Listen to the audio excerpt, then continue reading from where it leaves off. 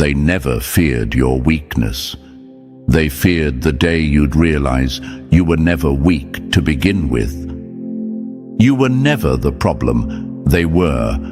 Your presence alone exposed their lies, and they hated you for it. You didn't just walk out of that place. You ripped yourself from the jaws of a world that tried to erase you.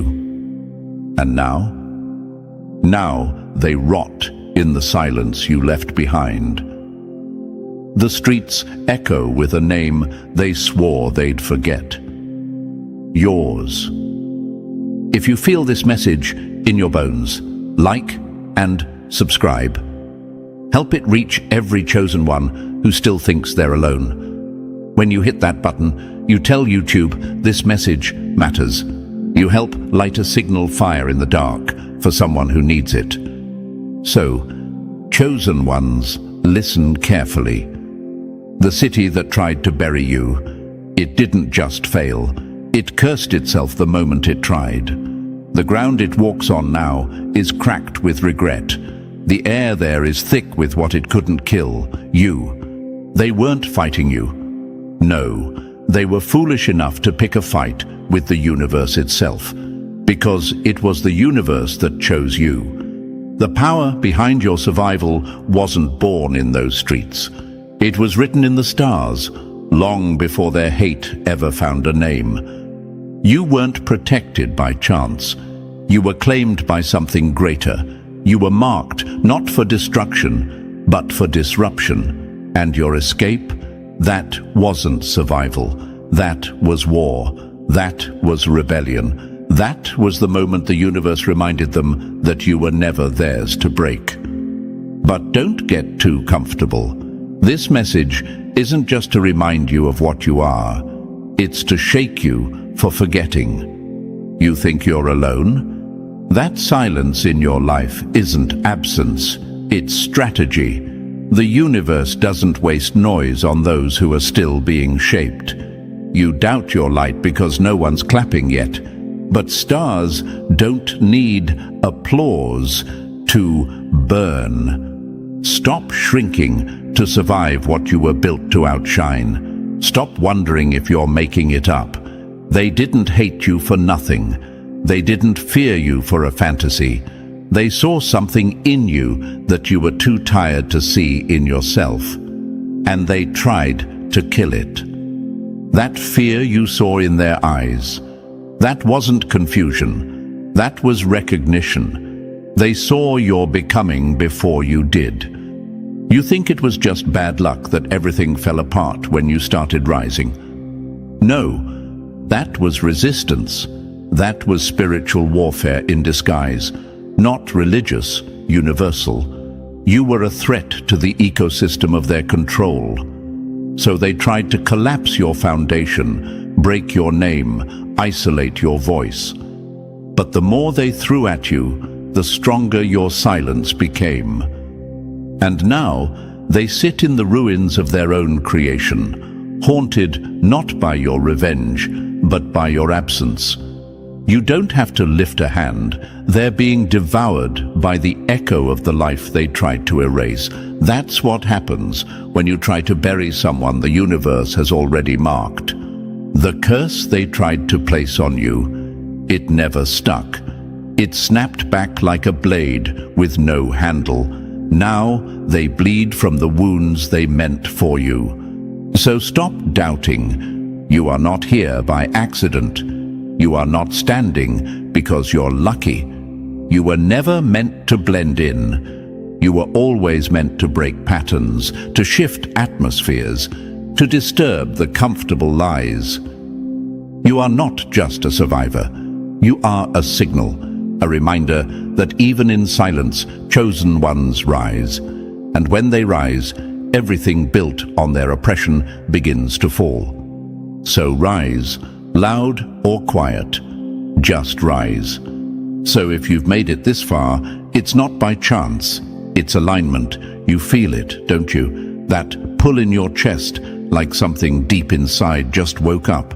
That's not just curiosity, that's memory, a forgotten part of you rising. Drop the number 77 in the comments if you feel it too. If you know that the city that tried to bury you is now cursed by your absence.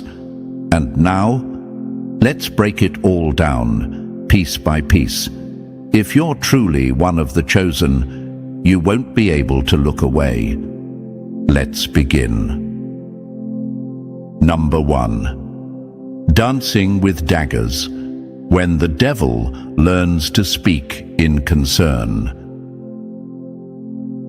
They didn't swing swords. They handed you flowers with razors under every petal. They never planned to fight fair. That was never the goal. Their aim was precision, not chaos. They didn't storm your gates. They slid through them, smiling. You were meant to bleed, not notice. To fade, not question. What they did to you wasn't loud, but it was lethal. And worse, they convinced you it was love. Chosen ones, let's make one thing clear. The power that made you different didn't ask for permission. It didn't apologize. It didn't shrink to make anyone comfortable. So when you walked into rooms and the air changed, that wasn't paranoia. That was pressure. That was the fabric of their reality, cracking under the weight of your presence. They saw it, that quiet glow around you, the calm that carried storms inside. They knew it wasn't ordinary, so they wrapped their sabotage in concern. They called their rituals help. They whispered lies while smiling in your face. And you, because your heart was open, because your light made you kind, you listened. But here's the truth. They weren't worried about your wounds. They were worried about your wings. They sensed the universe shifting to make room for you. Doors opening before you touched the handle. Paths unfolding that they couldn't see. You weren't just lucky. You were aligned, marked, chosen, and that made their bones shake. Not because you harmed them, but because you existed outside the rules they thought they wrote. So they dressed their daggers as advice. They said, "We're just concerned," as they tore down your confidence. They said, "Let's pray for you," while plotting your silence. They tried to sedate your fire with rituals that looked holy but reeked of envy. You didn't just survive hate. You survived betrayal wearing your mother tongue, your best friend's face, your teacher's voice. They gathered in circles and called it care, but their words were spells, twisting your mind, making you question what you knew deep down. They wanted you to believe you were broken, easier to control, easier to bury, easier to shape into something quiet. They didn't just want you gone, they wanted you empty. Chosen ones, let's be honest for a second. You felt it, didn't you? The moments when your own name sounded foreign, the nights when you weren't sure if your thoughts were yours, the dreams that felt more like warnings. That wasn't just stress. That was spiritual surgery, executed with surgical precision. They weren't just attacking your body, they were trying to edit your identity. But the universe, oh, it saw everything. You thought you were alone, but you weren't. The silence around you wasn't abandonment, it was alignment. The universe was rearranging itself to put you exactly where your enemies couldn't touch you. And that escape, you barely survived. That wasn't weakness. That was the system snapping under your frequency. Because here's what they'll never admit. You weren't just being protected, you were being preserved. Let that sink in. You were never outnumbered. You were out of reach. They thought they were fighting you. No, they were wrestling a system older than their understanding, a universe that does not lose what it chooses. And you? You doubted it. You looked in the mirror and saw failure. You let their whispers live in your head, rent-free. You mistook the weight of your calling for a flaw. Don't do that again. Don't disrespect the universe like that. Don't spit on your survival by calling it luck. You were chosen. And when you're chosen, even your breakdowns are coded with blueprints. Even your exile becomes a map. Even your silence is a storm-gathering force. Stop asking, why me? Start saying, of course me. Of course you were targeted. Of course you were isolated. Of course they turned on you the moment you stopped shrinking. That's not random, that's protocol. That's what happens when a system built on comfort detects a disruptor. And make no mistake, you are a disruptor. Your very presence burns through illusion. You don't just enter rooms, you reformat them. They saw it before you did, and they tried to preempt it. They tried to delay your rising. But the funny thing about chosen ones, delay is not denial. Every second they thought they were burying you, they were just giving your roots more depth. Now you grow differently. Now you rise with memory. Now the city that tried to consume you wakes up at night in a cold sweat, because your name echoes in its bones like a prophecy it failed to kill. This is why they watch, why they stalk, why they mimic. Because they don't just fear your power, they envy the source. You didn't have to sell out, beg or scheme. You aligned, you endured. And that kind of favor, it can't be taught, faked, or bought. So no, they weren't trying to heal you. They were trying to hijack you.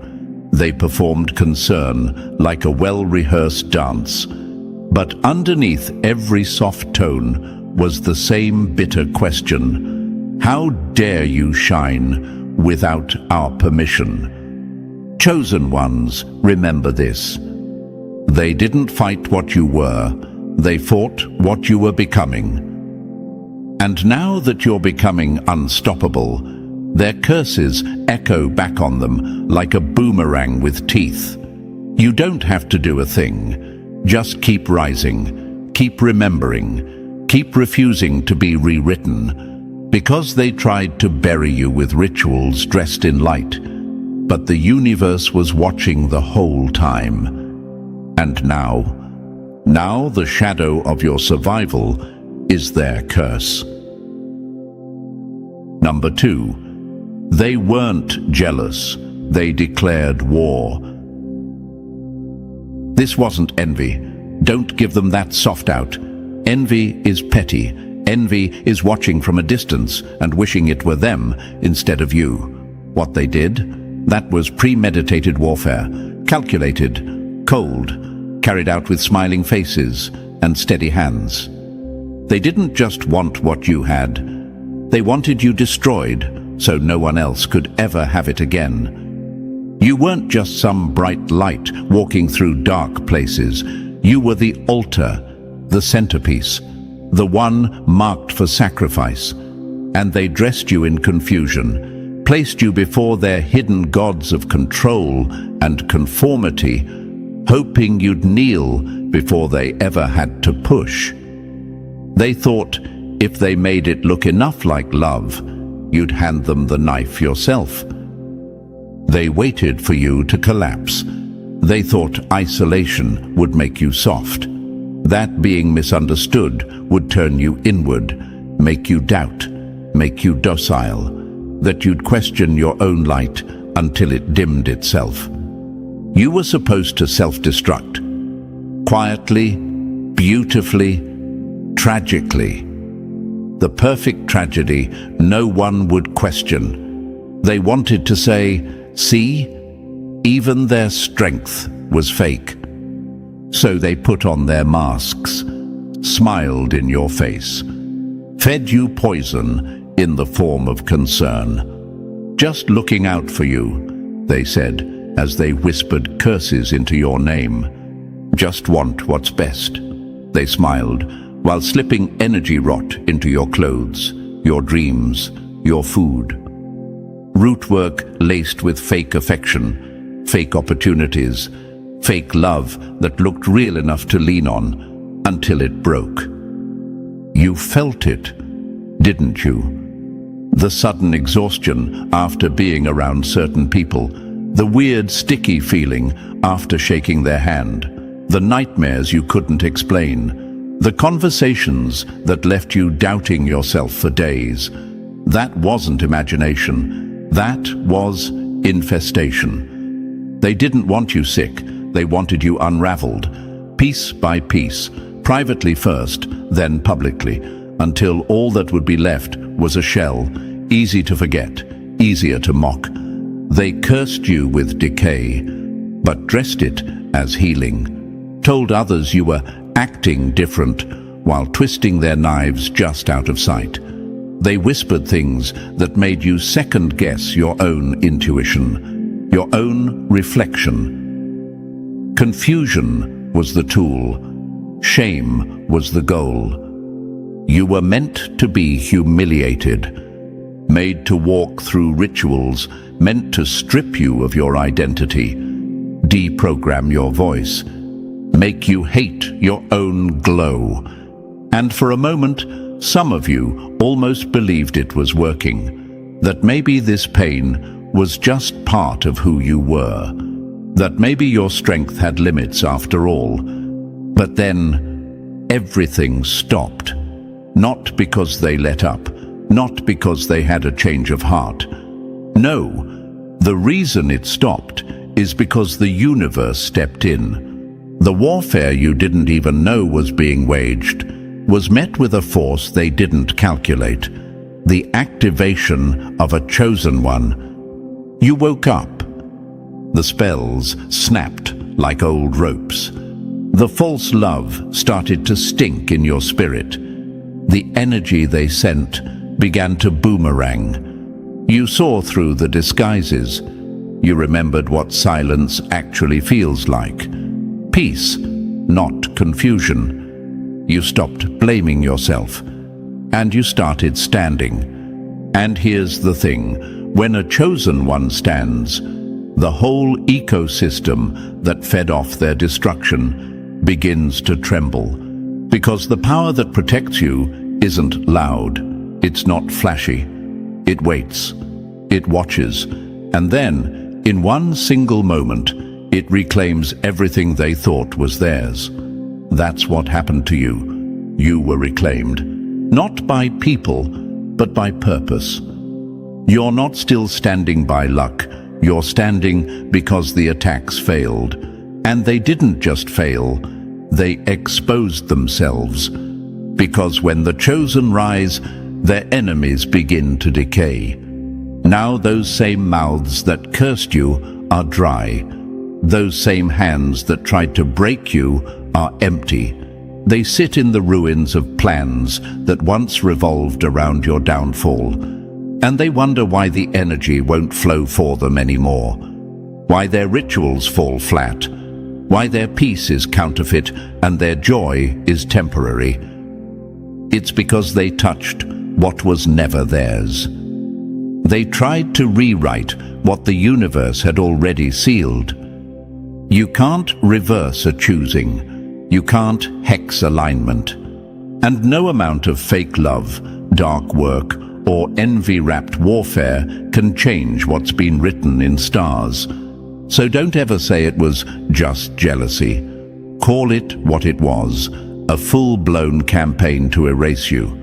But the chosen don't fade.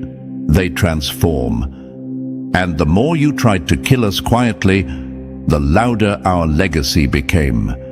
And now, the silence you left behind is a scream they can't unhear.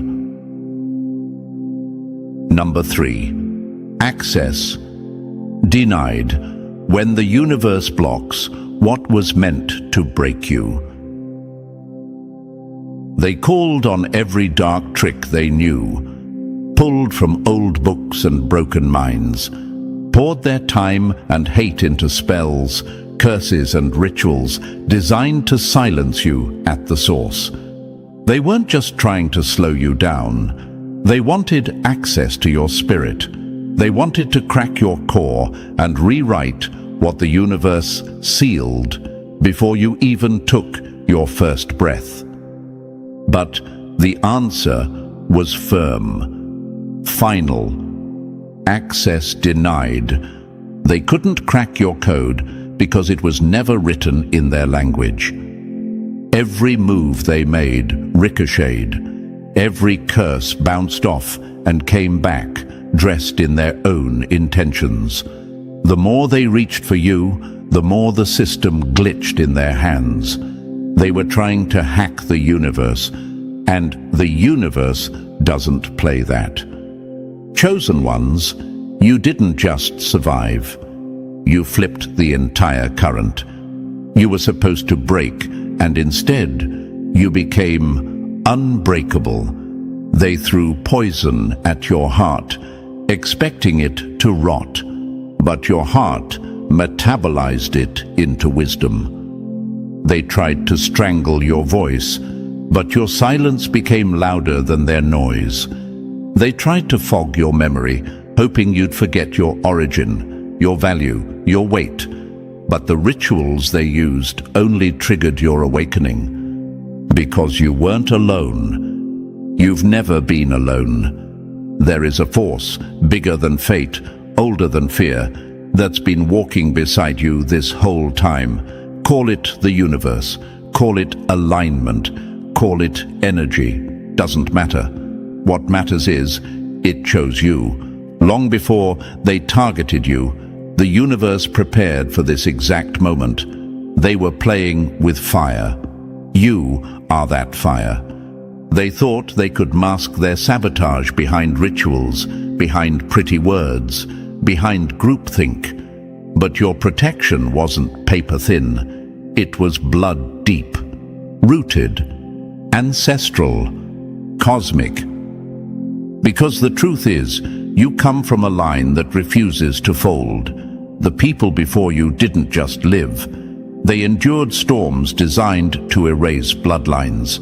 They held their ground with nothing but willpower and instinct. And now their bones are still standing, still fighting, still walking with you. They pulled you out of pits you didn't even know you were in. They shattered illusions you thought were real.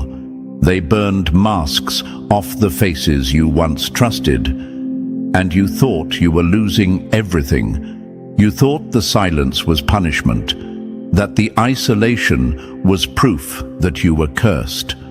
But that was the reset, the extraction. That was the universe pulling you out before they could finish what they started.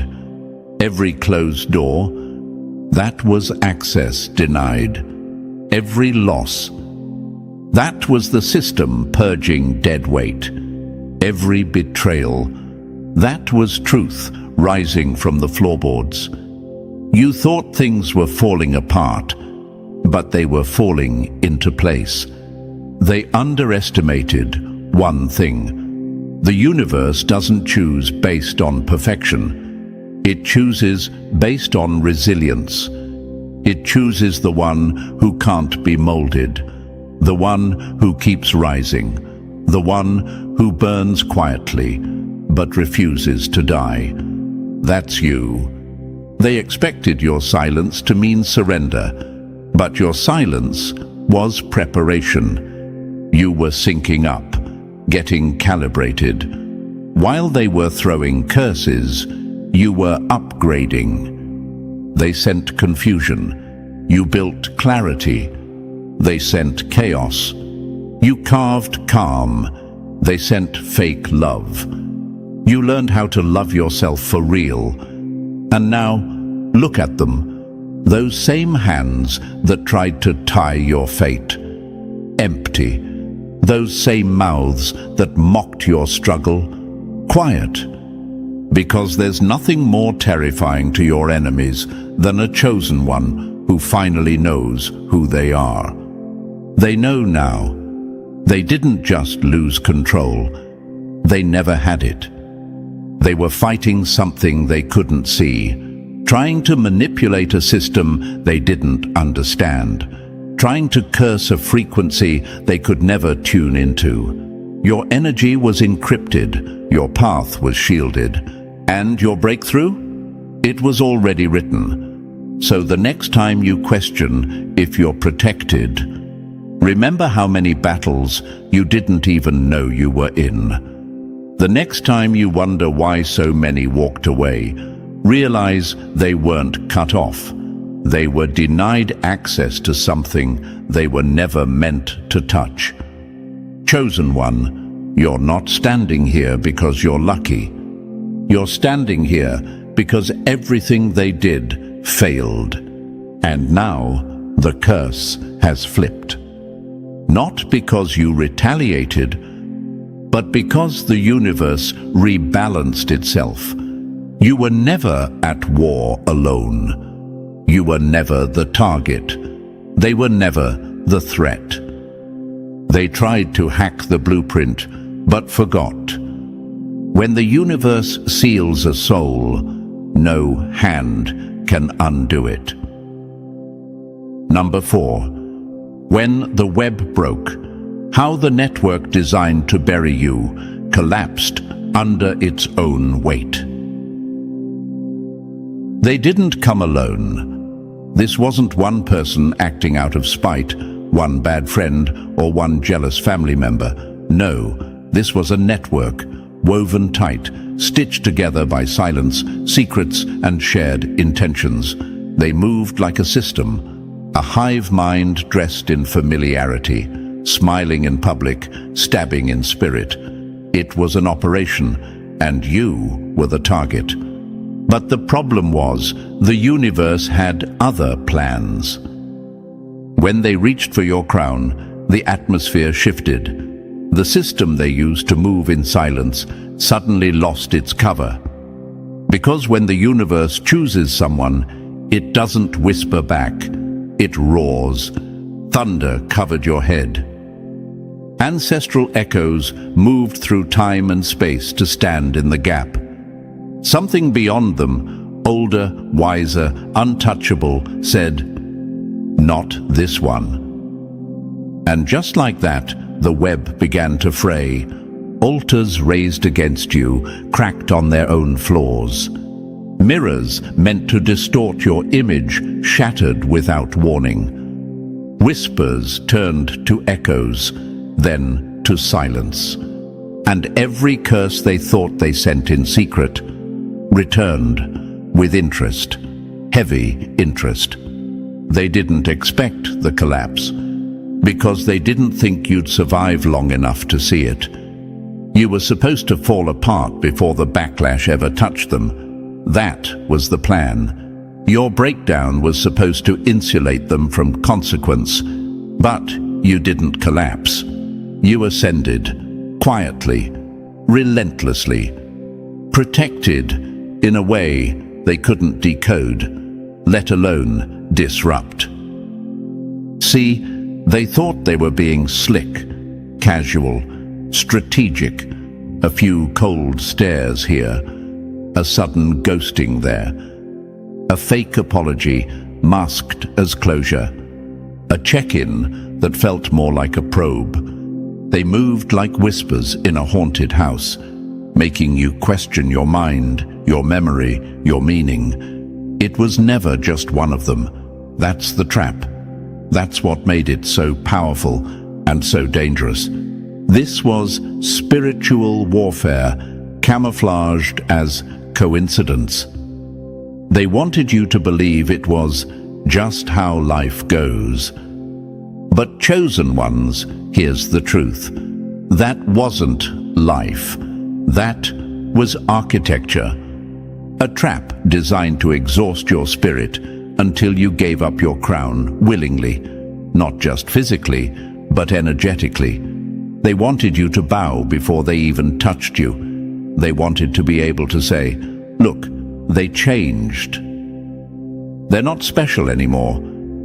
That was the mission, not to kill you, but to dismantle you. And the battlefield, it wasn't just your mind or your emotions. It was your surroundings, the very city, the environment, the atmosphere. The roads you walked on were soaked in resentment. The air you breathed was thick with low-frequency interference. Every familiar place turned foreign. Every trusted face began to flicker. You weren't just being attacked, you were being isolated by design. But even in that, you rose. Because isolation to a chosen one is not a grave, it's a womb. They tried to bury you in confusion, but that soil grew your clarity. They tried to silence you through proximity, but distance became your amplifier. They failed to realize the system they built had no idea how to handle someone built by a higher frequency. And so it all collapsed. The friend circles shattered. The fake bonds disintegrated. The lies couldn't stick. The curses couldn't hold. Their unity couldn't last under the weight of your truth. Because when the chosen rise, the network that tried to trap them short-circuits. Each string in the web becomes exposed. The mask can't hold. The coordination turns on itself. And what they thought would be your end becomes the blueprint for their unraveling. They underestimated one thing. Chosen ones don't just survive, they expose. And the most terrifying thing about exposure is this: it doesn't need noise, it only needs time. And now, the people they tried to turn against you are having dreams they can't explain. Now the smiles they practiced no longer land. Now the system they built is glitching. Now their alliances are rotting. They thought they were in control of your story, but they forgot. The universe doesn't co-author betrayal. And you, the chosen one they thought would break, are the one now being used as proof. Proof that protection exists in silence, that alignment cannot be interrupted, that no trap lasts forever when you were never meant to stay small. So, let the network fall. Let the city turn to dust. Because the shadow they now live under is the shape of your survival. Number 5. When the ground turned on its own, how the land that tried to bury you is now sinking them. They thought they were being careful. Silent hands, soft voices, fake concern. But behind every handshake was a harvest. Behind every embrace, an extraction. They weren't offering love. They were collecting you, little by little. A strand of hair here, a piece of your energy there. Every visit, every conversation, every check-in was a scan, a data pull. Not to understand you, but to disassemble you. What you thought was support was surveillance. This wasn't gossip. This wasn't petty envy. This was a networked ritual of erasure.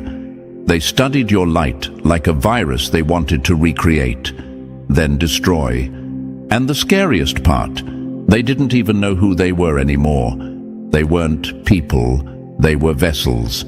Open channels for a frequency of destruction that wanted your voice gone, your spirit bent, and your memory deleted. Chosen ones, the conspiracy wasn't in the whispers, it was in the energy. They looked you in the eye and asked how you were, already knowing what they sent behind your back. Their mouths moved like friends, but their spirit was armed. They claimed they were concerned, said they just wanted to help.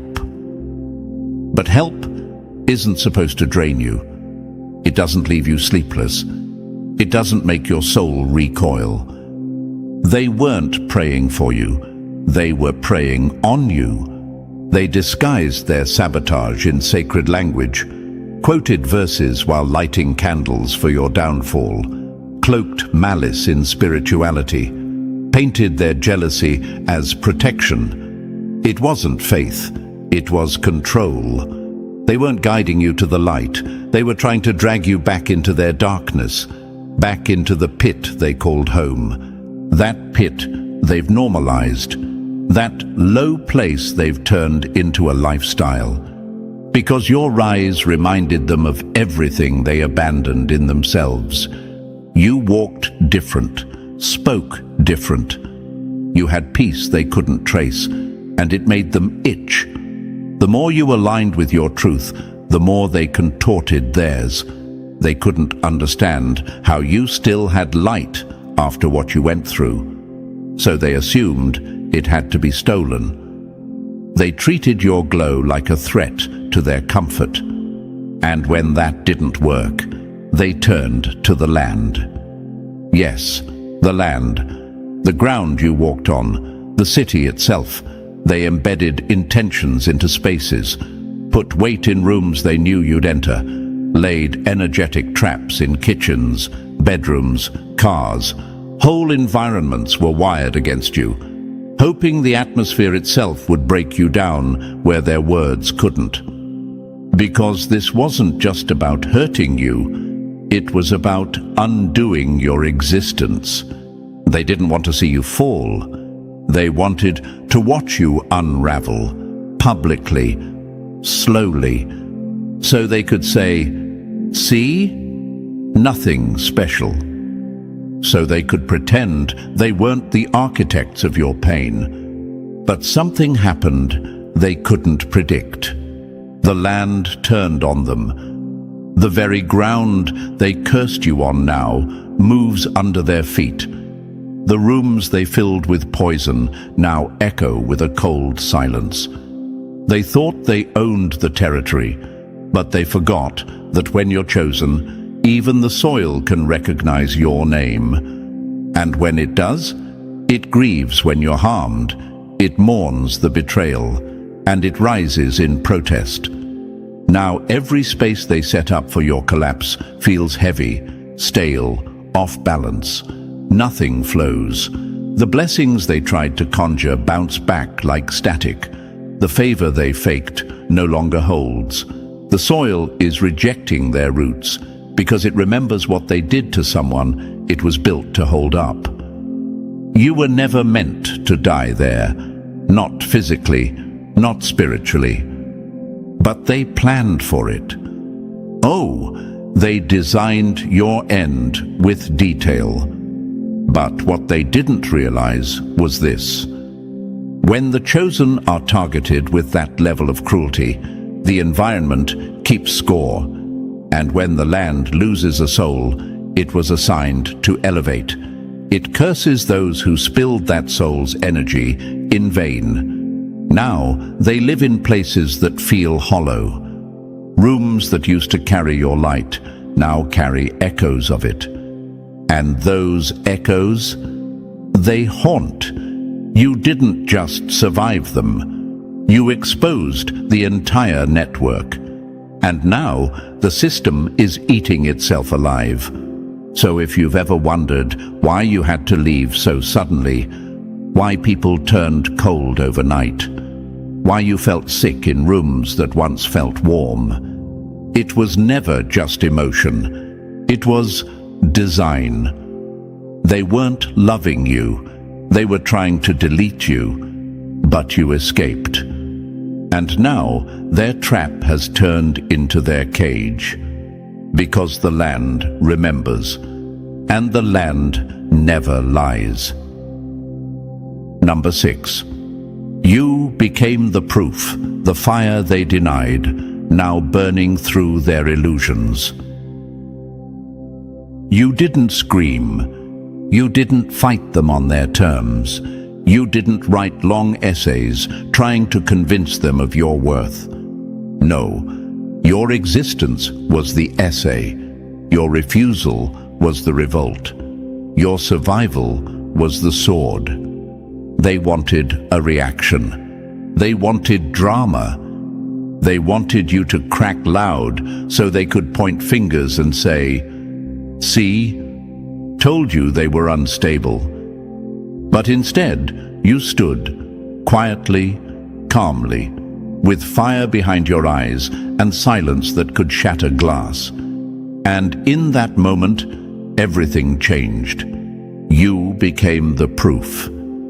The grave they dug for you. Now it echoes with their own voices. The city that once tried to bury you, now cages them. The land they cursed on your behalf, now returns their energy like a mirror without mercy.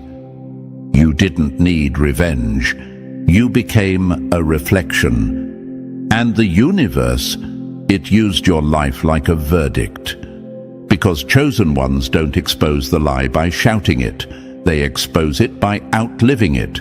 You made it out, and that was the undoing of everything they built. Their rituals didn't just fail, they reversed.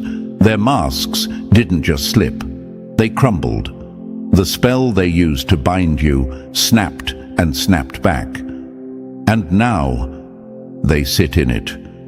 The shadow they conjured for you now lives in their own walls. Their once sweet alliances are turning bitter. Their fake joy now tastes like ash. Their circle, once tight and confident, is full of side eyes, silence, and suspicion. Because here's the truth they never expected to face. You didn't need to curse them. Your escape was the curse. The moment you refused to bow, to play dumb, to chant the words they handed you like scripture, that was when the system broke.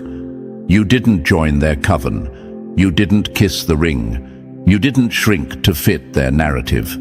You stood in your own name, raw and untamed, and they couldn't handle it. Because when you refused to be reshaped, you became a mirror. And there's nothing more terrifying to the mask wearers than a mirror they can't control. You didn't try to fit in. You walked out.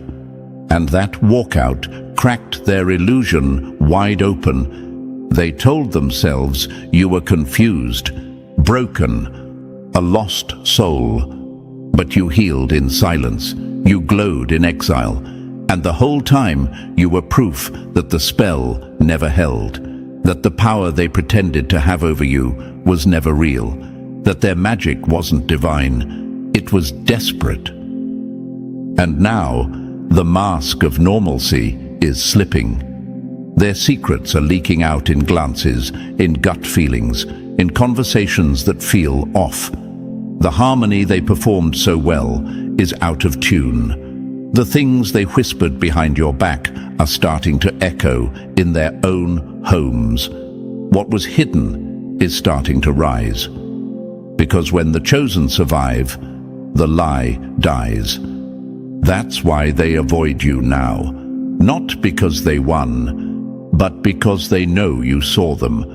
And worse, because you didn't need to expose them to anyone else. You just kept shining, and your shine was their sentence. The light you carry speaks in frequencies their masks can't block. And every time they remember you, they remember the plan that failed, the energy they wasted, the trap that became their own cage. You didn't have to fight them. The universe did it for you. All you had to do was make it out. So don't underestimate what you are. You weren't just the one who got away. You were the glitch in the code. The proof the system never worked. The reminder that no matter how many align against the chosen, it only takes one to walk out and shift everything. You are the reckoning. You were never just fighting to survive. You were being positioned to dismantle what couldn't touch you simply by living through it. They hate that. They can't sleep with that because they know the truth now. You're not the villain. You're not the victim. You're the witness. And your light, it's the loudest thing they've ever heard. Number 7. Emotional assassination. The shot they missed that made you unbreakable. They couldn't touch your mind. It was too fortified, too clear, too sharp, too protected. And your spirit, sealed, untouchable, written in frequencies they couldn't decode. So what did they go for? Your heart. That was the real target all along. The softest part of you. The part that still hoped, still trusted, still loved. Because they knew if they could fracture that, the rest would follow. And so they changed their strategy from force to affection, from violence to intimacy, from attack to attachment. But it wasn't love they were offering. It was sabotage in disguise. They came smiling, but their hands were cold. Their hugs left you drained. Their words were warm, but laced with smoke. Sweet spells dressed up as devotion. Lovers who weren't sent to build, but to confuse. To wrap around your heart like ivy, until you couldn't tell where their love ended and your silence began. And it wasn't just romance, it was friendships too. The kind where every check-in was a scan. The kind where vulnerability was currency, collected, not honored. They clapped for you when it was convenient, hugged you when it helped their image, supported you, just enough to keep you in reach. They weren't offering care, they were engineering collapse. Because emotional assassination doesn't come loud. It whispers, it lingers, it sinks its claws in slowly, makes you second-guess what love is supposed to feel like. They tried to shut down your heart, to block your connection to truth, to self, to alignment. They wanted you to fold in on yourself, to turn bitter, to go cold. Because once you stop loving, they win. But chosen one, you didn't fold. You caught fire. And that fire, it burned off every lie they wrapped in care, every spell dressed in soft language, every empty, I miss you, every manipulative, I was just worried, gone. Their love spells backfired, their trauma traps collapsed, their silent sabotage exposed itself like rotting fruit under sunlight. And what was supposed to harden you only made you wiser. You stayed soft, but not stupid. Open, but not unguarded. Loving, but now discerning. And that right there, that's what saved you. They expected scars. They got boundaries. They expected bitterness. They got clarity. They expected silence. They got sovereignty. You didn't turn into them. You didn't become cold just because they were. You didn't give up on connection just because theirs was fake. That's what truly ruined their plan. Because the final piece of emotional assassination is convincing the target to become the weapon. But you never turned. You stayed real. You stayed grounded. You stayed you. And now look, the ones who thought they broke you emotionally are now faced with the version of you that healed with receipts, that learned to walk away without burning the whole house down. That sees through charm like glass. That listens not just with ears, but with spirit. They lost access, not because you blocked them, but because your heart leveled up. They can't reach you because the frequency they operate on can't even carry your name anymore. And the love they used to bait you, it doesn't even smell sweet anymore. It smells like smoke and old intentions. Now they wonder why your light feels sharper, why your peace feels non-negotiable, why your presence feels like judgment. It's because you didn't become numb, you became aware. And awareness is the most dangerous thing a chosen one can gain. Because now you don't beg for closure. You recognize patterns. You don't demand apologies. You trust energy. You don't seek validation. You already know. That's what they couldn't stand. That everything they threw at your heart was supposed to silence you forever. But instead, it taught you how to listen deeper, love smarter, feel without falling apart. They tried to weaponize your heart against you. And instead, you turned your heart into a fortress, with an open door for the real and a locked gate for the fake. So let them call you guarded. Let them call you distant. Let them call you hard to reach. Because they don't understand. You're not hard to reach. You're just no longer easy to use. Number 8. Judgment has arrived. The scales are balanced, and the reckoning is personal. This is the part they never thought would come. The silence has weight now. The air around them feels heavier. Time moves strange. Their once effortless steps now trip over nothing, because the universe keeps receipts. And right now, the scales are tipping. Every whisper behind your back, every fake hug, every poisoned smile, every ritual wrapped in fake light, every betrayal disguised as just concern. It's all on the scale now, and the scale doesn't lie. This isn't chaos, it's correction. This isn't punishment, it's balancing.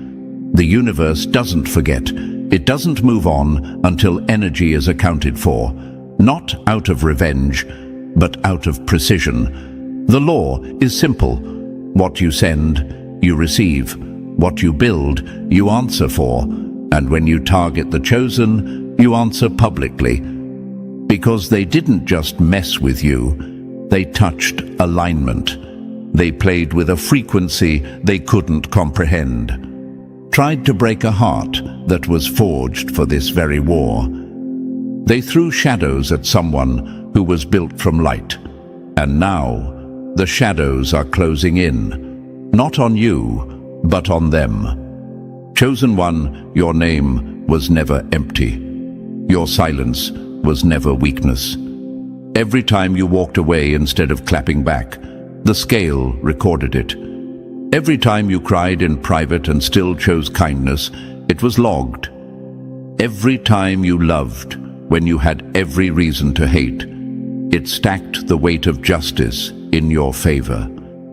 They thought you were losing, but you were being documented, archived, preserved for this moment right here.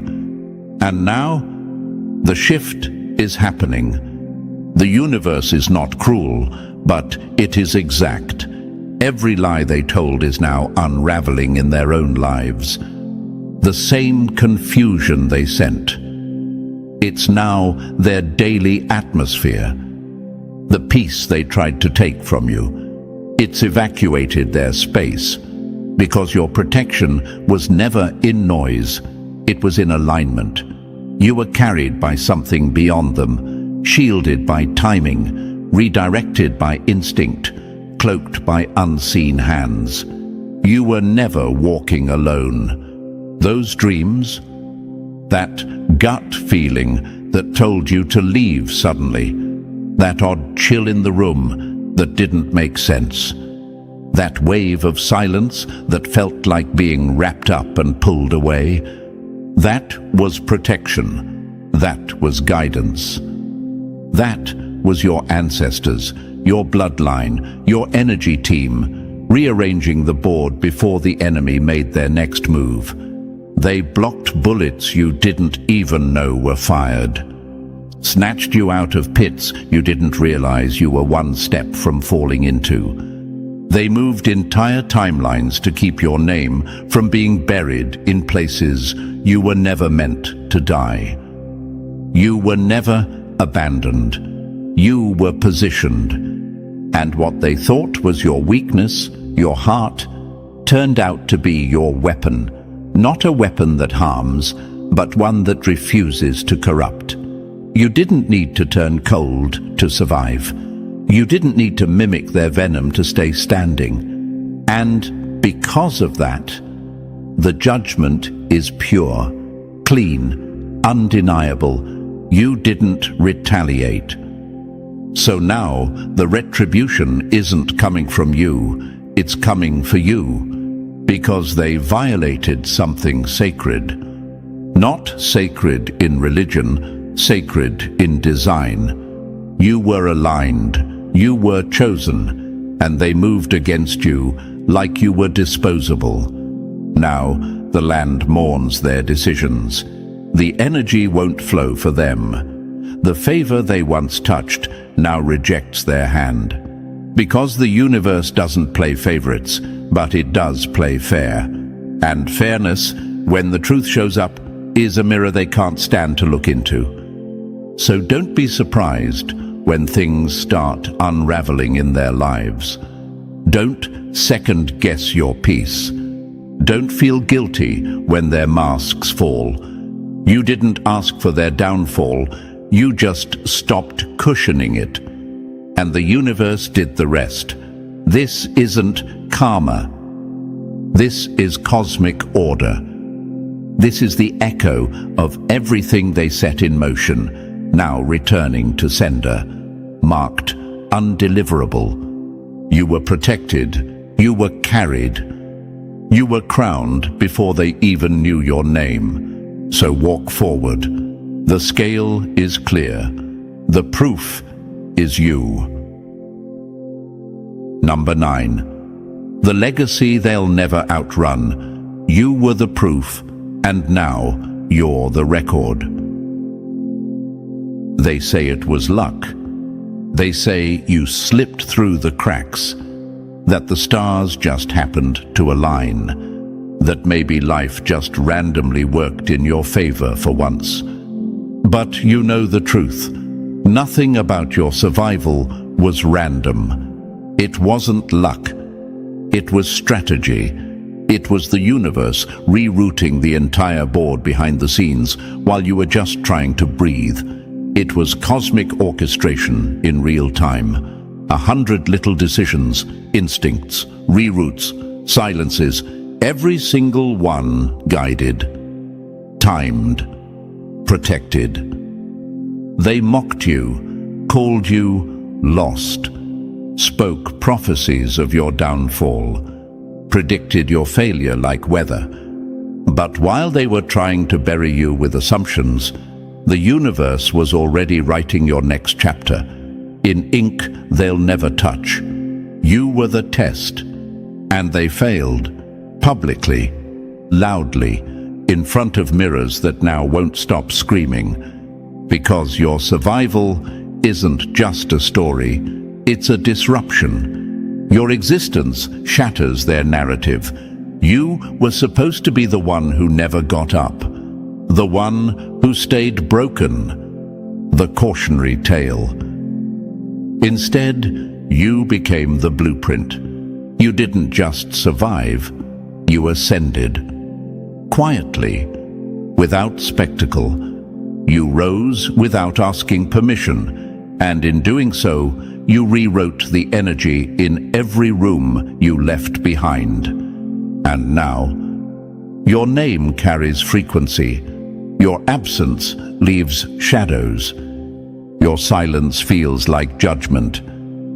Because those who swore you'd never make it now live with the echo of you, rising. That's legacy, not fame, not followers, not noise. Legacy is what stays behind after your presence has shifted. Legacy is the feeling they can't shake. The way your name returns in their thoughts when things fall apart. Legacy is the haunting truth that they bet against the wrong one, and the universe let them. You were marked, not by them, but by the unseen hand that moves before comprehension. While they played games in the visible, your path was being woven in the invisible. They thought you were stalling. You were sinking. You weren't lost. You were being positioned. And now, you're not running. You're rising. You don't have to explain. You don't have to defend. You don't have to shout your wins. Because the most dangerous thing you've ever done was survive and shine anyway. You stayed kind when it would have been easier to go cold. You stayed focused when distractions came dressed as support. You stayed rooted when everything around you was designed to unearth you. They can't erase that. They can't rewrite it. They can't fake it, because your legacy was built under pressure, and pressure exposes everything. They thought they were the authors, but you were never reading from their script. You were always writing your own, and now the chapters are undeniable. The plot line is clear. And the ending? Not only is it unwritten, it's unreachable by them, because you're no longer part of the ecosystem that needed your collapse to function. You're no longer feeding the networks that depended on your silence. You're no longer apologizing for your healing, your insight, your shine. You are living proof that a person can be broken in 100 ways and still carry legacy like a crown. That light can come from someone who had every reason to stay in the dark. That alignment is louder than attack. That truth, when lived, doesn't need defense. It just echoes. So let them talk. Let them theorize. Let them reduce it all to coincidence. You know the truth. You are the truth. And truth doesn't explain itself. It just outlasts the lie. This is the part they never prepared for. You made it out. You stood in your light. And now, whether they want to admit it or not, you are the legacy they can never erase. And now we've come full circle. You weren't just meant to survive. You were meant to be the signal, the proof, the reckoning. If this message lit something in you, like subscribe, drop the number 77 in the comments, and share this with another chosen one who needs to remember who they are. They thought you were quiet because you were weak. Turns out you were quiet because you were loading. They laughed at your silence, mocked your patience, misread your stillness as surrender. They kept swinging at shadows, trying to break you down, not realizing they weren't just swinging at you. They were picking a fight with the universe itself. They had no idea that the quiet one was the storm in disguise. While they were trying to bring you down, they were really just digging their own downfall. And now, Now the reckoning feels personal, because it is. Before we go any further, pause. If you're a chosen one, and you feel this message in your chest, like a calling, like this video, and subscribe to help wake more of us up. Every like, every sub, every share tells the YouTube algorithm this message needs to travel. You're not just helping yourself, you're pulling others out of the shadows too. This is how we spread the signal. Let's keep it moving. Now let's speak clearly, because the world never expected you to speak at all. They expected a lamb, gentle, soft, easy to overlook. But the universe doesn't waste power on noise. It hides it in silence. You wore the mask so well, they thought it was your face. Calm eyes, small movements, no threat, they assumed, no bite. But the universe chooses carefully, and it chose you. You were never alone. You were backed by something deeper, something older, a frequency they couldn't hear. While they were performing, you were preparing. They ran their mouths while you studied their patterns. They built alliances on lies. You built a strategy in silence. You weren't quiet out of fear. You were quiet because you were focused. And now that you've struck, they're confused, hurt even, shocked that the same soul they ignored is the one shaking their foundations. But they weren't fighting you, they were fighting the energy that sent you. They picked a battle with the current of the cosmos, and now they're drowning in consequences. Being chosen isn't about being better, it's about being built different.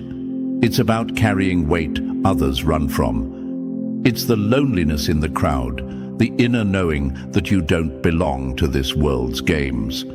It's that deep ache when you question your own light, when you wonder if maybe you're just imagining it all. But let me be clear, your doubt was their spell. Your belief is your weapon. Stop thinking you're alone. Stop apologizing for your power. The universe didn't invest all this in you for you to play small. The chills you feel when truth hits you, that's alignment. That's your spirit remembering what it came here to do. And your enemies? They feel it. They don't understand it, but they feel it.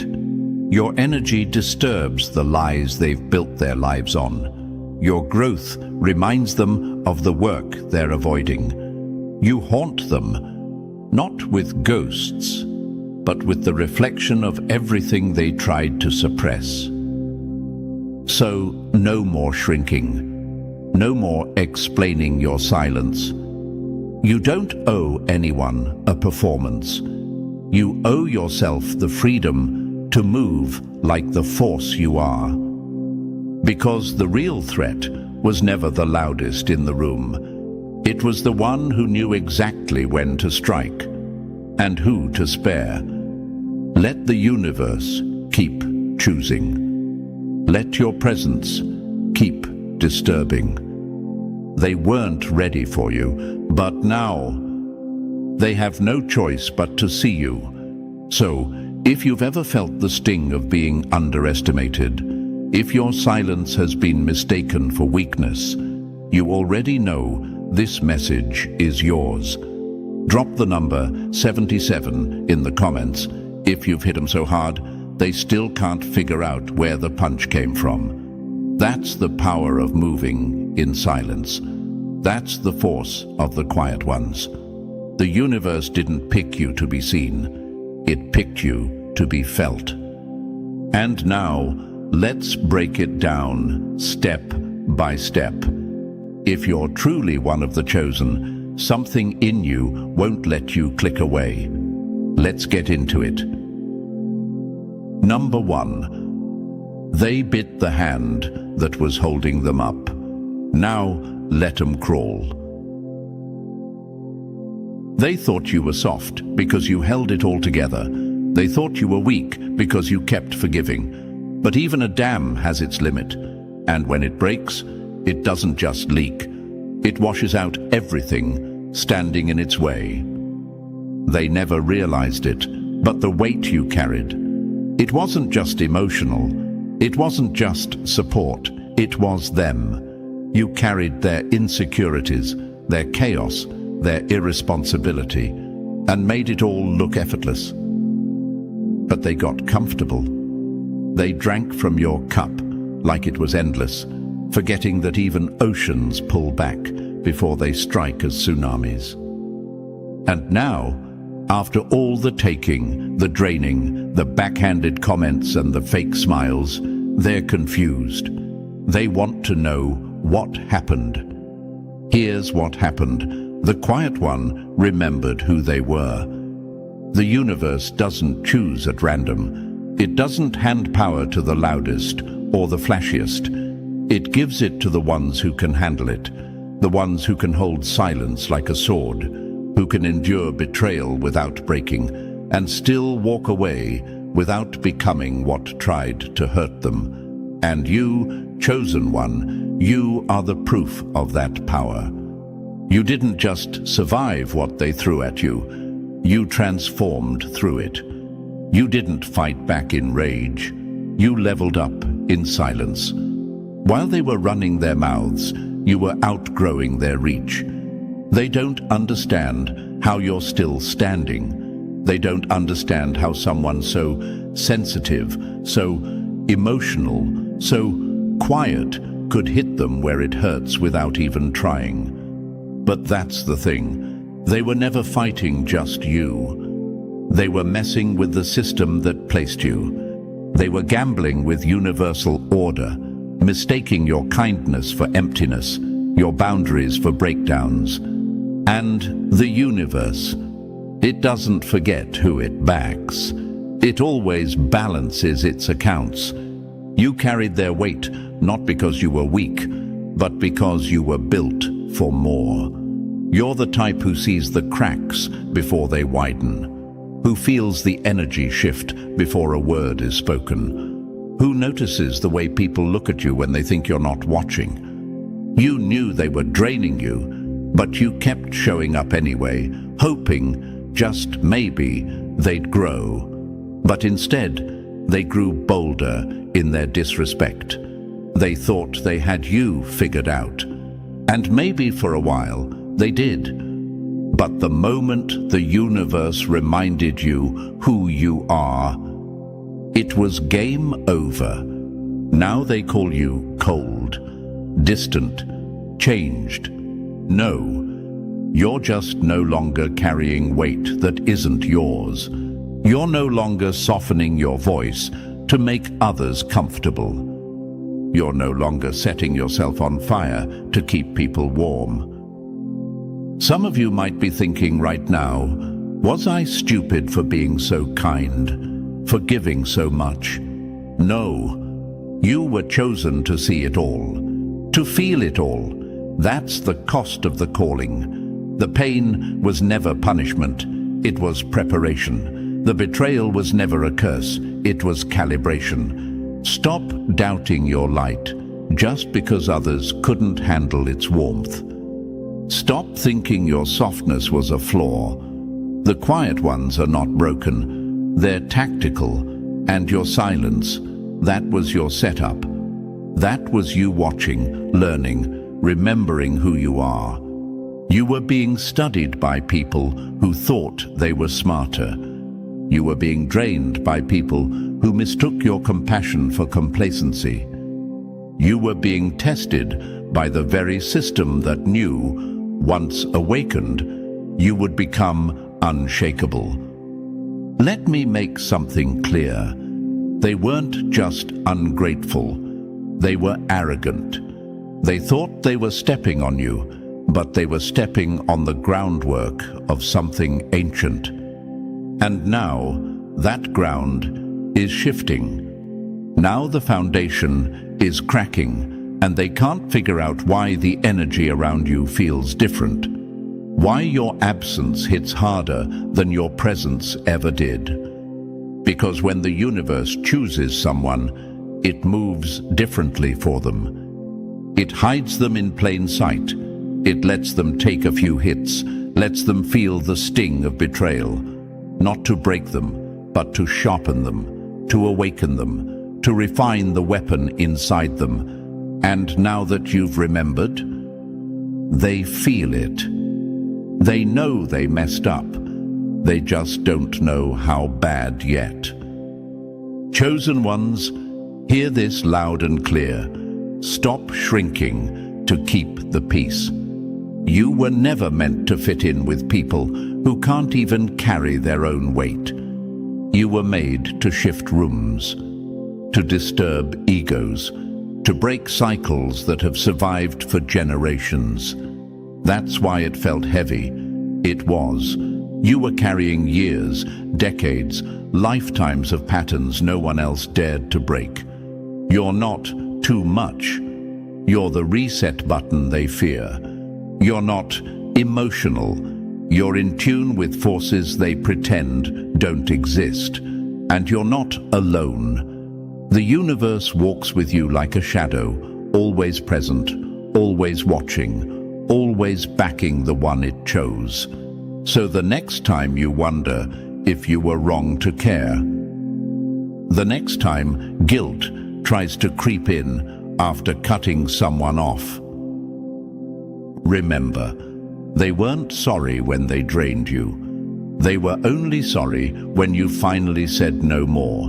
And to those who thought they could use you, break you, silence you, congratulations.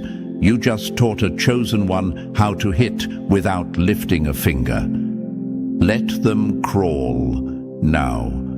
Let them sit in the silence they mocked you for.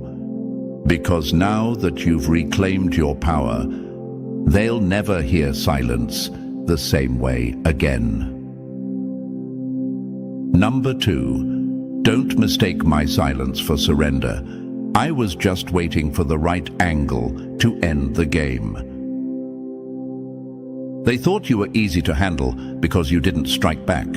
They saw your calm and thought it meant weakness. But real ones know it takes power to pause. It takes strength to wait. And you, chosen one, were never passive. You were just patient. There's a difference. They called it softness. You knew it was strategy. While they plotted in whispers and moved in ego, you let them believe they were in control. You gave them room to show their true nature, not out of fear, but out of restraint. Because you knew the universe has its own timing, and when it's time for the truth to rise, no mask survives the light. You weren't placed in their life by accident. You weren't some background character in their little drama. You were a catalyst. You were the mirror they couldn't look into without flinching. You reflected every crack they tried to cover, every weakness they tried to bury, and that terrified them. You didn't need to expose them. They exposed themselves, trying to handle you. See, you were never just a person to them. You were an energetic event. Your presence shook things up without you saying a word. You didn't even have to try. Your frequency did the talking. And instead of respecting the energy you brought, they tried to steal from it. They tried to cage it. They wanted your light, but not the responsibility of being around it. So they tested you. They played games with your patience, confused compassion with control. They poked the wolf and laughed because it didn't bite back, forgetting that wolves don't bark when they hunt. They move in silence, and when they strike, it's never for show, it's for closure. While they were performing, you were transforming. Every time you kept your cool while they tried to provoke you, you were leveling up. Every time you walked away, instead of clapping back, the universe was taking notes. And when the time came to move, oh, you moved. You didn't burn bridges.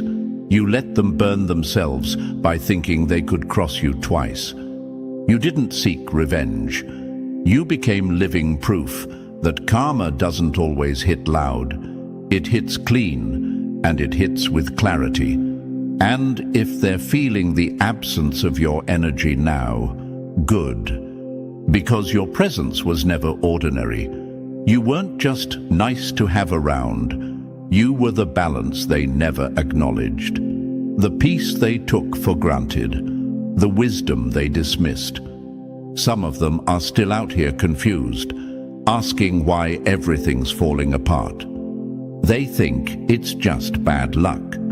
But you know better. You were holding up more than they realized. You were the anchor in the storm, and they cut the rope thinking it made them free. But when the storm came back around, there was nothing left to hold on to. So if you're sitting here doubting yourself, don't. Stop asking if you were too kind. Stop wondering if you should have fought back sooner. Restraint isn't weakness. It's the highest form of control.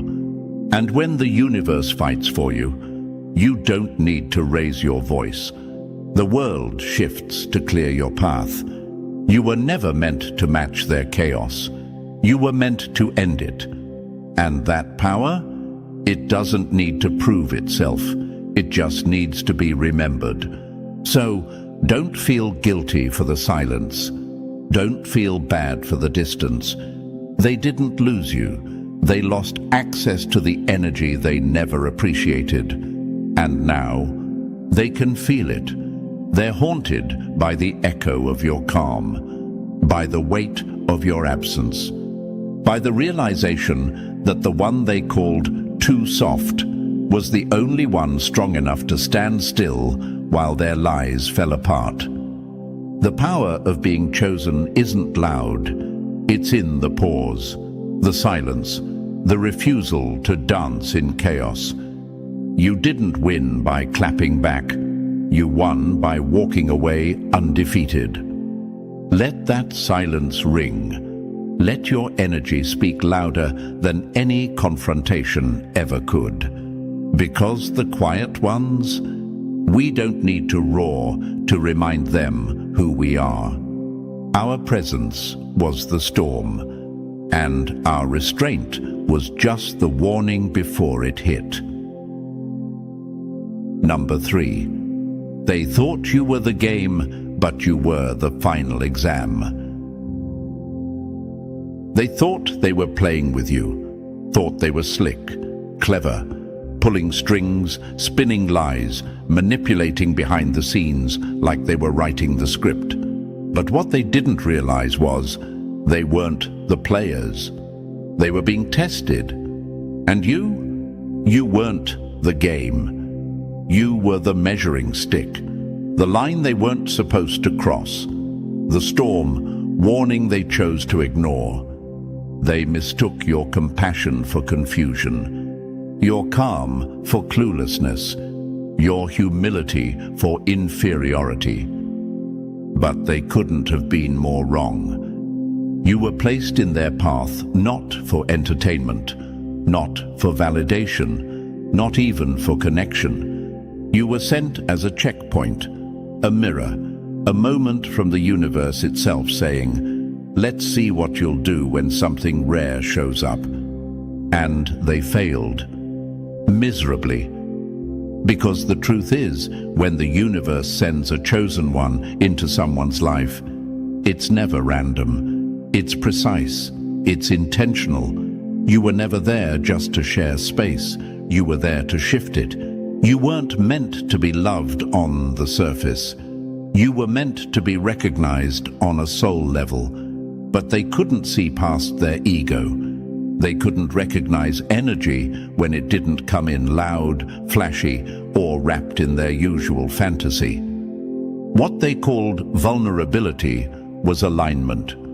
What they saw as emotional was depth. You gave them the type of connection people pray for, but they weren't built to hold it. So they fumbled you badly. And now They're haunted by the moment they failed. Not just because they lost someone rare, but because deep down they knew, they felt it. There was something about you, something that made their spirit pause, even when their ego kept pushing, something that made them nervous without understanding why. That was the universe tapping them on the shoulder, whispering, "This is different. Handle with care." But they didn't. Instead, they poked at your peace, mocked your intuition, dismissed your insights as too deep, your emotions as too much. They tried to test you, but ended up testing the laws that protect you. Chosen ones don't walk alone. Even when you feel alone, you are surrounded by forces far beyond this surface world. The universe doesn't send you into situations to be broken. It sends you in to reveal truth. You walked in as a light, and they chose to curse the brightness. You came in as balance, and they tried to tip the scale. They reached for your energy with dirty hands, and now they're wondering why everything around them feels like it's falling apart. Let it. They failed the test the moment they tried to manipulate what was sent to heal them, the moment they chose performance over presence, the moment they looked at someone built from stars and saw just another body in the room. Some of them will never admit it. They'll pretend they're fine. They'll pretend you were too intense, too sensitive, too much. But the truth is, they weren't enough.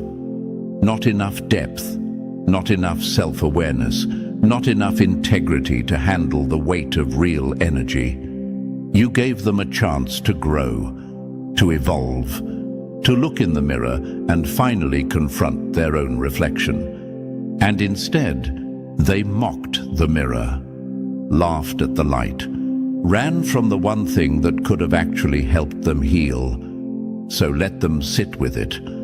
Let them spin the story however they need to in their own head. You already passed your part of the test. You kept your integrity. You stayed aligned. You moved with clarity and compassion, even when it hurt. And now you've been elevated. Because the universe doesn't just test others through you, it also watches how you respond. And you didn't retaliate. You didn't stoop to their level. You held the line. And that is why you continue to rise. You weren't ordinary. You never were. And now they know that. Maybe too late, but they know. They couldn't recognize the value of your presence until it became an absence.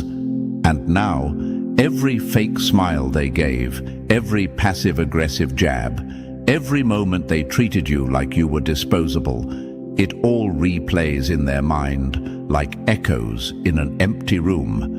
They thought they were winning. They thought they were clever. But in the end, they only played themselves. Because when you mishandle what the universe sends, you don't just lose a person, you lose your chance. And some chances don't come back. Number 4, they thought they were playing a sheep, but they were wrestling with a sleeping giant. They thought they had you figured out, thought they were outsmarting you, outslicking you. They thought your kindness was a flaw, that your grace was a weakness. They looked at your silence and assumed you had no idea what was happening behind your back. But the truth is, you knew exactly what they were doing. You just chose to move with grace instead of wrath. You chose evolution over ego. You chose growth over games, and that's where they messed up. Because you weren't sent into their life to be used.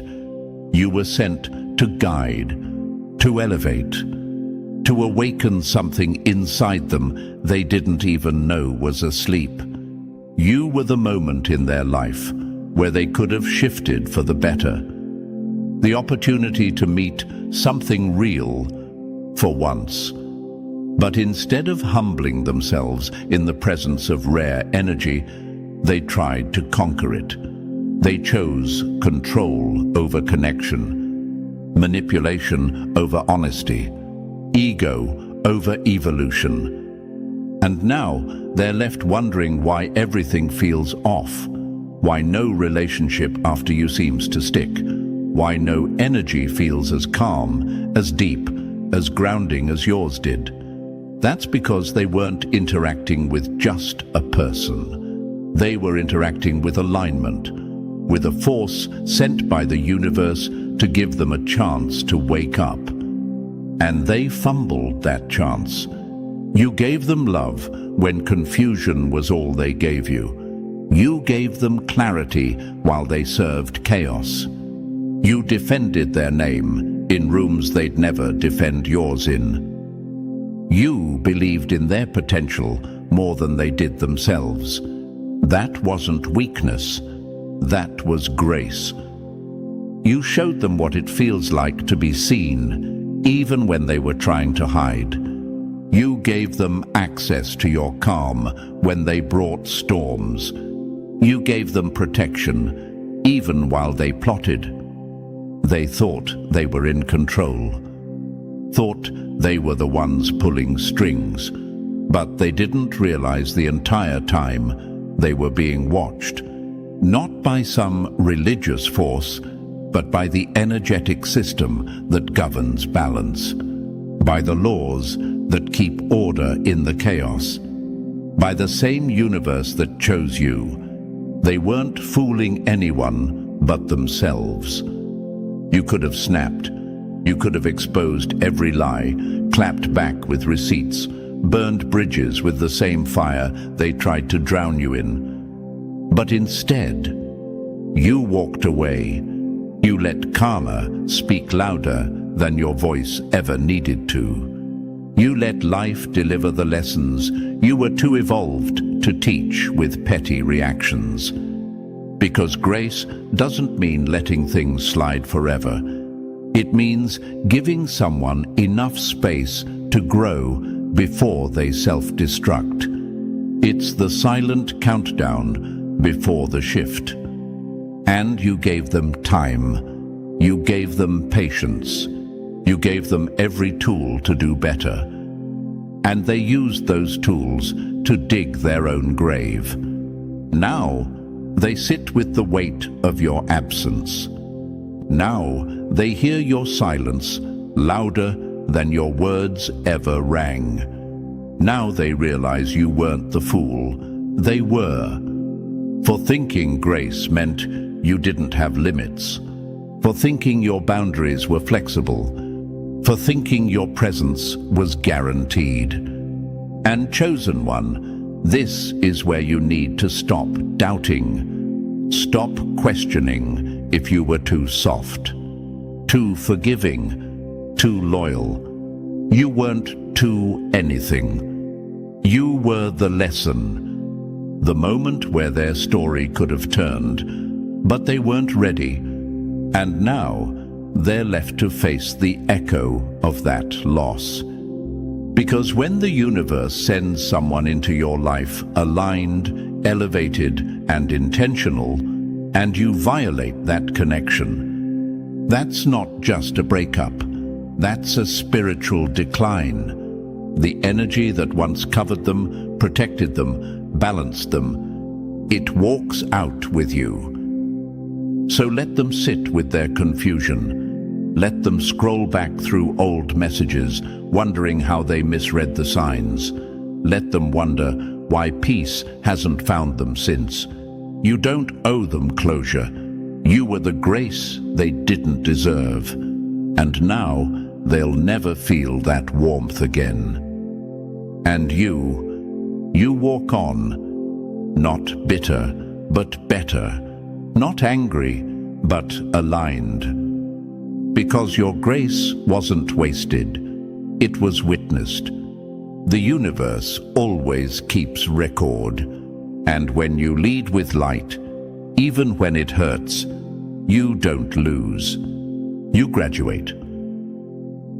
Number 5. They set fire to the bridge, then cried about the distance.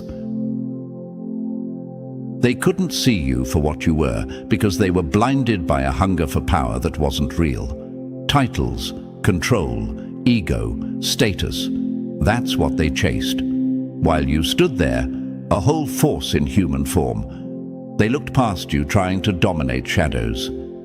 They were so caught up in their games, so obsessed with illusion, that they missed the rarest energy to ever enter their space. They didn't recognize the royalty in your spirit, because they couldn't even see the lack in their own. You walked in with presence, patience, peace. They saw it and mistook it for something soft.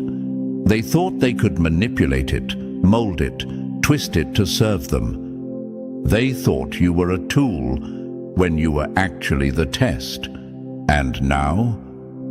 Now they sit in the wreckage of their own making. Everything they built on lies is crumbling. Everything they touched with false intent is decaying. Not because you cursed them, but because you're no longer there to hold it all up.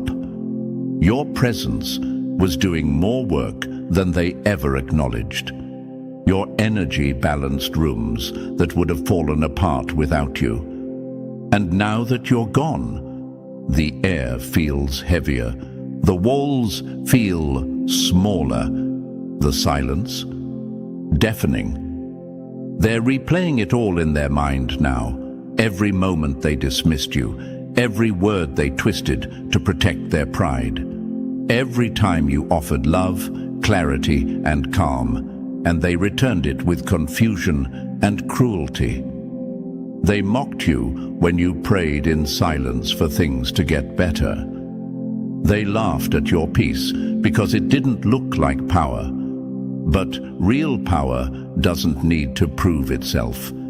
It just is. Now they understand, but it's too late. Now they see who you were, but your energy's no longer available to them. Now they crave your voice, but you've gone quiet. Not out of bitterness, but out of clarity.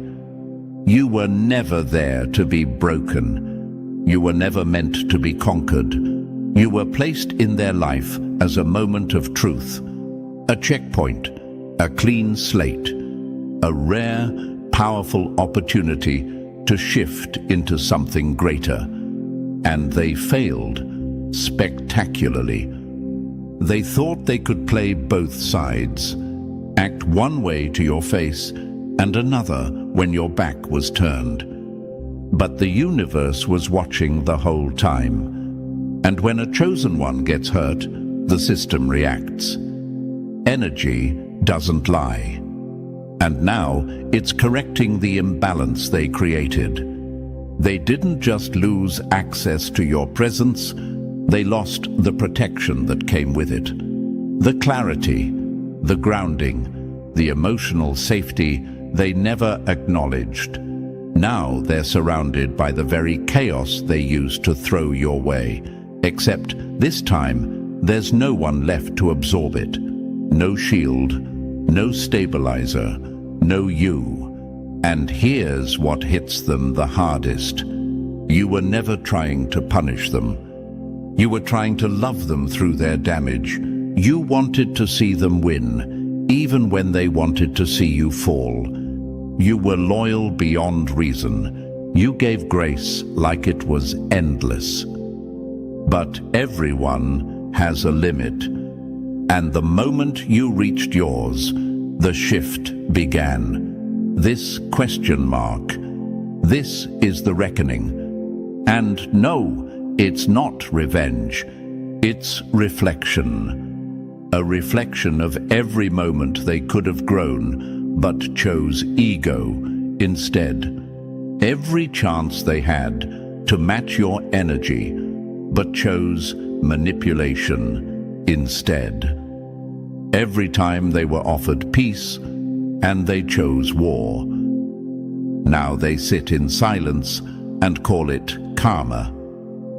But really, it's just the consequence of finally being left alone with themselves. And for people who spent their whole lives performing, being alone with truth is the loudest sound of all. So, chosen one, don't look back. Don't soften your stride out of guilt. You didn't destroy them. They did that on their own. You were the chance to rebuild, the bridge to better, the blessing wrapped in quiet strength. They didn't just fumble a person. They fumbled alignment. They lost access to energy that can't be bought, imitated, or replaced. And now they'll feel the void of that loss in places they can't explain. That's the price of mishandling what was meant to heal them. That's the aftermath of disrespecting the very thing sent to help them rise. Let them sit in the silence. Let them study the wreckage. Because the reckoning isn't your revenge, it's their realization. And the scariest part? They'll never find that energy again. Number 6. You weren't hiding. You were loading. They looked at you and saw something soft, something safe. They called it sheep's clothing. They thought it meant you didn't have bite. But that wasn't a disguise. It was calculated wisdom. You weren't pretending to be weak. You were choosing to be still. You weren't scared to show your power. You were smart enough to protect it.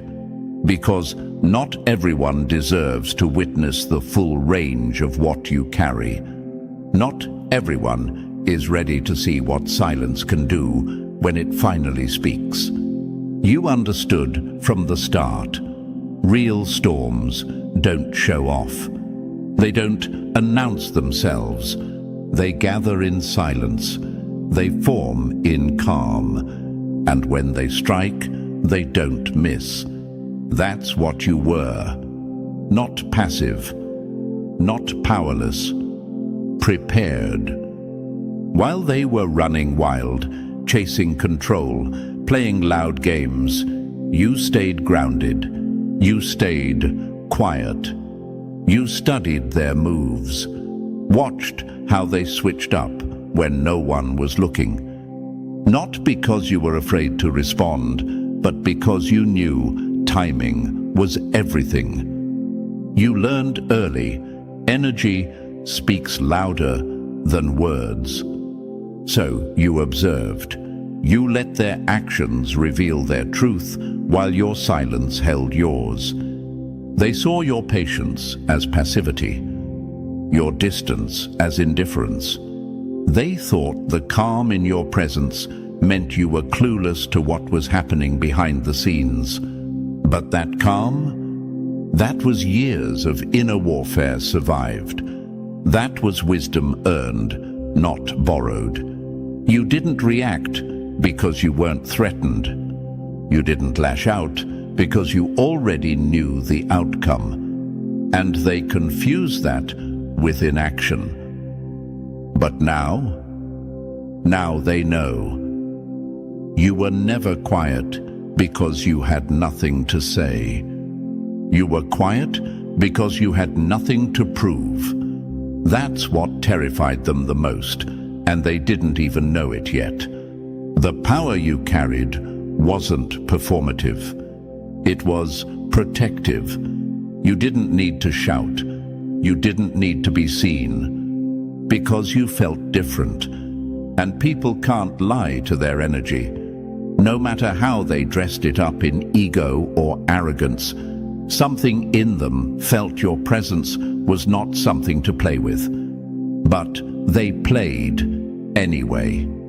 They poked, they tested, they tried to bend your peace into submission, and the whole time they were confusing silence with surrender. But chosen one, here's what you need to remember. What they underestimated was your restraint, not your reach.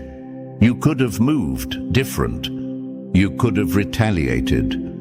You could have put them in their place 10 times over. But you didn't, because your mission was never to destroy. It was to observe, to learn, to refine. You were preserving your power for the right moment. And when it came, you didn't even have to explode. You just removed yourself.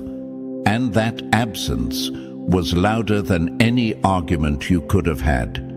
They didn't lose a person. They lost protection. They lost clarity. They lost access to a source of calm that was keeping their whole storm from spiraling. You weren't hiding behind kindness. You were the kindness. But wrapped in it was a force forged by survival, tempered by betrayal, refined by time. You knew when to speak. You knew when to fall back. And most importantly, you knew when to stop giving energy to what refused to value it.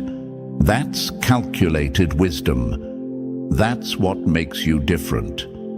That's what makes you dangerous in the best way. Because while they were performing for the crowd, you were mastering your craft in silence. While they were trying to impress, you were preparing to impact. And now that you've moved, they feel it. They might not understand it, but they feel it. The shift, the silence, the unbothered energy that used to keep them grounded, now gone. That's the moment people realize you weren't hiding. You weren't unsure. You were loading. And now it's too late to dodge the impact. Chosen one, keep that wisdom sharp. Not everyone deserves your truth. Not everyone gets to see what's behind the calm. Because real power doesn't beg to be seen. It chooses when and where to reveal itself. And when it does, it speaks once, and the whole room listens.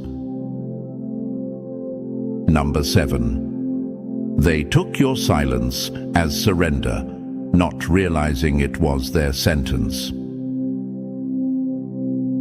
You weren't quiet because you didn't know what was going on.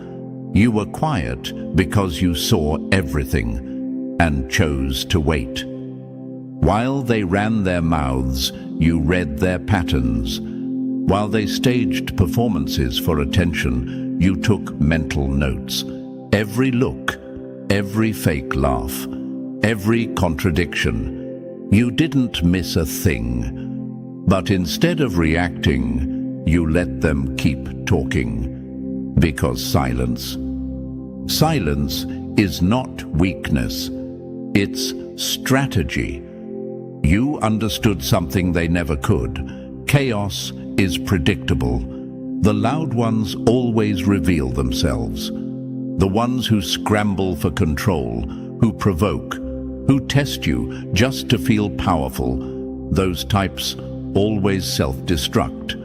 All you had to do was get out of the blast zone. And that's exactly what you did. You chose stillness over war, peace over ego. Not because you didn't have the power to strike, but because you had the patience to watch the whole play fall apart without lifting a finger. They thought your silence meant you had no comeback, no clue, no power. But in reality, you were giving them space to hang themselves with their own energy. And they did. You didn't need to expose them. They did it all on their own. You just let them think they were winning, while they revealed exactly who they were when no one was pretending anymore. That's where you outplayed them. You weren't reactive. You were disciplined. You weren't emotional. You were aware. And while they were busy choosing ego over empathy, clout over character, betrayal over loyalty, you kept your frequency clean. You stayed above it. Because once someone shows you what they're capable of doing to your peace, to your trust, to your loyalty, believe it. Silence becomes your armor. Distance becomes your justice. And here's the thing they still don't get. You didn't lose anything when you walked away. They did. They lost someone who read energy, not words, who responded to alignment, not performance, who wasn't impressed by surface-level connections or fake intentions. You didn't miss the red flags. You saw them. You just gave them time to either correct themselves or confirm your intuition. And when they confirmed it, you moved accordingly. No drama, no mess, just closure in the form of silence. Because real power, it doesn't explode, it exits. Let them call it cold. Let them spin their stories. Let them tell anyone who will listen that you changed or you switched up. You didn't change. You just stopped giving energy to what kept draining it. And now, they're uncomfortable in the silence they thought they wanted. Now they're sitting in the same silence they once weaponized against you. But this time, it's not you hurting. It's them hearing the echo of everything they did. That's what chosen ones do. We move different. We don't retaliate. We recalculate. We don't fight battles we already won in silence. We let the universe handle what the ego can't reach. You were 10 steps ahead the whole time. Not because you were playing games, but because you understood that not all warfare is loud. Sometimes the most devastating strike is no strike at all. Just absence. Just indifference.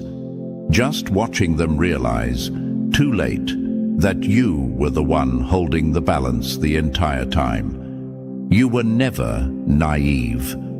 You were measured. You were never oblivious. You were observant. You saw through the applause. You heard the shade behind the compliments. You felt the shift before the betrayal even happened. And instead of reacting, you withdrew. And when you withdrew, the whole system shook. Because when the quiet ones go silent for real, the room never sounds the same again. Let them deal with the silence. Let them sit with the truth they refused to hear when you were still speaking softly. Because now, you're done talking. You've said everything without saying a word. And they'll never forget the sound of what it feels like to lose someone who never raised their voice, but still shook their world to the core. Number 8. They called you ordinary because they couldn't fathom what power looks like when it's not begging to be seen. You were never meant to blend in, but for a while you did. Not because you lacked anything, but because you were strategic. You let them see what they were able to process. You kept the rest locked away, not out of fear, but out of wisdom. Because wolves don't growl for attention. They don't bark to prove their presence. They bite when it's time. And until then, They move, silent. That's you. You were never the loudest in the room, but your energy always had weight. The kind of weight that doesn't ask for permission. It just settles in and changes the air. They felt it, even if they didn't know what they were feeling. That shift in the atmosphere when you entered a space. That was your power making an entrance before you even spoke. You never needed to fake confidence. You never had to force a personality. You were enough, exactly as you are. But the world doesn't know how to handle people like that. So they labeled you ordinary, because if they admitted how rare you were, they'd have to admit they weren't ready for it. So they wrote you off. And in doing so, they wrote their own regret. Your patience wasn't passivity. It was power, refined over time. It was the kind of calm that only comes from having been through storms most people would have drowned in. You didn't talk about your battles. You just walked in like someone who'd already won. And that mask you wore, that wasn't deception. That was armor. Because people like you, people with depth, with clarity, with purpose, can't afford to be fully exposed. You wore normalcy like a cloak. You let them assume, let them project, let them underestimate. Because underestimation was your greatest weapon. They saw a quiet soul and thought you were harmless. But inside, you were calculating, rebuilding, becoming, waiting for the moment when everything aligned, and when it did. You didn't make a scene, you made a shift. You changed the dynamic without saying a word. You left rooms without slamming doors. You stopped explaining. And that silence, that stillness, that exit, it hit harder than any explosion ever could. They didn't notice when you started pulling back, didn't see it coming when your energy stopped feeding theirs, because they were too distracted by their own performance to realize they were standing on borrowed ground, your ground. And when you left, they finally saw it, the invisible scaffolding that was holding them up. Gone. The steady calm they thought was just background noise. Gone. The emotional stability they drained without gratitude. Gone. Now they're calling it a loss. But the truth is, they never really had you. They had access, temporary, conditional, sacred. And when they failed to respect it, it vanished like mist.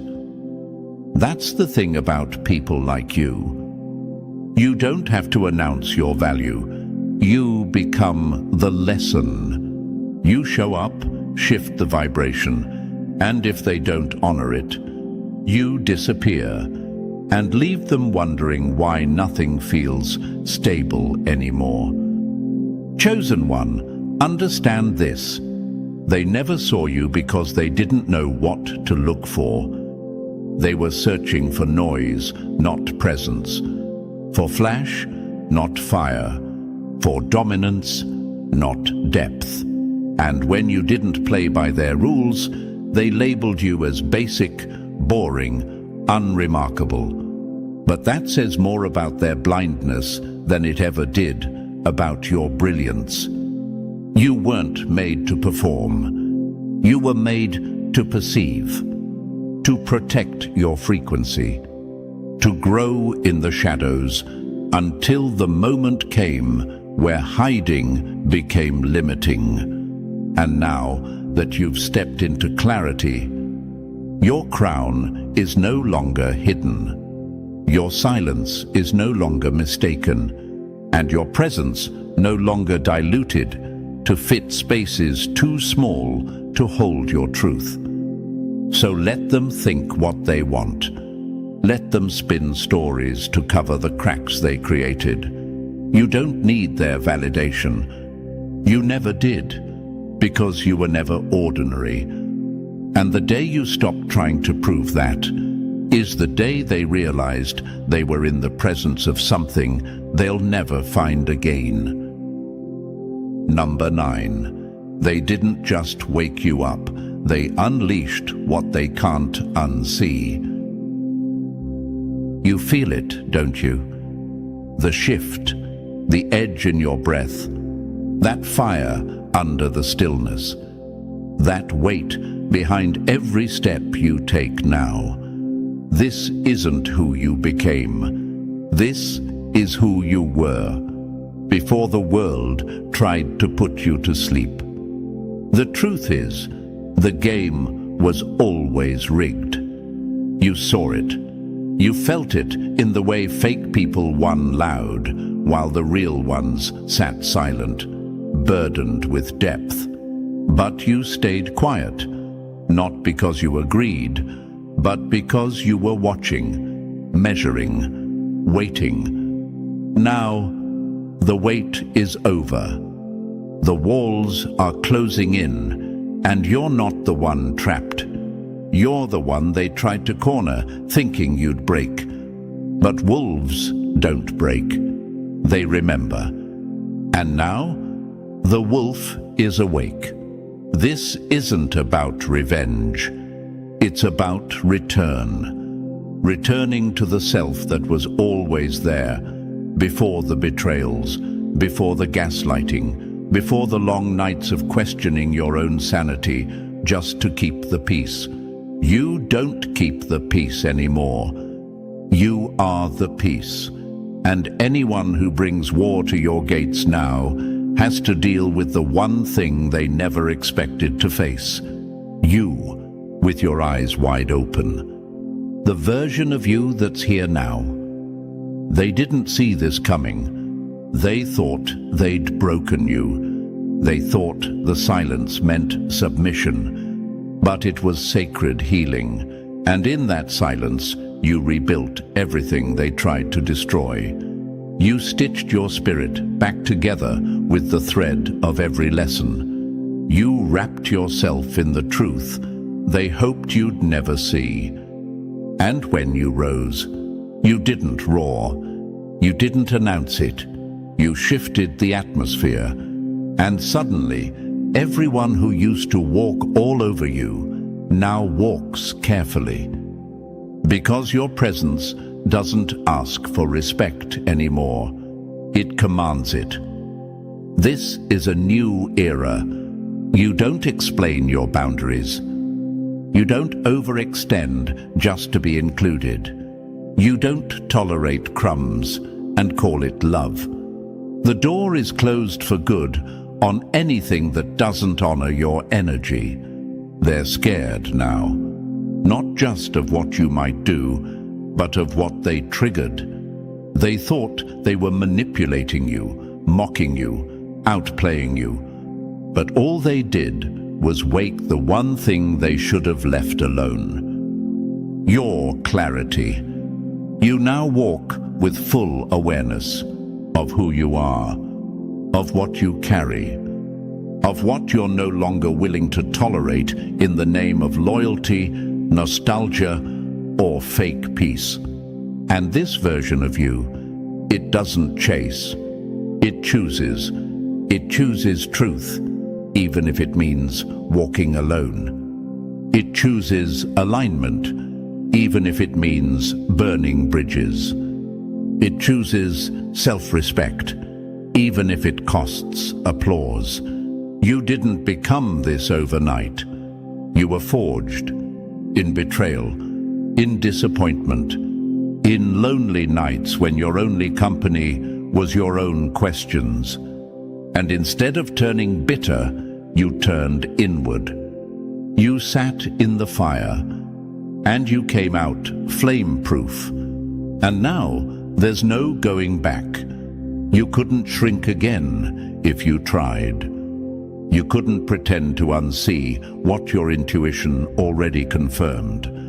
That mask they loved, gone. That version of you who tolerated the disrespect, buried. The era of you bending, breaking, and explaining your worth to people who couldn't meet your energy, dead and done. This isn't about arrogance. It's about alignment. And now, if they want access, they come correct, or they don't come at all. Because you're not playing with fire anymore. You are the fire. You are the closure, the consequence, the end of the cycle they thought would last forever. You were never meant to be toyed with. You were never meant to stay silent. And now they understand. The wolf doesn't warn. The wolf doesn't plead. The wolf waits. And when it moves, it changes everything. So let the world adjust. Let them feel the difference. You don't owe softness to those who handled your heart like it was disposable. You owe truth to the one person who never gave up on you, even when you forgot who you were, yourself. The wolf is awake, and nothing will ever be the same again. Fear the one who walks through hell with a quiet mind, because they've already made peace with the fire. You thought you were fighting a person. You weren't. You were fighting the universe behind them. Every time you tried to break them, you were picking a fight with something far bigger than your understanding. And you still don't get it. The ones you ignored, laughed at, and left for dead, they're the ones that carry storms inside them. You weren't ready. Like this message? Then do what matters. Like and subscribe, because every time you engage, it tells the algorithm to push this to more chosen ones, people who need to hear this. It's how we keep the fire spreading. You may be one voice, but you're helping build a signal that can't be silenced. When you rise, you lift others. Let's keep rising. Welcome, chosen one. No one saw you coming, not because you were hiding, but because they never thought someone like you could carry this kind of power. You were overlooked, dismissed, underestimated. But that's the oldest mistake in every war story. The enemy that haunts you forever is the one you laughed at before the fight even began. They thought you were just another shadow in the background. But shadows belong to those who move in silence. And when the time is right, they strike without warning. That's you. You are the quiet before the quake, the calm face of a coming storm. The power of being chosen isn't about being perfect. It's not about glowing in the light or screaming your truth to the world. It's about what's been built in the dark, quietly, patiently, painfully. It's about the long nights, the silent battles, the scars that no one claps for. That's where you were forged. And what was born from all that? A force too big for them to understand. They thought you were alone. That's the lie they fed you. But the universe doesn't leave its chosen stranded. It just lets them believe they are, for a time. Because it's in that solitude that power is shaped. The silence isn't a curse, it's a test. And you passed. So now, they don't fear your face. They fear what they can't explain. They fear how you keep standing when everything says you should have broken. They fear how you didn't rage, you evolved. You didn't whine, you watched. You didn't chase, you became. You are not a threat because of noise. You're a threat because you listened, waited, and learned. They were fighting you thinking you were alone, but they were up against everything that made you, every pain, every betrayal, every sleepless night, every time you were counted out. That's the army behind you. That's the power they can't touch. So don't you dare question your light. Don't you dare doubt your power. The enemy's biggest win would be convincing you that you're not dangerous, that you're not worthy, that you're not chosen. But look around. Look at what you've survived. Look at how you're still here. They were loud, you were quiet, they were seen, you were hidden. But now, it's your move. They never saw you coming. And now, they can't stop what's already in motion. You were chosen, not by chance, but by force. And that truth alone will keep your enemies awake at night. So if you've felt that silent burn inside you, the kind no one sees, but it never stops, you're exactly where you're supposed to be. This message isn't for everyone. It's for the ones who move different. If you're still here, it's because you're not meant to blend in. You were built to break patterns. Drop a 777 in the comments if you feel that truth pulling at your chest. That's not just motivation, it's memory waking up. And now, let's break it down step by step. Stay locked in. If you're the one they never saw coming, prove it by staying till the end. Let's begin. Number 1. They played checkers in a world of chess. Then you showed up and flipped the whole board. They thought they buried you in silence. What they didn't know was that silence was your war cry. They had the numbers, the connections, the spotlight, the system bent in their favor. So they laughed, they boasted, they made you feel like you were out of place, out of line, out of luck.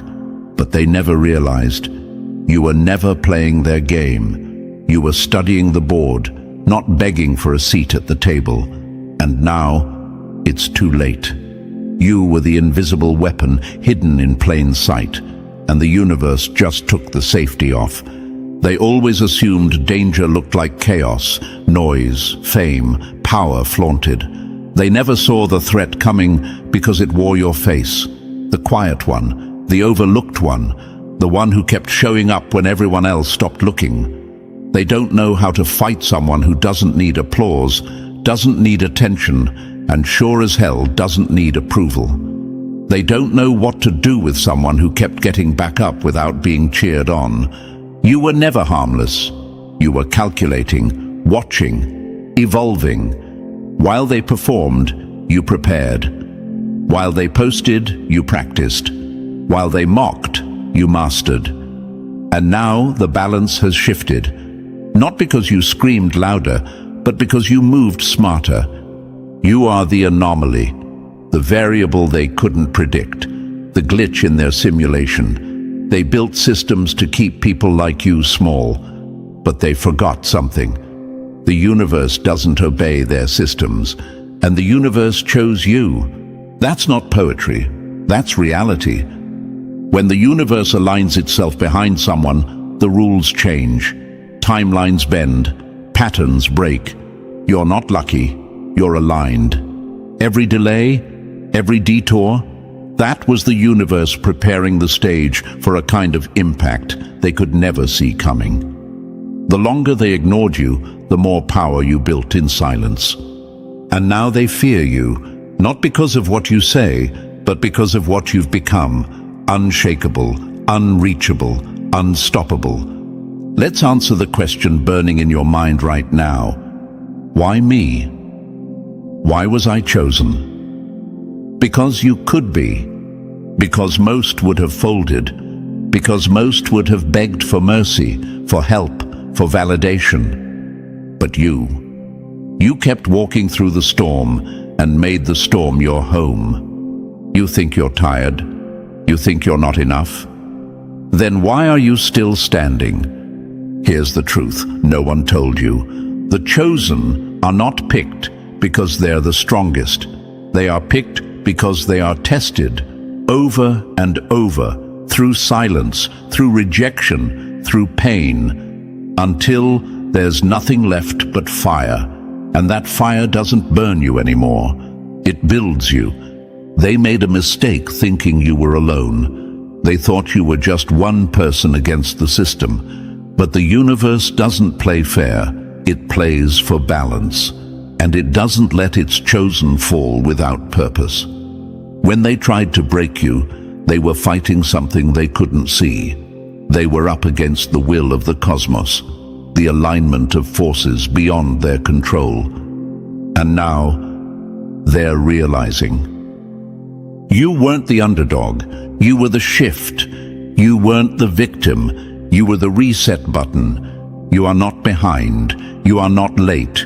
You are exactly on time. They had a head start, sure, but they were running in circles, powered by noise and ego. You were still rooted, tapped into something deeper. And now, your time hits like thunder in a silent room. Stop doubting your light. Stop questioning your place. The enemy's greatest weapon was never power. It was distraction. They wanted you to forget who you were, to chase everything but your purpose. But now you remember. Now you feel it. That quiet hum rising in your chest? That's not nerves. That's ignition. And if you've ever doubted how dangerous you are, look at their reactions. Look at how nervous they get when you stop explaining yourself. Look at how quickly they try to smear, silence, or shake you the moment you move different. They feel your rise before they understand it. So let them play their games. Let them count you out again. It only makes the moment sweeter when they realize they've been checkmated by a piece they thought was irrelevant. And for you, the chosen, stop underestimating your weight. Stop apologizing for how much space your energy takes up. They never saw you coming because you were never meant to fit in. You were made to break the pattern. Don't flinch now. Don't hold back. You've already survived the fire. Now become it. Because the most dangerous one isn't the one in the spotlight. It's the one standing quietly in the dark, with the universe behind them. They didn't know, but now they will. Number 2. They celebrated too early. Now comes the quiet revenge of the strategist. The loudest one in the room is never the smartest. The smartest one is already 5 steps ahead, watching them walk into a trap they set months ago. They thought they won, thought the story ended with you losing. That's how fools think. Short-term, surface level, no depth. The moment they felt like they had the upper hand, they stopped evolving. They grew lazy, cocky, loud. But you stayed silent, not because you were weak, because you were calculating. You were moving in a rhythm they couldn't hear. And now, their ignorance has matured into your moment. That's the mastermind's advantage. Real power doesn't announce itself. It studies. It absorbs. It lets the enemy show all their cards, then flips the whole table. You watched as they laughed at you, dismissed you, mocked you. You didn't react. That was the move. You let them get comfortable. You let them think the story was over. That was your setup. Because the smartest strike isn't the one you see coming. It's the one that was planned before the fight even began. They were so busy playing the crowd, they didn't see you in the back, learning every move, every flaw, every habit. They gave you everything, freely. And now they'll pay for their arrogance. Not because you shouted louder, but because you listened harder.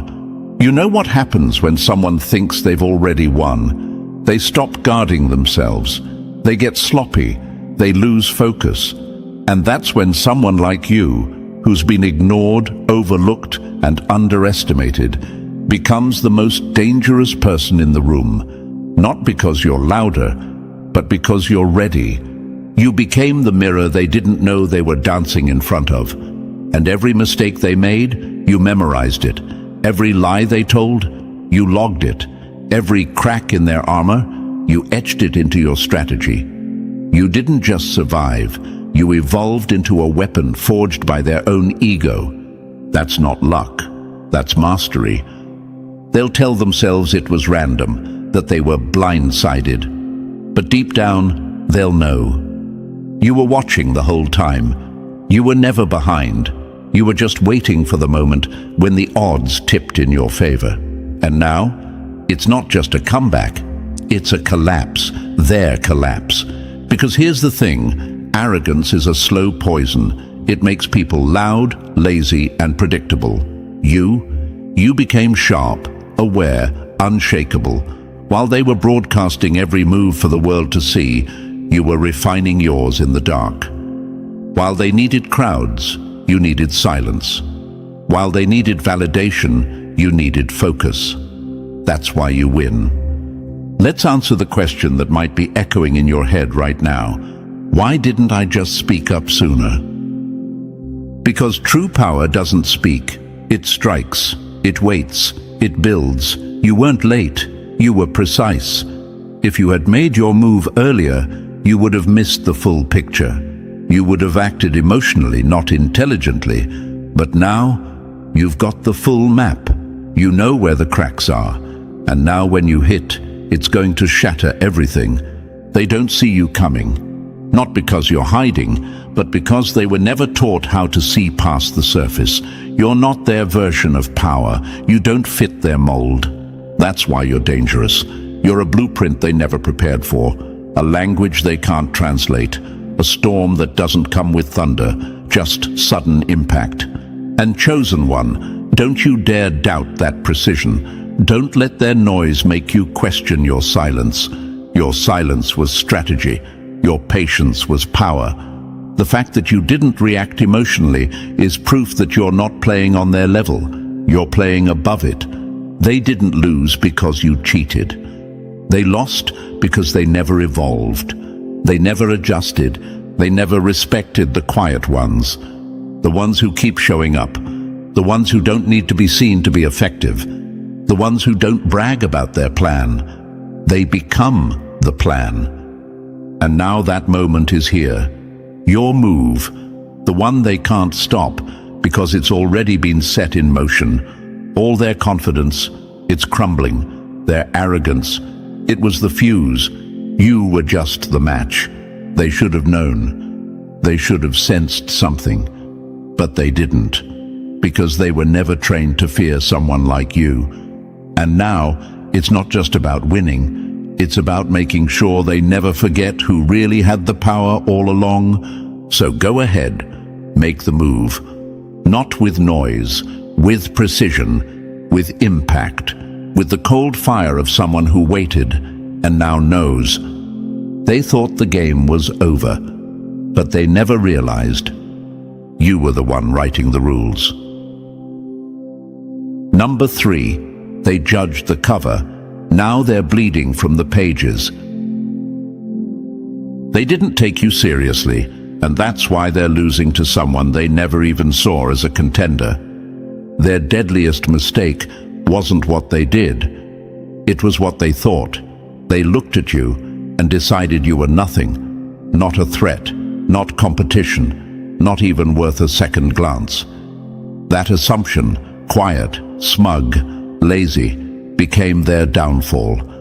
Because while they were watching the loud ones, the flashy ones, the ones desperate for attention, you were becoming the real problem in the shadows. They bet against you because they thought they had you figured out. You didn't talk like a threat. You didn't move like a threat. You didn't try to prove yourself. You didn't need to. That's what scared them most, even if they don't admit it yet. They assumed silence meant weakness. They assumed humility meant lack of power. And in doing so, they opened every door for you to walk right past them without resistance. While they chased clout, you chased clarity. While they put on performances, you built pressure. They didn't notice it growing. They didn't feel the shift in the air. But now, it's here. And it's too late. Let's make one thing clear. The world is built to spot the obvious, to reward the loudest, to fear what screams and shines. But that system is broken, because the true danger has always been subtle, steady, unseen. The real assassin doesn't wear the crown, they wear the cloak. The quiet kid in the back, the one nobody watches. That's the one who rewrites history when no one's paying attention. They made the fatal mistake of assuming you were just another one, just another dreamer, just another name, just another body in the crowd. But the universe doesn't pick just anyone. And if you've made it this far, if you're still standing, breathing, rising, then you weren't picked by accident. You were chosen. And chosen ones don't come wrapped in glitter. They come wrapped in storms. The more invisible they made you feel, the more unstoppable you became. They weren't watching, so they couldn't stop the growth. They didn't block the path because they didn't think you'd walk it. That's what makes you lethal. They gave you space thinking it was harmless, but space is all you needed. You used that silence. You used that rejection. You used the isolation, and while they laughed, you learned. While they posed, you planned. While they got drunk off their own noise, you built power in the quiet. You used everything they gave you, every blind spot, every assumption, every underestimation, and you turned it into ammunition. They never saw you as the threat. That's why you are the threat. You didn't fit the mold they created in their heads. You weren't loud enough, aggressive enough, ego-driven enough. You didn't make a show of your ambition. That's why they skipped you. That's why they turned their backs. But the universe doesn't elevate the obvious. It elevates the ready. And you were getting ready the whole time. And now, if you've ever caught yourself wondering, why didn't they see me? Why did they ignore me? Why was I always the one passed over? Here's your answer. Because they were never built to recognize quiet greatness. They only know how to chase noise. But your power didn't come from their applause. It came from what you endured without it. They weren't equipped to see someone like you coming. And that's why they're defenseless now that you've arrived. Chosen one, hear this loud. Stop apologizing for the fact that you were overlooked. Stop carrying guilt for growing in silence. That was your advantage. That was the whole point. If they had taken you seriously, they would have stood in your way, but they didn't. And now they can't. Let their assumptions rot. Let their ignorance cook. Because when you make your move, and you will, it won't just sting their pride. It will destroy their narrative. It will undo everything they thought they knew about power, about success, about who really wins in the end. They assumed you were average. But average doesn't survive what you've survived. Average doesn't carry what you carry. Average doesn't rise like this.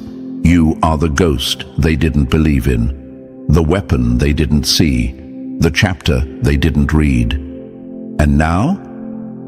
You're the ending they never expected. Let them feel that silence turning into thunder. They made a fatal assumption. And now, they're about to pay the price. Number 4, they were busy performing. You were quietly loading the weapon.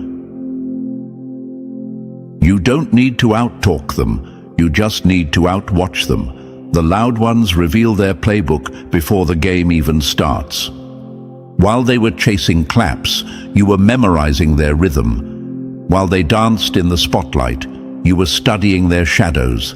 Every fake smile, every brag, every emotional outburst, they gave themselves away piece by piece.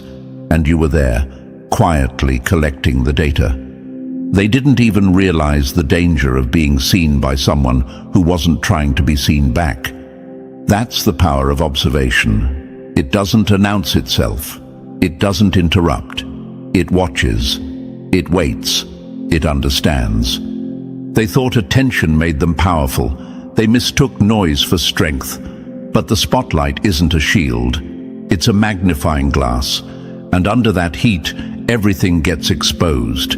Their pride, their insecurity, their fears, their blind spots. And you never had to lift a finger to find out how to beat them. They gave you the blueprint in real time because they thought no one was really watching. But you were. You didn't need to speak over them. You didn't need to challenge them head on. That's not how masterminds move.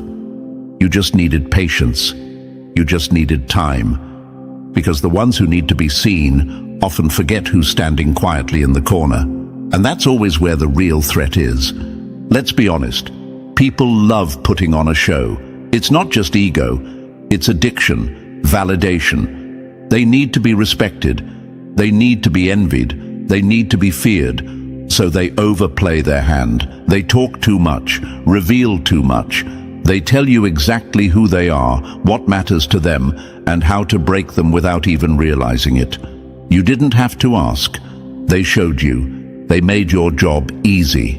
And now, when the time comes to make your move, you don't need to guess. You already know where to apply pressure. You already know where they break. Because while they were focused on being watched, they forgot that someone like you was watching back. They never suspected you'd use silence as a weapon, that you'd let them believe you were nothing more than background noise. But silence doesn't mean weakness. Silence is data. It's clarity. It's the sharpest edge of a blade that's been waiting for the perfect angle. And here's what truly separates you from them. They were reactive. You were receptive.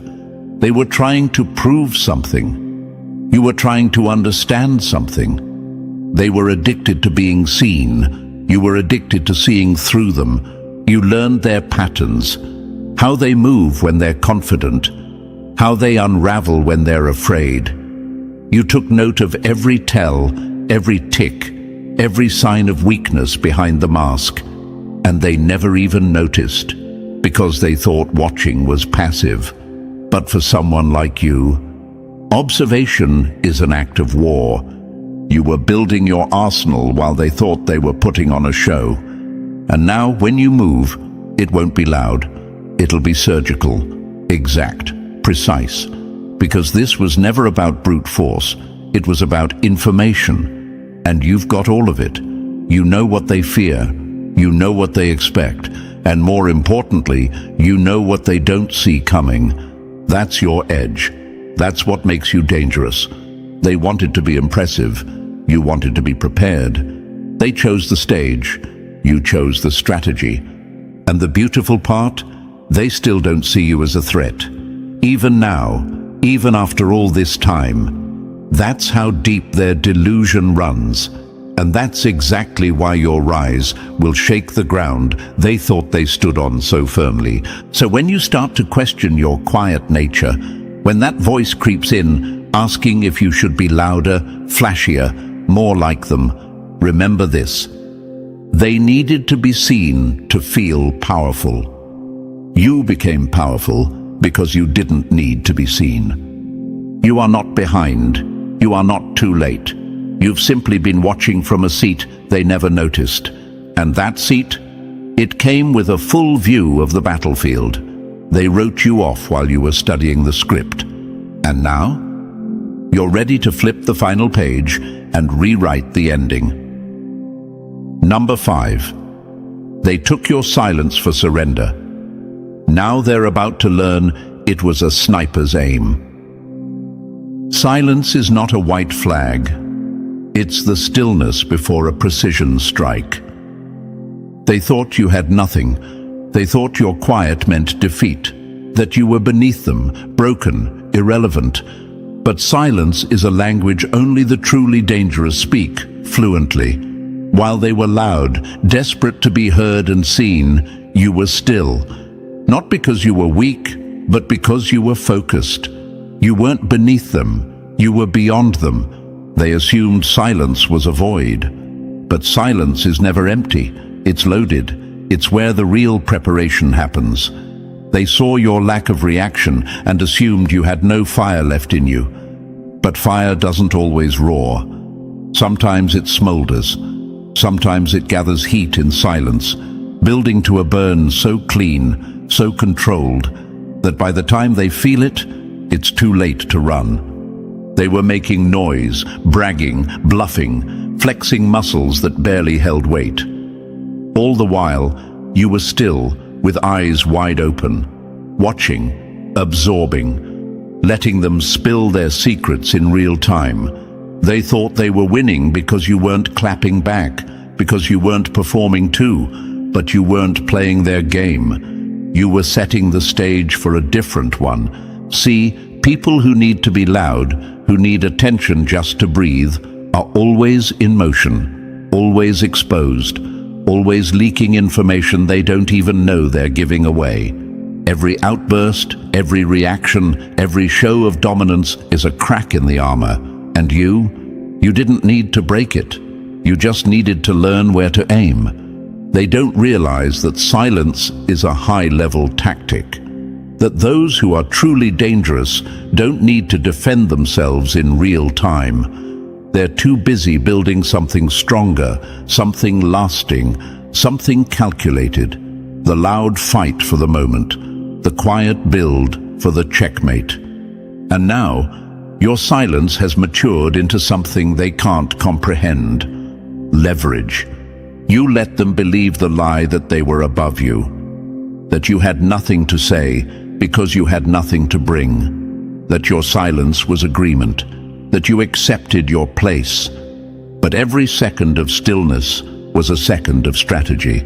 Every moment you held your tongue, you sharpened your aim. You weren't lost. You were loading. You weren't invisible. You were just behind the curtain. You weren't late. You were patient. Now look at the irony. They thought they had the upper hand. They mistook restraint for weakness. They misread the silence of the hunter for the submission of the prey. And that's the last mistake they'll get to make. Because your silence wasn't just strategy. It was a trap. You gave them room to expose themselves. And oh, they did. They couldn't help it. They gave you everything you needed to dismantle their illusions. Every boast, a blueprint. Every insult, a data point. Every careless move made in confidence, a thread you now know how to pull. They have no idea how deeply you understand them now, and that's what sets you apart. Not just your strength, but your restraint. You didn't rush in. You didn't throw punches just to feel heard. You moved like a master, because that's what you are now, crafted by silence, sculpted in shadows, made sharp by stillness. You carry a kind of calm that makes people nervous, because they can't predict what doesn't shout. So the next time someone questions your silence, remember this. Silence isn't weakness, it's alignment. It's focus. It's power restrained by wisdom. You didn't need to clap back. You didn't need to match their volume. You were never competing. You were constructing. And now, chosen one, that silence is over. Not because you're ready to talk, but because you're ready to move. The setup is complete. The trap has been sprung, and what they thought was your defeat was just your recalibration. Let them feel the weight of every word you didn't say. Let them regret every second they thought you were beneath them. Because now they'll hear your silence in everything that falls apart. Number 6, they were playing for points. You were rewriting the whole rulebook. The ones obsessed with winning never stop to question the game. The ones who master it do. They were sprinting in circles, chasing trophies made of smoke, celebrating meaningless wins, posting every small victory like it meant they'd arrived. But you weren't in the race. You weren't trying to beat the next person in line. Because from the very start, you knew something they didn't. This whole thing, the system, the structure, the so-called game, was rigged, limited, and designed to keep the blind competing while the wise build something bigger. While they were fighting for status, validation, and short-term respect, you were sitting in the back, decoding the architecture of the entire system. You weren't trying to win within it. You were studying how to own it. They thought they were advancing, leveling up. But they were just climbing a ladder nailed to the same wall. You saw it for what it was. A closed loop, a rigged arena, designed to distract the ambitious with shallow prizes, while the truly strategic slip past the noise unnoticed. That's what you did. You slipped through the cracks they didn't even know existed. They laughed at you for not being competitive enough, for not playing louder, for not showing up to the same battlefield they were all dying on. But that wasn't weakness. That was intention. You were watching. You were mapping. You weren't distracted by titles, likes, praise, or rank.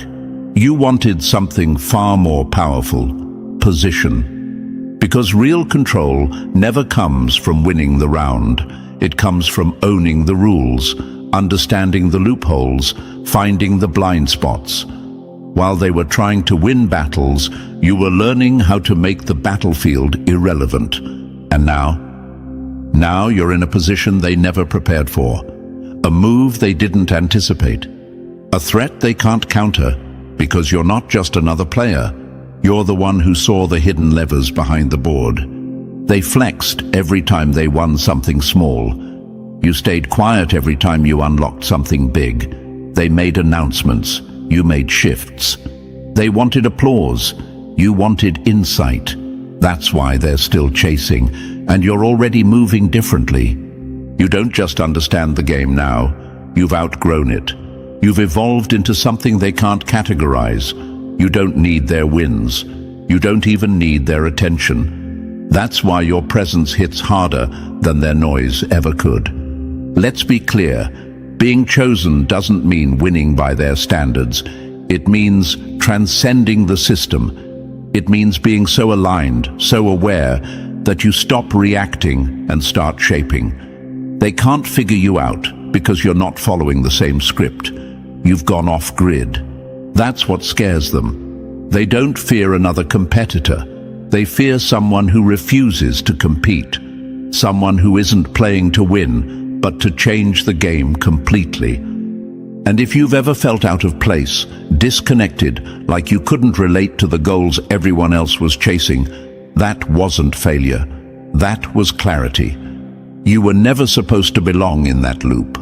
You were made to break it. You were made to understand how it works, where it bends, where it breaks, where you can disappear and reappear with more power than before. That's what makes you different. That's what makes you dangerous. They never questioned the system. You did. They never saw the pattern. You tracked it.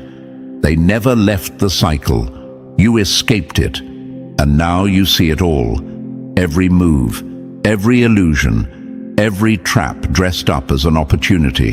And while they're still scrambling for their next win, still trying to prove they're the best, you're no longer even on the same board. You're building your own. That's the mark of a true master. Not someone who wins by the rules, but someone who reshapes them, who shifts power without noise, who controls outcomes without being seen. You're not playing the game anymore. You are the game changer. So let them keep competing. Let them chase their points, their attention, their empty crowns.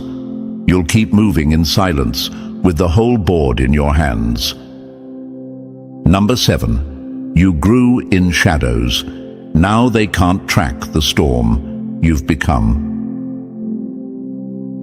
The most dangerous force isn't the one you see rising. It's the one that evolved where no eyes could follow. They want to understand you now.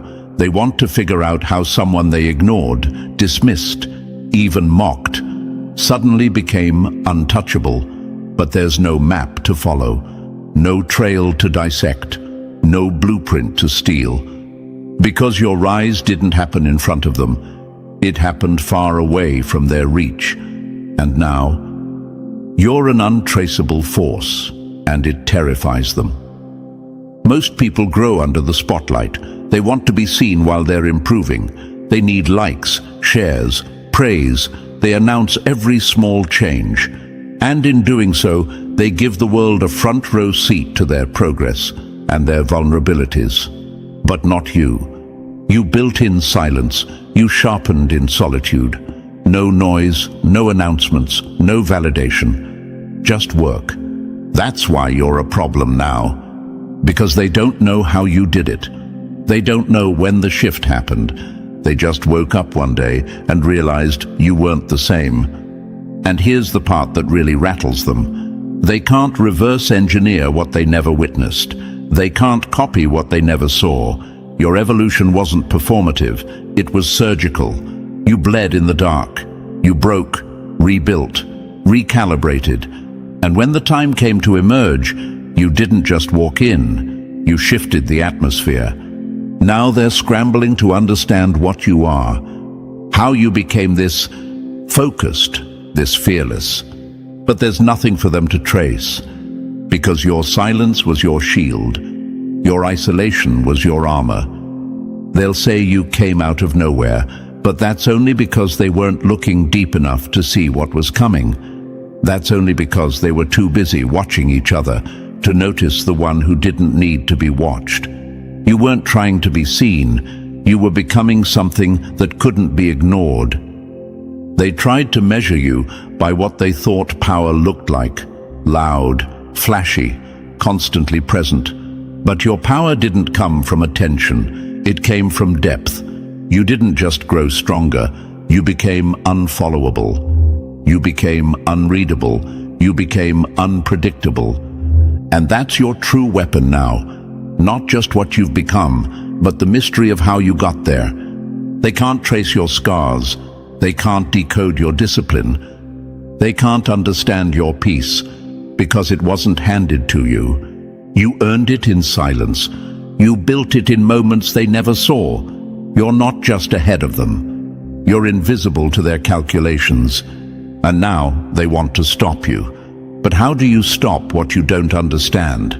How do you attack someone who never revealed the blueprint? You can't block a move if you don't know where it starts. You can't defend yourself from a threat that isn't loud, but lethal. You're not a storm on the radar. You're a pressure shift no one predicted until everything starts falling apart. And, chosen one, this is the part where you need to understand something too. Stop trying to explain yourself.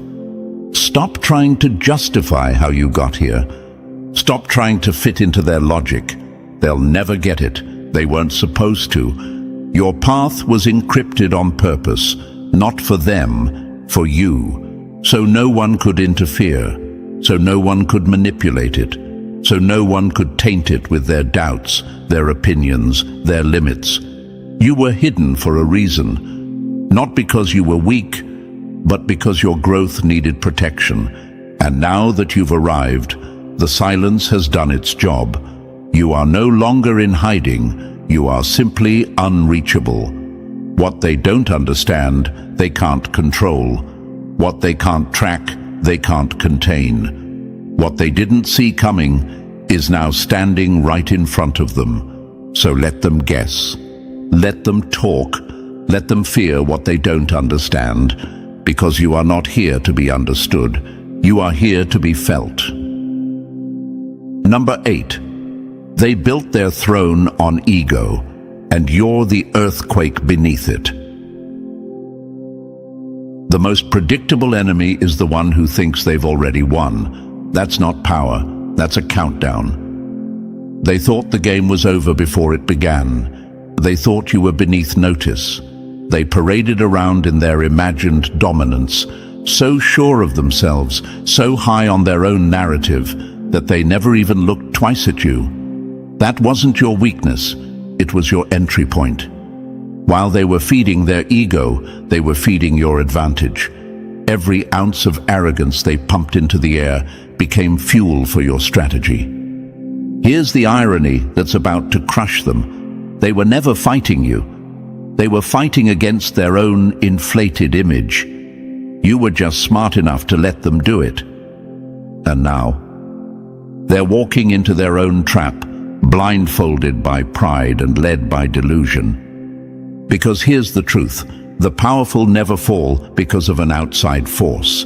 They fall because they stop adapting. They grow lazy, predictable, addicted to being feared. They start to think their past victories guarantee future success. But power without awareness is a setup. and you've been watching it play out like clockwork. They convinced themselves they were untouchable, that they were above the rules, that they had already won, that you were just another harmless face in the crowd. And you never corrected them. That's what made it brilliant. You didn't argue. You didn't beg to be seen. You let them underestimate you again and again until their confidence became their cage and their pride their poison.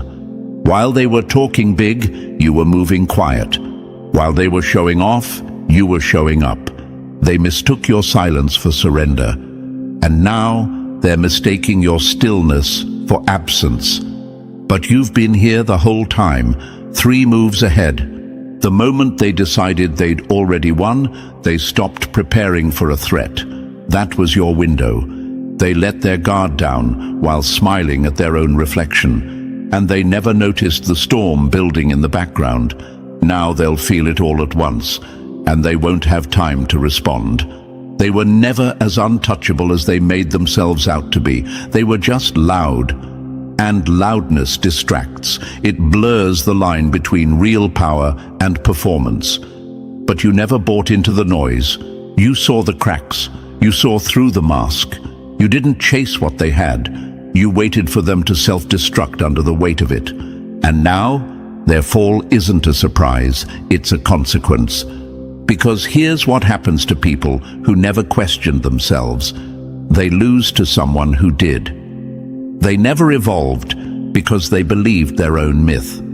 They kept running the same play, using the same tricks, unaware that someone like you was studying them like a chessboard, piece by piece, step by step, until the checkmate became inevitable.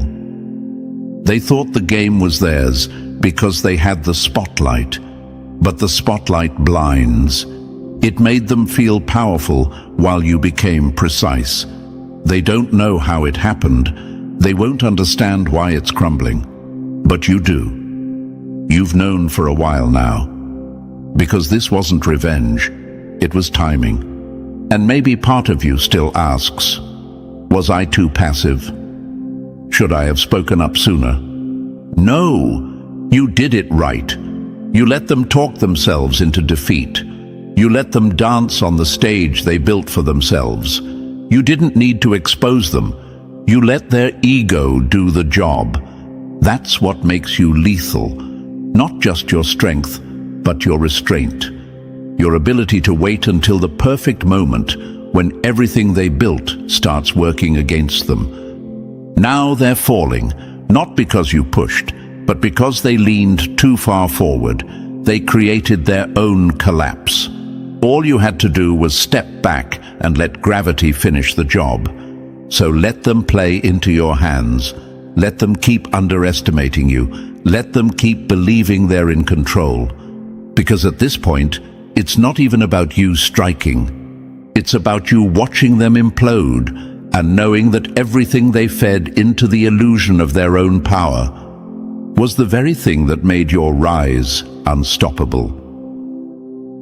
Number 9, they finally noticed you, but you've already left them behind.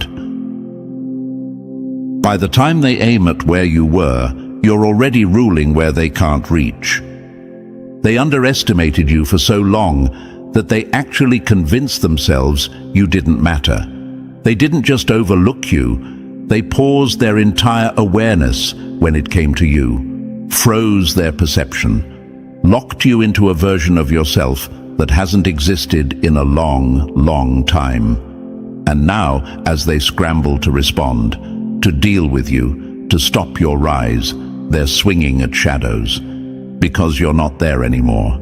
You've already moved, elevated, advanced. You didn't just grow, you disappeared from their map entirely. They thought they had time. They thought they could come for you when they were ready, but time doesn't wait for the arrogant. You were never waiting for permission. You were already building, moving, planting flags on territory they didn't even know existed. And now, they're playing catch-up in a game you finished yesterday. This is the part they'll never admit.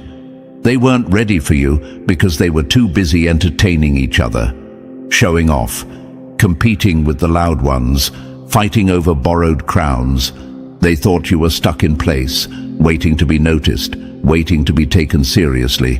But you weren't waiting, you were orchestrating. They still think you're where they left you, still think you're the version they dismissed. But you've become something else entirely, something they don't have a manual for, something that doesn't follow the rules they're familiar with. That's why they're fumbling now. That's why they can't stop you. Because they're not just behind, they're in the wrong game. You already won. Not just by outworking them, not just by outthinking them, but by outgrowing the level they thought was the finish line. They're reacting to an opponent who no longer exists. The version of you they were ready to fight? That person died during the battles they didn't see, the silence they mocked, the storms you walked through alone. You became dangerous in moments no one clapped for. They missed the transformation because they weren't paying attention. And now, there's nothing they can do. Even if they tried to reverse the damage, rebuild their walls, strategize a defense, it wouldn't matter. They're late to a fight that already ended. You didn't beat them in public. You beat them in sequence. 10 moves ago, quietly, efficiently. The checkmate isn't happening now. It happened already. They're just slow to realize it. They thought you needed the spotlight to win. But the truth is, you needed the blind spot. Their ignorance was your greatest protection. Their ego was your camouflage. While they were watching the front, you slipped in through the back. While they were guarding their throne, you were building your own kingdom off-grid. Now, they can't trace your methods, can't block your moves, can't even name the game you're playing, because they don't recognize someone who's already done what they're still trying to understand. And let's be clear, this wasn't luck. This wasn't things just working out. This was calculated, earned, engineered in the dark. They didn't see you coming because they didn't want to. It was easier for them to pretend you weren't real than to confront the reality that someone they ignored could rise this far, this fast, this far out of reach. But now, reality doesn't care about their feelings. It's already been written. So when they finally try to deal with you, when they gather their strength, when they form their plans, when they sound their alarms, you'll already be gone. Too far, too big, too built. You don't even need to respond because you already made your move. And in case you forgot this truth, let me remind you, you already won. The moment they underestimated you, the moment they assumed you'd stay quiet, the moment they turned their backs, that was your beginning. And this is the moment they realize you were never trying to prove yourself. You were preparing to replace them. And now you see it clearly, the silence, the doubt, the setbacks. They weren't signs of weakness. They were part of the setup. You were never behind. You were simply becoming the storm they never saw coming. The game is already shifting in your favor. So stand tall, move smart, and never shrink again. If this message hit something deep in you, like and subscribe to keep this fire spreading.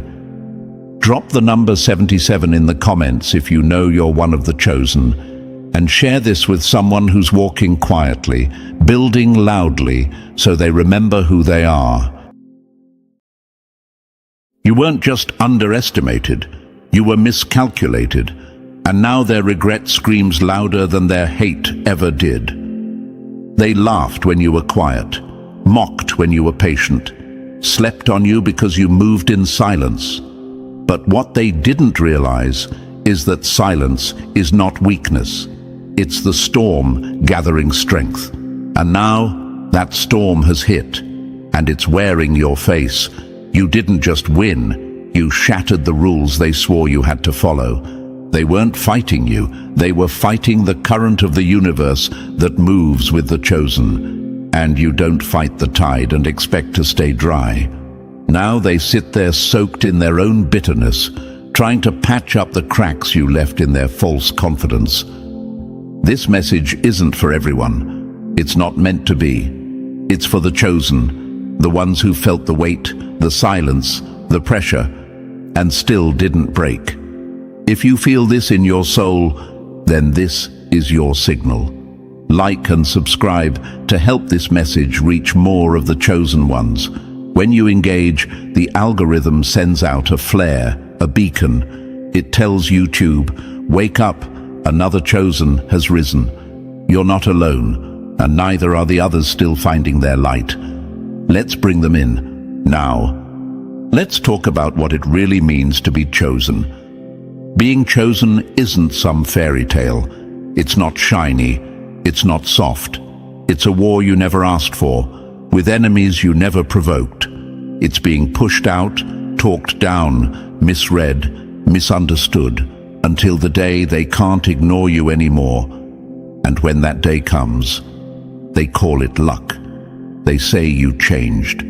They act like they never tried to dim your light. But deep down, they know. They felt it. That quiet pressure around you wasn't just presence, it was purpose. The kind that haunts them. The kind that keeps them up at night wondering how you got through what was meant to break you. They see it in your eyes, that unshaken fire, that calm defiance. You were never just another person in the crowd. You were marked by the weight of something too big to name, but too powerful to stop. That's what being chosen is. And it doesn't come with applause. It comes with tests, with silence, with rooms that go cold when you walk in. But still, you walk in, and don't think we forgot. You doubted yourself, didn't you? You questioned your own light. You thought maybe they were right. Maybe you were crazy for believing you had something different in you. Let this be your correction. You were never alone. You were just ahead. And the universe? It didn't leave you. It was just making sure the stage was set for when you finally stepped into what's yours. They hate you not because you're wrong, but because you proved them wrong without even trying. You didn't need revenge. You didn't need to clap back. Your success became the response. You became the mirror, and they can't stand what it reflects. They'll say you changed, say you got lucky, say anything but the truth. You were chosen, and no amount of noise, slander, or shade could change that. Remember this dash. When you carry the light, you don't need to chase the dark. The dark finds you, and it runs. Welcome to the other side. You made it. Now stand tall, because they can't unsee what you've become. So here you are, standing in the aftershock of the impossible. You did what they said couldn't be done, and now they're scrambling to explain it away, choking on their own disbelief. If you're still watching, that's no accident. The pull you're feeling, that's not curiosity, that's confirmation. Drop a 111 in the comments if you know the universe didn't bring you here by mistake. This message is yours. This moment is yours. Stay with me, because what's coming next will shake you awake in ways comfort never could. And now, let's get into it, step by step. Number 1, they poked the quiet one, and now the storm won't stop. They didn't just underestimate you, they disrespected the universe's choice. Now they're learning the hard way. You can't spit at the sky and not expect rain. They thought they were clever, slick even, whispering behind your back, laughing in group chats, betting on your silence like it meant surrender. They saw your patience as weakness, your solitude as failure, your quiet grind as emptiness. But what they didn't realize was this: you were chosen, and the universe was busy setting the stage, not writing your obituary. You weren't supposed to make it. According to who? Them? The same ones who couldn't stomach their own reflection. so they projected their fear onto you, the same ones who built their confidence on tearing others down, only to find that their whole foundation cracks when someone like you walks into the room. Yes, you did the unthinkable. You broke out of the invisible box they built for you. You broke their illusion. You weren't loud. You weren't begging for validation. You weren't in their little circles.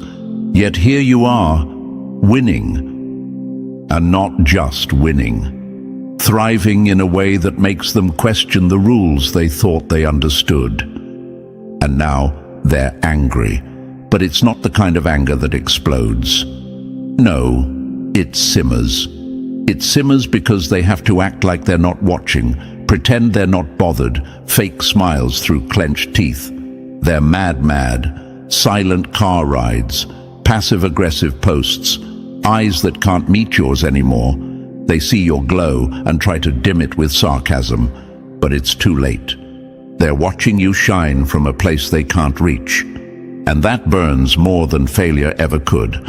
But let's pause for a second, because this is where you come in, chosen one. This is where you have to take a hard look in the mirror and ask yourself, why did you ever doubt this was coming?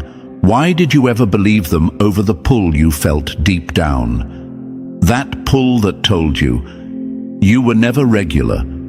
That whisper you tried to ignore, the one that said, there's something different about you. That wasn't ego. That was truth. And yet, you almost believed them. You almost dimmed your own light to make their comfort zones feel safer. You almost gave them the satisfaction of seeing you shrink. But you didn't. Even when you doubted. Even when you broke down. Even when you questioned if you were just fooling yourself. You kept going. That's what makes you chosen. The universe doesn't choose the loudest. It chooses the ones who endure the quietest storms and still refuse to fold. Let this be the wake-up call you didn't know you needed, because from this point forward, it's not about proving anything to them. You already did that. Their confusion is proof. Their anger is proof. Their sudden silence is proof. You were never just fighting people. You were fighting a system that was set up to ignore you. You were playing chess while they were playing favorites. You were building in the dark while they were clout chasing under spotlights that burn out quick. And now that the light is on you, not because you begged for it, but because it was earned, they're scrambling. You messed with their blueprint. You shook up the math. They can't calculate your rise because it wasn't based on their formulas. That's what scares them. That's what hurts. You are walking proof that the rules they follow aren't real. And when people see that, their whole identity gets questioned. You didn't just win. You became a glitch in their matrix. You ever wonder why it feels so lonely at times? Why the path you walk feels invisible to everyone else? It's because it wasn't built for the crowd. It was carved for you. You didn't get handed the spotlight. You earned the scars, the silence, the setbacks, and still rose. Chosen ones are not lucky. They are aligned. When the universe chooses you, it doesn't hand you gifts.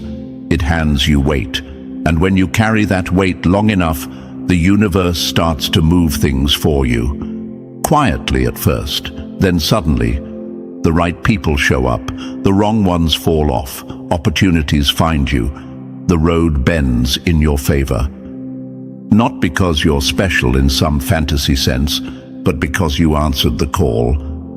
And that's what they'll never understand. They thought they were just playing games with a person. What they didn't know is they were fighting against timing, against energy, against the universal system that doesn't miss. And now, that system is correcting their mistake. You. So go ahead. Let them stew. Let them analyze your every move in silence. Let them whisper your name with confusion. Let them pretend they're unbothered while secretly obsessing. Let them cry, because no matter how loud their doubts once were, Your success has become a frequency they can't escape. You're not their competition, you're their karma. Let that sit. And when doubt creeps in again, because it will, remember this: you didn't get here by accident. You didn't luck out. You were chosen. You were refined in isolation, sharpened in silence, and launched in divine timing. That's why you scare them. That's why they're mad. That's why they're crying. They poked the quiet one, and now the storm won't stop. Number 2. You picked the lock to a cage they swore was permanent. They didn't just want you stuck. They wanted you small, because your freedom would force them to face their own chains. They never thought you'd make it out, not just out of your situation, but out of the mind they tried to trap you in. See, it wasn't just about your surroundings. It was about your thoughts. They built walls you couldn't see, locked doors you didn't know were there, and called it advice. They gave you a ceiling and dared you to reach for it, knowing full well they never planned on letting you break through. They handed you doubt dressed as logic, fear disguised as wisdom, and you believed it for a while. They said things like, "People like us don't live like that. Be realistic. Stay in your lane. Don't dream too big. It'll only hurt more when it doesn't happen." And it wasn't always loud. It wasn't always cruel. Sometimes it came from people who smiled when they said it. People who loved you or claimed they did. People who sounded concerned, not controlling. But don't get it twisted. Concern can be a mask for control. And their comfort with your limitations was never love. It was fear. Fear that if you ever really saw your power, they'd have to admit they'd given up on theirs. So they built you a cage, not with bars, but with beliefs. Invisible, quiet, subtle, and almost permanent. Almost. But then something shifted. It wasn't loud. It wasn't dramatic. It started with a question, a whisper, a flicker of rebellion that said, "What if they're wrong?" And once that seed took root, the whole structure started to shake. You saw the cracks in their logic. You saw how their rules were just fears passed down like hand-me-downs. You realized that realistic was just code for don't try. And the cage, it didn't explode. It dissolved. Not all at once, but piece by piece. Every new risk you took, every limiting belief you questioned, every time you moved in spite of fear, the lock loosened. Until one day, you looked around and realized you were already out. And that's what scares them the most. You didn't just change your life, you changed your mind. You rewired your thinking. You rewrote the code they installed, and now they don't know how to talk to you. Their old tricks don't work. Their guilt trips don't hit. Their fake concern doesn't land. You've outgrown the language of limitation. They see it in your eyes, that new sharpness, that clarity.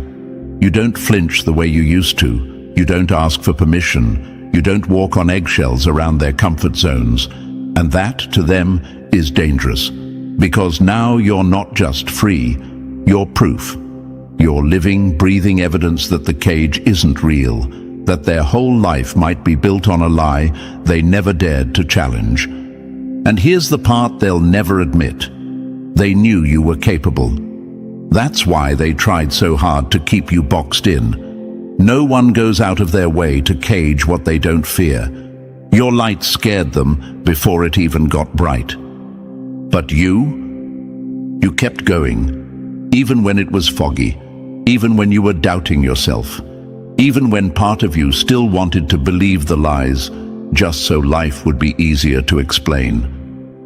You kept pushing, kept asking, kept breaking down every thought that started with, "I can't." That's the real escape. That's the real power. The cage was never locked. It was just comfortable. And you had to get uncomfortable to get free. So now what? Now you walk with different energy. Now you dream with both eyes open. Now you move like someone who remembers what it was like to be mentally shackled and never wants to go back. You understand that the hardest prison to escape is the one you don't know you're in. And now that you're out, they're not angry because you escaped. They're angry because you figured out it was never real in the first place. They wanted you to believe the door was locked. They wanted you to sit quietly in a room with an open exit, too scared to test it. But you stood up. You turned the knob. You walked through. And when they asked how, you didn't say a word. Because real freedom doesn't need permission, just recognition. Let them stare. Let them talk. Let them wonder what changed. You know what changed. You stopped believing in limits that were never yours to begin with. Number 3, you didn't just win. You flipped the whole board. They wrote the rules to trap you. You rewrote the whole game just by refusing to play. You changed the game, full stop. Not because someone handed you a playbook, not because the odds were in your favor, but because one day something in you snapped. You got tired. Not tired in the physical sense, spirit tired, soul weary, tired of shrinking, tired of waiting, tired of pretending to be okay with a life that felt like slow death. And that moment right there, that was the start of everything. It might have been quiet, it might have been messy, but something in you woke up. And once it did, there was no going back. You stopped waiting for someone to clap for you. You stopped needing someone to tell you what was possible. You saw through the illusion that the rules were made up, the limits were fake, and the people guarding them were just scared to admit it. And in that moment of truth, you did the unthinkable. You stepped outside the game entirely. You stopped playing by their script. You stopped chasing approval in systems designed to overlook you. You stopped trying to win at a game built for you to lose. Instead, you picked up your own pen and wrote a new chapter, one where you weren't just a player. You were the blueprint. And now, just by existing, just by being, you're shaking the foundation they built their comfort on. You're proof that it was never about luck, never about timing. It was always about belief, effort, obsession, guts. And they can't stand that. Because deep down, they know they could have done what you did. They could have gone harder, trusted more, risked everything. But they didn't. They stalled. They made excuses. They waited for the green light that never came, while you ran through the red. Now your success is a mirror, and it cuts deep. Not because you flaunt it, not because you rubbed it in, but because when they see you, they're forced to face what they didn't do. And that kind of reflection, it burns, it breaks the illusion, it makes their comfort feel like a trap. And nobody likes realizing they built their own cage. You didn't just raise the bar, you removed it. You shattered the idea that there's a certain type of person who wins. That success is for those people over there. That only the loud, the connected, the born-into-it folks get to have more. You proved that alignment beats background, that drive beats design, that when the universe chooses you and you choose back, the entire landscape shifts. And oh, they feel it. Even if they don't say it, even if they never give you your flowers, they feel it. In the tension of their voice when your name comes up, in the long pauses, in the backhanded compliments. They feel it every time you walk in a room they once owned, and the energy bends around you now. They'll never admit it, but you didn't just grow, you outgrew them. You broke the ceiling they settled under, and now your presence challenges their whole story. They have to either rise or resent you. And most of them, they chose resentment. That's fine, that's expected. But here's the catch. They can't unsee what you've done. They can't unlearn your rise. And that haunts them. because they were comfortable when you were quiet. They were confident when you were unsure. But now that you've stepped into your power, their security system is glitching, the foundation is cracking, the excuses are rotting, and they're panicking, not because you took something from them, but because you proved they could have had it too. You didn't wait for the door to open. You built your own. You didn't ask for space. You became the space. You didn't play the game. You made them realize the game was broken. And that kind of power, that kind of truth, it doesn't just change lives. It exposes the ones who refused to change.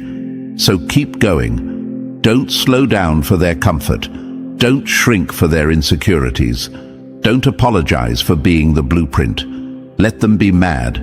Let them whisper. Let them watch. Because every move you make from this point forward is a message. I didn't just change my life. I changed what's possible. Number 4, you became the truth, and the truth made them uncomfortable. Your rise didn't hurt them. The mirror you became did. You stood up, and suddenly they couldn't sit in their lies anymore. Let's make one thing clear. Your success isn't what truly bothers them. It's what your success exposes. It's the raw, ugly truth it pulls out of the shadows. Because when you win without their rules, when you elevate without their blueprint, when you grow in a soil they swore was barren, it forces them to face a reality they've spent years avoiding. They say it's luck. They say timing. They say you had help. But let's be honest, those are just fancy ways to say, I could have done more, but I didn't. And that realization hits different when the person they once looked down on is now standing above the noise. They were never holding you back. They couldn't. The real gag? They were holding themselves back the whole time, projecting their fear onto you, handing you their limits like they were facts, telling you, it's not that easy, be careful, life doesn't work that way. But then you made it work. You bent the path. You shattered the myths. And now they have nowhere left to hide. Because you didn't just win, you rewrote the narrative. You didn't follow the script. You burned it. You didn't knock on the door.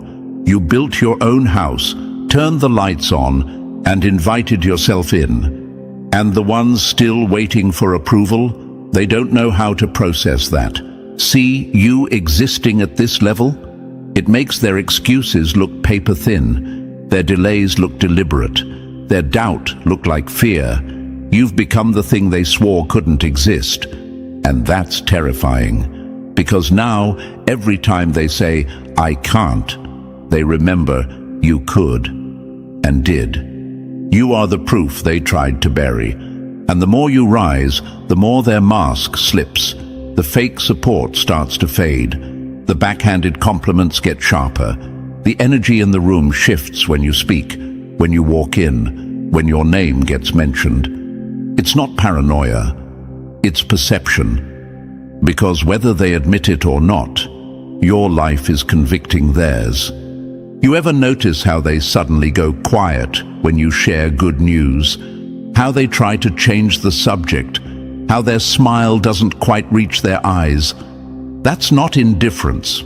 That's internal panic, because your glow is a spotlight, and it's showing everything they've been trying to hide, especially from themselves. They told people stories about why you wouldn't make it.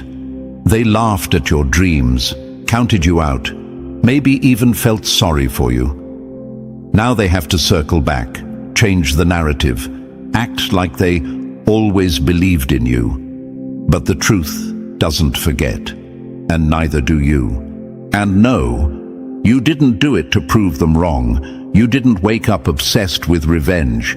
You simply refused to live a life that made you feel like a ghost. You chose more. You became more.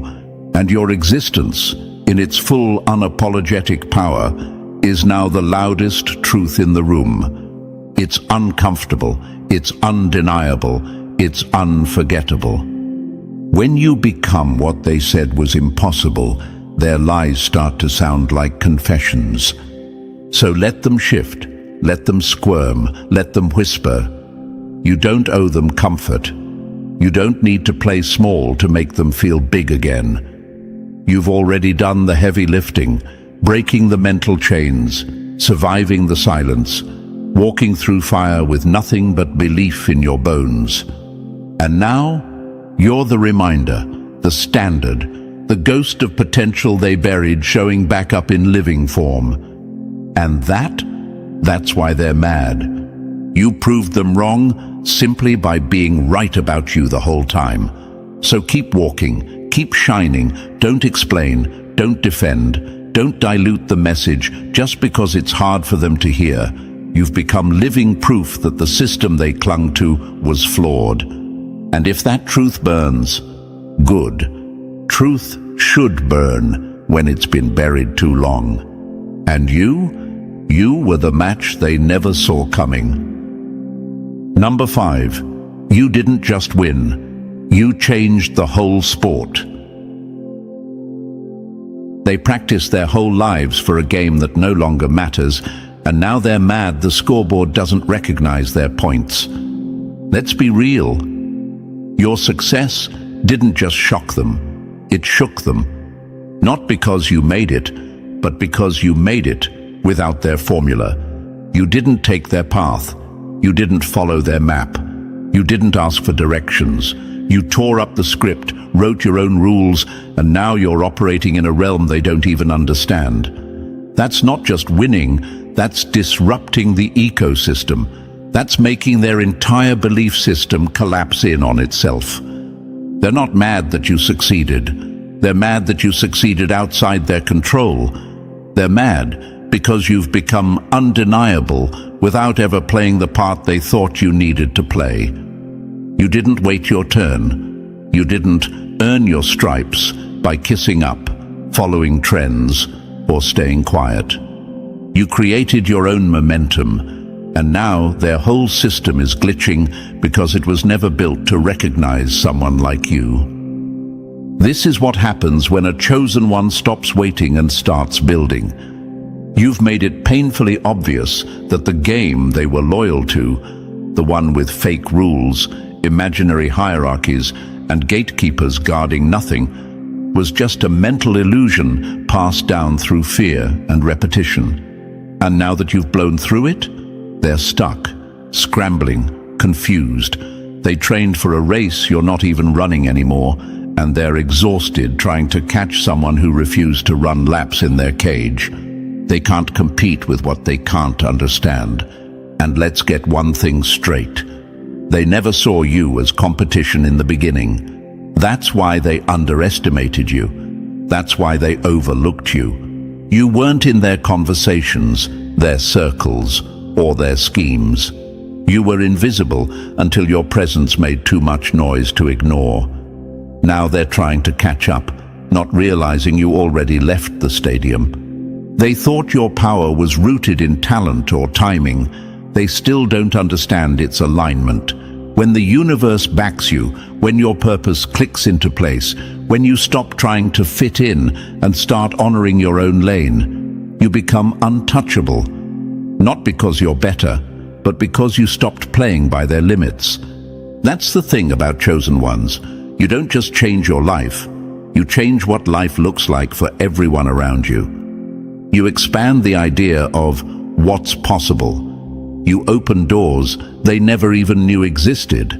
And instead of being inspired, most get scared. Because when you succeed outside the system, they're forced to admit they might have wasted years following rules that didn't exist. Now, they're stuck trying to update strategies for a game you already left behind. You didn't break the rules. You broke their belief in the rules. And that's what they can't compete with. It's not your money, or your influence, or your wins. It's your freedom, your mental freedom, your spiritual clarity, your refusal to be boxed in. They can hustle all they want, but they'll never match the power of someone walking fully in alignment, moving with purpose, led by something real. So while they're overanalyzing, second-guessing, mimicking, and failing to replicate what they never understood, you're evolving. Quietly, powerfully, authentically. You're playing a whole new game, one where there are no referees, no gatekeepers, and no boundaries but the ones you choose. And no, they can't copy this, because what you tapped into, it didn't come from a course, a mentor, or a motivational speech. It came from the fire, the sleepless nights, the doubts, the isolation, the unlearning, the rebuilding, that depth. They don't want to go there. They want your results without your sacrifice. And that's why they'll keep losing. They're still looking for a playbook. You became the prototype. Let them talk. Let them panic. Let them try to figure it out. You don't need to prove anything. Your existence is the proof. The fact that you're moving differently, thinking differently, creating differently, that's the scoreboard. That's the victory. They can't compete, not because you're playing harder, but because you're not playing their game at all. And when the chosen one changes the game, the old players either evolve or get left watching from the bleachers. Number 6, you turned into the mirror they can't look away from, even when it hurts. They can't celebrate you, because doing so would mean admitting they could have done it too, and didn't. Your glow didn't blind them, it exposed them. Not because you meant to, not because you rubbed it in their face, but because you existed. You became the proof that everything they told themselves to stay comfortable was a lie. Every excuse they held close like a shield shattered the moment you rose out of the same storm they used as a reason to quit. You didn't come from a silver spoon. You didn't have a shortcut. You didn't skip steps. You came from the same blocks, same homes, same jobs, same generational weight. And still, you made it.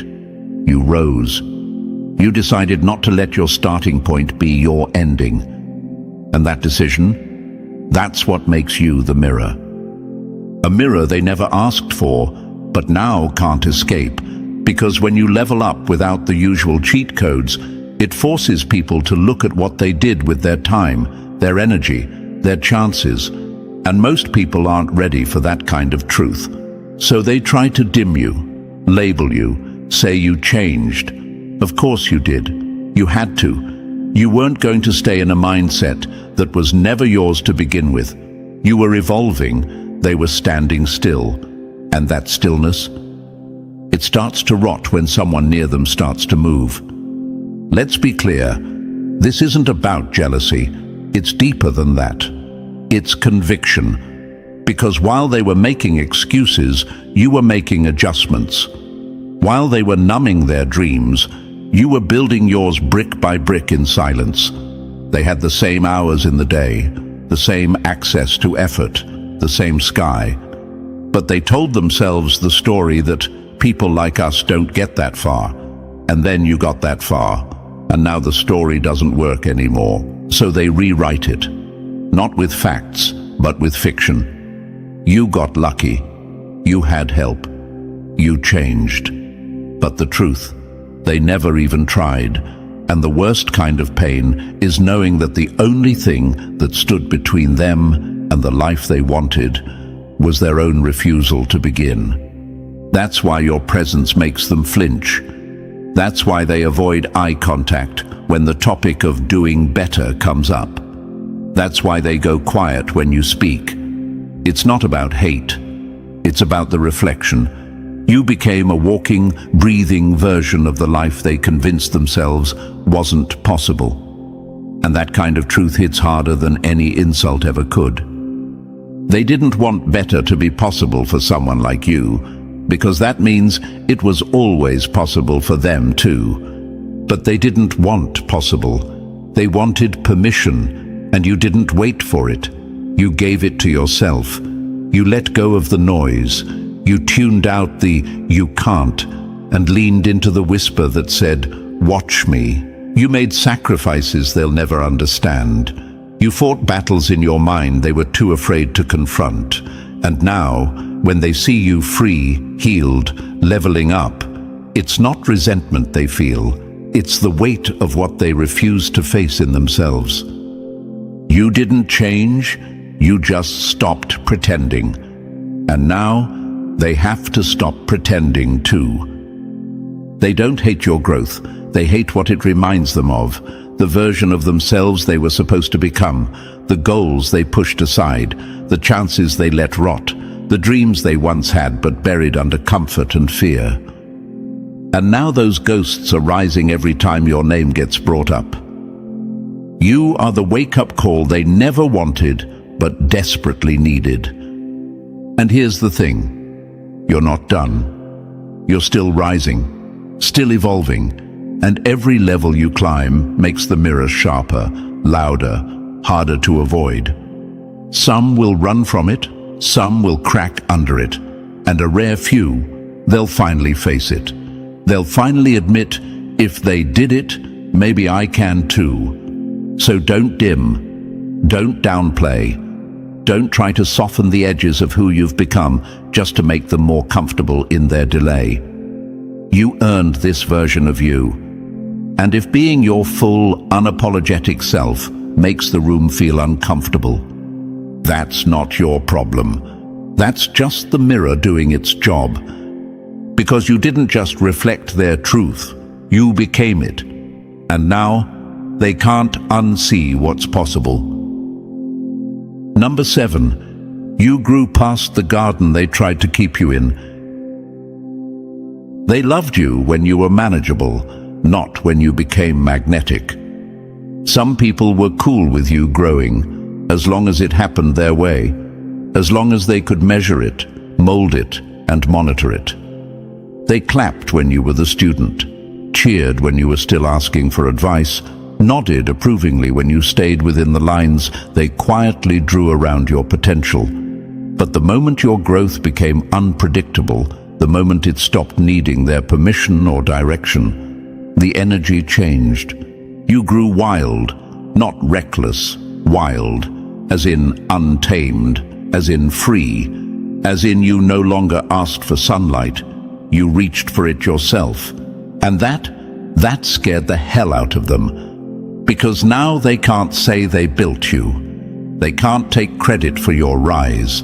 They can't act like they pulled you up from nothing. You elevated beyond their grasp, beyond their narrative, beyond their influence. And you did it without turning back for applause.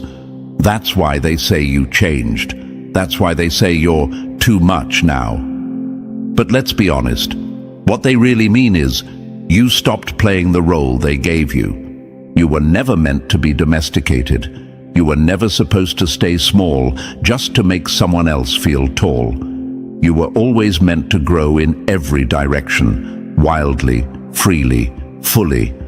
But when your growth stopped being convenient for them, it became a problem. They didn't expect you to become the blueprint, the standard, the example, the walking reminder of what happens when someone stops shrinking and starts blooming without apology.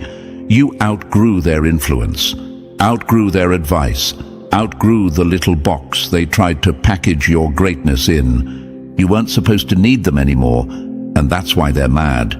They wanted to own your glow, shape it, filter it, be the ones to say, I helped them get there. But now that you've arrived on your own terms, with your own fire, they have no seat at the table you built, and that burns more than any success ever could. See, they liked your potential, not your power. Potential is easy to manage. It's humble, it's quiet, it asks for help. Power moves, it disrupts, it speaks with certainty.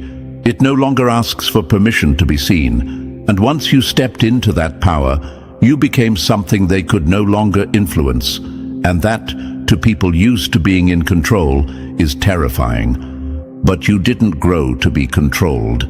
You grew to be complete.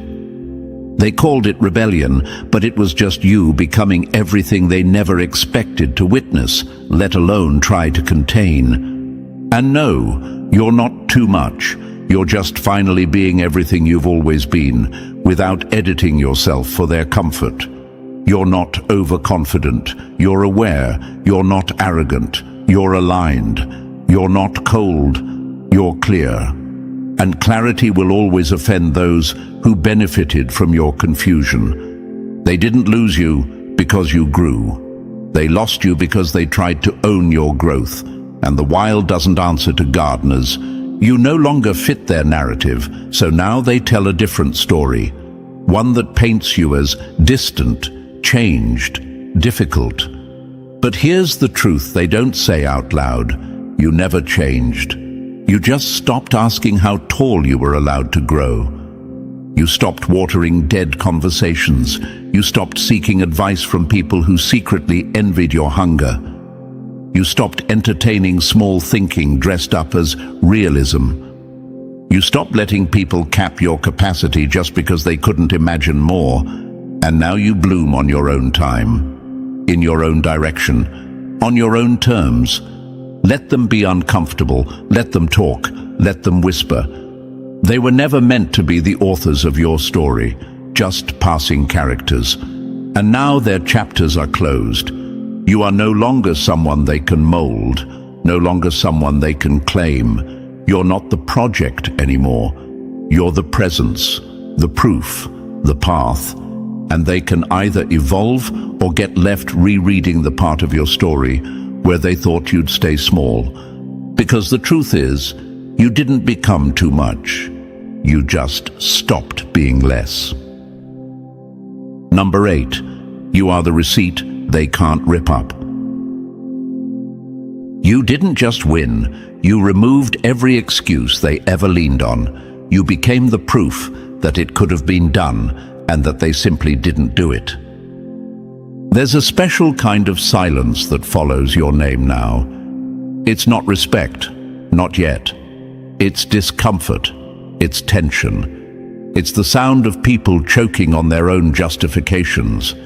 Because your rise wasn't supposed to happen. Not with your background, not with your setbacks, not without the handouts they had. You weren't even supposed to be in the room. But now that you're in it, thriving, building, glowing, you've become the proof they can't ignore. You did more with less, period. They had the resources, the early access, the connections, the family name, the shortcuts. They had comfort. They had time, but they never had drive, not like you. And that's why they're mad, because you built something real out of scraps. And in doing so, you exposed the truth they've been running from their whole lives. It was never about luck. It was never the system. It was never what was given. It was what was done with what was given. And now, they have to look in the mirror and admit they didn't do enough. That burns more than failure. Failure is easier to live with when you can blame it on external things. But your presence removes every excuse. You stripped the mask off their self-pity and replaced it with a hard truth. They didn't even try. See, people like them love to say, "It's different for you." But they don't want to talk about the nights you couldn't sleep because the pressure was too loud.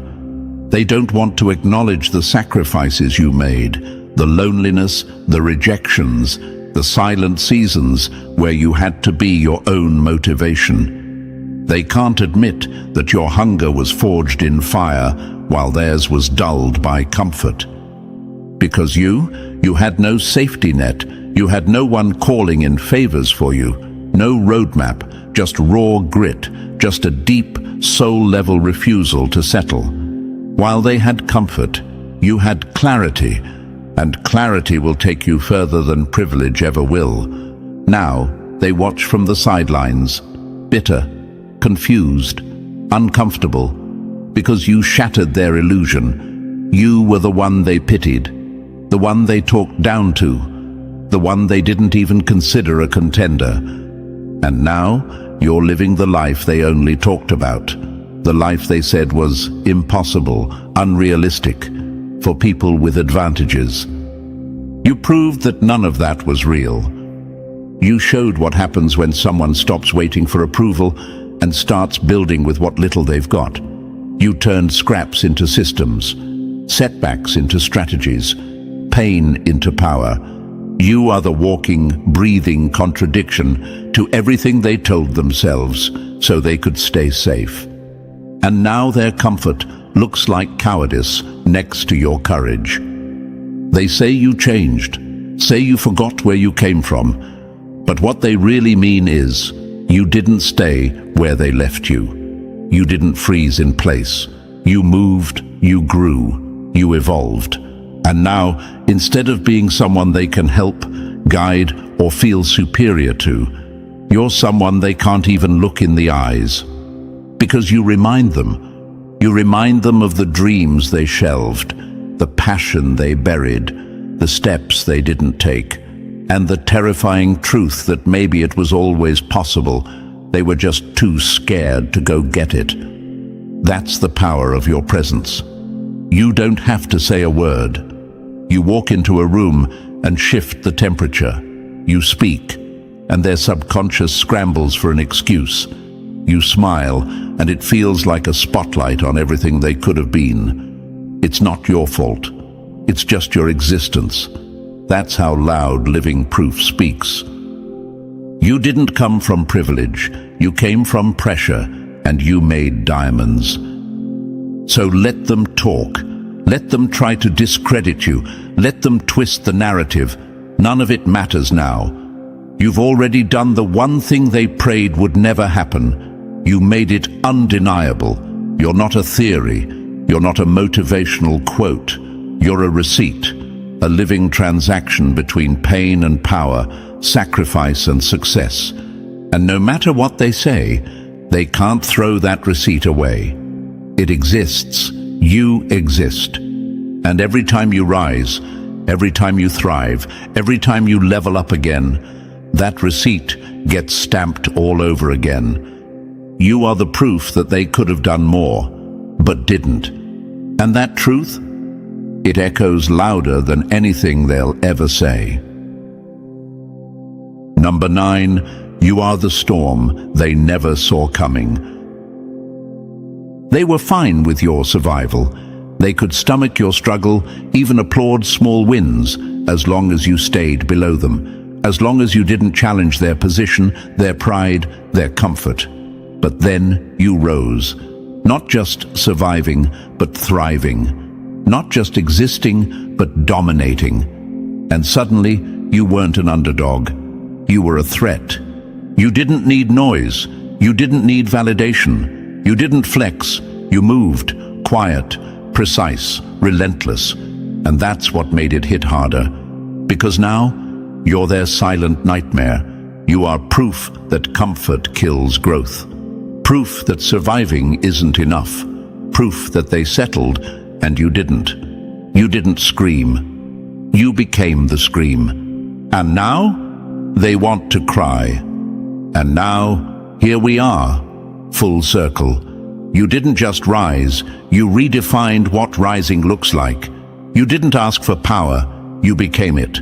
Let them talk, let them watch. You are the proof, the mirror, the nightmare, and the standard.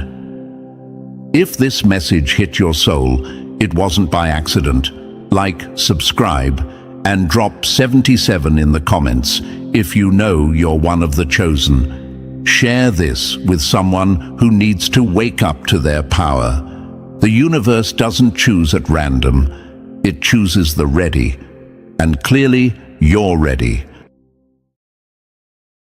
The silence they laughed at became the thunder that's now shaking their world. They thought you were nothing more than static. Now they realize you were the frequency that breaks their illusions. They mocked you with smirks they no longer wear. They laughed with mouths that are now shut tight in shame. The same ones who once called you delusional are choking on their own arrogance because the truth you spoke in whispers has now grown teeth, and it's biting through their facades. They weren't just wrong about you. They bet against the universe's move, and now the karma they never believed in is cashing in, loud and unapologetic. Before we go any further, Chosen One, do your part. Like and subscribe to help spread this message. When you hit that like, drop a comment, or share this video, you're not just engaging with a screen, you're sending a signal through the algorithm that this isn't just content, it's a movement. You're helping this truth reach other warriors who've been doubted, dismissed, and disrespected. Drop 777 in the comments if your truth is finally starting to break through the noise. Let's lift this higher, together. Now let's talk. Let's talk about what it really means to be chosen, because that's not some sweet-sounding title people hand you with applause. No, it's something the universe embeds in your bones, and it doesn't come with flowers. It comes with fire. It comes with rejection, misunderstanding, isolation so cold it feels like exile. And you endured all of it, not because you were weak, but because your truth was too sharp for dull minds. Your light was too bright for fake ones. You weren't overlooked because you had nothing to offer. You were overlooked because what you carried would expose everything they built on lies. The power of being chosen doesn't shout, it haunts. It lingers in the minds of the people who tried to erase you. It whispers in their quiet moments, reminds them in their dreams, and stings every time they see you rising in places they swore you'd never reach. That's what haunts them now. Not just that you made it, but that you made it without needing them. You didn't change your message to fit their box. You didn't soften your truth to make them comfortable. You stayed solid. And now, their entire game, the fake hierarchy, the forced narratives, the masks they wore to hide their insecurity, it's all crumbling under the weight of your authenticity. You were never here to fit in. You were here to shake the structure. They didn't understand that. They thought your silence meant weakness, not realizing it was precision. You weren't absent. You were preparing. You weren't invisible. You were protected. And now the very thing they ignored has become the truth they can't run from. You are the walking disruption, the silent storm, the living consequence. And the truth they once feared? It's now the truth they have to accept.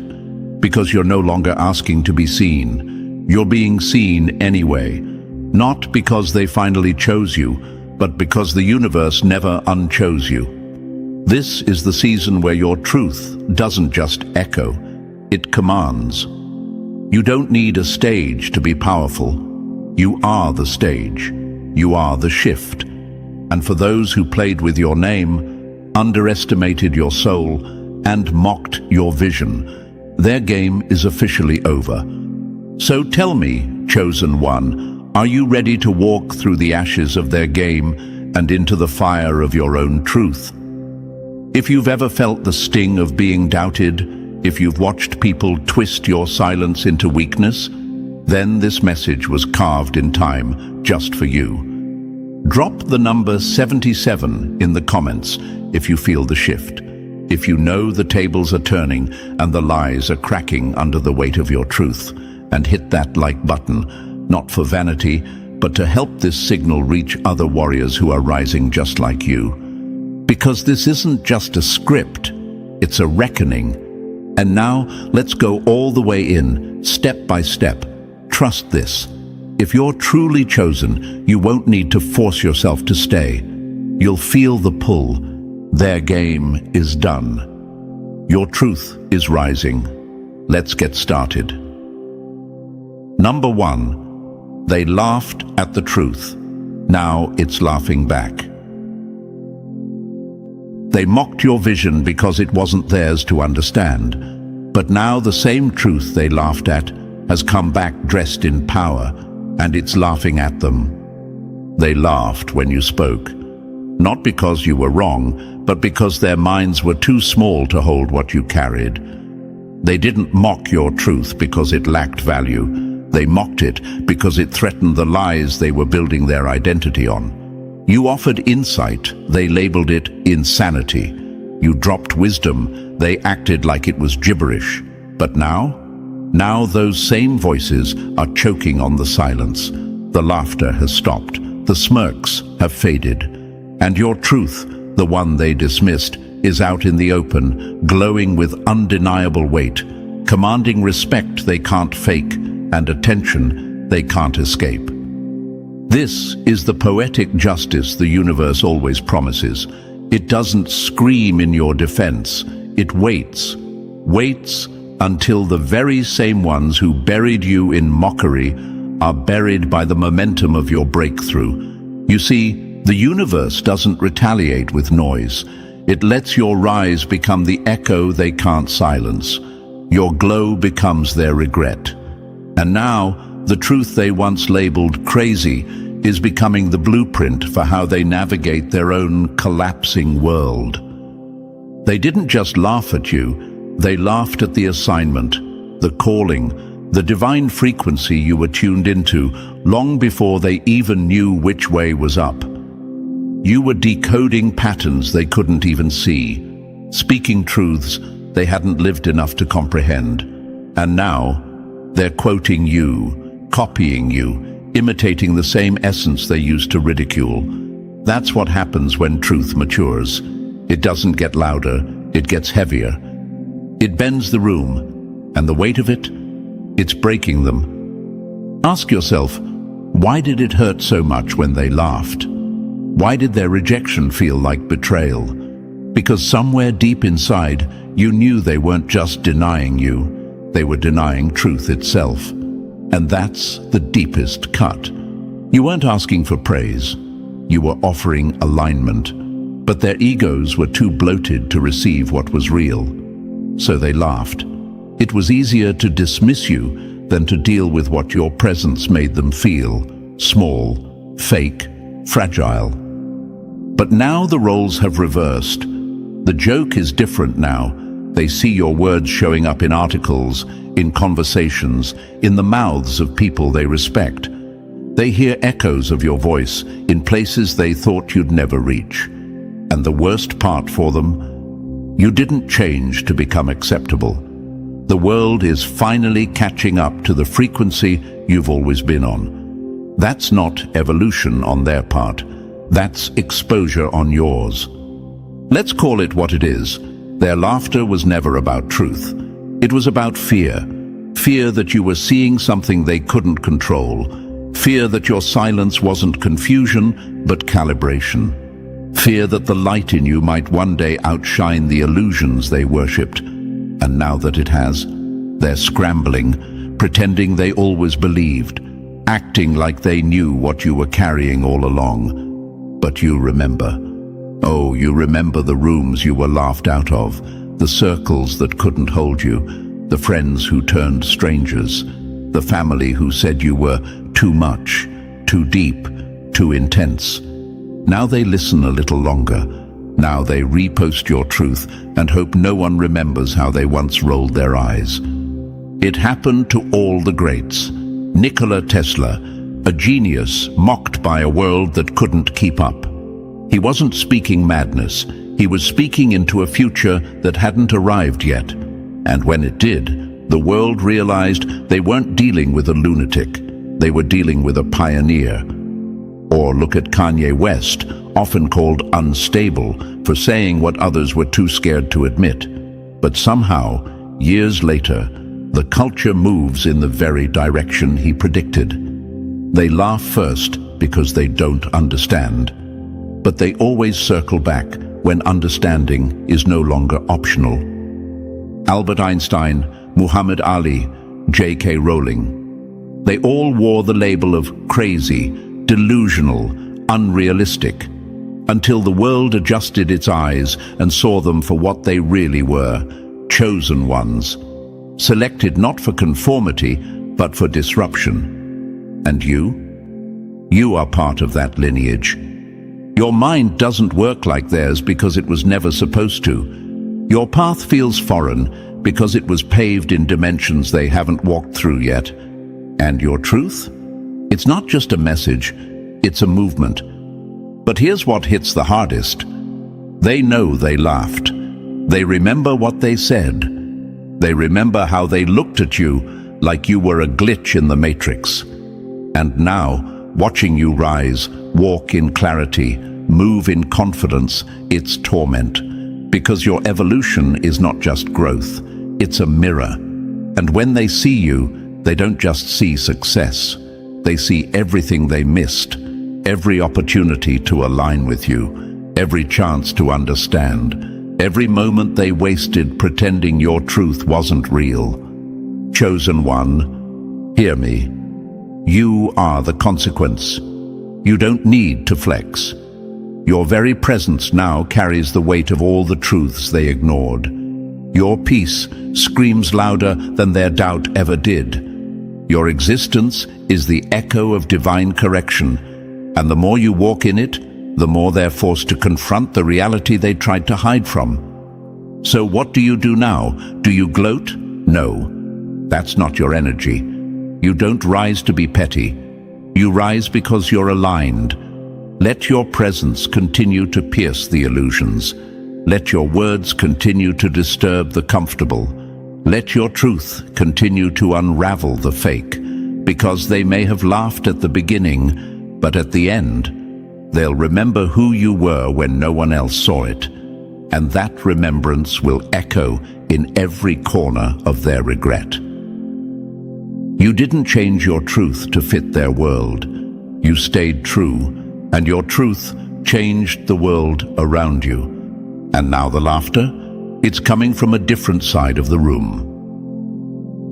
Number 2, your clarity made them uncomfortable, but it also made you unstoppable.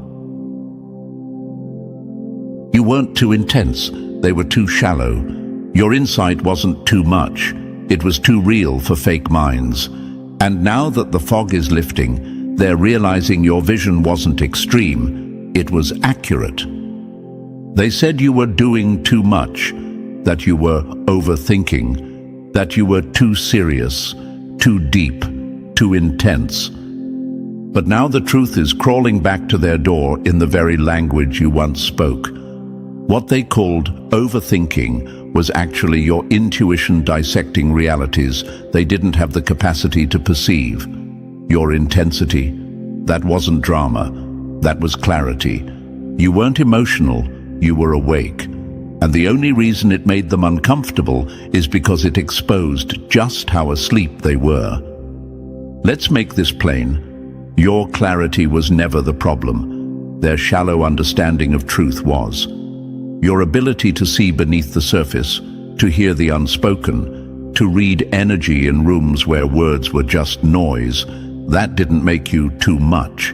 It made you dangerous to every illusion they were trying to protect. You walked in with awareness, and they felt it like heat, like a spotlight on every lie they told themselves. And instead of honoring that gift, they tried to shame it.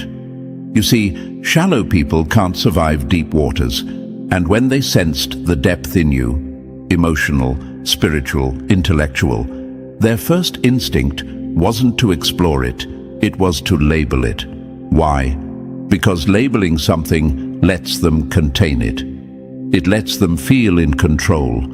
They thought if they called you intense, they could minimize you. If they called you sensitive, they could dismiss you. But they weren't shrinking you. They were trying to avoid what you forced them to see in themselves. It's easy to laugh at someone's clarity when you're living in fog. But now the fog is lifting. Now that the smoke and mirrors are breaking down, they're realizing the words you spoke weren't too much. They were too true. The predictions you made, accurate. The warnings you gave, validated. The patterns you pointed out, playing out in real time. And now, that same clarity they once rejected is the thing they're chasing in circles, trying to reclaim. They don't want to admit it, but they feel your absence now. They feel the stillness where your voice used to cut through chaos. They remember the times you told them the truth no one else had the courage to say. They didn't listen then because your honesty made them squirm. But now they crave that same voice because they're surrounded by people who only echo what's comfortable, and comfort doesn't lead to correction. Chosen one, understand this. The universe didn't give you clarity so you could fit in. It gave you clarity so you could see beyond the game. You weren't meant to blend in with the blind. You were meant to wake up the room with your vision. And yes, it cost you. It cost you friends. It cost you peace. It cost you acceptance. But what it gave you in return was priceless. It gave you direction. And direction is everything when the world is spinning in circles. So stop questioning your gift. Stop apologizing for seeing what others miss. Stop shrinking your insight so shallow minds can feel tall. You were never supposed to stay in rooms that punished you for being perceptive. You were always meant to move through the storm like a compass, grounded, aware, and impossible to mislead. Even now, some of them are watching you from a distance, still trying to copy your language without understanding your frequency, still trying to recreate your perspective without walking your path. But clarity isn't something you mimic, it's something you earn, and you earned yours in the fire. Through betrayal, through isolation, through nights where the truth kept you up while everyone else slept peacefully in ignorance. That's why your clarity hits harder. It's rooted in experience, it's carved from pain, it's forged in reality. They can try to fake it now, but it won't work. Because clarity is not in the words, it's in the energy behind them. And you, chosen one, are radiating with a power that doesn't need to scream to be felt. You've become unstoppable, not because you were loud, but because you were right. And now, the very people who called you too much are sitting in confusion, wondering how you saw it coming when they were too busy laughing. Let them wonder. Let them sit in the discomfort of what they missed. You were never the problem. You were the proof. And now that the fog has cleared, even they can't deny it. You didn't force clarity. You became it. Number 3. They called it crazy until it started coming true. You warned them. You showed them. They laughed. But now the very world they built on lies is collapsing under truth. And they remember who said it first. They looked at you sideways when you spoke. Raised eyebrows, quiet chuckles, that smug, dismissive smirk people wear when they think they're smarter than you. You said what you saw. You called out patterns before they played out. You voiced your concerns, your instincts, your warnings. And they called you crazy, dramatic, negative, doing too much. Not because what you said lacked logic, but because it threatened the comfort of their ignorance. That's the pattern. The ones who see clearly are always called irrational at first. People fear what they don't understand. They attack what they can't explain. And when someone comes along speaking truth before the crowd is ready to hear it, the easiest defense mechanism is mockery. It's easier to laugh at you than to face what your insight makes them feel, unprepared, exposed, and wrong. You weren't making predictions for attention. You weren't thinking outside the box just to be edgy. You were simply awake. While others played the game, you studied the board. While they were celebrating illusions, you were tracking the cracks beneath the surface. And because your mind moved in ways theirs didn't, they labeled you unstable. They couldn't imagine you were right, because if you were, that meant their whole world was built on denial. Now the irony is unfolding right in front of them. The very things they once said would never happen are happening. The very behaviors, trends, or people you warned them about are showing their true colors. The shifts you felt in your gut, the ones you couldn't always explain, but knew were real. they're playing out like clockwork. And now those same people are watching in silence, trying to remember exactly what it was you said, and when you said it. There's a certain stillness in this moment. The moment when the so-called delusional one turns out to be the one who saw it all coming. It's not about revenge. It's not about ego. It's about alignment. It's about the quiet satisfaction of knowing that you weren't out of touch. You were in tune. You were tapped into something deeper. Your mind wasn't chaotic. It was connected. And now, reality has caught up to what you already knew. The beautiful part is, you never needed to argue. You didn't have to fight to prove yourself. The truth has a rhythm. It might not show up on command, but it never fails to arrive. And now that it's here, they remember.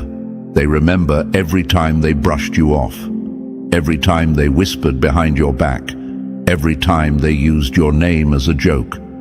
And now, the joke is gone. What's left is recognition, quiet, humbling, undeniable.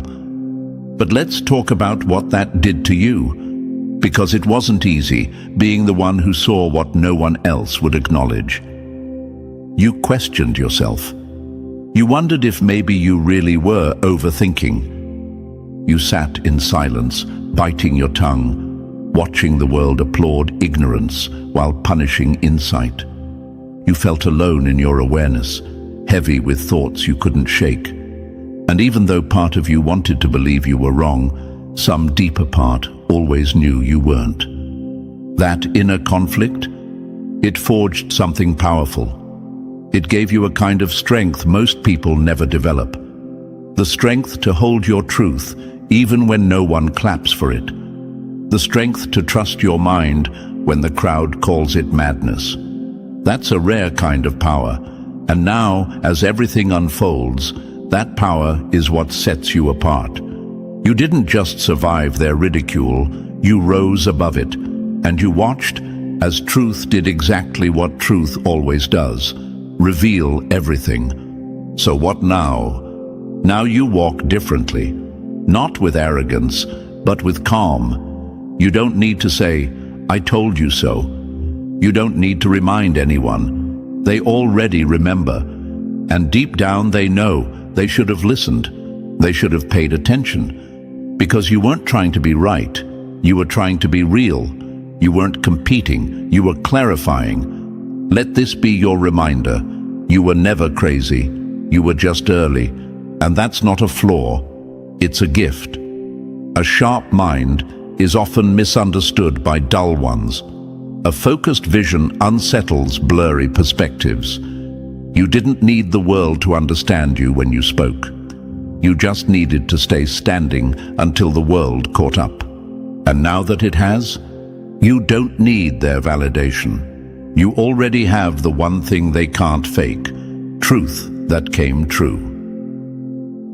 Number 4, you were the blueprint while they were busy copying noise. They chased trends, you chased truth.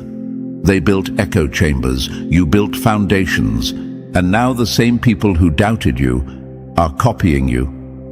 While they were sprinting in circles trying to keep up with trends, you were still, focused, grounded, listening to something deeper than algorithms and applause. They were performing for the crowd, clapping for each other in echo chambers built from borrowed thoughts and recycled opinions. You weren't impressed. You weren't seduced by noise, because you weren't built to follow waves. You were built to create the tide. You saw the difference early. They did what was popular. You did what was necessary. They wanted quick reactions. You were building long-term results. You moved slower because you moved with intention. They thought that made you irrelevant. But the truth, you were designing the blueprint for a reality they couldn't even see yet. And now, they're copying your every move. They don't want to admit it, but their playbook has your fingerprints all over it. The language you once used, that they rolled their eyes at, it's now in their captions. The ideas you shared, that they ignored or minimized. They're now spinning them into fresh content like they thought of it first. The confidence, the style, the energy, they're studying it like it's a trend, not realizing it's something that can't be replicated. Because you didn't build it from the outside in, you built it from the core out. Let's be real.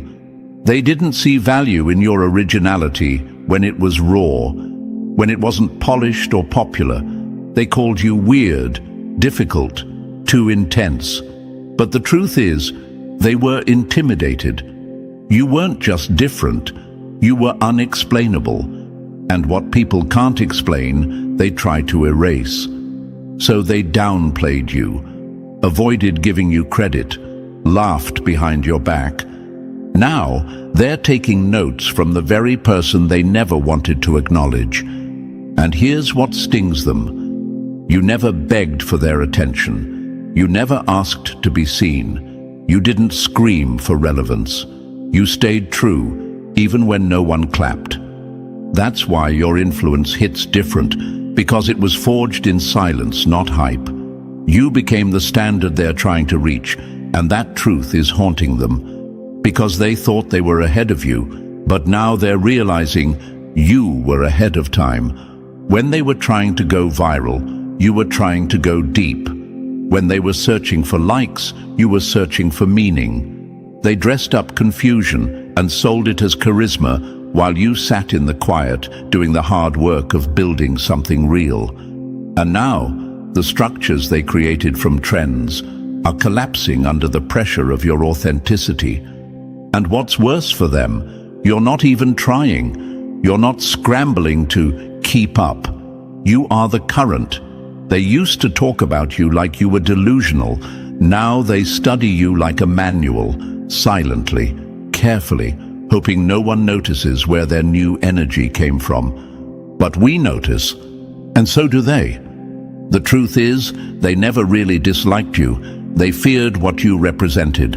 A reminder that substance will always outlive style, that alignment will always outlast attention, that truth isn't trendy, but it's eternal. And while they were out here changing with the wind, you were becoming the weather. They thought you were the quiet one, the outlier, the oddball. But now you're the reference point, the template, the example people use when they say, "See? This is how it's done." That's what being the blueprint means. And yes, it comes with a price. It means being copied, but rarely credited. It means being watched by people who won't clap for you, but will steal from you. It means creating things that are misunderstood at first, but essential later. That's your reality. But that's also your power. Because let's be honest, they can copy the moves, but they'll never carry the frequency. They can mimic your steps, but they'll never understand the why behind them. You weren't just creating content. You were channeling clarity. You weren't trying to be first. You were trying to be real. And now that the smoke is clearing, people can see the difference. So keep building, quietly, strategically. Let them keep borrowing your blueprint while pretending it's their idea. Because while they're focused on duplicating your last move, you've already designed what's coming next. You're not here to compete. You're here to shift the culture without ever raising your voice. They can try to recreate the aesthetic, but they'll never recreate the soul behind it. You were never part of their game. You were the architect of something they still don't fully understand. And now they're learning the hard way that it's impossible to copy something that was born from truth. Number 5. The game was rigged, but you still won. They stacked the deck. They rigged the rooms. They controlled the mic. But destiny doesn't play politics, and truth doesn't need permission to rise. Let's not pretend this was ever a fair game. From the start, the odds weren't just against you. They were designed to break you. The game was rigged. Not by accident, but with intention. They crafted the rules, picked the players, locked the doors, and whispered the instructions to each other in back rooms where you were never invited. They crowned each other, praised each other, promoted each other, and pretended it was merit. But you weren't playing their game. You were beating it from the outside. They stacked the deck, loading every hand in their favor, hoping you'd fold before the first round was even over. They gave each other shortcuts, spotlights, validation, while you had to build your own table just to have a seat. They created cliques that looked like systems, and systems that operated like cages. You weren't just excluded, you were deliberately blocked. Not because you were lacking, but because you were too much for a structure built on smoke and mirrors. They rigged the rooms, made sure you were the last to be heard, the first to be dismissed. You brought ideas that scared them because they required real thinking, real work, real accountability. So they said you weren't ready, said you weren't polished, said your voice was difficult, unrefined, unfit. But the truth is, they didn't want someone like you at the table, someone whose presence alone would expose how shallow the room really was. And the mic? Oh, they controlled it. They decided who got to speak, who got to shine, who got the story told their way. They used gatekeepers like filters, only letting through what kept them comfortable. Every time you raised your hand, they turned down the volume. Every time you stepped up, they moved the spotlight. They made sure you were unheard, unseen, unrecognized.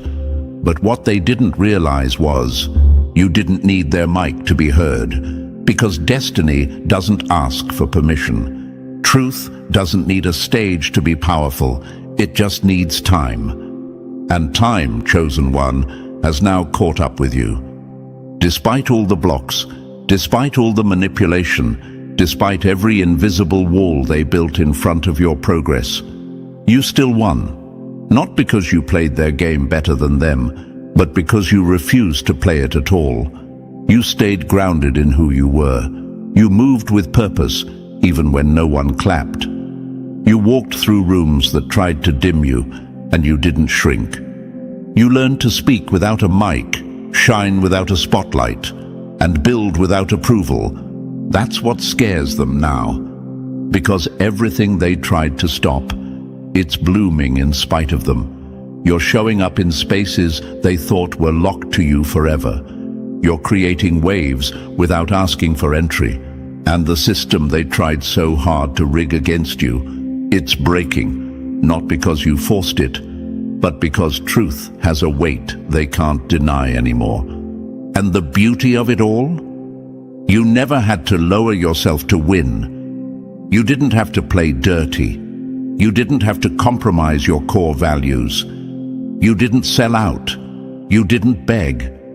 You simply endured, and in that endurance, you built something they couldn't see coming: momentum. Authentic, unstoppable, divine momentum. Now they're watching in silence. They can't understand how you kept going, how you kept rising, but deep down, they know it wasn't luck, it wasn't chance, it was alignment. It was truth, finally doing what it always does. Rise to the surface, no matter how deep they tried to bury it. You didn't beat them at their game.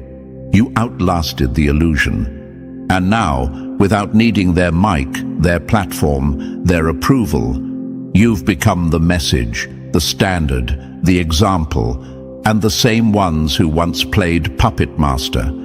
They're standing in the ruins of a system that couldn't contain you. So let them whisper, let them scramble, let them try to rewrite the story. The truth is, they never stood a chance. Not against someone chosen, not against someone real. Because when the game is rigged and you still win, that's not luck, that's legacy. Number 6, they tried to mute you, but you became the frequency. They didn't just ignore you, they tried to erase you, but your truth isn't a trend, it's a vibration. And now, That frequency is echoing louder than their lies ever could. They didn't just want you quiet, they wanted you gone. Not physically, but energetically. They didn't want your voice in the room, your ideas in the mix, your name in the conversation. Why? Because your truth was too disruptive. It cut too sharp. It made people feel things they weren't ready to feel, made them question things they were desperate to believe. So they did what the insecure always do when faced with something real. They tried to erase it. They didn't argue. They didn't confront you directly. No, that would have required courage. Instead, they used silence, omission, subtle exclusion, passive aggression. They made sure you were left out of the projects, left out of the praise, left out of the story. They hoped if they ignored you long enough, you'd go quiet, that you'd doubt yourself, that you'd disappear into the background, convinced your voice didn't matter. But here's what they never understood. You were never trying to go viral. You were becoming vibrational. They thought muting you would stop you. But what they didn't know is that truth doesn't need volume to move. It just needs resonance. And your truth? It wasn't for applause. It wasn't for trends. It wasn't designed for the temporary.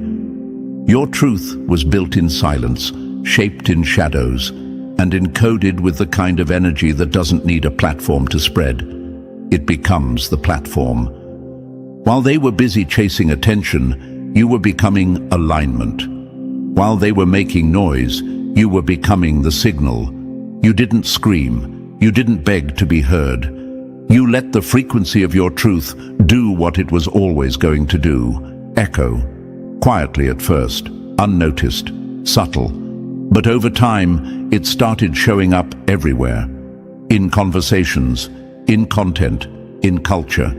In the choices people started making without even realizing they were being guided by something deeper, something you sparked. And now, that frequency is louder than ever. Not in volume, but in impact. Your energy is speaking in rooms you've never entered.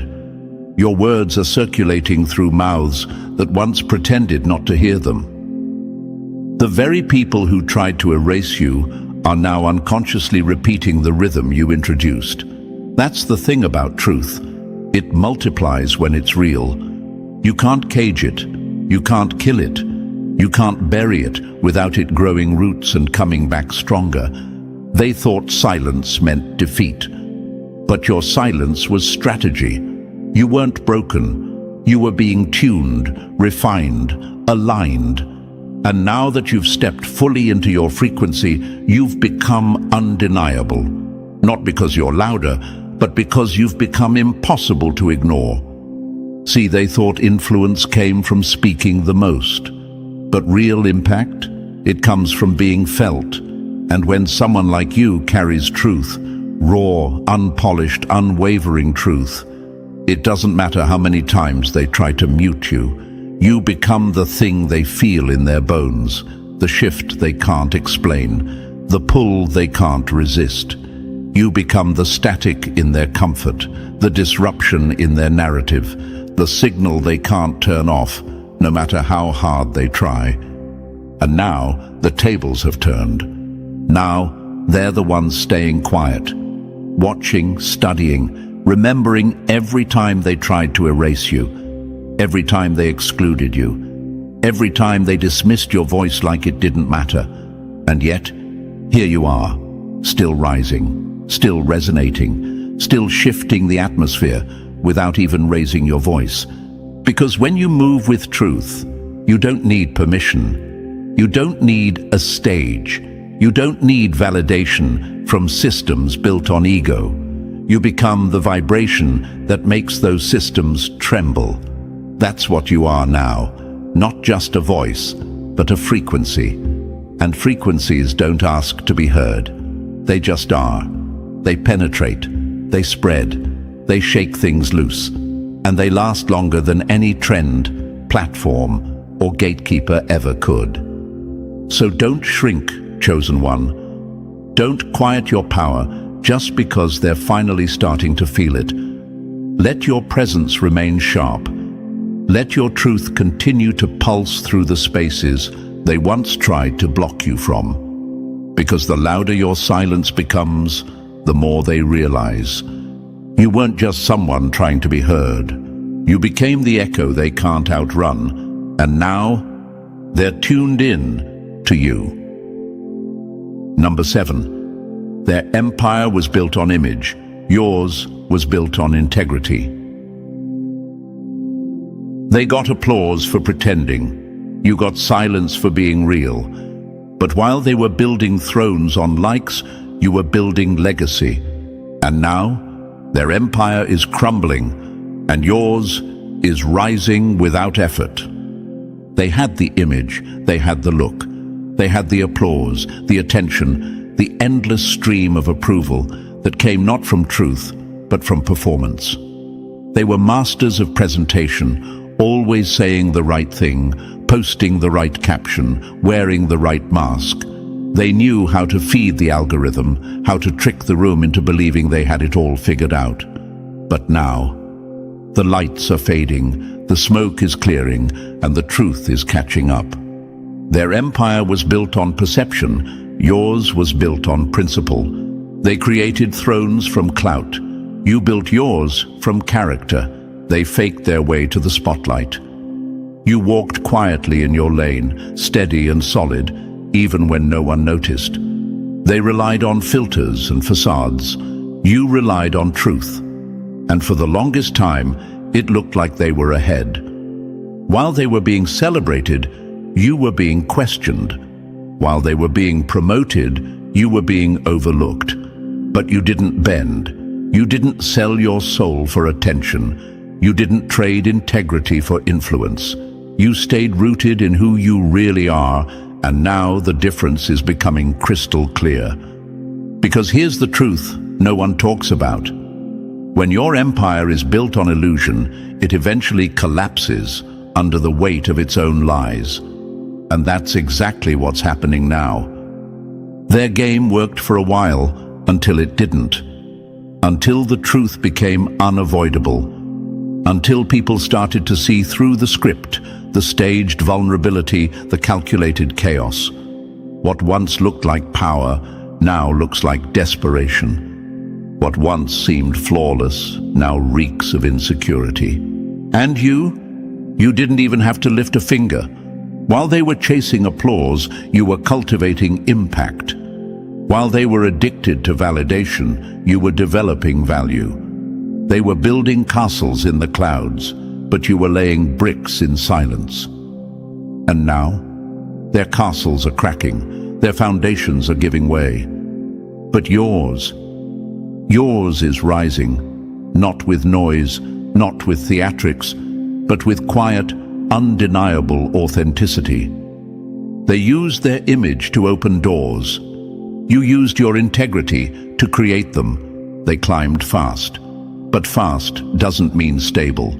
Fast doesn't mean deep. Fast doesn't mean earned.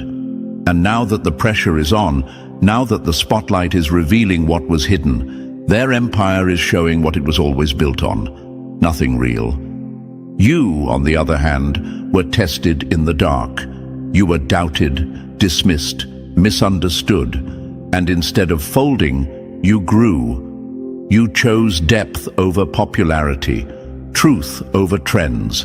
And that's why what you're building now can't be touched. Because it's not just built, it's earned. You see, popularity is loud, legacy is quiet, image is fast, integrity is eternal. They wanted to be seen. You wanted to make an impact. They focused on attention. You focused on alignment. And now, the results are undeniable. One empire is falling apart under scrutiny. The other is rising with effortless force. And what really stings them now, you're not trying. You're not campaigning for credit. You're not chasing the spotlight. You've become something they can't replicate. Someone real in a world addicted to fake. Your rise isn't a fluke. It's the result of staying true in rooms that tried to change you. It's the reward for staying honest when dishonesty was more profitable. It's the product of refusing to compromise when shortcuts were everywhere. And now, while their mask is slipping, your face is shining. They laughed when you said integrity mattered.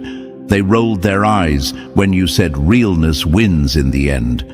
But the end has come, and the scoreboard is flashing a truth they can't ignore. They had the hype. You had the heart. They had the show. You had the soul. And now, you're rising. Not because you forced it, but because the universe recognizes what's real, and so do the people. Let their empire crumble. Let the facade fall. You never needed to fake anything to win. Because when everything is said and done, and the smoke finally clears, they'll be remembered for pretending. You'll be remembered for standing. And standing always outlasts the show.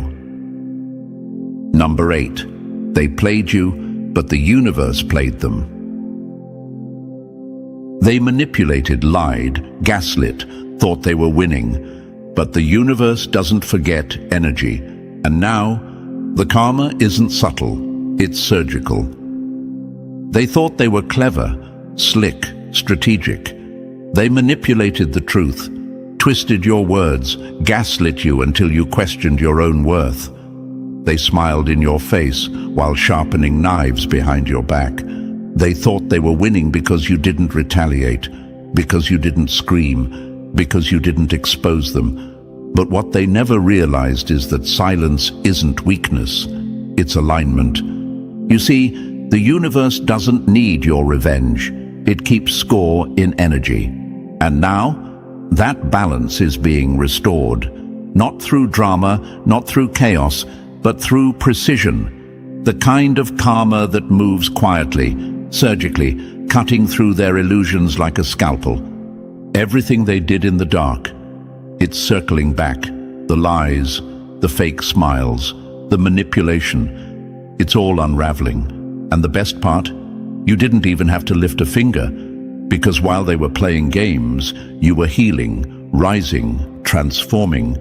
Now they're the ones looking over their shoulder, feeling the shift, watching the very energy they weaponized return to them, sharper, heavier, and impossible to dodge. So don't seek revenge, just keep walking in alignment, because when you're chosen, you don't need to play them back. You let the universe finish the story, and this time, the ending is already written in your favor. Number 9. The game is over, and you were always the twist in the plot. They wrote you off in chapter 1, but now you've become the plot twist that flipped the story. The game is done. The masks are off. The truth? It belongs to you, and the world is finally catching up. They thought they knew your story, categorized you early, dismissed you before you ever had a chance to speak your full truth. To them, you were just a side character, background noise in a story they believed they were writing. But what they never saw coming was you. You weren't the extra. You were the plot twist, the unexpected shift in the narrative that flipped everything on its head. You didn't need a dramatic entrance. Your quiet rise was the build-up. And now that you've stepped into your truth, the story doesn't just continue, it corrects. The game, over. The illusions, shattered. The masks they wore for so long are slipping, and the audience is starting to see the real story. You were never the one who needed saving. You were the one who was always meant to change the script. And now, you hold the pen. They thought the end had already been written, but you were just getting started. And the truth, the one they tried to ignore, downplay, or twist, now lives in plain sight, with your name stamped all over it. So stand tall. This is your season of revelation, not because you forced it, but because it was always meant to be yours. You weren't just part of the story. You are the shift in the story, And now, Chosen One, the story has been told, not just with words, but with power, truth, and undeniable energy. What they tried to bury has risen. What they mocked has become the message. And what they played with? It's playing them back in full force. You were never behind. You were being built. If this message hit your spirit, like this video, subscribe for more truth like this. Drop the number 77 in the comments if you've ever been underestimated, and share this with someone who needs to remember who they are. Your rise isn't coming. It's already here. They threw stones at a quiet soul, not knowing they were waking a storm that would one day flood their world. You hear that silence? That's the sound of regret, choking those who once spoke so loud, so proud, when they laughed at you. Those who pointed fingers, smirked, whispered behind your back. Now they sit in the wreckage of their own arrogance. They mocked what they didn't understand. They picked a fight with the universe and thought they were just picking on a person. But you weren't just anyone. You were chosen, and that's a war they could never win. They thought they were battling a weak mind, an easy target, someone beneath them. But now their pride is breaking ribs from the inside out. The tables didn't just turn, they flipped, cracked, and came crashing down on their ego like an avalanche. Every insult they threw at you was a seed that grew into their own downfall. They tried to bury you, but they didn't know you were a root, deep, ancient, and impossible to kill. Before we go deeper, Chosen One, do your part. Like and subscribe to help spread this message. When you engage, it signals to the platform that this message is bigger than algorithms. It becomes a wave, a signal flare, a call to every silent warrior out there who thought they were alone. We need each other now more than ever. Now listen carefully. You were never stupid, never weak, never lost. You were hidden, shielded, wrapped in silence by the universe itself, because your mission wasn't meant to be seen by those who wouldn't understand it. The power inside you, the light they tried to dim, it made them uncomfortable. That's why they came at you. Not because you were nothing, but because you were everything they could never be.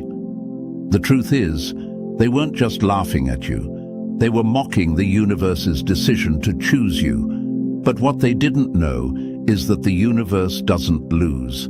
It doesn't pick favorites. It picks forces. And you, Chosen One, are a force of correction in a world gone numb to truth. You didn't need to speak to shake the room. Your existence alone disturbed their comfort. Your growth made them itch. Your silence screamed. And let's be honest, some of you forgot who you were. You cried alone. You questioned your light. You begged the universe for answers, thinking maybe they were right, maybe you were broken. No. That doubt was planted. That loneliness was a test.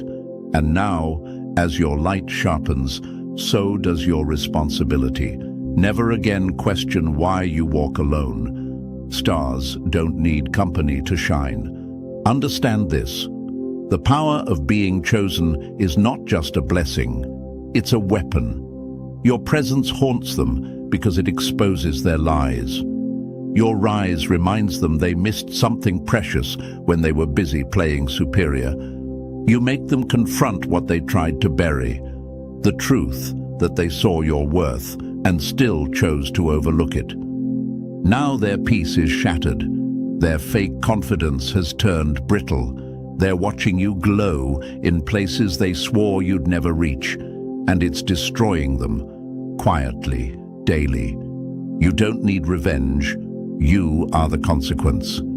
Chosen One, your journey is not about revenge, it's about remembering. Don't dim now, don't hide, don't apologize for being everything they couldn't handle. They weren't fighting you, they were fighting fate, and no one wins that war. So before we go deeper, If you're one of the chosen ones they arrogantly labeled as unintelligent, if their mockery ever lit a fire inside you, then this message was carved in time just for you. Drop the number 77 in the comments if you've ever been underestimated, overlooked, or laughed at. And you know it's finally your season to rise. Engage now, because when you do, you're not just helping yourself, you're helping this truth reach others who need it just as bad. This isn't just a video, it's a signal. And now, let's go all the way in, step by step. Stay sharp, stay with it. If you're truly chosen, you'll feel it pulling you to the very end. Let's begin. Number 1. They took your silence for stupidity. Now they're choking on regret. Never laugh at the quiet ones. Storms don't make noise until they strike. You remember it, don't you? The side eyes, the raised eyebrows, the smug little smirks when you spoke up. They called you slow, weird, naive, thought your silence was emptiness. They thought the lack of noise meant lack of depth. But oh, now they're learning the hard way. Still waters don't just run deep. They drown everything in their path when they rise. And guess what? You're rising, not just as a person, but as a force the universe refuses to ignore. See, here's the truth they never saw coming. You were never slow. You were strategic. You were never quiet because you had nothing to say. You were observing, calculating, aligning, and they were too busy performing for each other to notice that they were sitting beside someone the universe had personally activated. They mistook your stillness for stupidity. But now that you're moving in silence and striking in power, every step you take is a reminder that they completely misjudged the battlefield. Now, they're the ones looking foolish, trapped in their own ego, unable to look in the mirror without seeing the mistake they made. Because while they were mocking you, the universe was building you, piece by piece. And you know what's worse for them? You didn't even have to lift a hand in revenge. Your existence is the revenge. Your evolution, your glow-up, your clarity, it's dragging their ego across the floor. They thought they were just humiliating you in a classroom, a boardroom, a conversation, a relationship. What they didn't realize is that they were going to war with a system far bigger than you. They weren't just insulting you. They were insulting the choice the universe made when it selected you. And trust me, the universe doesn't forget. You want to know why it hits them so hard now? Because they're starting to realize they didn't just lose a person, they lost alignment. They broke what could have been a bridge, burned what could have been a blessing, rejected what could have elevated them. All because their ego couldn't recognize your light in its raw, unpolished form. Let's pause right here for a second. Chosen one. You need to hear this clearly. Stop feeling guilty for how powerful you're becoming. You didn't trick them. You didn't manipulate your way up. You were always chosen. They just didn't recognize you when you were still in seed form. And now that you've cracked through the soil and begun to rise, they're scrambling, trying to figure out how they missed it. And you need to stop doubting the way you've been built. You keep asking, why was I alone for so long? Why didn't they see me? Why did they leave me out? Hear this. Isolation is the universe's insulation. You weren't alone. You were protected, hidden in plain sight so the wrong ones couldn't ruin the right path. You weren't rejected. You were preserved. You ever see how a diamond is treated in the wild, covered in dirt, unrecognizable, looked over by everyone who doesn't know what they're holding? But put that same diamond under pressure, give it time, and soon the world can't afford to ignore it. That's you.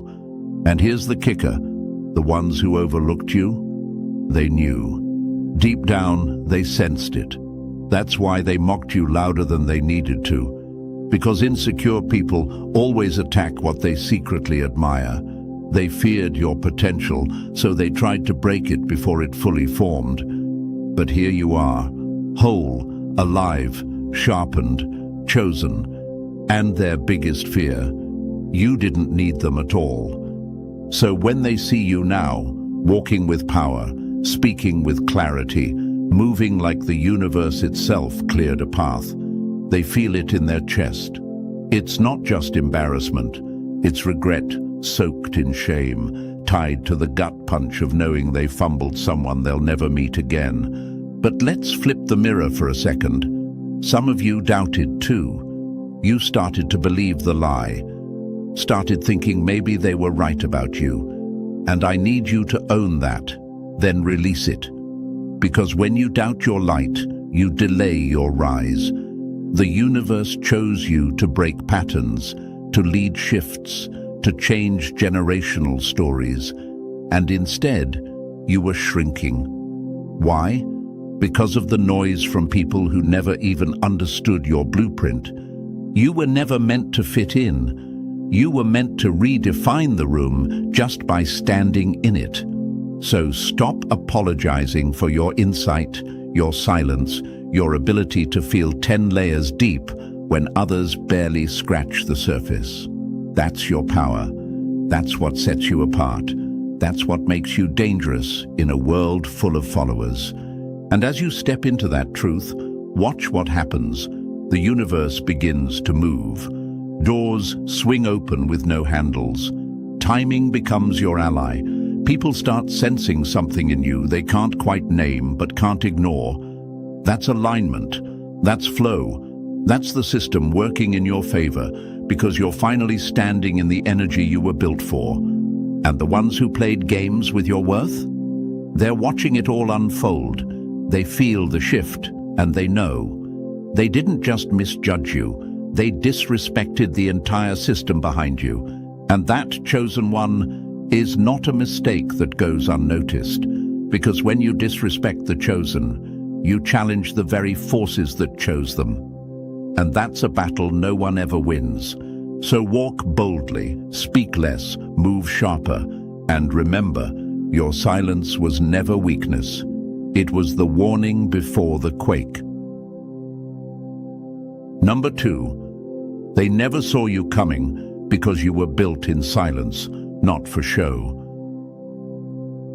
They thought silence meant absence, that your quiet meant you had nothing to offer, that your humility was a sign of weakness. But what they failed to realize is that silence isn't emptiness, it's strategy. While they were loud, clumsy, and desperate for attention, you were studying the board, mapping the game, and staying 10 steps ahead without making a sound. You weren't hiding because you were afraid. You were hidden because the universe had you on lockdown while it sharpened your edges in secret.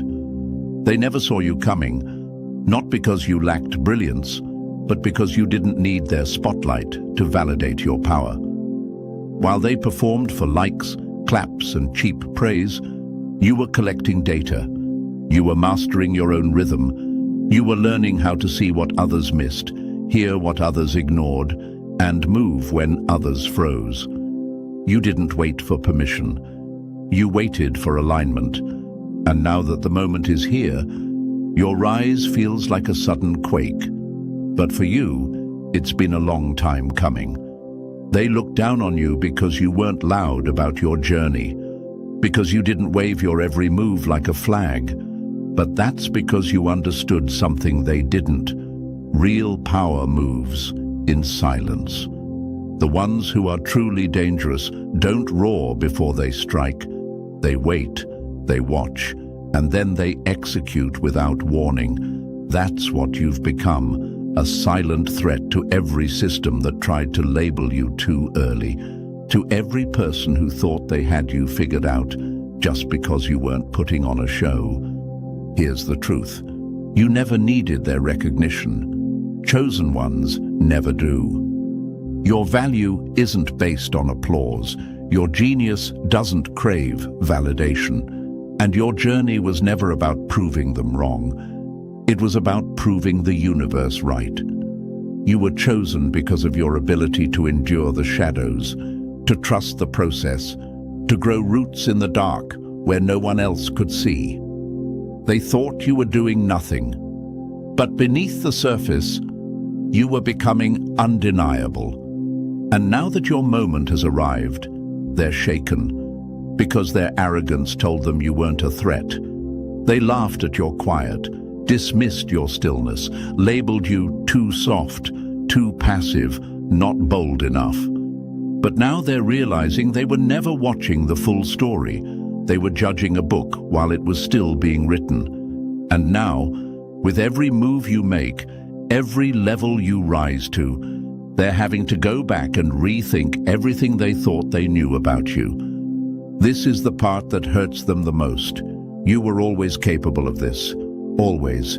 They just didn't see it. And now that it's unfolding, they don't get to be part of it. They don't get credit. They don't get access. The door is locked, and your silence wasn't just your protection. It was the warning sign they ignored. That's the power of divine strategy. It doesn't come with fireworks.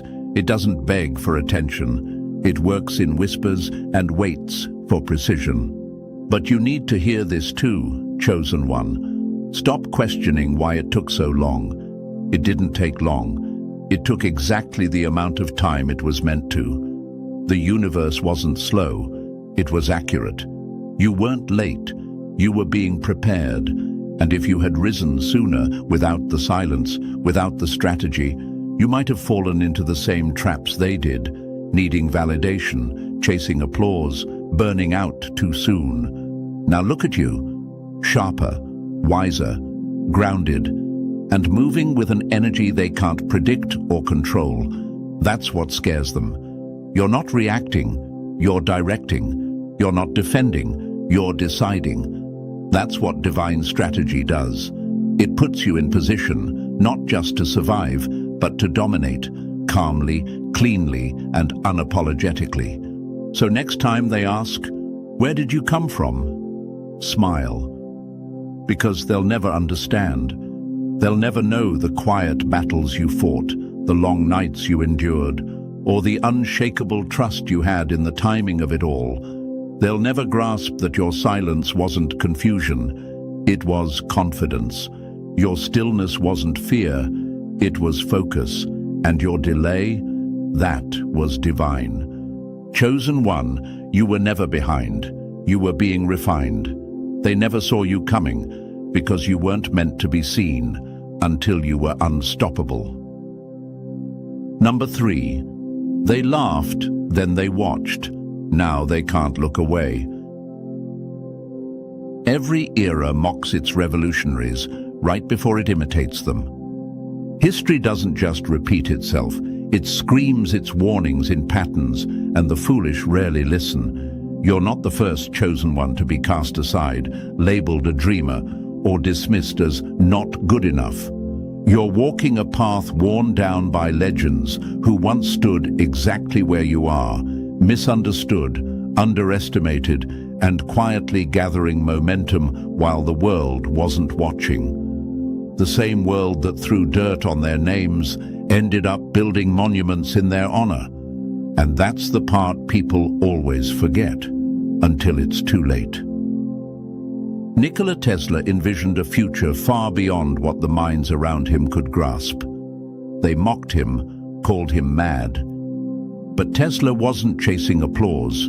He was plugged into something deeper, a current of knowledge that wasn't meant to be immediately understood. Sound familiar? That's the weight of being chosen. You carry visions meant for tomorrow, while everyone else is still clinging to yesterday. And because they couldn't comprehend his brilliance, they rejected it. But guess what? His ideas built the very world we live in now. They had to catch up to what he already knew. Then there's J.K. Rowling, denied over and over, told her story wouldn't sell. They said her words held no value, until her words began to shape an entire generation's imagination. The very stories they rejected went on to become legends. Why? because they couldn't see the power hidden beneath her persistence. And that's what they did to you too, tossed your name aside because they couldn't see past your current form. But being rejected isn't the end. It's often the beginning of something the world isn't ready for. And let's not forget Steve Jobs, pushed out of the company he helped build, humiliated, laughed at, exiled from his own creation. But did he crumble? No. He recalibrated, refined. He came back and didn't just reclaim his space. He redefined the entire game. That's the pattern. That's the rhythm of the chosen. Rejection, redirection, then domination. The same world that overlooks you today will one day turn around and pretend they supported you all along. They'll call it fate, luck, a comeback story, when in reality, it was always divine strategy unfolding in real time. They didn't believe in you because they couldn't recognize you. They weren't built to see the future, only the familiar. And you? You were never meant to blend in with what already exists. You were designed to disrupt it. And here's the punchline they'll never admit. The moment they labeled you unworthy, they sealed their own irrelevance. Because the universe doesn't pick people to fit in, it chooses those bold enough to rebuild the frame entirely. Your silence, your rejection, your isolation, it was never the ending. It was the echo of every great before you who walked alone before the world finally caught on. But chosen one, I have to ask, how many times have you doubted yourself just because others didn't see what you carried? How many times did you almost shrink to fit into a world that was never built for your kind of power? Don't you see? The path you're on is ancient. It's carved by giants who were also laughed at before they were quoted in textbooks, studied in universities, and admired by the very people who once doubted them. That ache you feel, that tension between knowing you're meant for more and being ignored by the masses, that's not a flaw. That's the pressure that makes diamonds, the isolation that creates leaders, the silence that sharpens vision. You're not falling behind, you're following the same map that every revolutionary soul has followed before you. And don't be fooled, your rise will make them uncomfortable. Just like Tesla's inventions, Rowling's imagination, and Jobs' return did. Because when chosen ones ascend, they force the world to confront its own short-sightedness. Your success is a mirror, and it exposes how wrong they were when they thought you were nothing. So the next time you're tempted to think it's over, that you've missed your shot, that being unseen means being unworthy, remember the pattern. The ignored always rise, the rejected always return, the misunderstood always reshape the story. And when it happens, the same mouths that once laughed will whisper your name with awe. You don't need their approval. You were never waiting on their applause. You are walking the steps of legends. And one day, someone will study your rise as part of the pattern. Number 4, they thought you were quiet, but you were forging fire in the dark. Power doesn't shout from rooftops. It sharpens its blade in silence, then cuts through empires without warning. They saw you sitting in silence and assumed you were standing still. They watched your quiet seasons and thought you were stagnant, stuck, or lost. But what they couldn't see, what they still don't understand, is that silence isn't absence, it's alchemy. It's where the real work begins. The shadows weren't your prison. They were your forge. And while they were chasing applause and validation, you were building something they'll never be able to touch. Unshakable, unstoppable power. The chosen ones have never been interested in putting on a show. They don't move for claps or cheer for the crowd. That's the curse of the shallow, needing constant recognition just to feel real. But you were made for something deeper. You were built in the dark hours, when nobody believed, when nobody clapped, when nobody asked if you were okay. And that, chosen one, is your greatest weapon. You've been moving through life like a phantom, unseen, underestimated, quietly enduring. You watched the loud ones take up space, watched the arrogant trip over their own egos. And while they craved the spotlight, you made peace with the shadows, because you knew anything truly powerful doesn't show its hand. A storm doesn't ask for permission before it arrives. It builds, it gathers, and then one day it strikes. That's what you've become. A quiet storm. A force of nature that no one saw coming because they were too busy underestimating your stillness. And now, every step you take is different, grounded, focused, lethal in its precision.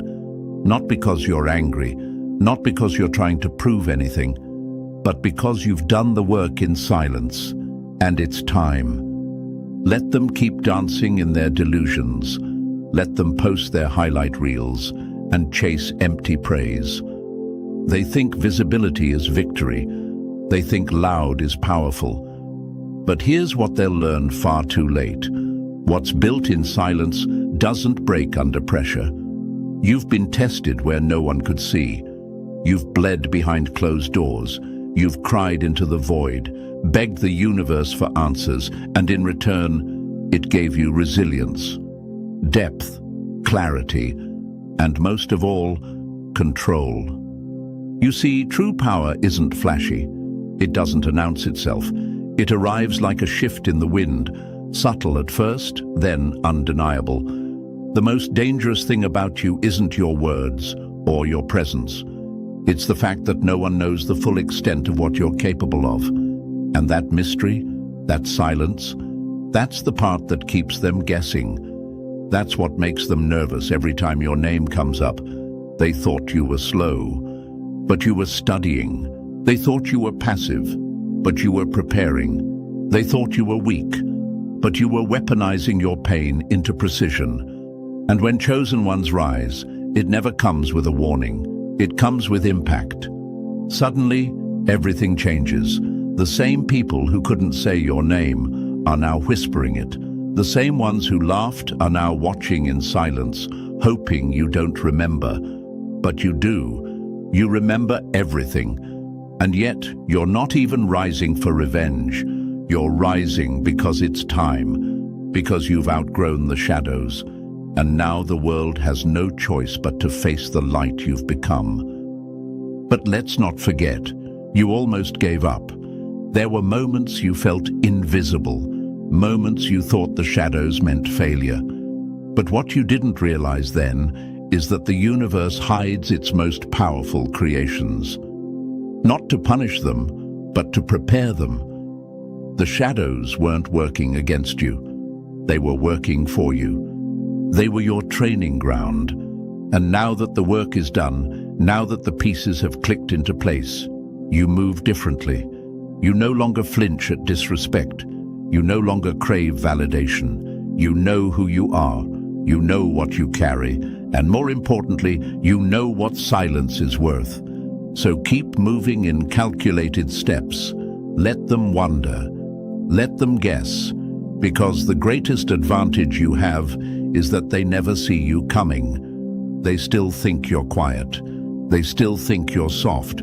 But by the time they realize what you really are, it's already too late. Remember this, chosen one. Your power wasn't born on a stage. It was forged in the quiet, in the hidden, in the shadows where no one dared to look. And now, there's no need to speak loudly. You are the message. You are the shift. You are the consequence. Number 5. They paid the price for betting against the wrong soul. The biggest mistake your enemies made wasn't hating you. It was thinking you didn't matter. They thought you were forgettable. They thought your silence was submission. They thought they had you all figured out, labeled, boxed, dismissed. But what they failed to realize is this: Underestimating a chosen one always carries a cost. And that cost, it's paid in regret, in shattered pride, in the slow burn of watching you become everything they swore you'd never be. That's the curse of arrogance. It blinds the mind, inflates the ego, and convinces fools that their perception is reality. They convince themselves you weren't smart enough, strong enough, worthy enough. They believe that because you didn't seek validation, you lacked value. That because you weren't loud, you lacked presence. They confuse dominance with depth, noise with intelligence, and performance with purpose.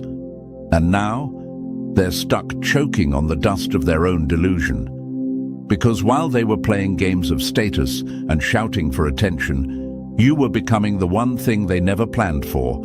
Undeniable. You didn't demand a spotlight.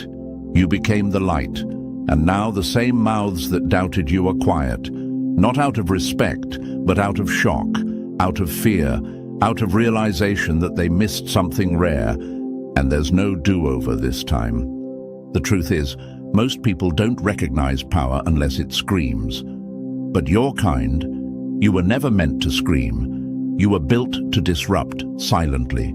They underestimated you because their minds were shallow, only able to process what was loud, visible, easy to categorize. They didn't know how to read your kind of intelligence, your kind of presence, your kind of energy. So instead of trying to understand it, they mocked it. And now they pay. That's what happens when arrogance meets the unknown. It crumbles. And don't get it twisted, some of them knew. Deep down, they sensed the power in you, but admitting it meant facing their own insecurity. It meant acknowledging that someone they thought was beneath them was actually miles ahead. So instead, they clung tighter to their illusion and bet against you. But what happens when the one you ignored becomes the one everyone's watching? What happens when the person you laughed at becomes the blueprint? That's the cost. That's the consequence of underestimation. And now they're feeling it. They're watching you from the sidelines, powerless, muted, irrelevant, because they wasted their chance. They had access when your value wasn't understood by the masses. They could have built with you, supported you, aligned with you, but their pride told them you had nothing to offer. And pride? Pride has a short shelf life when truth shows up. So now they sit with that bitterness. They scroll and they stare. They replay every interaction, every dismissal, every smug little glance they threw your way, and they feel it. Not just embarrassment, loss.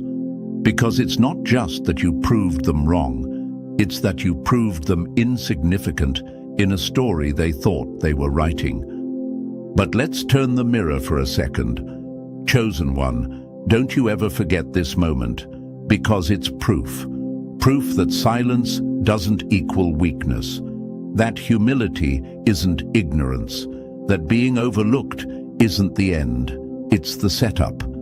And next time someone tries to diminish your light because it doesn't fit their shallow idea of strength, you won't even flinch.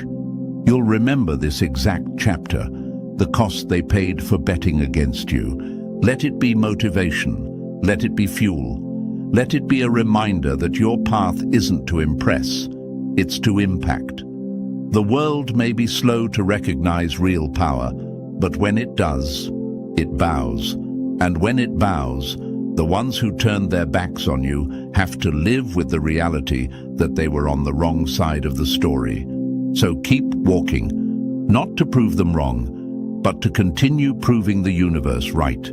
Because you were never late, never lost, never lacking. You were just underestimated. And now, they're learning what that mistake costs. Every single day. Number 6. The ones they laughed at became the ones they couldn't escape. Arrogance builds thrones on sand. By the time the tide rises, it's already too late. Here's the harsh truth. The downfall of the arrogant isn't an accident. It's inevitable. It's written into the fabric of time. Pride makes people blind. It convinces them they're untouchable, irreplaceable, above correction. But history always humbles the loudest mouths with the quietest storms.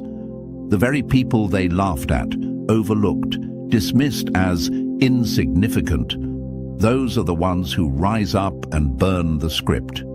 They didn't see you coming because they didn't want to. They were too busy sizing people up by what's easy to measure: volume, image, titles, connections. You didn't scream for attention. You didn't parade your power. You didn't beg to be seen. And in their arrogance, they mistook that for weakness. But you weren't hiding. You were loading, quietly becoming everything they never expected, and now they can't unsee you. That's what makes the fall of the arrogant so brutal. Not just the crash, but who's standing tall when the dust settles. You. The one they dismissed. The one they whispered about. The one they swore would never be more than a background character. Now you are the narrative. And the ones who used to dominate the space. They're ghosts, echoes, footnotes. You want proof? History's overflowing with it. They saw David and laughed. A boy with no armor, no title, no reputation, but the same stone they mocked became the weapon that rewrote the outcome. Why? Because underestimated power is the most dangerous kind. It strikes from nowhere. And by the time they understand what's happening, the giant has already fallen.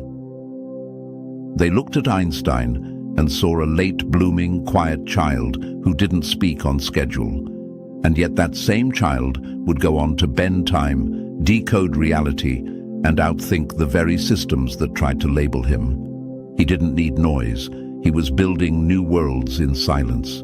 They saw Oprah, a woman with pain in her past, a name with no legacy behind it, just a local face reading the news. And now, she is a legacy, a walking empire, a name that echoes far beyond screens. That's the pattern, over and over. The arrogant scoff at the ones who move quietly, the ones who don't beg, the ones who don't demand the mic, because they are the message. And that chosen one is exactly where you've always belonged. You may not have had the fanciest title, the loudest voice, or the easiest path, but that was never the point. You were never supposed to start at the top. You were supposed to build your way there while they laughed, because the higher you climb in silence, the harder it hits when you arrive. The arrogant never think they'll fall. That's what makes them arrogant. They think their status is eternal, that their mockery is harmless, that their position is earned by default. But time has a funny way of flipping the script. And when it does, the same people who once belittled you start copying you, studying you, needing you. But by then, it's too late. See, your rise was never meant to be announced. It was meant to interrupt. And that's what's happening now. You're becoming the storm that doesn't shout thunder, but moves mountains. You're walking proof that silent strength isn't just real.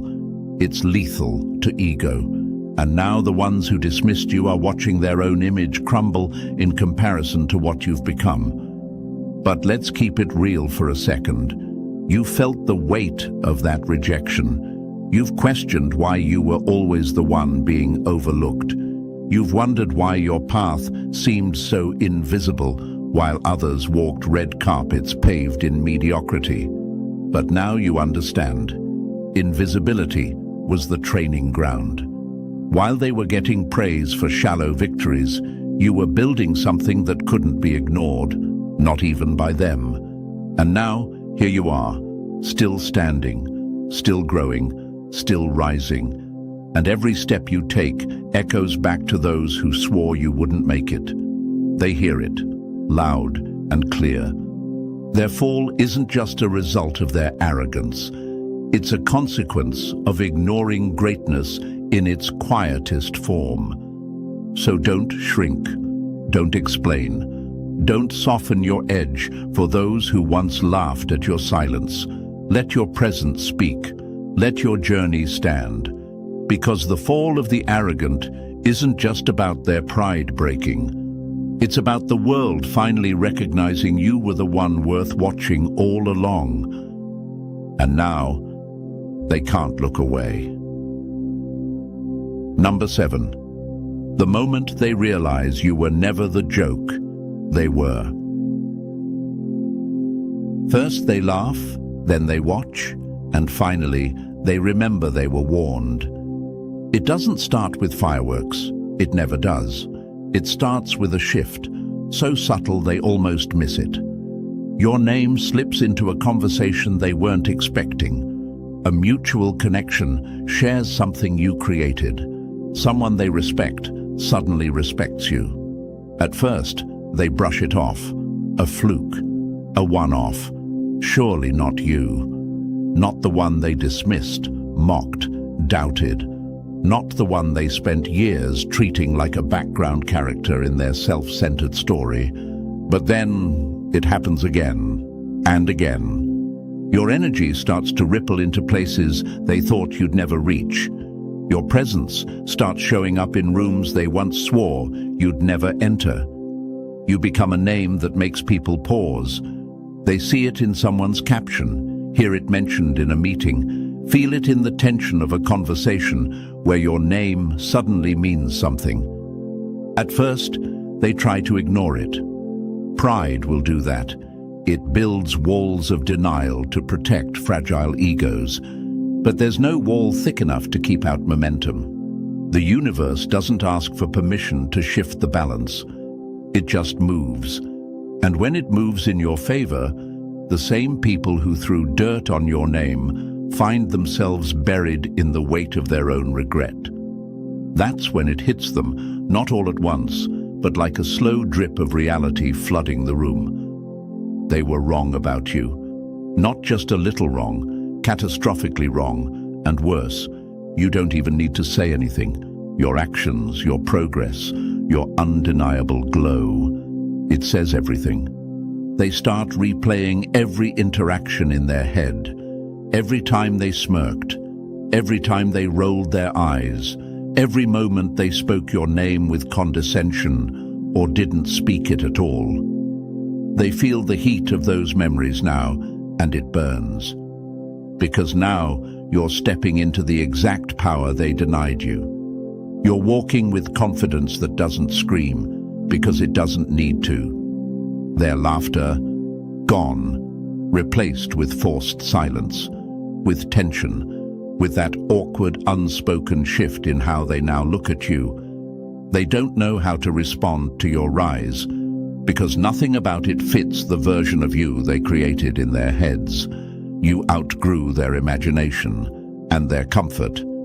This is the moment of reckoning, not for you, for them. Because here's what they're realizing. They didn't just misjudge you, they misjudged the system that chose you. They thought they were dealing with a small player, but they were standing in the presence of someone chosen by the universe itself, someone with purpose pulsing through their veins, someone who didn't need their approval because the only validation that mattered was already encoded into your destiny.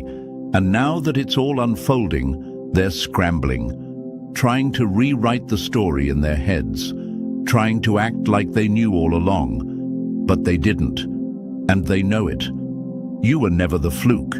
Their ignorance was. But let's talk about you, chosen one, because you felt every ounce of that doubt. You carried their disrespect in your bones. You stayed silent while they talked over you. You questioned your own voice because the noise around you was so loud. You sat through seasons of invisibility, wondering if maybe, just maybe, they were right about you. But they weren't.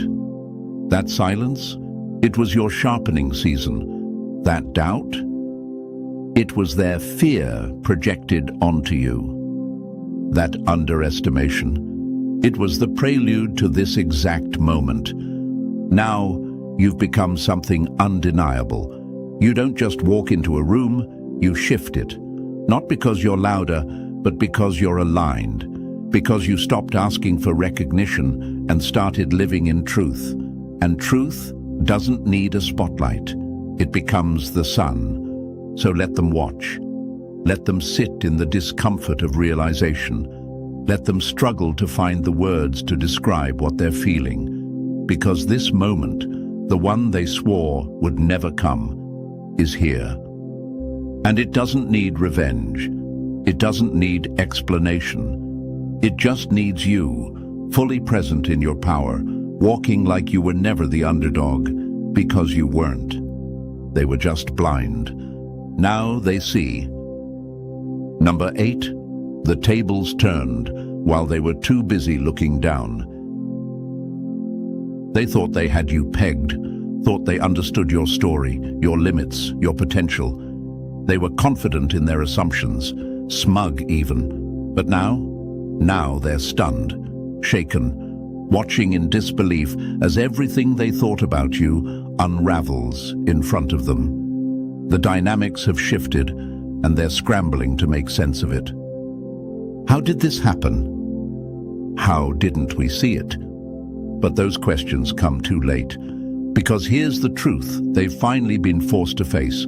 They were never in control. They weren't winning. They weren't ahead. They were being outmaneuvered the entire time. Not by tricks, not by force, but by patience. While they were playing loud and messy, you were moving quiet and sharp. Every step you took in silence was a step toward this exact moment. And now they're buried beneath the weight of their own misjudgment. Their arrogance convinced them you were small, that you weren't a threat, that your silence meant absence. But that silence was strategy. That quiet was growth. And now your presence is so undeniable it makes the ground shake when you walk in. You didn't rise with a bang. You didn't make announcements. You simply became too powerful to ignore. That's what haunts them now. Not just that you succeeded, but that you did it without needing them, without proving anything. You became what they could never imagine, and it's too late for them to catch up. Their regret is silent, but loud in their eyes. They're watching you, not as a peer, but as a reminder of everything they got wrong. And you? You don't need to celebrate out loud. You don't need a spotlight. Your victory is the silence. The kind of silence that echoes. The kind of silence that haunts. You've become something their pride never prepared for. And in that becoming, you've won. Number 9, you didn't just win. You redefined the whole game.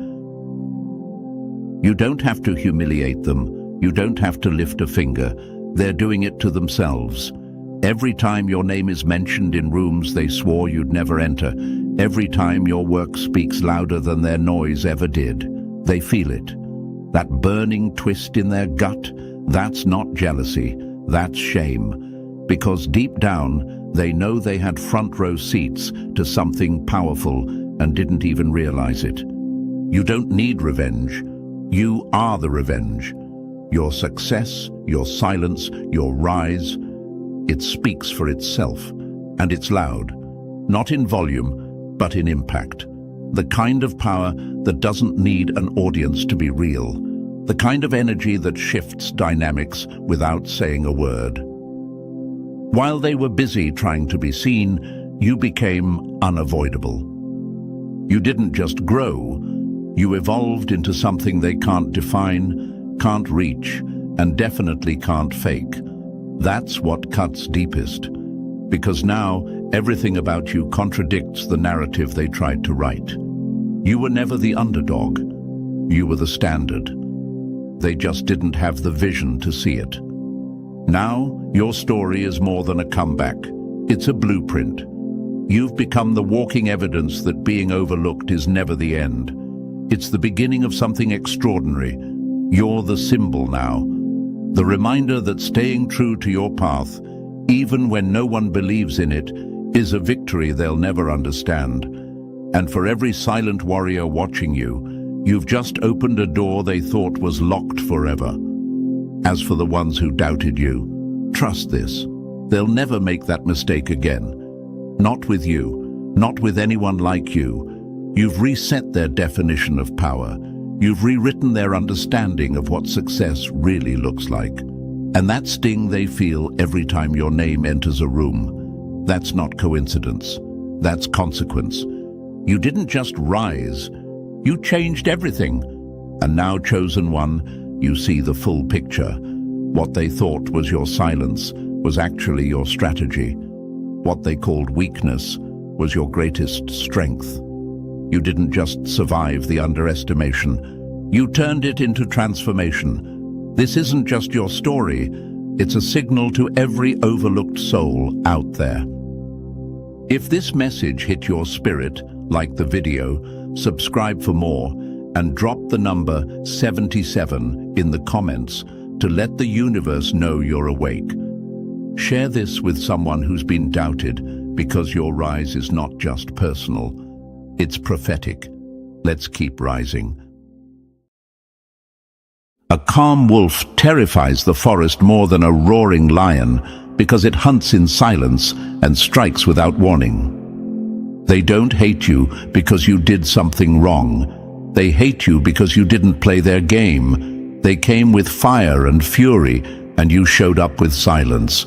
They threw chaos at you, and you smiled like it was rain. You didn't flinch, you didn't engage, and that shook them to their core. You need to understand something right now. They weren't fighting you. They were fighting the force behind you, the quiet power the universe wrapped around your shoulders when it saw what you carry. You're not just some person walking through the world unnoticed. You are chosen. And whether you've accepted it or not, that energy carries weight. It disturbs the fake.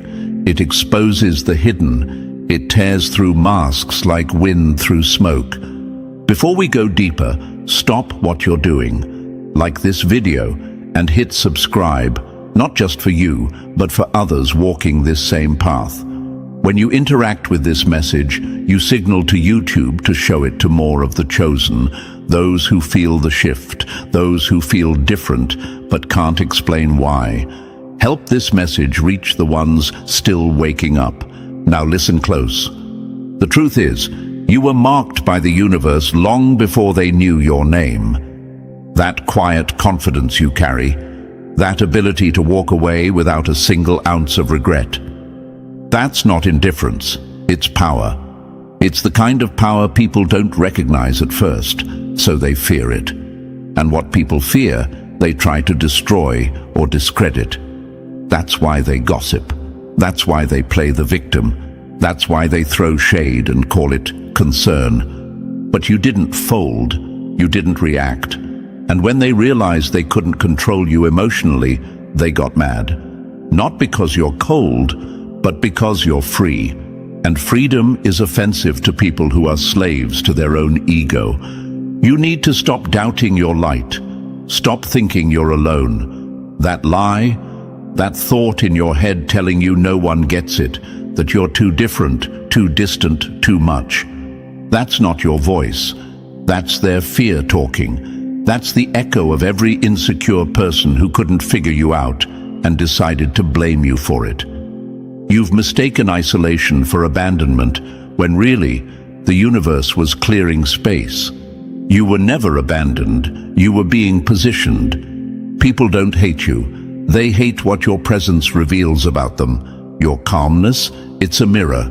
Your silence, it's a spotlight. Your detachment, that's divine rebellion against emotional slavery. You walked away from the games they thought no one could escape from. You detached, and in doing so, you declared war on manipulation without saying a word. And here's the part that haunts them the most. You didn't just walk away, you glowed up. You got quieter, stronger, more focused. That's what's killing them. They thought you'd come back. They thought you needed their chaos to feel alive. but you found peace, and peace is louder than any drama they could ever throw at you. The power of being chosen doesn't show up with loud entrances. It arrives through endurance, through resilience, through the ability to keep your soul clean in a world that rewards filth. They don't know what you are because what you are can't be explained with surface words. You're not detached because you don't care. You're detached because you do care, just not about nonsense.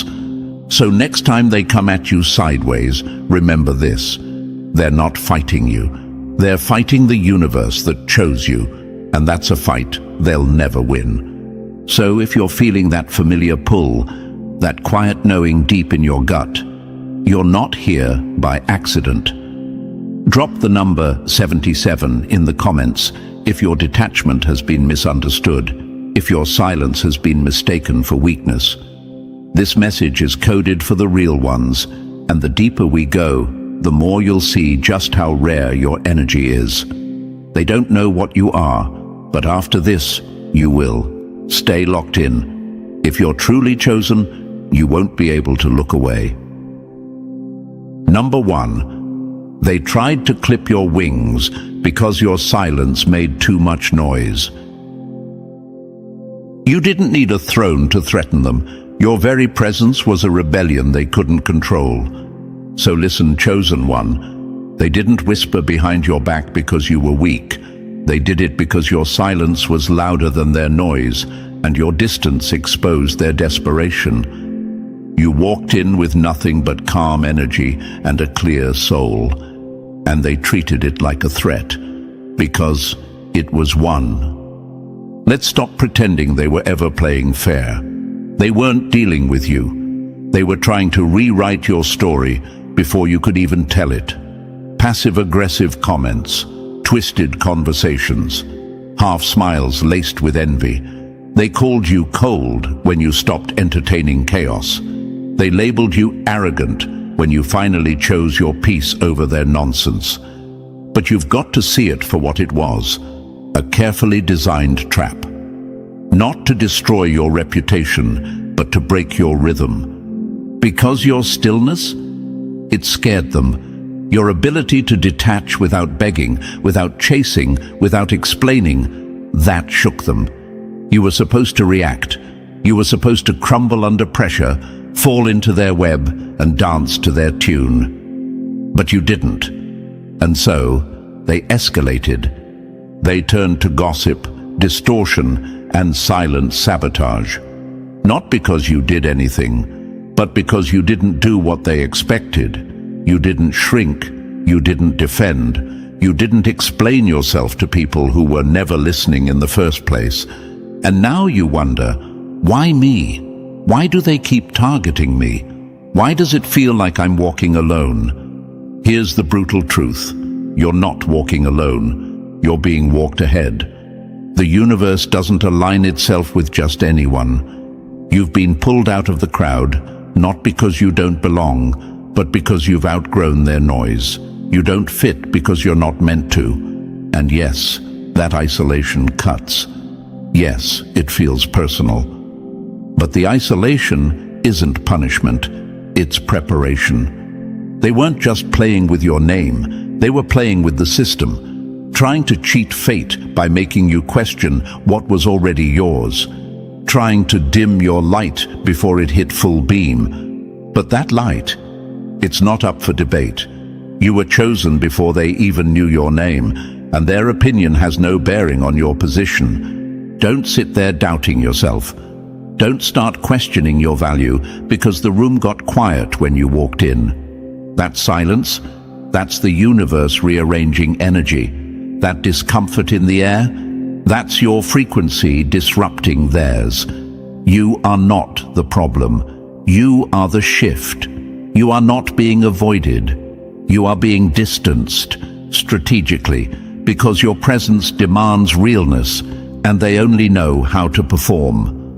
You ever notice how they try to isolate you right when you're starting to glow different? Invitations disappear, conversations dry up, people act off. That's not coincidence. That's fear, disguised as exclusion. They think if they push you far enough out, you'll come crawling back, hungry for their validation, desperate for inclusion. But the real ones don't beg for tables they were meant to flip. You were never meant to fit in a space where truth had to shrink just to survive. So let them twist your calm into coldness. Let them call your detachment ego. It's not. It's survival. It's elevation. It's the mark of someone who's done explaining peace to people who worship conflict. And here's the part they'll never admit. They miss your energy, even as they slander your name. They crave your presence, even while trying to erase your image, because deep down, they know you were never meant to stay small. You were never one of them. You were just nearby. Chosen ones, stop doubting your own selection. Stop pacing your room, thinking you've been left behind. The universe doesn't forget its own. And if you're being pulled away, it's because you're being positioned where the noise can't reach. You're not invisible. You're inaccessible. And there's a difference. You're not alone. You're in alignment. Yes, they're trying to isolate you, but they don't understand. Solitude is your strength, not your weakness. They think they've cut you off, but all they did was cut themselves off from access to what they couldn't manipulate. That's not your loss. That's theirs. So hold your ground. Let them whisper. Let them wonder. Let them stew in the silence you left behind. Because here's what they can't stomach. You're not broken, bitter, or begging. You're better. And better without them hurts more than anything you could have said. Don't look back. Don't explain. Don't try to clarify truth for ears that never planned to hear it. You're not here to be understood by the shallow. You're here to stand unshaken, even when the ground beneath everyone else is trembling. And the next time you feel the sting of being pushed out, remember this. When the universe chooses you, it will isolate you to upgrade you. It will clear rooms, cut ties, and shift energy, not to hurt you, but to protect what you're about to become. Your detachment is not just a boundary. It's a signal. It's a warning. It says, this one can't be played with. This one answers to a higher calling. So stop shrinking, stop questioning, start owning the silence, start respecting the distance. That quiet path, that's the chosen path, and you're walking it for a reason. They don't know what you are, but soon they will. Number 2, they keep throwing storms at you because your silence refuses to shake. When they can't touch your peace, they try to burn the ground around you, hoping you'll jump into the fire just to prove you're alive. So listen, chosen one. You've probably noticed by now, it's not just the cold shoulders or the whispered lies. When they realize they can't get inside your head quietly, they start lighting fires in plain sight. The moment your detachment proves unshakable, they shift gears. Subtle manipulation wasn't enough. Now they want a reaction, a loud one, a messy one, a human one. But here's what they can't stand. You won't give it to them. Understand this. These outbursts, this drama, these sudden emergencies that conveniently drag your name into chaos. That's not coincidence. It's not miscommunication. It's war disguised as confusion. It's strategy. A last-ditch effort to pull you off your path and back into the circus where they thrive. They'll stir conflict where there is none. Twist words, fabricate problems, trigger old wounds, all to create emotional chaos around you. Because they know something most people don't. The chosen operate differently. You don't need to raise your voice. You don't need to prove your power. Your stillness alone is disruptive enough. And that terrifies them. You see, they're not trying to win an argument. They're trying to make you lose your center, and they'll come for it all. Your beliefs, your values, your identity. They'll bait you with lies that are just close enough to the truth to force you to want to explain. They'll poke at your character, daring you to step out of line, just so they can say, "See, you're no better than us." But don't fall for it. You weren't chosen to entertain fools. You weren't marked by the universe just to play tug-of-war with people who can't control their own chaos. You weren't given this detachment, this sharp clarity, just to throw it all away in a battle that was never yours to fight in the first place. They want your energy. That's what this is all about. They're addicted to your energy and angry that you're no longer pouring it into their black hole of attention-seeking. They need your reaction to feel real. But when you give them nothing, when you walk away, eyes calm, heart steady, they spiral.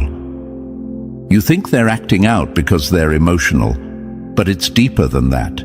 They're desperate. Your silence feels like judgment to them. Your ability to walk away looks like power they'll never have. Your refusal to be baited is a reminder that their control is gone. And here's the thing, chosen one. They're not just testing your patience, they're testing your identity. They want to know if your peace is performance or real, if your calm is a mask or a lifestyle. They want to know if that detachment you talk about is sturdy enough to hold when they flip every emotional switch around you. They'll even mimic emergencies, make everything seem urgent so your instinct to protect kicks in. But don't be fooled. Their goal isn't resolution, it's domination. They want to drag you into their storm so they can watch you drown in what they built. So they can say, "See, you're just like us." But you're not. You're not cold. You're clear. You're not detached. You're disciplined. You're not silent because you're scared. You're silent because you've learned that not every battle deserves your sword. The universe didn't choose you because you fight well. It chose you because you know when not to fight at all. You're here to hold your ground in the middle of chaos and not flinch. That's power. That's what real energy feels like. Solid, still, unbothered. And trust me, they feel it. That's why they're screaming louder, pressing harder, getting more reckless. Because their tricks don't work anymore. Because their games are now see-through. You are the still point in their spinning world. And the fact that they can't throw you off balance, it haunts them. Don't question your approach. Don't ask if maybe you should have said something, done something, defended yourself. That's not your path anymore. You've evolved past explaining your peace to people who only speak chaos. You've outgrown the noise. And the next time they come throwing storms in your direction, let them rage. Let them twist. Let them spiral. But you stay still, because stillness is the language of the chosen, and only the chosen know how to speak it under pressure. Number 3, the louder they scream, the more your silence becomes a weapon. Still waters cut deeper than crashing waves, because they hide no performance, only power. And listen, chosen one, there's something about stillness that drives them insane. Not the lazy kind, not the indifferent kind. We're talking about that calm that comes from knowing who you are.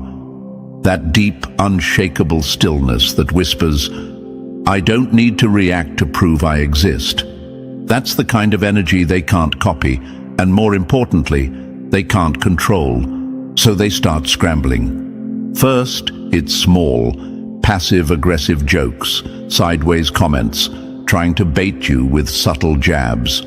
But when you don't flinch, when you blink once and keep it moving, that's when the real panic sets in. Because people who feed off chaos need one thing to survive: your reaction.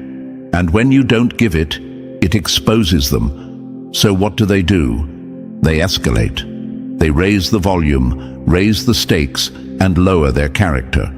They throw heavier words, make it more personal, twist it deeper, hoping that just once you'll snap.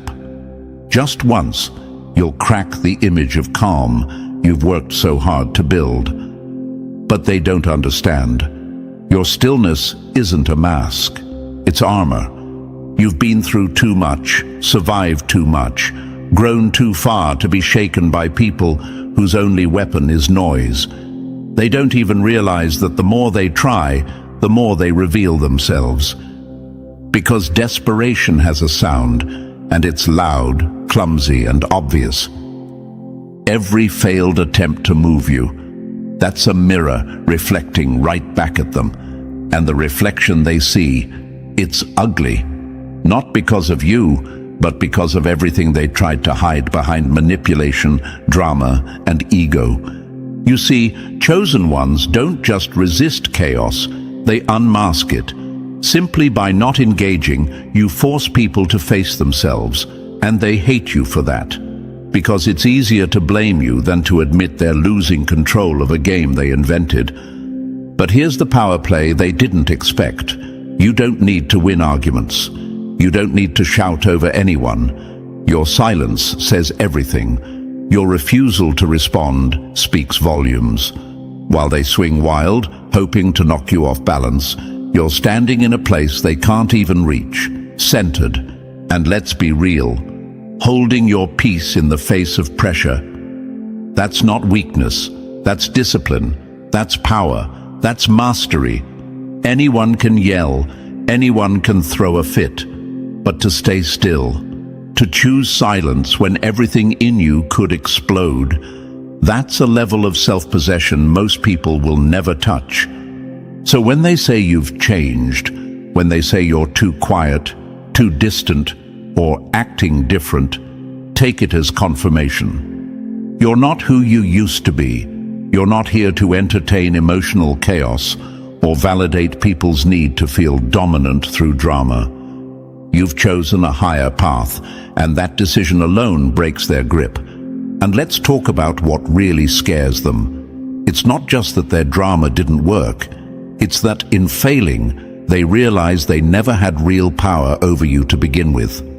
That it was all smoke, all performance. You were never under their control. You were just too kind, too patient, too generous with your energy before. But now, you see it. You see through the act. And worse, for them, you're not angry about it. You're not bitter. You're indifferent. And nothing destroys manipulators faster than the realization that you don't care enough to fight. Your detachment is clean, surgical. It cuts ties without bloodshed. And that kind of separation, that kind of peace, it leaves people haunted because it's the type they can't recreate. It's not fake, it's not forced, it's earned. So hold the line. When they get louder, you get quieter. When they get reckless, you get still. Because stillness is a stance. It's not passive, it's defiant. It's standing in the eye of the storm and refusing to move. It's power in its most raw, unfiltered form. Remember, they want chaos, not because it solves anything, but because it hides their fear. Don't help them hide it. Let their behavior speak for itself. Let their noise echo unanswered. Let their tantrums collapse under their own weight. You're not here to argue with clowns. You're not here to explain your boundaries. You're here to stay grounded, stay focused, and stay unshaken. The ones who scream the loudest when you stay silent are the same ones who once fed on your energy. They're starving now. That's not your fault. That's their karma. So next time they try to shake your stillness, remember this. Your peace is not the absence of chaos, it's the rejection of it. And nothing makes the insecure more furious than realizing you've mastered the one thing they never could, yourself. Number 4. When they can't control you, they rename you. They couldn't handle your presence, so they tried to kill your character. But you're not what they call you. You're what you keep standing through. So, chosen one, let's talk about the smear campaign, the name-calling, the subtle digs, the bold accusations. Because once your detachment doesn't break, once your silence holds steady and your energy stays yours, they pull the next card.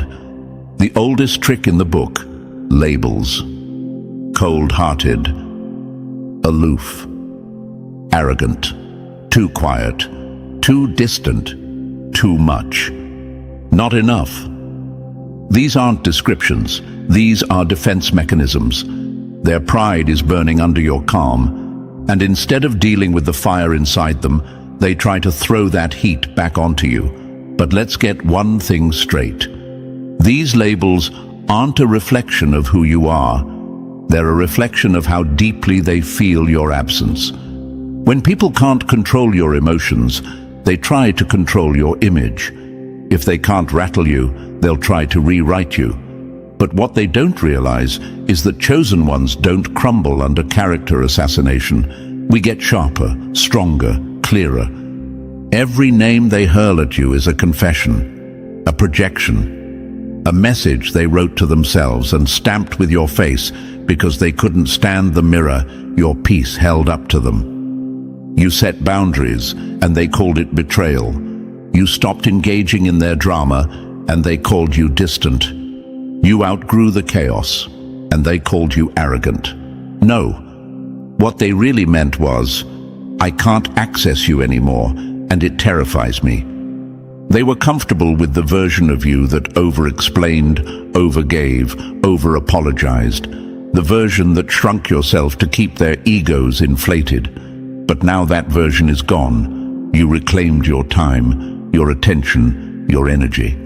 And instead of clapping for your evolution, they started a narrative war to dirty your name and soothe their own pride.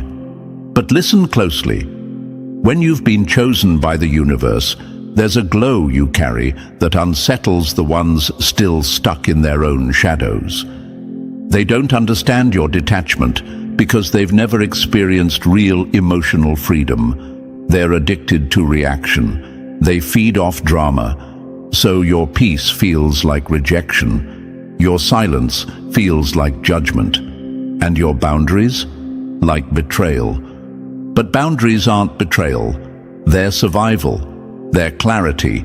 They're a declaration of self-respect that says, I no longer allow what drains me to define me.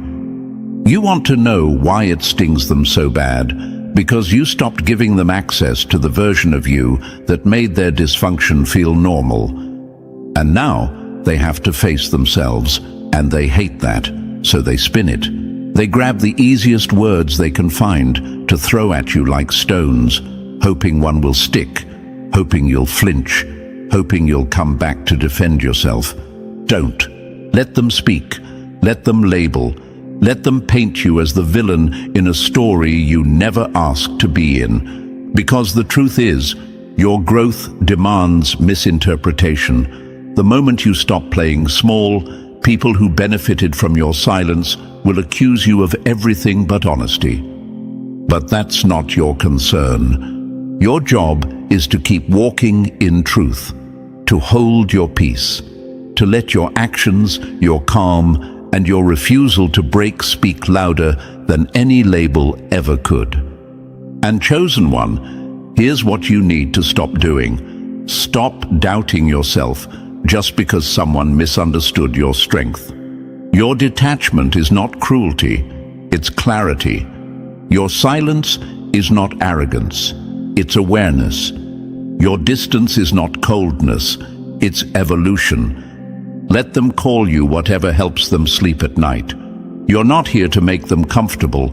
You're here to move with purpose, not permission. And if your detachment sets fire to their insecurities, that's not your fault. It's their invitation to heal.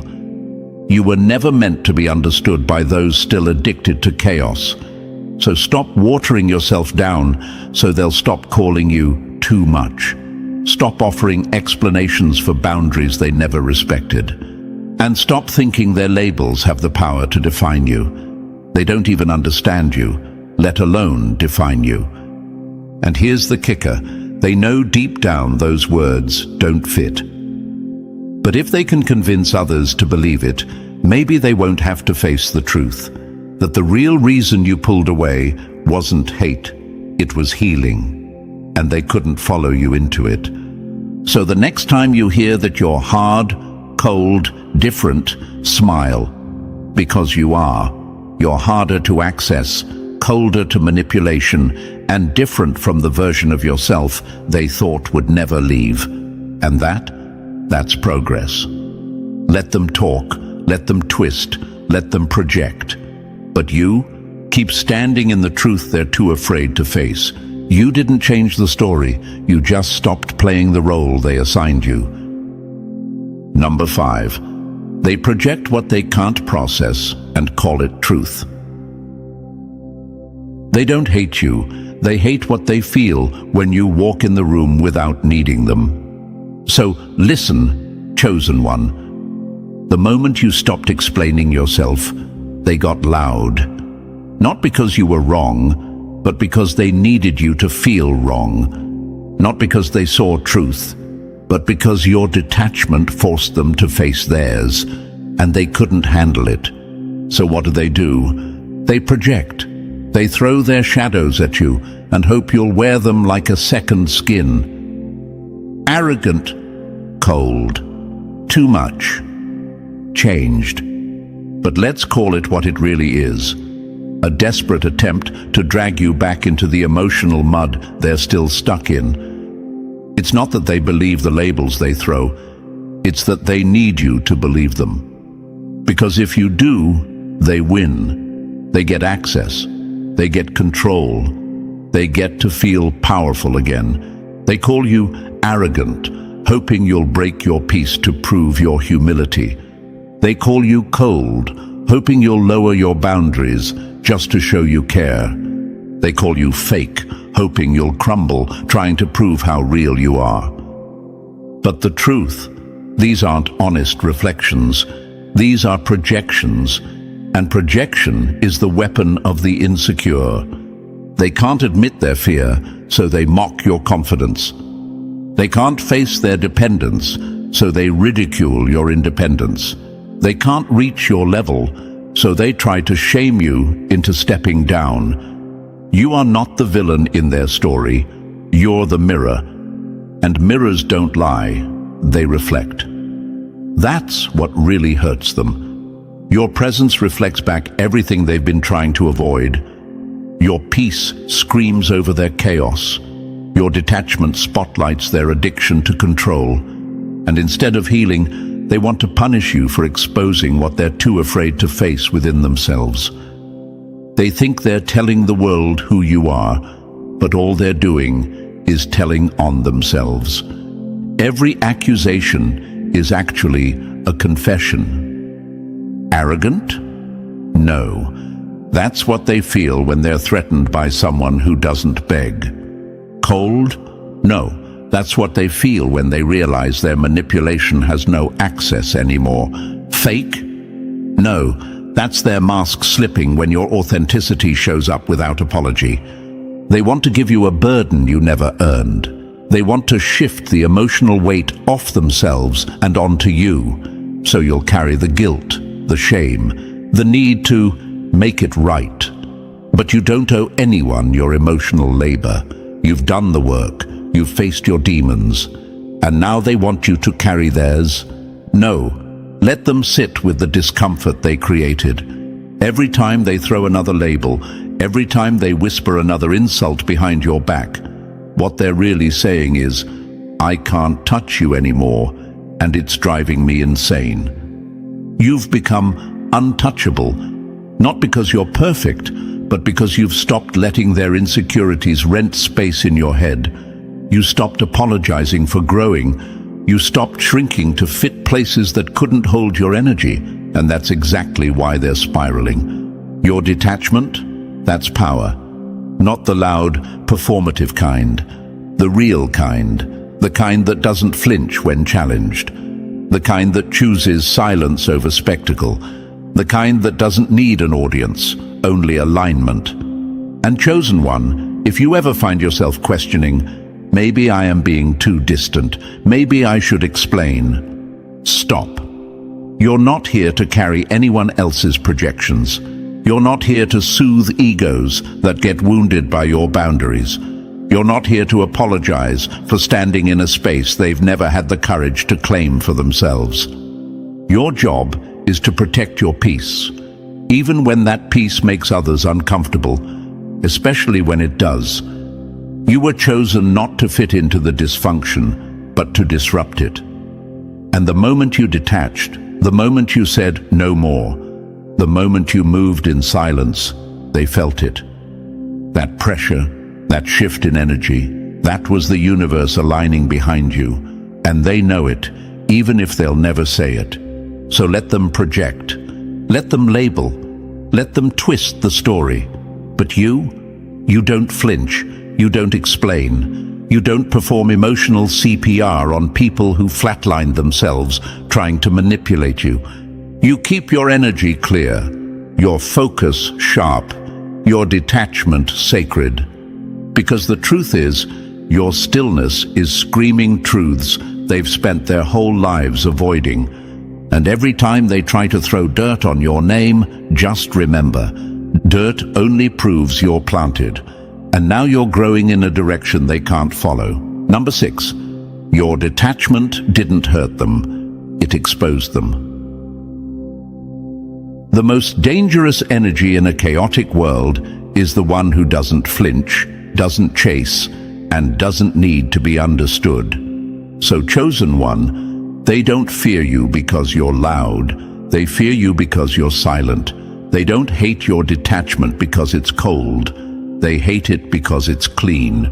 No mess, no begging, no emotional ransom. Just distance, sharp, controlled, unapologetic. And that kind of power shatters illusions.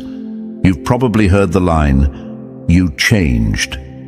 But let's translate that into truth. You're no longer controllable. You're no longer reactive. You no longer need their approval to breathe. Your detachment, your calm, centered refusal to dance to their dysfunction, is the loudest truth they've ever faced. Not because you're attacking, but because you stopped engaging. And nothing crushes the insecure faster than realizing their games no longer work on you.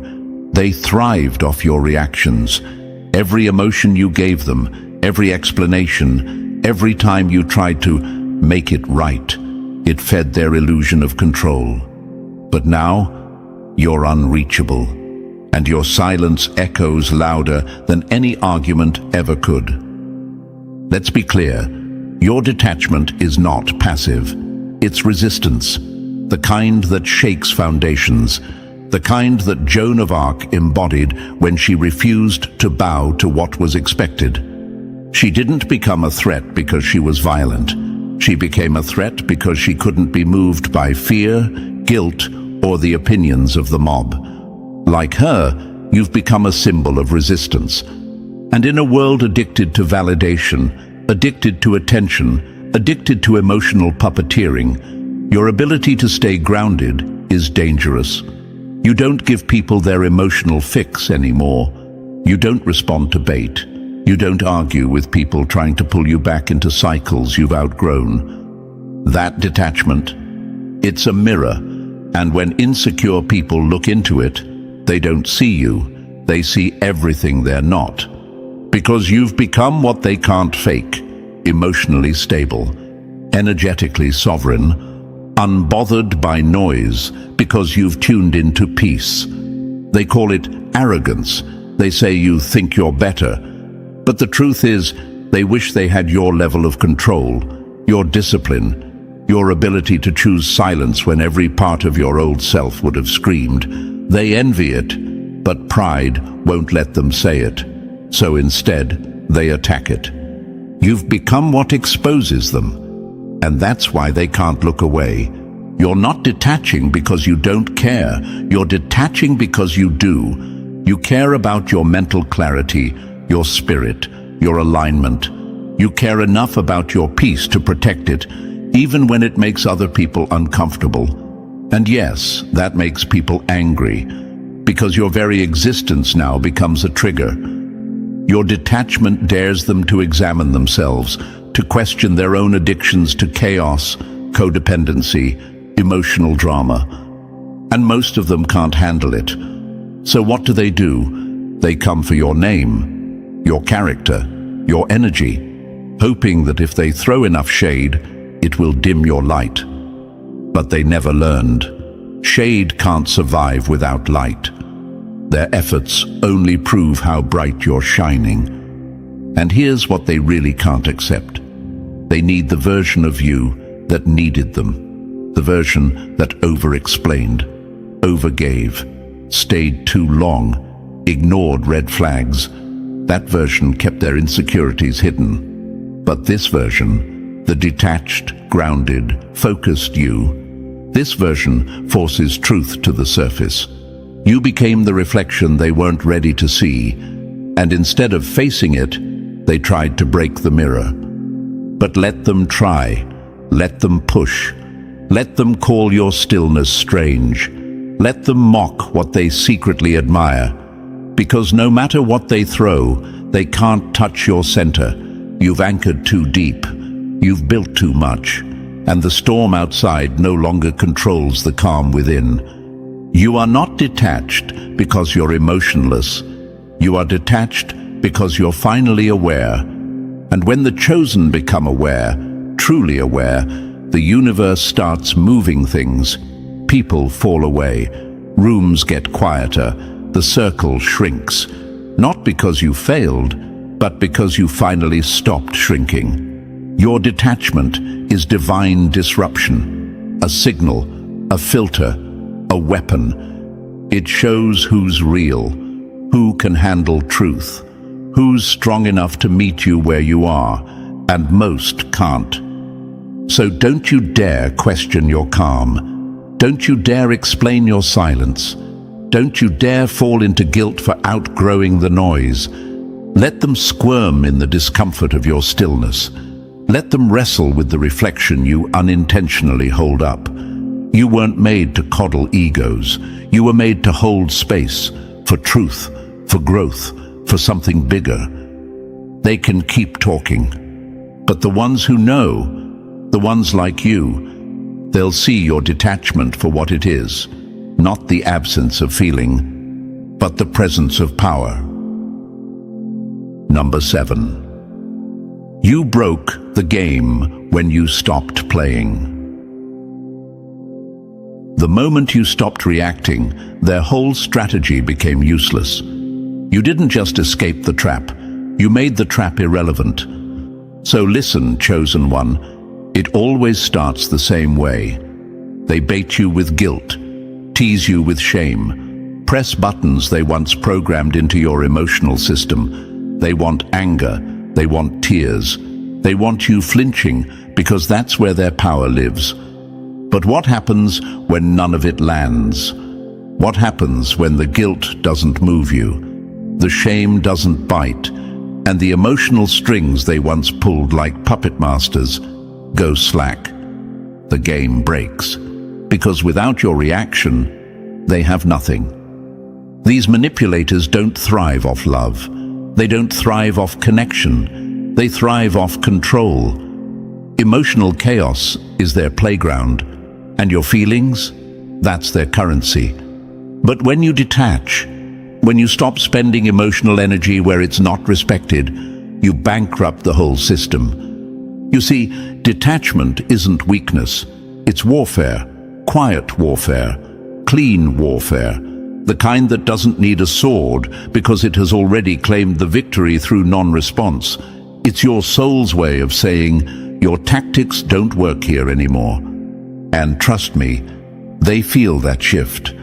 Because their entire identity was built on your reactions, they poked and you responded. They lied and you defended yourself. They twisted facts and you tried to set the record straight. That's how the game worked. That's how they stayed relevant, by pulling you in. But then you went quiet. You stopped flinching. You stopped proving. You stopped needing them to understand anything about you. And just like that, the structure collapsed. Now they're spiraling. Now they escalate. More drama, more accusations, more desperation. They'll say anything to try to drag you back into the chaos. They'll shift from guilt to anger to victimhood in seconds, hoping one version sticks. But it never does, because you're done playing roles in stories they wrote to serve themselves. And that's what they can't handle: the loss of emotional access, the silence, the way their words bounce off you now like rubber bullets instead of piercing your peace. They used to pull strings. Now they pull stunts. And every failed attempt is a loud reminder that the only power they ever had was the power you used to give them. Let that sink in. You were the power source the entire time. You were the energy they fed on. You were the ground they stood on while pretending to tower over you. But now you've pulled the plug, and without your energy, they're just noise. Loud, chaotic, powerless noise. That's why detachment is more than just distance. It's destruction. It destroys illusions. It dismantles control systems. It exposes fragility that was hiding behind fake dominance. It tears down the scaffolding of lies they built around your loyalty. And here's what most chosen ones don't realize at first. When you stop reacting, they're not just confused. They're forced to feel all the fear, the insecurity, the deep emptiness they were avoiding by distracting themselves with your emotions. It hits them. Because your detachment puts them face to face with their own lack of inner power. No more blaming, no more scapegoating, no more "you're the problem." Just the reality that without you, they're stuck with themselves. And for some of them, that's the scariest thing in the world. So let them escalate. Let them shout into silence. Let them throw everything at you, hoping something will break through. But you hold the line. You stay still. You stay clear. You keep your energy on lock. You are no longer a participant in a game rigged against your peace. You are no longer the emotional vending machine they shake when they need validation. You are no longer available for manipulation disguised as concern. And when they ask themselves why nothing they do gets to you anymore, the answer is simple. The game is broken. Because you outgrew it. Because you saw through it. Because the moment you chose detachment, you chose sovereignty. And there's no coming back from that. This is what chosen looks like. Not loud, not reactive, not desperate to be seen or understood, but grounded, clear, whole. So let them call it cold. Let them call it cruel. Let them say, "You've changed," because you have. And that change, it's the very thing they never saw coming. You didn't just walk away. You burned the stage and took your spotlight with you. Number 8. Your calm isn't weakness. It's a language they can't speak. Calm isn't the absence of emotion. It's the presence of discipline. And you know what? They misread your silence as apathy. They see your steady eyes and think you don't feel, but your calm isn't cold. It's calculated. You're not disconnected. You're in control. That difference? It's what sets the chosen apart from the broken. You don't react. You respond. You don't flail. You observe. You don't fight every battle. You choose which ones are even worth showing up to. Your calm isn't a shutdown. It's a sharpened focus. Like a surgeon in an emergency or a soldier in combat, you think clearly when others panic. And it makes people uncomfortable. Because in a world addicted to urgency, Someone who moves with intention is dangerous. You are like Hestia, the flame that doesn't flicker with every gust of wind. You keep steady, and by doing so, you reveal how chaotic everyone else truly is. Your peace acts like a mirror, one that reflects the inner storms of people who haven't built that same stillness. You're like Sherlock Holmes too, not distant but dialed in. Your detachment isn't escape, it's elevation. While they spiral, you analyze. While they chase attention, you move in silence. While they react, you calculate. Your distance gives you vision, clarity, strategy. And in relationships, your calm repels the chaotic and attracts the authentic. Because energy leeches can't feed off what doesn't flinch. They need drama to survive, and you starve it. That's what they'll never understand. Your calm isn't lack of feeling, it's emotional self-mastery. You're not numb. You've just built something stronger than most people ever will, inner authority. And that makes you powerful in every room you walk into. So when they call you cold, distant, hard to read, remember, they're just speaking the language of the uncontrolled. You've moved beyond reacting for validation. You've stopped being baited by emotional noise. You've mastered the quiet, and in that quiet lies dominance. They don't get it, and they don't have to. Because calmness isn't submission, it's proof that you've already won. Number 9. Your detachment is the mirror they can't shatter. You didn't expose them. They saw themselves in your silence, and that was enough. And listen, chosen one, they think you're avoiding them, that you walked away to escape the chaos, but they've got it twisted. You didn't run, you evolved, and your evolution demands detachment. You're not reacting to their dysfunction. You're not rising to every jab, every guilt trip, every emotional outburst. And that's not because you don't care, it's because you finally care enough about yourself not to play the game. And that silence, that distance, it burns them, because it turns your presence into a mirror.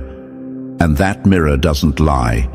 It reflects their emotional mess, their unhealed patterns, their manipulative tactics, and it does it all without a single word.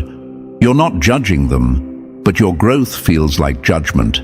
You're not exposing them, but your detachment pulls the mask off every performance they put on. They can't escape it, so they lash out, or go quiet, or disappear. But deep down, they're watching, studying, obsessed with how someone like you can stand so tall without clinging to approval, without chasing validation, without breaking under pressure. And here's what they'll never admit. They admire it, even as they resent it. Because you've done what they're too afraid to do, disconnect from chaos and find power in peace. You've walked away, not just from people, but from patterns, from cycles, from systems that demanded your silence in exchange for belonging. And now, you belong to yourself. That's what makes you untouchable. Chosen ones weren't made to be controlled. You were made to awaken. And when you detach, you do more than leave toxic energy behind. You trigger awakening in others. Not always welcomed, not always pretty, but always necessary. So don't confuse your stillness with invisibility. Don't mistake your distance for weakness. You're not fading, you're reflecting. You're showing people exactly who they are without ever raising your voice. And for some, that's too much truth to bear. You didn't start the fire, you just stopped putting it out. Now they're left standing in the smoke, forced to choose, grow or burn. And now you see it. Your detachment was never the problem. It was the revelation, the shift, the silent revolution that exposed everything false around you. You didn't lose anything by walking away. You reclaimed everything they tried to drain. This is the power of being chosen. Calm in the chaos, clarity in confusion, untouchable in truth. If this message hit different, make sure to like, subscribe, and drop the number 77 in the comments to let others know you're walking in your power. Share this with another chosen one who needs the reminder, because when one awakens, we all rise. They tried to erase your truth like dust from a surface, but they didn't know it was carved in stone. They didn't just doubt you, they disrespected you. They mocked your clarity, questioned your mind, and rolled their eyes every time you spoke with conviction. They painted you as unstable just because you saw through the noise they depended on. You weren't a threat to their status. You were a threat to their illusion. That's what made them uncomfortable. You didn't follow the script, so they tried to rewrite your character. But now, the curtain is falling, and the plot twist is unfolding with your name all over it. Before we go further, do your part, chosen one. Like this video, subscribe if you're not already, and drop the number 77 in the comments if you know your truth is no longer something they can ignore. Every like and comment tells the algorithm this message matters, and it helps this energy reach the ones who need it most. You're not just supporting content, you're helping awaken the rest of the tribe. Now let's speak facts. You were never broken, you were never lost. You were never too intense, too emotional, or too deep. You were ahead of your time, surrounded by people who couldn't see beyond the limits of their own comfort. They needed you to dim your light so they wouldn't feel exposed by their own shadows. But the universe doesn't gift vision to be silenced. It doesn't give you fire to stay cold. You weren't created to blend in. You were made to disrupt, to expose, to shift the entire frequency of the room just by walking into it. The truth is, they weren't just resisting you, they were resisting the force behind you. Every time they laughed at your insight, they were mocking the very intelligence of the universe. Every time they dismissed your intuition, they were fighting a current far beyond their understanding. But here's what they never expected. The universe doesn't forget energy. It watches, it listens, and when the time is right, it flips everything, quietly, powerfully, with no need for permission. And now, the flip has arrived. The very truth they tried to bury is breaking through concrete. The voice they tried to silence has become the voice others are now quoting. The one they excluded has become the one people are listening to in secret, wondering how you knew what they couldn't see. Their game is over, not because you played harder, but because you never needed to play at all. You were the reality they couldn't handle, and now the reality is catching up. But let's call out something even deeper. You started to doubt yourself. When they ignored you, you second-guessed your gift. When they called you too much, you tried to shrink. You sat in rooms wondering if they were right, if maybe your voice didn't belong, if maybe your vision was just noise. But it wasn't noise, it was signal. And now the same frequency they tried to destroy is the one they're learning to follow. This is what being chosen feels like. It doesn't come with applause, it comes with resistance. It doesn't come with comfort, it comes with confrontation. And when you carry truth, you also carry responsibility.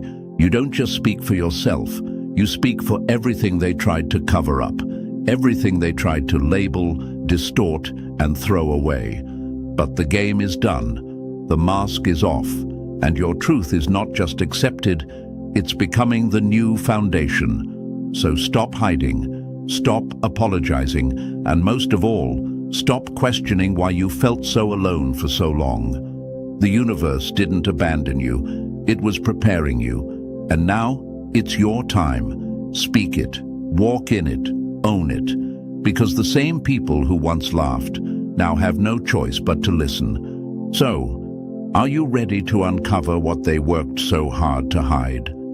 Are you ready to step into the truth they tried to bury under lies, manipulation, and silence? Drop the number 77 in the comments if you've ever felt ignored, doubted, or disrespected for simply seeing what others refuse to acknowledge.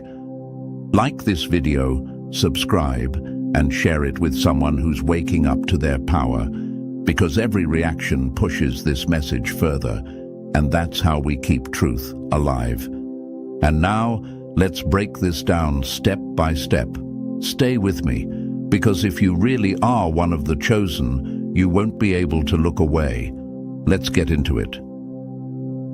Number 1. They rejected the truth. Now it's rejecting them.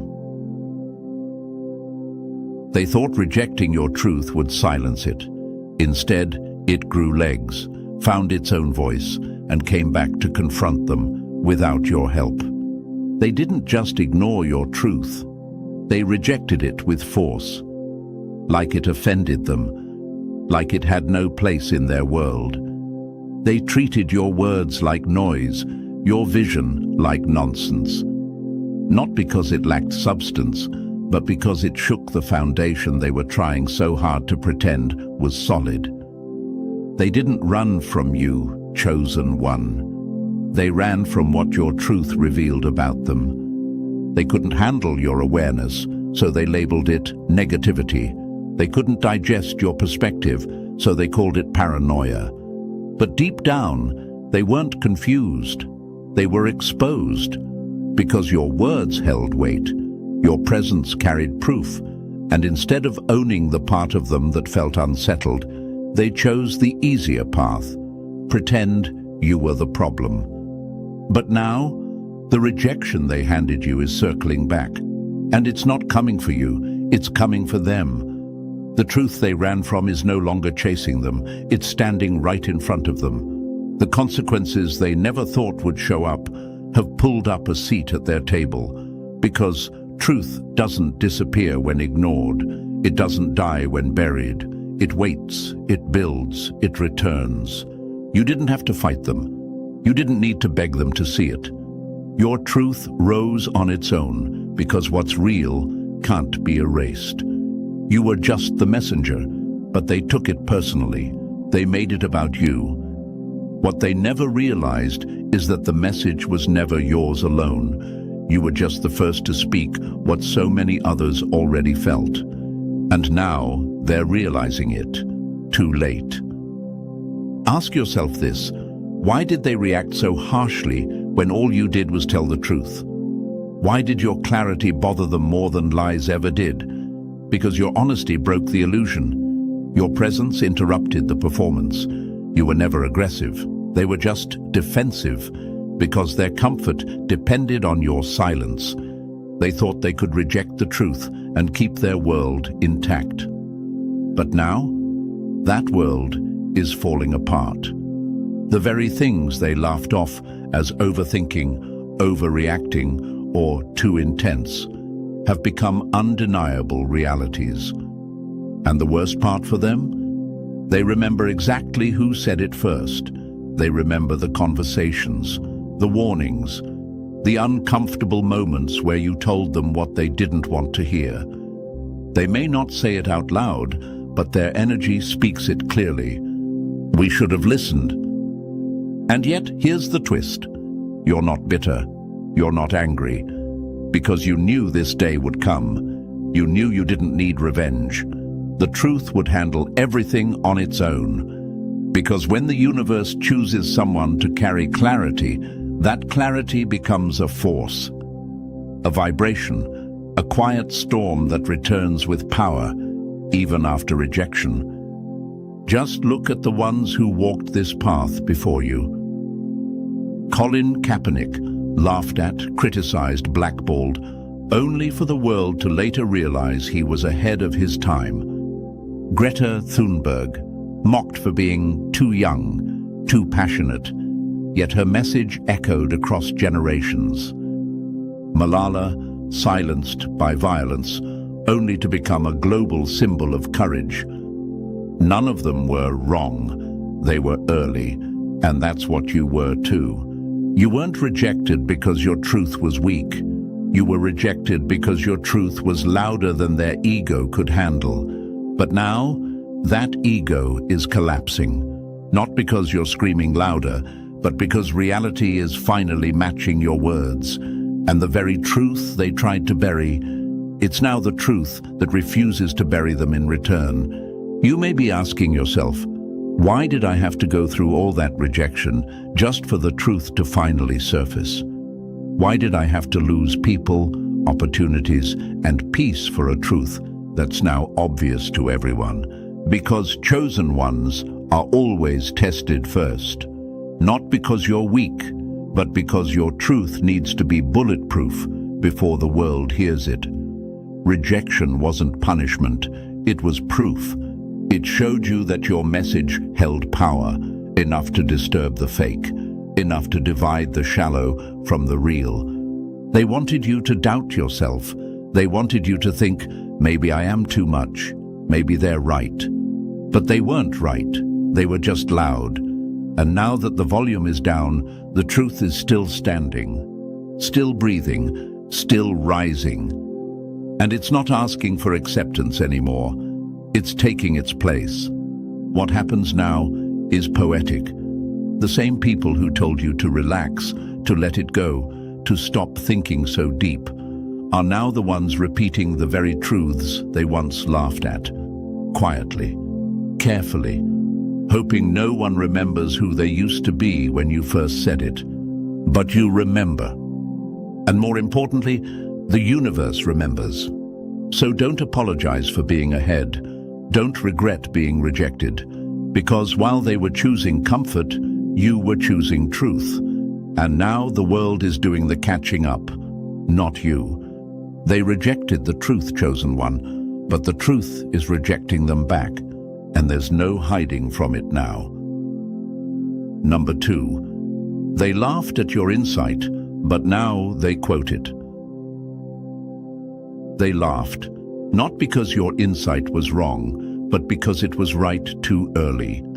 They didn't want to hear you, because hearing you meant they had to face parts of themselves they weren't ready to deal with. So instead of listening, they chose the easier option, mockery, dismissal, eye rolls, smirks. You remember the way they looked at you when you spoke truth, like you were the strange one, like your mind was too out there, too serious, too deep. But here's the funny part. They remember everything you said, every thought you shared that made them uncomfortable. They held on to it, not because they respected it then, but because deep down, something in them knew you were right. They just weren't ready to admit it. And now, they're not just remembering your words, they're repeating them. Suddenly, the same insight that got you mocked is showing up in their social media captions, in their advice to others, in the way they now speak, like they've discovered some hidden wisdom. But you know the truth. That language didn't come from them. That perspective didn't grow in their silence. They borrowed it from the one they once ignored. What stings them now isn't just that you were right. It's that you didn't need their approval to be right. You didn't need the applause. You didn't need to be understood to continue growing. And now, the world is catching up to what you already knew. You didn't shift to fit their mindset.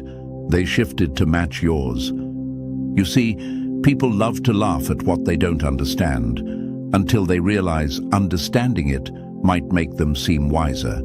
They ridiculed your thoughts, then repackaged them when it became socially acceptable.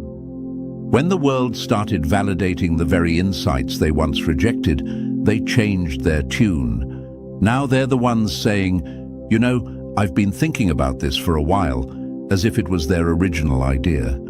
As if they didn't once roll their eyes at you for saying the exact same thing. But here's what sets you apart. You never needed credit. You weren't speaking truth for attention. You weren't trying to impress. You were simply aligned, tapped in, tuned in, moving in rhythm with something deeper. And while they were waiting for likes and applause to validate their message, you were speaking truth that didn't need an audience to matter. That's the difference. That's the part they'll never be able to recreate, because anyone can copy the words, but they can't copy the frequency. They can't fake the journey it took to arrive at those thoughts. They didn't earn that clarity through experience, through solitude, through struggle.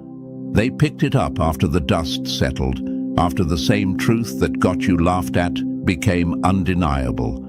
And now, they want to act like you weren't first, like you didn't plant the seed, like you weren't the one who spoke up when no one else had the nerve to. But the universe keeps receipts. Energy doesn't lie, and while they may get likes on your language, they'll never get the depth that comes with actually living it. This is what happens when you're chosen. You're not just ahead. You're often alone in your knowing. And the silence that follows your insight, that awkward pause, that resistance, that's not rejection. That's impact.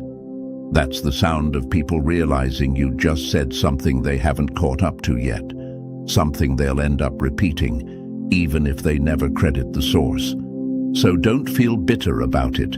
Feel clear, feel solid, because now they quote you, they repost you, they reshape your words to fit their narrative. But those who were there from the beginning, they remember who said it first, and most importantly, you remember you didn't speak truth to be popular.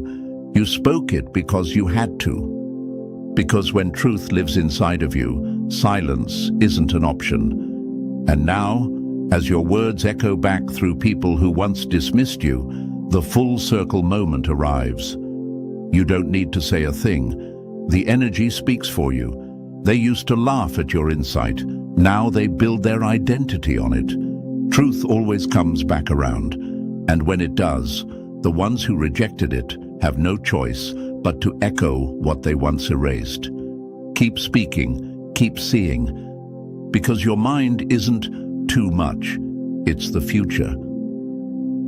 Number 3. They thought time would erase you, but time exposed them. They thought ignoring you would make your truth disappear, but the universe doesn't forget what's real. Time worked in your favor. They thought if they stayed quiet long enough, you'd go away. That if they ignored your truth, dismissed your presence, and refused to acknowledge what you carried, it would just vanish.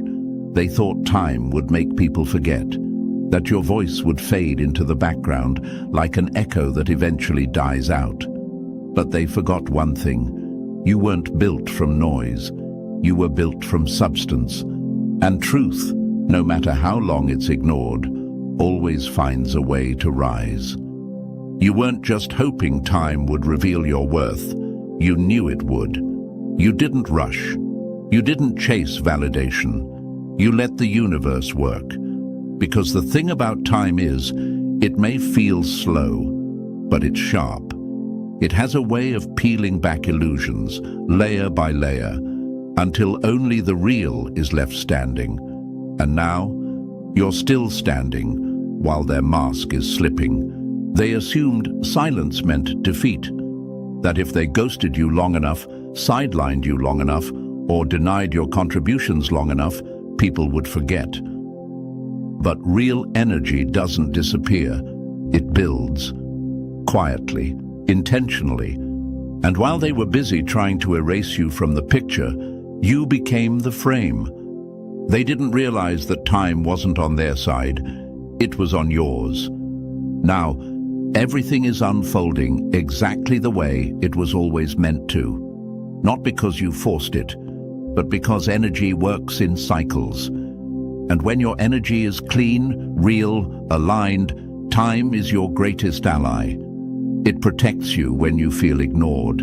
It sharpens you in the dark. And when the moment is right, it reveals you. Let's be honest. There were moments where it hurt. Moments where you questioned yourself. You wondered, did they forget what I did? Did they ever see me at all? You saw people getting rewarded for copying what you did first. You watched them take shortcuts while you took the long way, and still no recognition, no credit, no thanks. But what they didn't know is that while they were busy chasing attention, you were becoming undeniable. You were building something that didn't need applause to be real. And now, time has exposed the truth. Not just about you, but about them. Because where are they now? The ones who said you were just a phase? The ones who said you were too intense, too ambitious, too emotional? The ones who left you on red, left you out, left you behind? They're watching, quietly, carefully, because now the room they thought they ran is shifting, and you're the reason. See, they thought time would be their cover, that if they waited long enough, people would forget how they played you. But time doesn't forget what energy remembers. And now their silence doesn't make them look strong. It makes them look wrong. It makes them look calculated, cold, and maybe even a little foolish. Because while they were hoping you'd fade out, you were growing roots. You were becoming something that can't be replaced or erased. You didn't need to rush to prove yourself. You trusted that truth ages well. And now that it has, people are seeing it, feeling it. You're not a trend. You're not a one-time idea. You're the one they couldn't cancel, no matter how quiet they tried to keep you. That's the beauty of time. It exposes what manipulation hides. It reveals what silence tried to cover. And now the people who pretended not to see you are realizing they were wrong, not just about your talent, your mind, or your vision, but about your timing. You weren't late, you weren't early, you were right on schedule, just not on theirs. And now the truth is standing exactly where they swore you'd never be, front and center. Not because you demanded it, but because the universe delivers what's aligned when the moment is mature. And this moment, it's yours. So don't be surprised when the ones who overlooked you start circling back.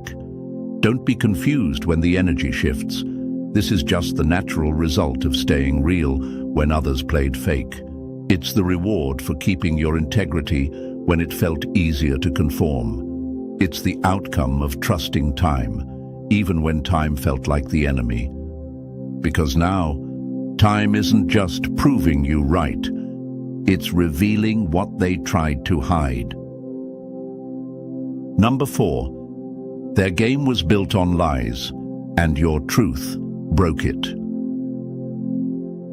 They built their success on fake energy. Your honesty shook the entire structure. Now the game is falling apart, piece by piece. They thought they had it all figured out. Flashy smiles, carefully curated images, empty words dressed up as wisdom. They didn't build success, they performed it. Their entire world was held together with surface-level charm, rehearsed confidence, and recycled narratives designed to impress, not to impact. But there's one thing they never planned for: someone real. Someone who would walk in, speak from the gut, and carry truth so sharp it didn't need volume to cut through the noise. That someone was you. They played the game well, for a while. They said the right things, wore the right masks, surrounded themselves with applause. But none of it was real. Their influence was a house of cards, built on convenience, connections, and charisma, not substance. And when your truth entered the room, it was like a gust of wind, not loud, but strong enough to shake the entire foundation. Because here's the thing about real truth: it doesn't argue. It doesn't beg to be believed. It just is. And when something that real shows up in a room full of fakes, everything unstable starts to crumble. That's exactly what's happening now. Piece by piece, the lies they built their identity on are collapsing under the weight of what you carried effortlessly. They didn't understand why your presence made them uncomfortable, They couldn't put it into words, but you could. Because you knew, your truth exposed their game. Your authenticity highlighted their performance. Your energy revealed their emptiness. You were never trying to compete. You were simply being yourself, and that, in their world, was the biggest threat of all. At first, they tried to ignore you. Then they tried to discredit you. Then they tried to outshine you, but none of it worked. Because you weren't fighting for position, you were the shift. And every time they tried to match your energy with fake passion, it fell flat. Because the truth can't be imitated. It has to be lived. They had followers. You had impact. They had influence. You had integrity. They had attention. You had alignment. And alignment always outlasts applause. Now the cracks are showing. The same people who once acted untouchable are starting to panic behind closed doors. The truth you spoke so calmly, the one they dismissed as dramatic or too much, is now the exact truth, exposing their entire strategy. What they built can't stand because it was never grounded in anything real. They played a game of optics. You walked a path of truth. And now that the smoke is clearing, it's obvious who was built to last. You didn't need to call them out. You didn't need to get messy. You just stayed real, and real always wins in the end. That's what's haunting them now. Not just that the game is falling apart, but that it's happening without you ever needing to lift a finger. The universe is doing the heavy lifting, and every fake move they made is coming back around, louder than ever. They thought they could keep winning with lies, but truth doesn't work on their timeline. It's patient, strategic, and when it shows up, it doesn't just knock, it levels the whole structure. That's what your presence has done. Your truth didn't need to scream, it just stood, and its very existence has made everything they faked collapse under its own weight. So don't be surprised if they start mimicking your language now. Don't be shocked when they act like they've changed. Some of them will try to rebrand, others will try to rewrite the past. But no matter what they do, the energy doesn't lie, and neither does the outcome, because the foundation they built was cracked from the beginning. All it took was your truth to reveal it. And here's what matters most. You never needed to play their game. You walked in your own lane, even when it felt lonely. You chose honesty over hype. You spoke truth when silence would have been easier. And now, you're not just the one they tried to ignore. You're the one who exposed the entire system. Their game was built on lies. But your truth? It became the wrecking ball, piece by piece. It's all coming down. And you're just getting started. Number 5, you were never wrong, you were just ahead. Your mind moved too fast for people stuck in cycles. You weren't difficult, you were early. They didn't understand you, so they labeled you too much, too intense, too deep, too emotional, too unpredictable. But the truth is, you weren't too anything. They were just too stuck in the same cycles, the same mindset, the same small thinking. You weren't difficult to understand. You were just ahead of where they were willing to go. Your thoughts moved faster than the room. Your intuition picked up on things people hadn't even noticed yet. You asked the questions no one else was ready to ask. You connected dots others didn't even see. That's not confusion. That's clarity in motion. That's what made people uncomfortable.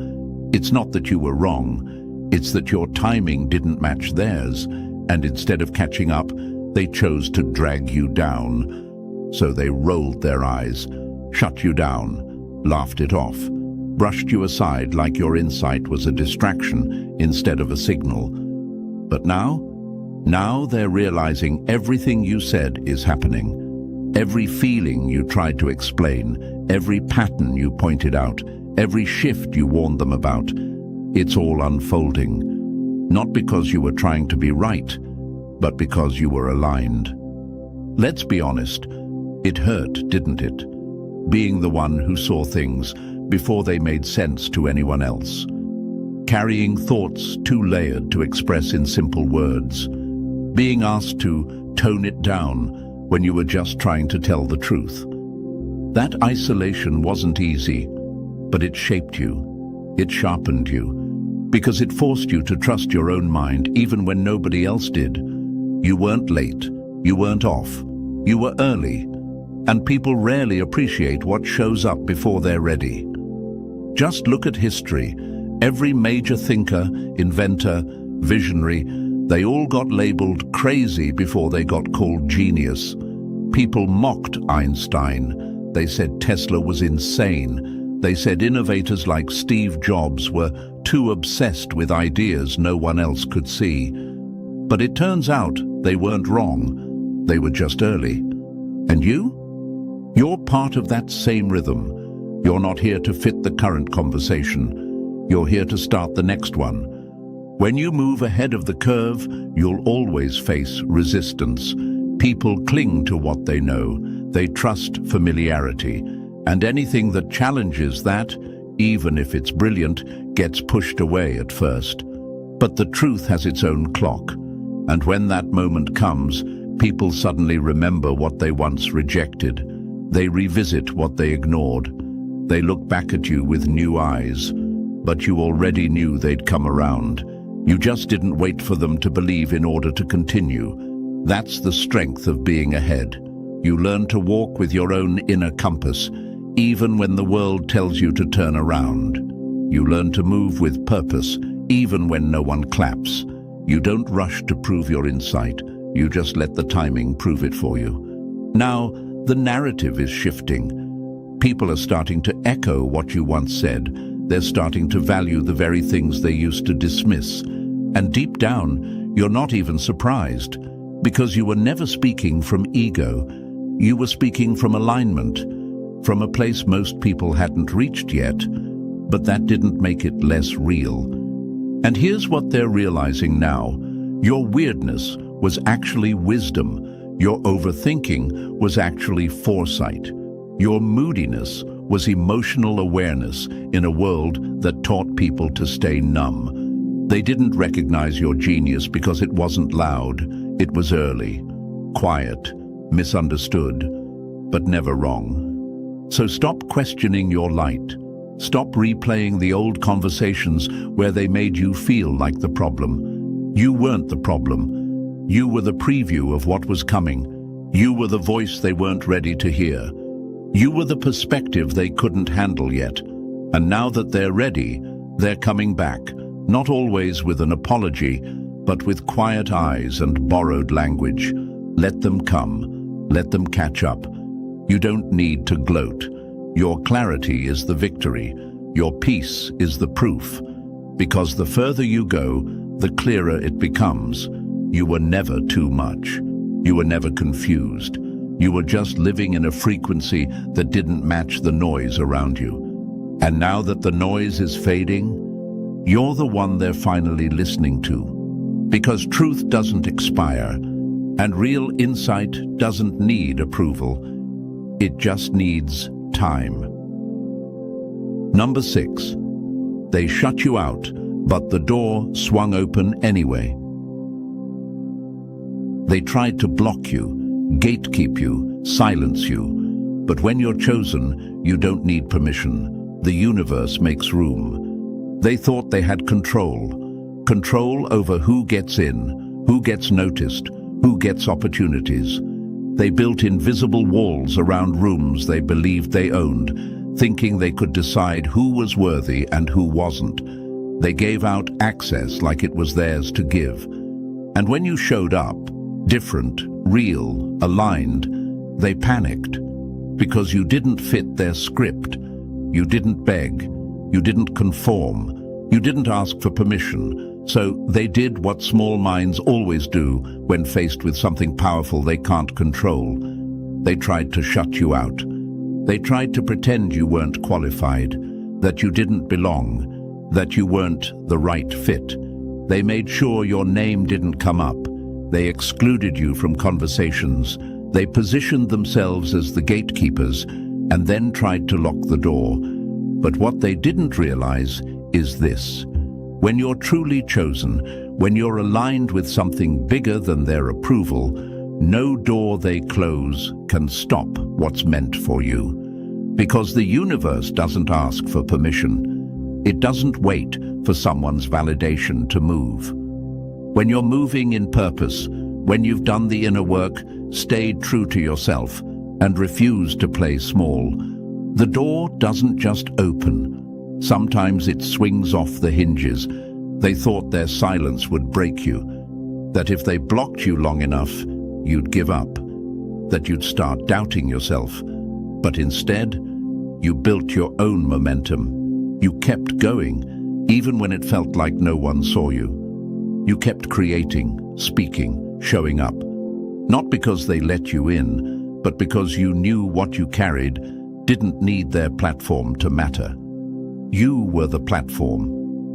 What they didn't expect was that while they were playing gatekeeper, you became the blueprint. While they were curating popularity, you were becoming undeniable. And that's what stings now. Not just that the door opened, but that it opened without them, without their help, without their name attached, without their control. You see, people get real bold when they think they control the access. They'll make you feel like you're not ready, like you still need their blessing, like you need more time, more experience, more credentials. But deep down, they were never guarding the door to protect the space. They were guarding it to protect themselves from being exposed. Your presence, your energy, your truth, it threatens the game they're playing. Because when someone real shows up, the fake becomes obvious. And they knew the second you stepped into the room, the atmosphere would shift. And now, that room is shifting. The space they tried to keep you from is now the space that needs your presence. You didn't force your way in. You didn't manipulate your way up. You simply showed up as yourself, and the universe did the rest. That's the power of being chosen. You don't have to prove yourself. You don't have to chase validation. You don't have to convince people to make room for you. You are the room. You bring the energy. You carry the impact. And when it's time, truly time, the universe moves mountains, breaks barriers, and clears a path that no human gatekeeper can block. So if you've ever felt shut out, good. That was protection. That was insulation. The universe wasn't denying you. It was preparing you. Because had you gotten in too soon, surrounded by the wrong people, in the wrong environment, you would have had to shrink to stay. But now, you're walking in fully formed, fully aware, fully rooted. And the door doesn't just open, it stays open, because it was meant for you all along. Let them keep pretending they control access. Let them keep building rooms that only survive when truth is kept out. Because you don't need to be invited into anything fake. And now that you've arrived, the space has no choice but to shift to match your frequency. They tried to shut you out. But the door, it opened anyway. And what's behind it now? Yours to walk into, fully, boldly, unapologetically. Number 7. Their comfort depended on your silence. You made them nervous, not because you were dangerous, but because you were true. Your presence threatened their performance. They didn't need you to be quiet because you were loud. They needed you to be quiet because you were right. You didn't speak over anyone. You didn't come in with arrogance or try to steal attention. You just existed with a different kind of presence. One that didn't play games, didn't pretend, and didn't fit in their shallow version of what was normal. And that scared them, not because you were a threat to their safety, but because you were a threat to their comfort zone. Your honesty, your clarity, your ability to see straight through the performance, That's what unsettled them. Because their identity, their control, their social power, it was all built on a script. And you walked in and exposed the holes without even trying. You didn't need to speak loudly. Your energy spoke for you. And every time you showed up in a room, they felt it. That tightness in their chest, that side glance they gave you, that awkward silence after you finished talking. That was the truth scraping against their mask. They needed you to stay silent so they could stay comfortable, because your very presence reminded them of everything they were avoiding. Your questions made them confront what they didn't want to answer. Your eyes made them feel seen in ways they weren't ready to be. That's why they tried to minimize you, label you, laugh at you, anything to push you back into silence so they wouldn't have to adjust their own reflection. But here's the thing about truth. It doesn't need permission to exist. And the truth inside you, it was never meant to stay hidden. You were born with that awareness for a reason. And deep down, even they knew it. That's why they tried to keep you small. Because once you really stepped into your voice, they knew their performance would start to crumble. And now it is. Now, the silence they once depended on is gone, and they're exposed. The lights are on, the masks are slipping, and people are starting to notice that the ones who looked the most polished were really just the best at pretending. Because here's what's wild. When someone fake is surrounded by other people faking it, everything looks fine. But when even one real person steps in, the whole illusion shakes.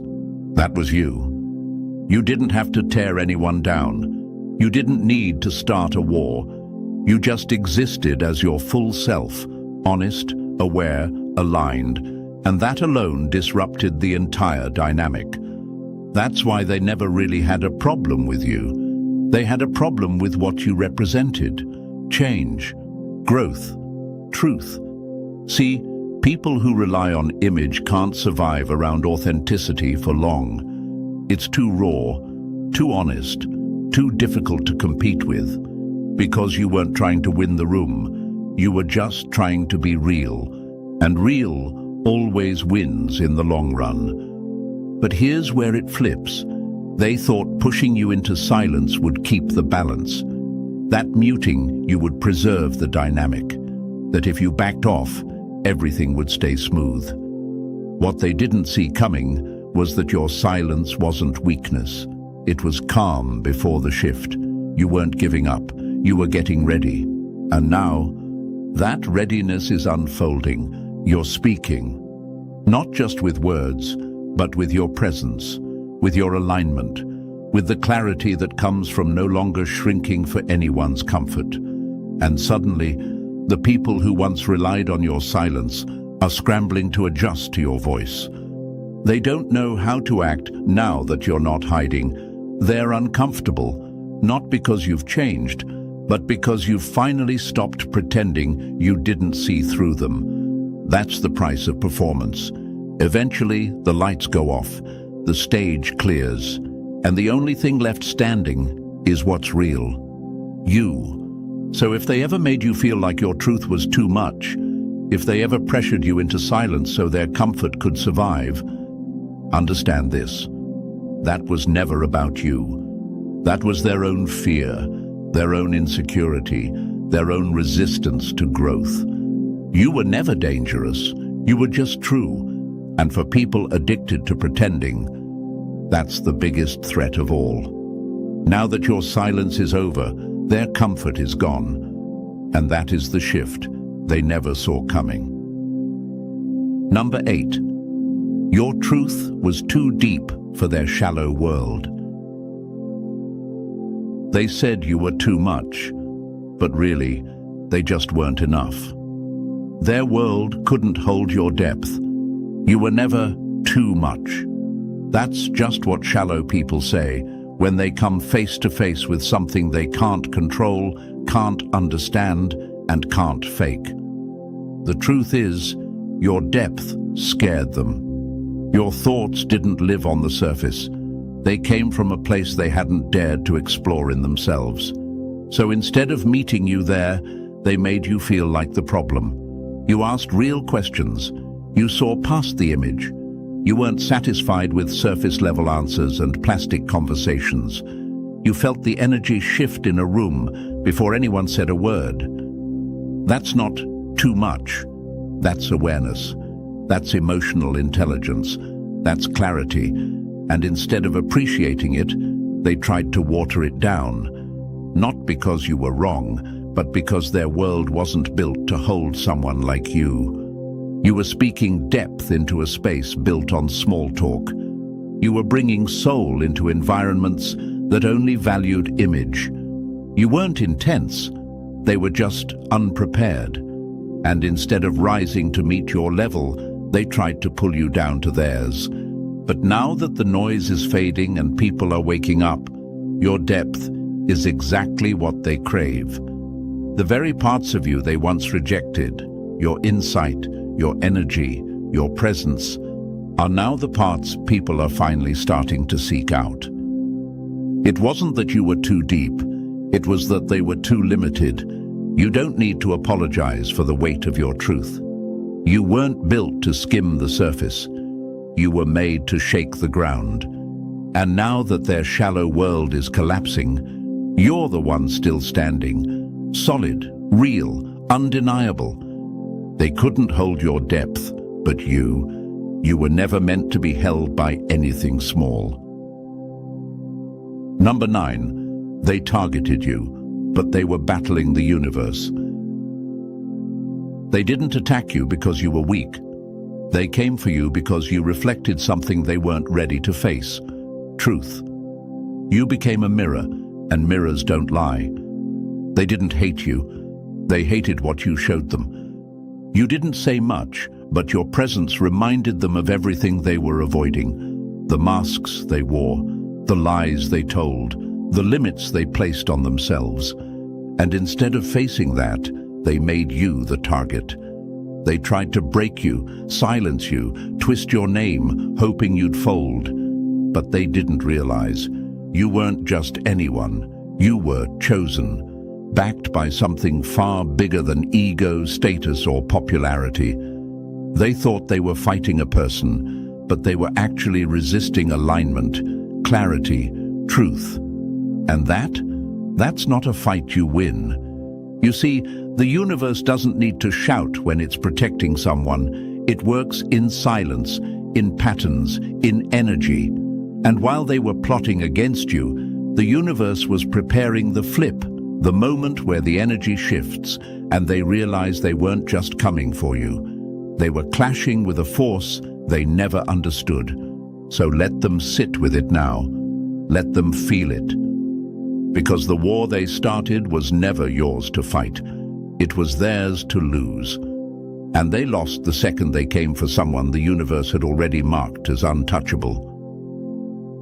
Number 10, their game is over, and now they answer to truth. No more pretending, no more masks. The chosen ones are rising, and the energy has flipped. What they once ran from is standing right in front of them. And it's you. They had a good run, faking it, performing, manipulating rooms and twisting narratives. For a while it worked. They wore masks so well that even they started believing their own image. But now, the performance is falling apart. The game they played for years, it's over. Because truth doesn't wait forever, and now it's collecting what's owed. And here you are. The very energy they tried to escape is standing in full form, calm, clear, undeniable.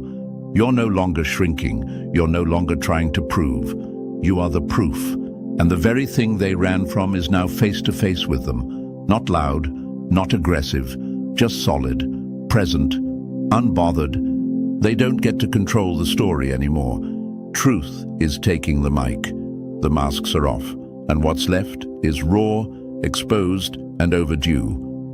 Now they answer to what they ignored, not to punish them, but to balance the scales.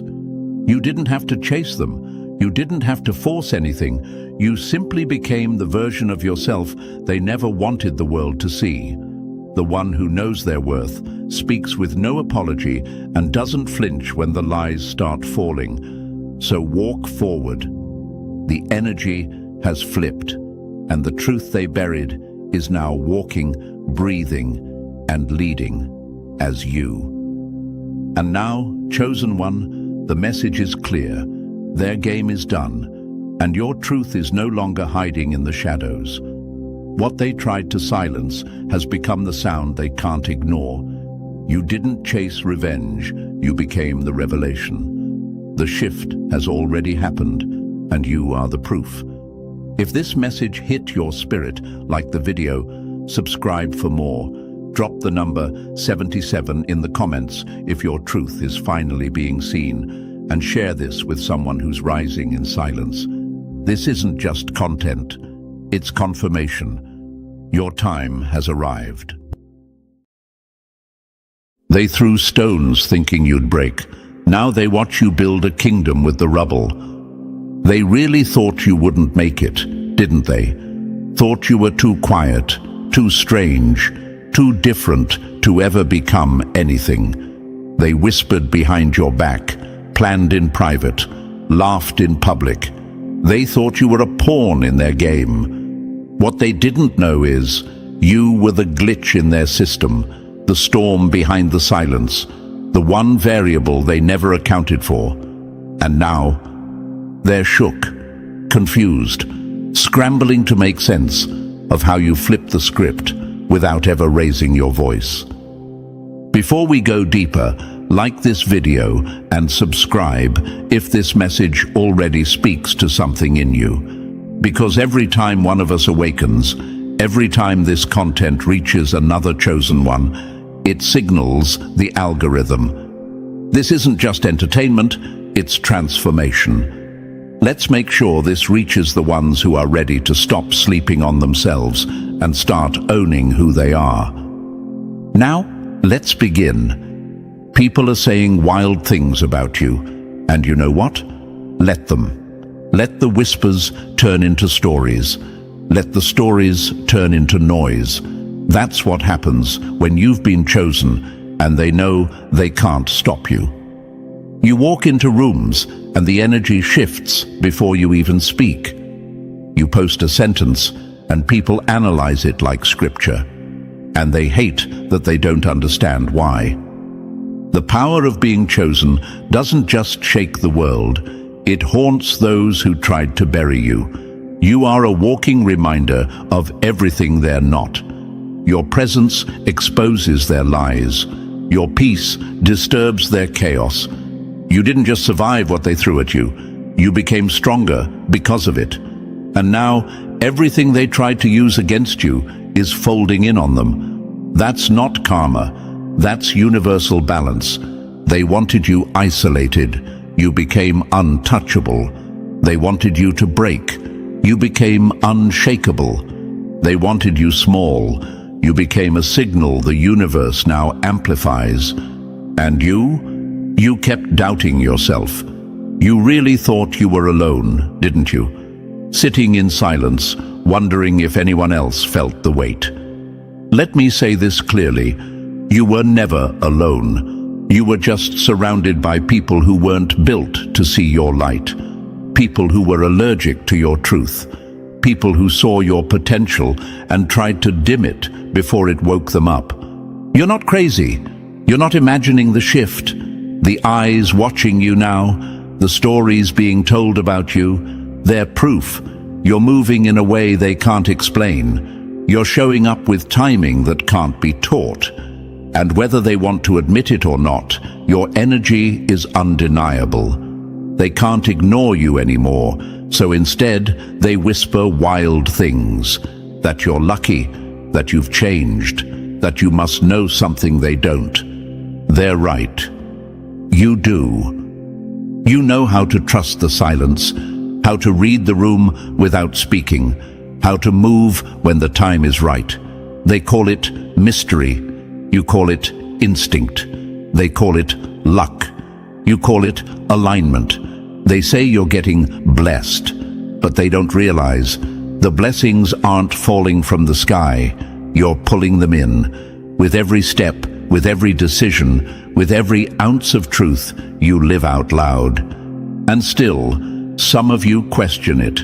You second-guess your power because it doesn't look like theirs. But you were never meant to follow their map. You are the blueprint, the myth, the signal. You're not here to fit in. You're here to be felt. So when they ask, "What did you do?" smile. You didn't do anything unnatural. You just finally stopped hiding.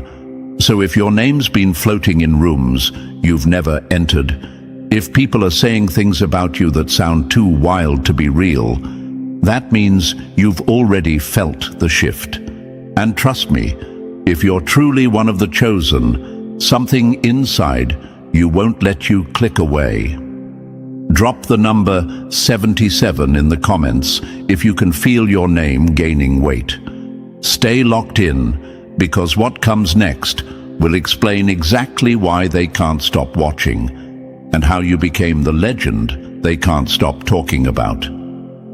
Let's get into it.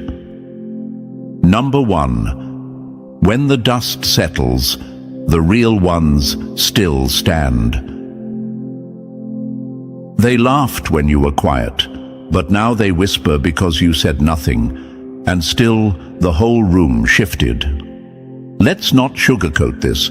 They tried to clown you, tried to box you in, mute your voice, dim your light.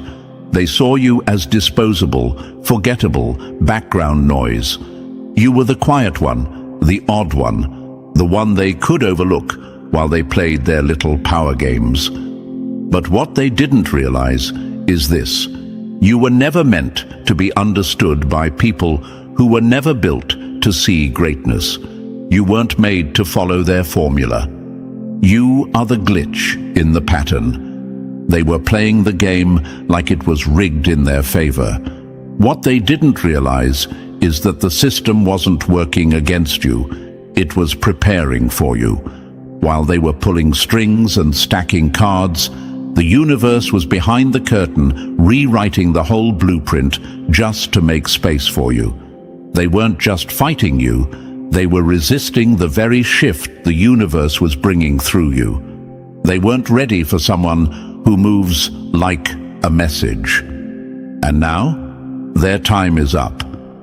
See, chosen ones don't chase the spotlight. The spotlight chases them. You didn't ask to be known. You didn't scream for attention. All you did was survive what they thought would break you. All you did was stay real when fakeness ruled the room. And now look, the whispers have turned into stories. The stories have turned into legend. People talk about you like a myth, like a mystery, like a name that echoes without explanation. That's not hype. That's legacy forming in real time. You know what really rattles them? It's not your wins, it's how you win. Effortlessly, quietly, strategically.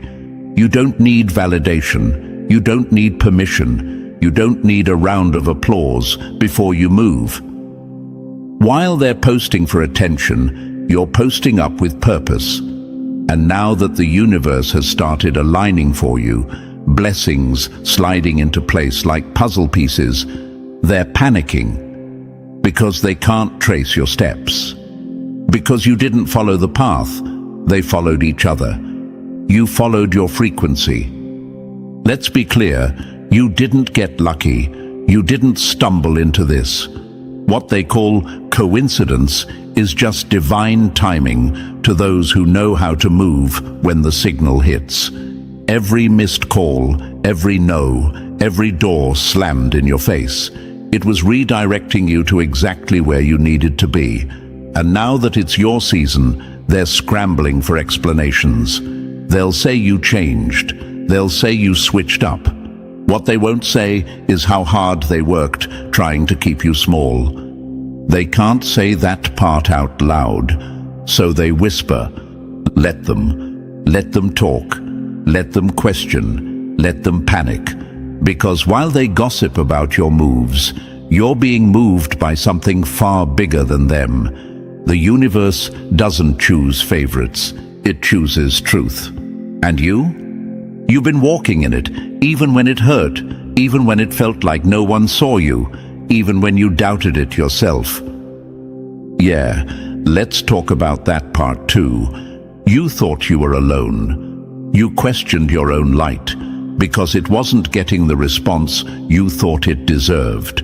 You shrunk yourself, bit your tongue, let people sit in rooms they didn't deserve while you stood outside, wondering if maybe they were right about you. You even thought about walking away from it all, didn't you? Let this be your wake-up call.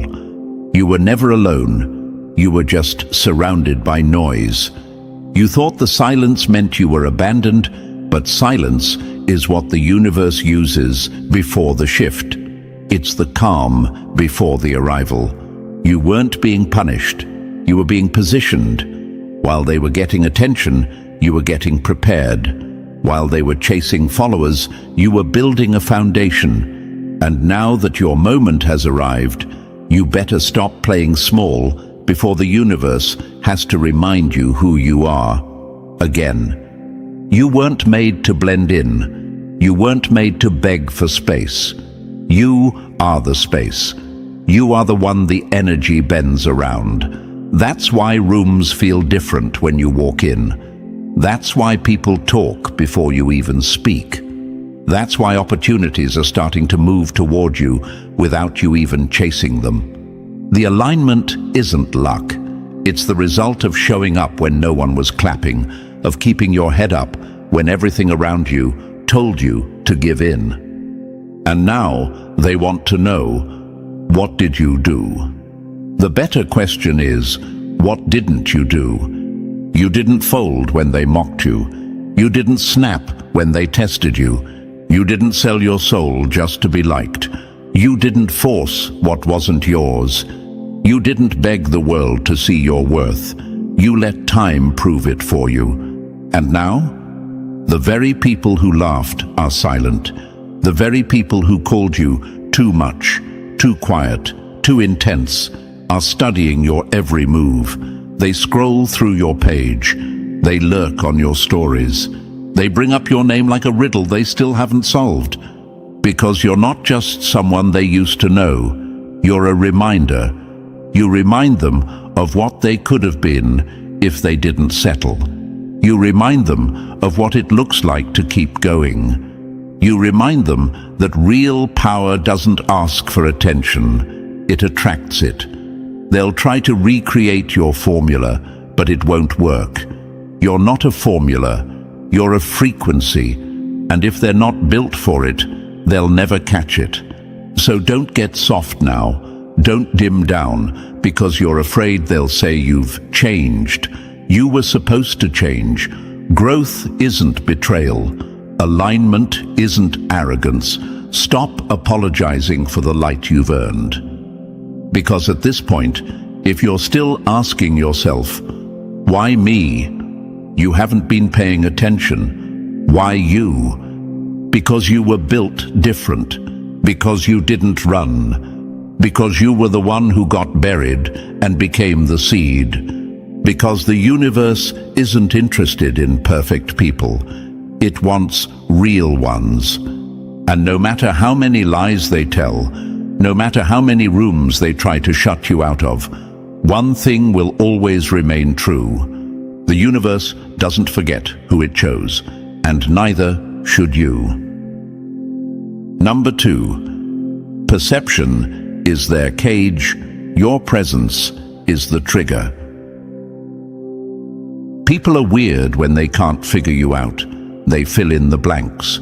They make up their own version of who you are because facing the truth of you, that would force them to question too much about themselves. So they label you, box you in, put a story on your name that makes them feel more comfortable.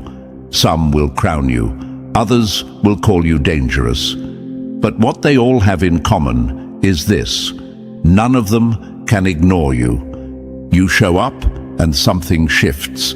Conversations pause, eyes follow. People straighten up without even knowing why. That's not arrogance, it's energy, it's presence, it's the invisible weight that chosen ones carry. You don't need to speak to change a room. You are the message walking in before a single word is said. And here's the part that eats them alive. They don't understand why they react to you the way they do. Some think they admire you, others think they're suspicious, but what they're actually feeling is disruption. You don't fit the mold, and that makes people nervous. People are programmed to feel safe around what they recognize. You're the opposite of that. You're new software running through their outdated system, and it's glitching them out. Some see you as a rising star, something they want to get close to, not because they truly get you, but because they want to say they knew you before. Others treat you like a problem to be solved, a puzzle they can't stop trying to crack. But let's call it what it is. You live rent-free in their minds, and they don't even know how you got there. That's power. That's what happens when your very existence challenges their understanding of normal. They don't realize their obsession is the confirmation. It's not that you're doing something loud. It's not even that you're trying to be seen. What rattles them is that you can't not be seen. You walk in and their energy recognizes you before their mind can catch up. It's like their spirit feels your frequency before they even make eye contact. That's not something you can fake. That's not something you can buy. That's what happens when you move with alignment, not performance. And what do humans do when they don't understand something? They make stories. That's been happening since the beginning of time. People build myths around things they can't control. When someone moves differently, doesn't follow the crowd, and refuses to shrink, they become a target for projection. You aren't confusing, they're just not ready. So they create explanations that fit their comfort zone. She must think she's better than us. He's acting different ever since he started doing that thing. I bet there's something shady going on. No facts, just feelings. But those feelings run deep. You've become a symbol, whether you like it or not. To some, you're a symbol of hope, proof that it's possible to stay real and still rise. To others, you're a threat, proof that all their fake moves still couldn't produce what you did just by being yourself. You're not playing by their rules, and they hate that the game still bends around you. This is where many chosen ones mess up. You see the eyes on you, you hear the whispers, and you start to wonder, maybe I should tone it down. Maybe I should explain myself. Maybe I'm doing too much. Let me stop you right there. Stop dimming your light just because it's giving them a headache. You're not too much. You're just too real for people who've lived too long behind masks. Your presence forces self-reflection. That's why they react. That's why they either lean in or lash out. You are the mirror they weren't ready to look into. You didn't ask to be that, but you are. And now they don't know whether to love you or fear you. So they switch back and forth, confused, intimidated, fascinated. That's not your problem. Let them wrestle with it. Let them wonder. Let them keep trying to figure you out while you keep rising. Because you weren't made to be understood by everyone. You weren't made for their comfort. You were made for impact. And impact shakes things up. So when they start building their little myths about you, let them create the stories. Let them pass your name around like legend. Because that's exactly what happens when someone real steps into a world full of actors.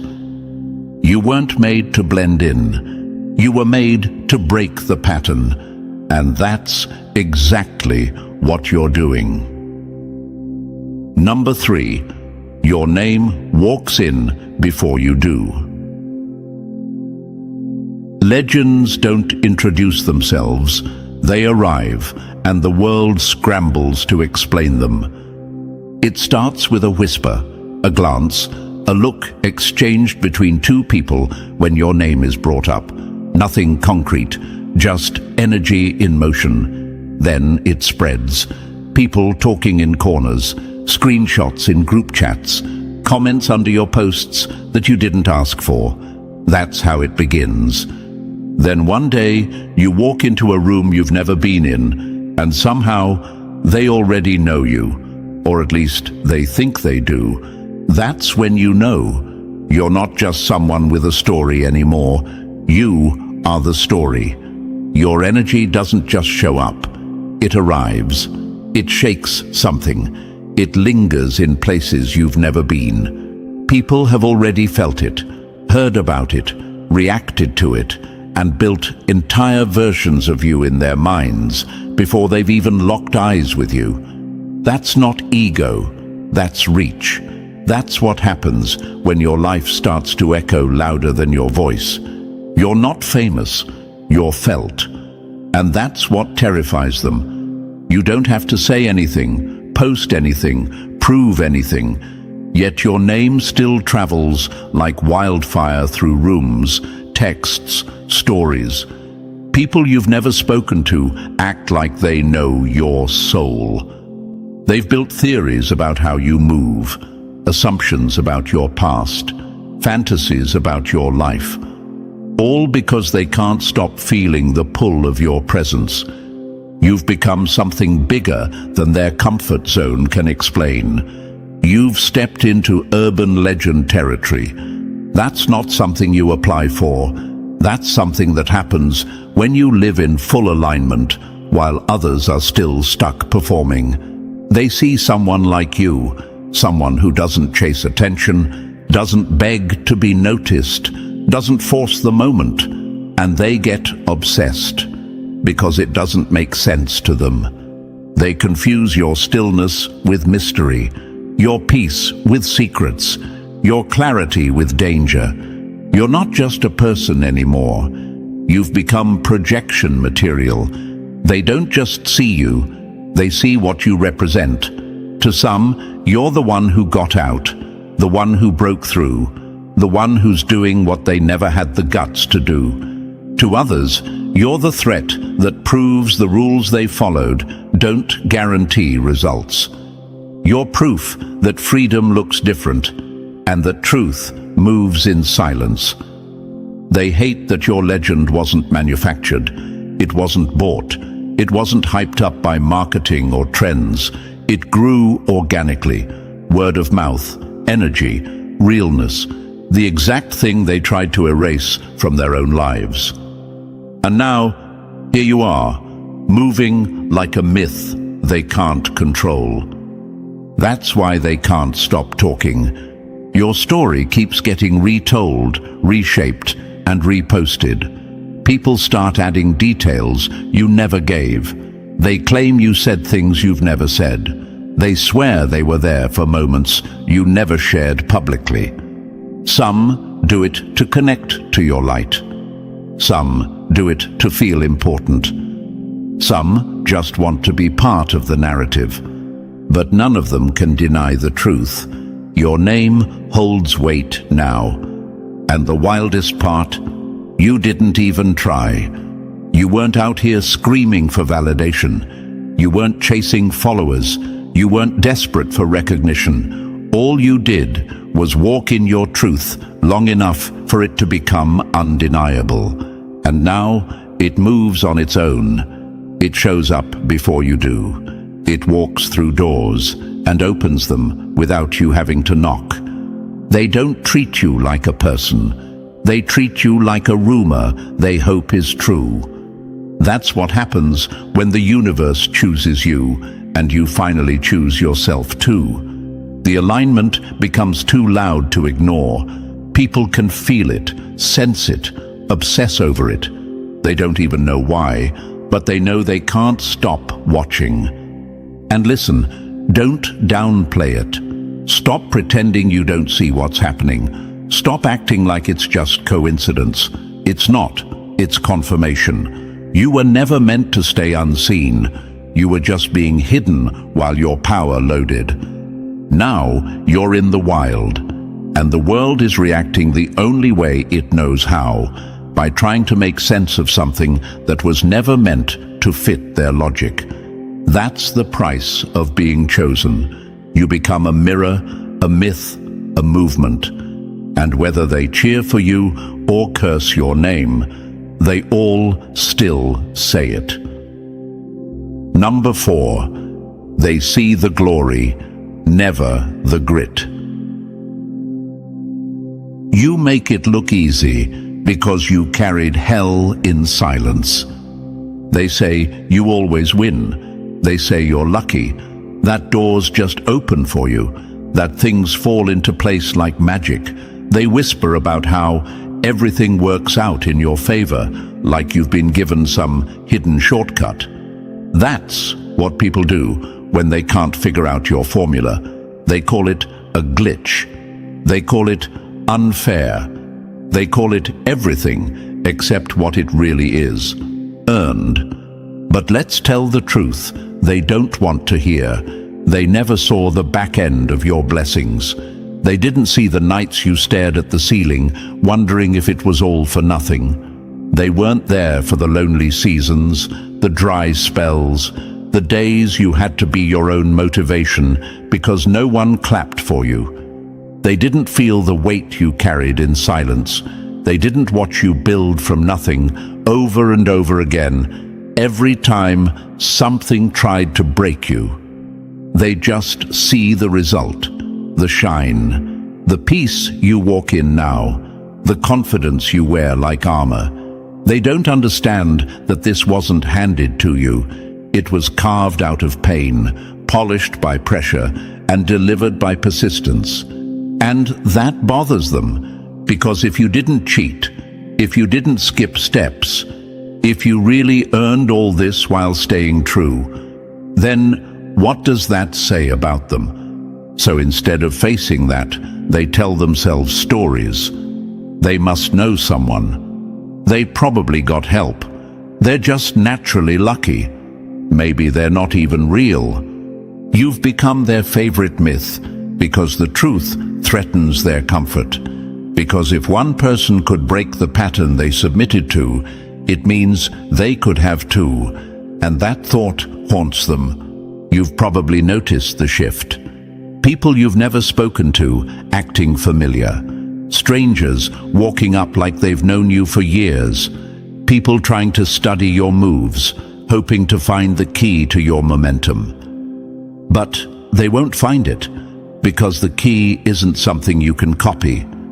It's something you become. It's who you are when no one's watching. They see the shine, not the sharpening. They don't see the discipline it took to not clap back. They don't know about the work you did while everyone else was posting about doing it.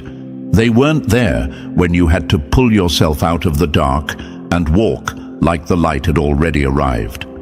They don't understand the power it takes to move forward with no guarantees, no applause, no handouts, just raw belief and quiet resilience. That's what they'll never get. They confuse your calm with ease, your results with shortcuts, but you didn't skip the struggle. You just stopped making it public. They only see the surface, and what's worse, that surface is enough to intimidate them. Your name holds weight now, even in rooms you haven't stepped into, even among people who haven't met you. They talk about you in places you've never been, because your presence moves faster than your body ever could. That's not hype, that's alignment. That's what happens when you walk in truth long enough. The universe begins to move with you. Opportunities slide into place because you're finally vibrating on the same frequency as your purpose. And whether they love you, fear you, or misunderstand you, none of them can deny it. You walk like something's watching your back. Because it is. You're not lucky. You're backed. You're backed by the weight of every lesson, by the silence you didn't break, by the healing you had to do in private, by the pain you turned into power. And the moment the world started noticing you, that wasn't the beginning. That was just when they finally caught up to what you've been building in the shadows. So let them talk, let them guess, let them try to reverse engineer your journey. They'll never get it right, because what they're looking for can't be explained.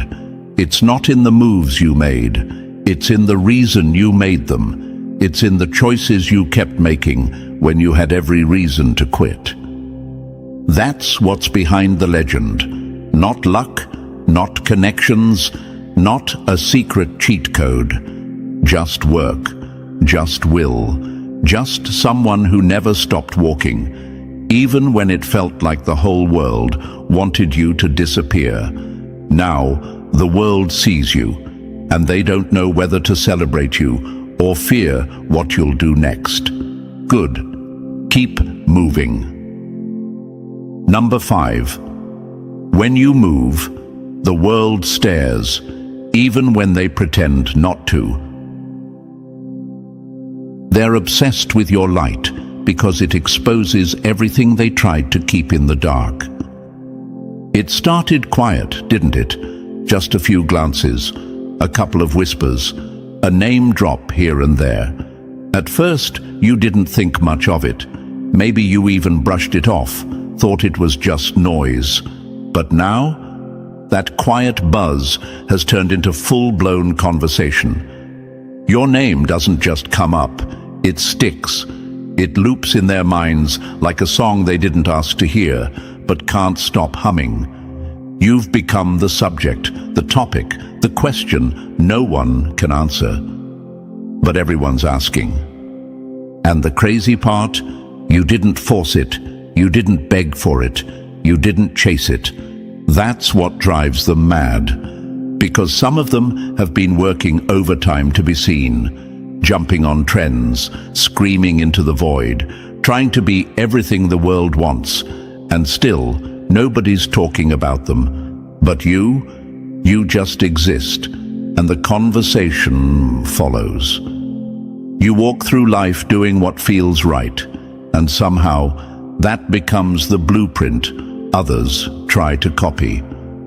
They don't love you, they don't hate you, they do both at the same time. It's fascination, curiosity, confusion, a touch of envy, and a whole lot of why not me? What is it about you? Why does your energy hit different? Why are people talking about you like you're more than just a person, like you're some kind of symbol or sign? They won't say it out loud, but here's the truth.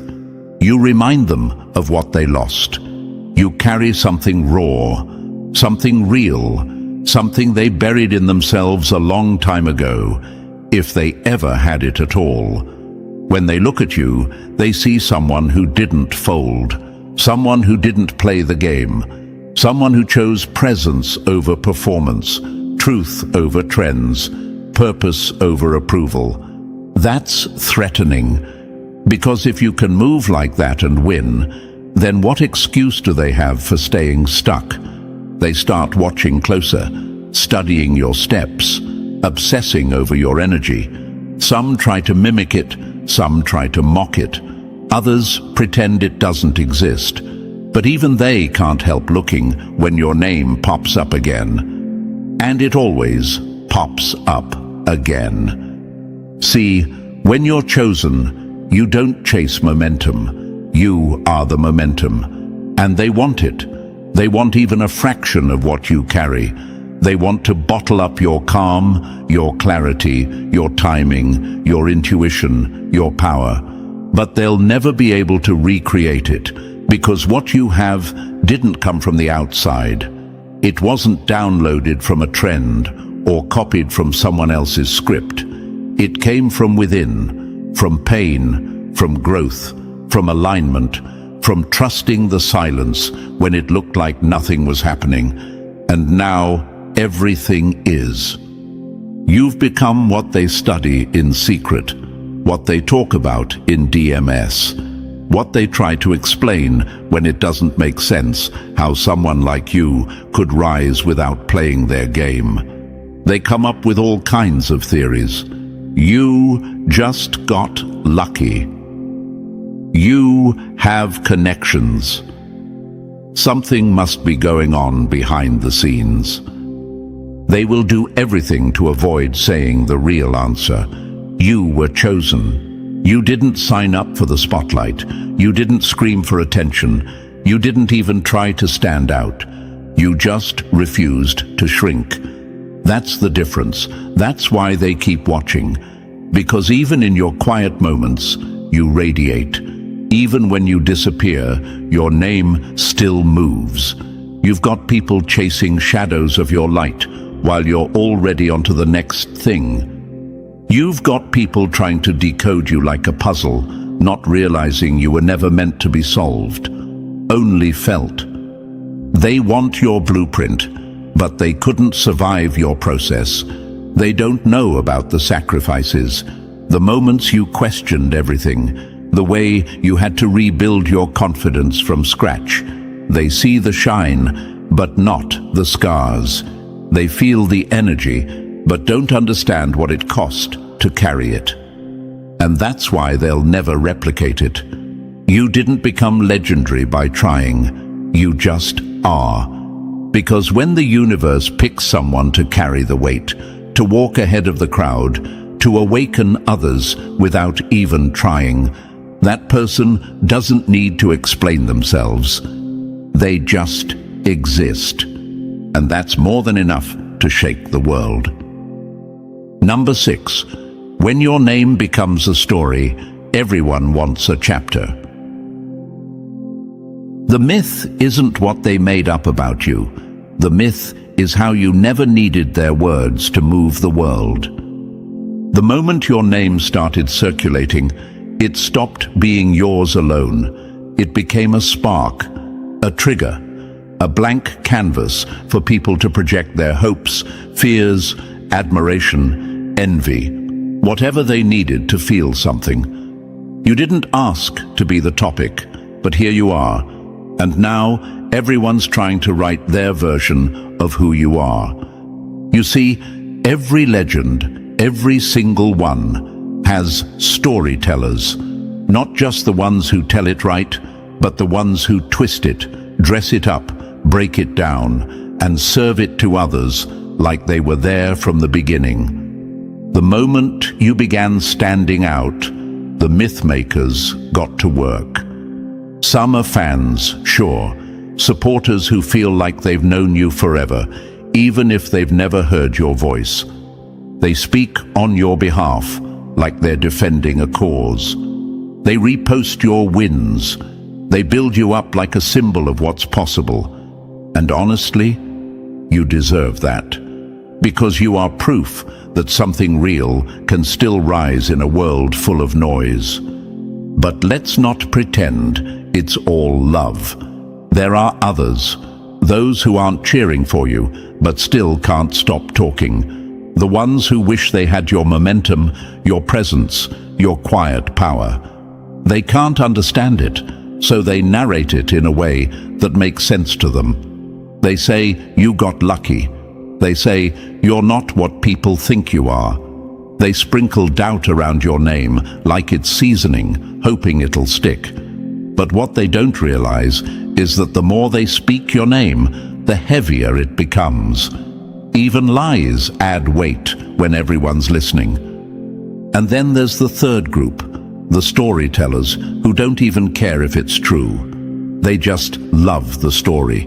They love the drama, the fantasy, the idea of you. They invent entire scenes, moments that never happened, decisions you never made. And the wild part? People believe them. Because belief doesn't need proof, it just needs emotion.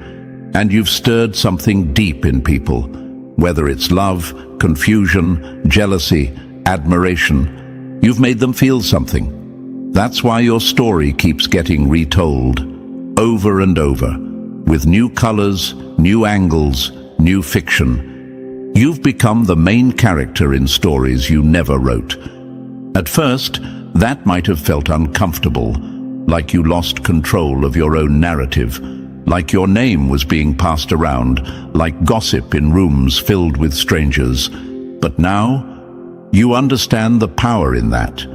You understand that when your energy is strong enough, it doesn't need to ask for attention. It pulls it. And when your name starts traveling like this, it's no longer about being understood. It's about being undeniable. You're not just a person anymore.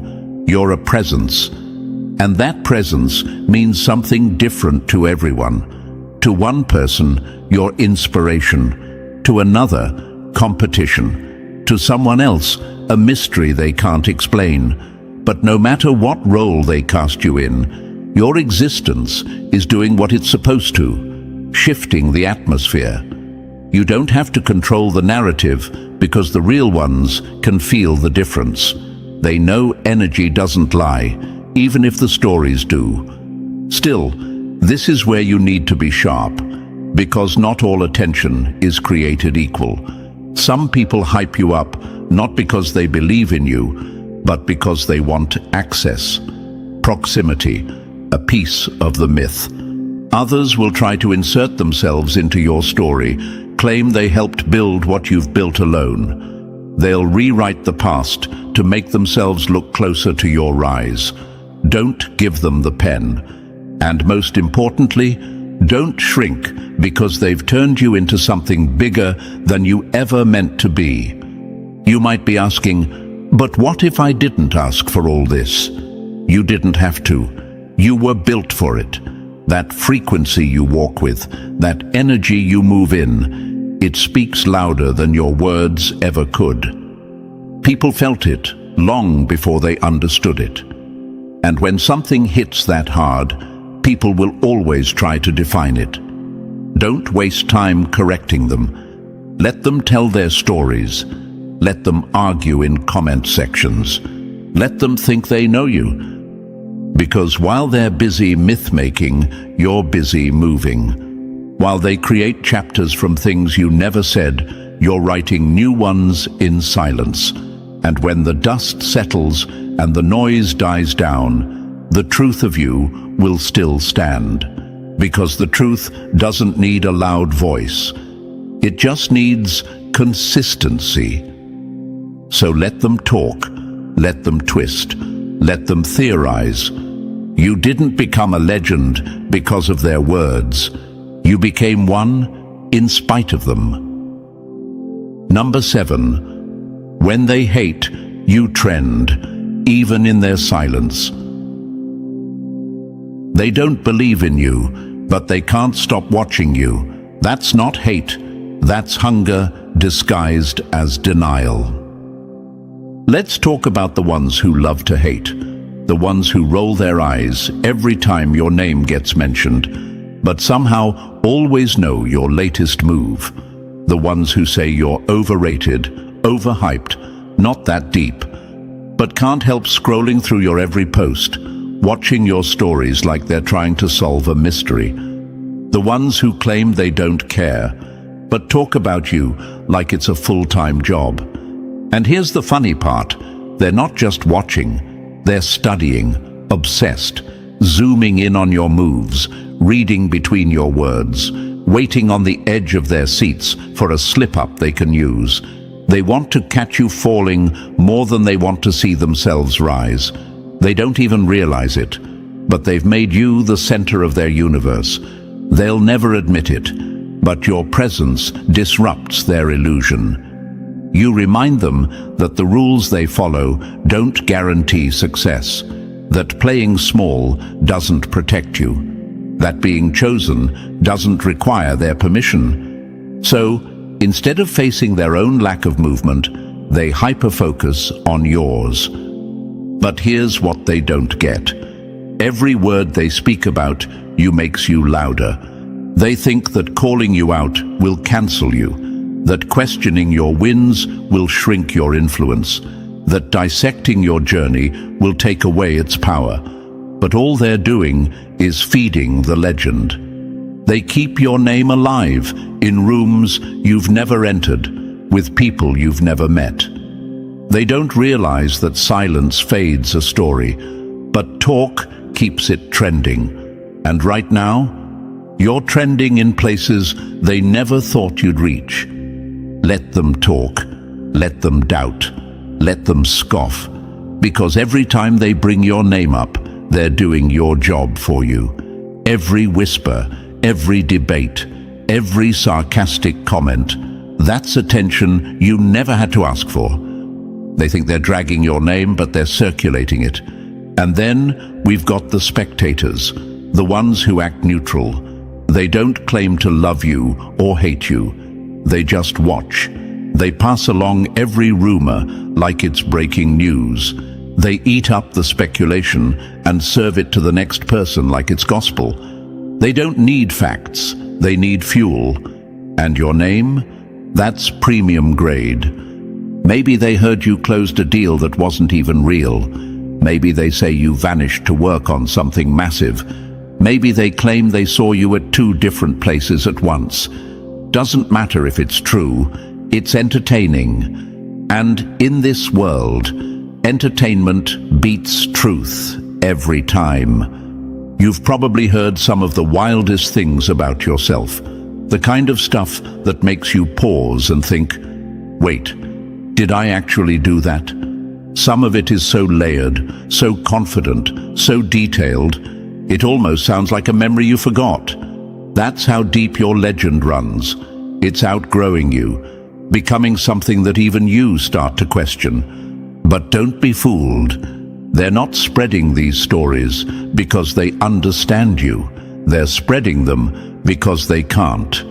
You've become too big to define, so they fill the blanks with fantasy. You've become too silent to predict, so they create narratives to feel like they're still in control. You've become too magnetic to ignore, so they turn your name into currency, traded, reposted, whispered. That's not clout, that's consequence. When you walk with energy that can't be faked, people will try to explain it in any way that lets them sleep at night. When you rise without their approval, they'll try to write you into a role they can process. But no matter how they spin it, they're watching you. And that's what matters. You don't have to defend your name. It's already doing laps around their doubts. You don't have to respond to every lie. The truth keeps working while they waste breath. You don't need to prove your method, your journey, or your worth. The results already speak louder than their assumptions ever could. So let the haters keep guessing. Let the spectators keep spreading. Let the stories keep evolving. Because at this point, you're not just part of the conversation. You are the conversation. Number 8. You didn't ask for power. You became it. They thought you were lucky. They didn't realize luck doesn't keep showing up for the same person, but purpose does. Let's clear the air. All this talk, every rumor, every post, every side comment, they don't happen by accident. You don't become a topic unless your presence demands it. Whether they admire you, hate you, fear you, or obsess over you, they're all watching because deep down, they know there's something real moving in you. And the truth is, they're not talking because they know who you are. They're talking because they don't.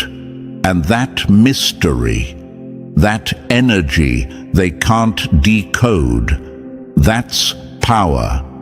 But let's take it further, because here's the secret they won't say out loud. None of this would happen if you weren't worth it. You don't get whispered about unless your energy speaks louder than your words. You don't become a legend unless your walk leaves footprints that ripple through people's comfort zones. They don't put your name in their mouth unless your presence is already living in their mind. You didn't stumble into this.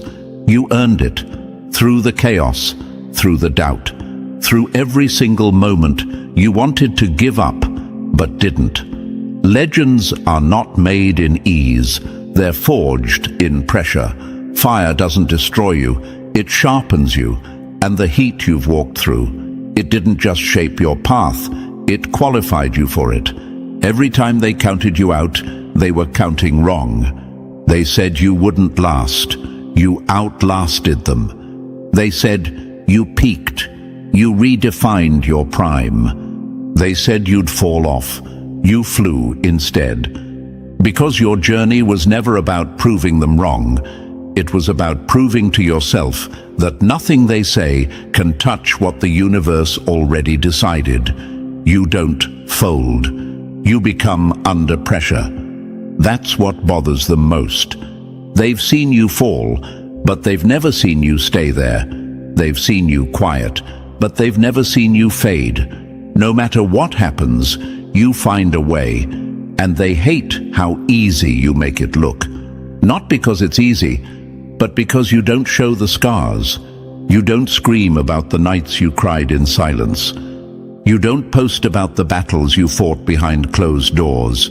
You don't brag about surviving things they wouldn't have made it through. You just keep moving, and moving with that kind of grace, it terrifies them. Because in their minds, if someone keeps winning, there has to be a secret, some shortcut, some cheat code. So they try to explain you away. They're just lucky. They have connections. It's just timing. No, it's none of that. It's the power of being chosen and refusing to back down from it. You didn't get here by accident.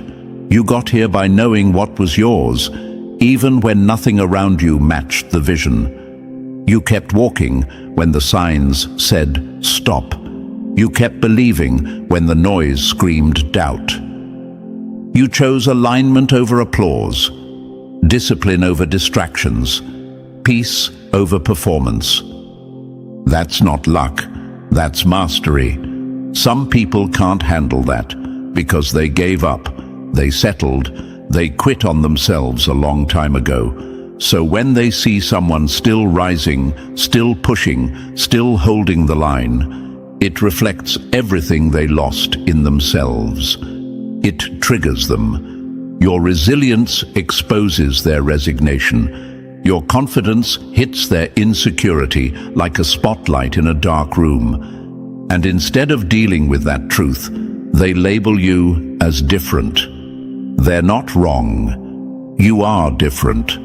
But not because you were handed something special. You're different because when life handed you pain, you didn't flinch. When pressure showed up, you leaned in. When the world went quiet, you listened and you learned. And now that your energy is taking up space, they don't know how to handle it. They want you to explain your glow, break down your mindset, give them the formula. But here's the thing, there is no formula. There's just the decision to not settle. Every day, every moment, over and over again. So when they ask you what your secret is, tell them this: I didn't choose this power. I chose myself, and the power followed. That's all it's ever been. No tricks, no shortcuts, just a quiet refusal to lose. A quiet knowing that what's meant for you can't be taken, faked, or fabricated. And now, you've become the storm they never saw coming, the proof they never wanted to face, the presence that makes people pause, even when they pretend they're not looking. You've owned your power, and now they have no choice but to respect it, or get out of the way. And now, as everything starts making sense, here's what you need to remember. They were never just watching, they were learning. You didn't just survive what was meant to break you. You transformed through it. That's why your name carries weight. That's why your presence hits differently. The universe doesn't choose the loudest.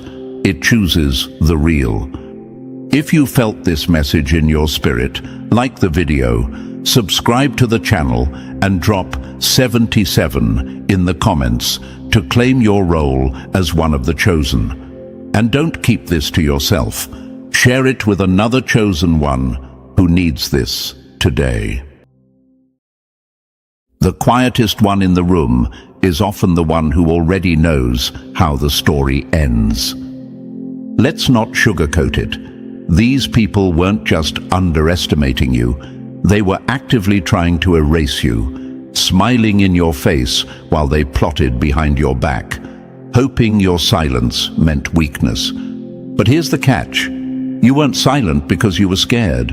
You were silent because you were watching, measuring, calculating. And now, the storm is here, and they're realizing too late that they weren't just playing against you. They were picking a fight with the universe itself. They thought they were peeling away your power. What they were really doing was peeling off their own masks, exposing everything they didn't want seen. You didn't ruin them. Their own energy came back like a mirror. That's what happens when you try to corner someone the universe chose.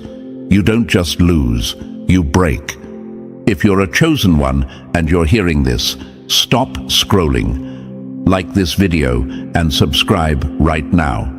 It might sound simple, but every click pushes this message further. It tells the algorithm, no, it tells the system that you're not alone, that we're out here, that we're waking up, linking up, and that their games are being exposed one message at a time. Help get this message in front of every chosen one who forgot what they are. It's time. You were never just another face in the crowd. You've always felt that pull, that strange weight on your shoulders, that sense that you were seeing the world from a slightly different angle than everyone else. That's not imagination. That's awareness. You know things you shouldn't know.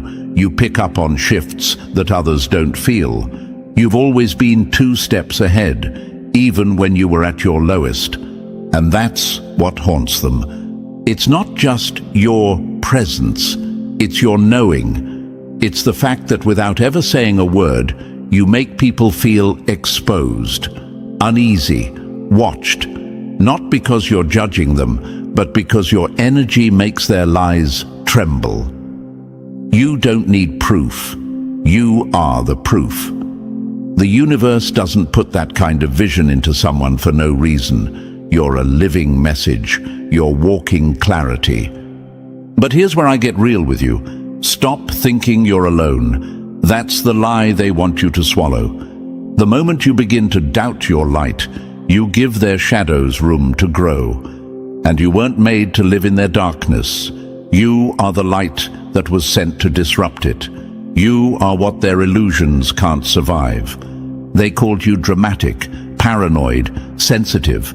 But really, you were just tuned in. While they were busy chasing clout, you were decoding patterns, reading body language like it was a second language, watching every fake smile crumble just a little when your eyes met theirs.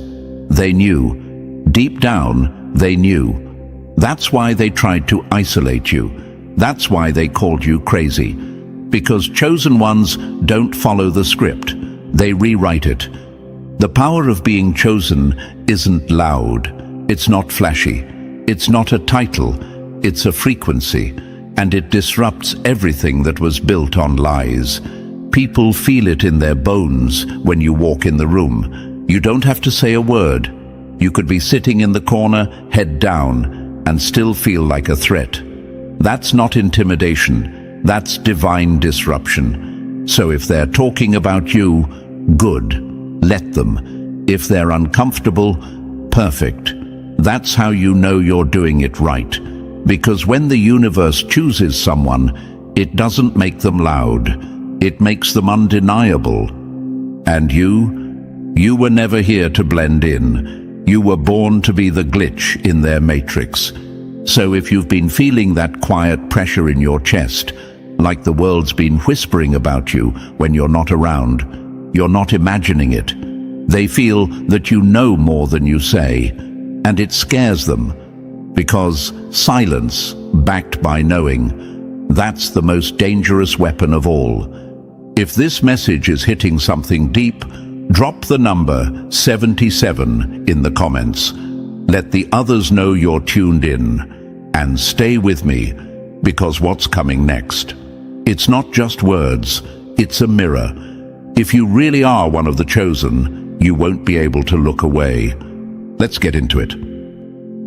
Number 1, they played with fire and didn't know you were the flame. Let's get one thing straight. They never expected the quiet one to carry this much weight. They never saw you coming. That's the part that rattles them the most. You moved like still water, but underneath, you were boiling, watching, listening, putting the pieces together in silence while they laughed behind closed doors, thinking they were getting away with it. But they weren't outsmarting you.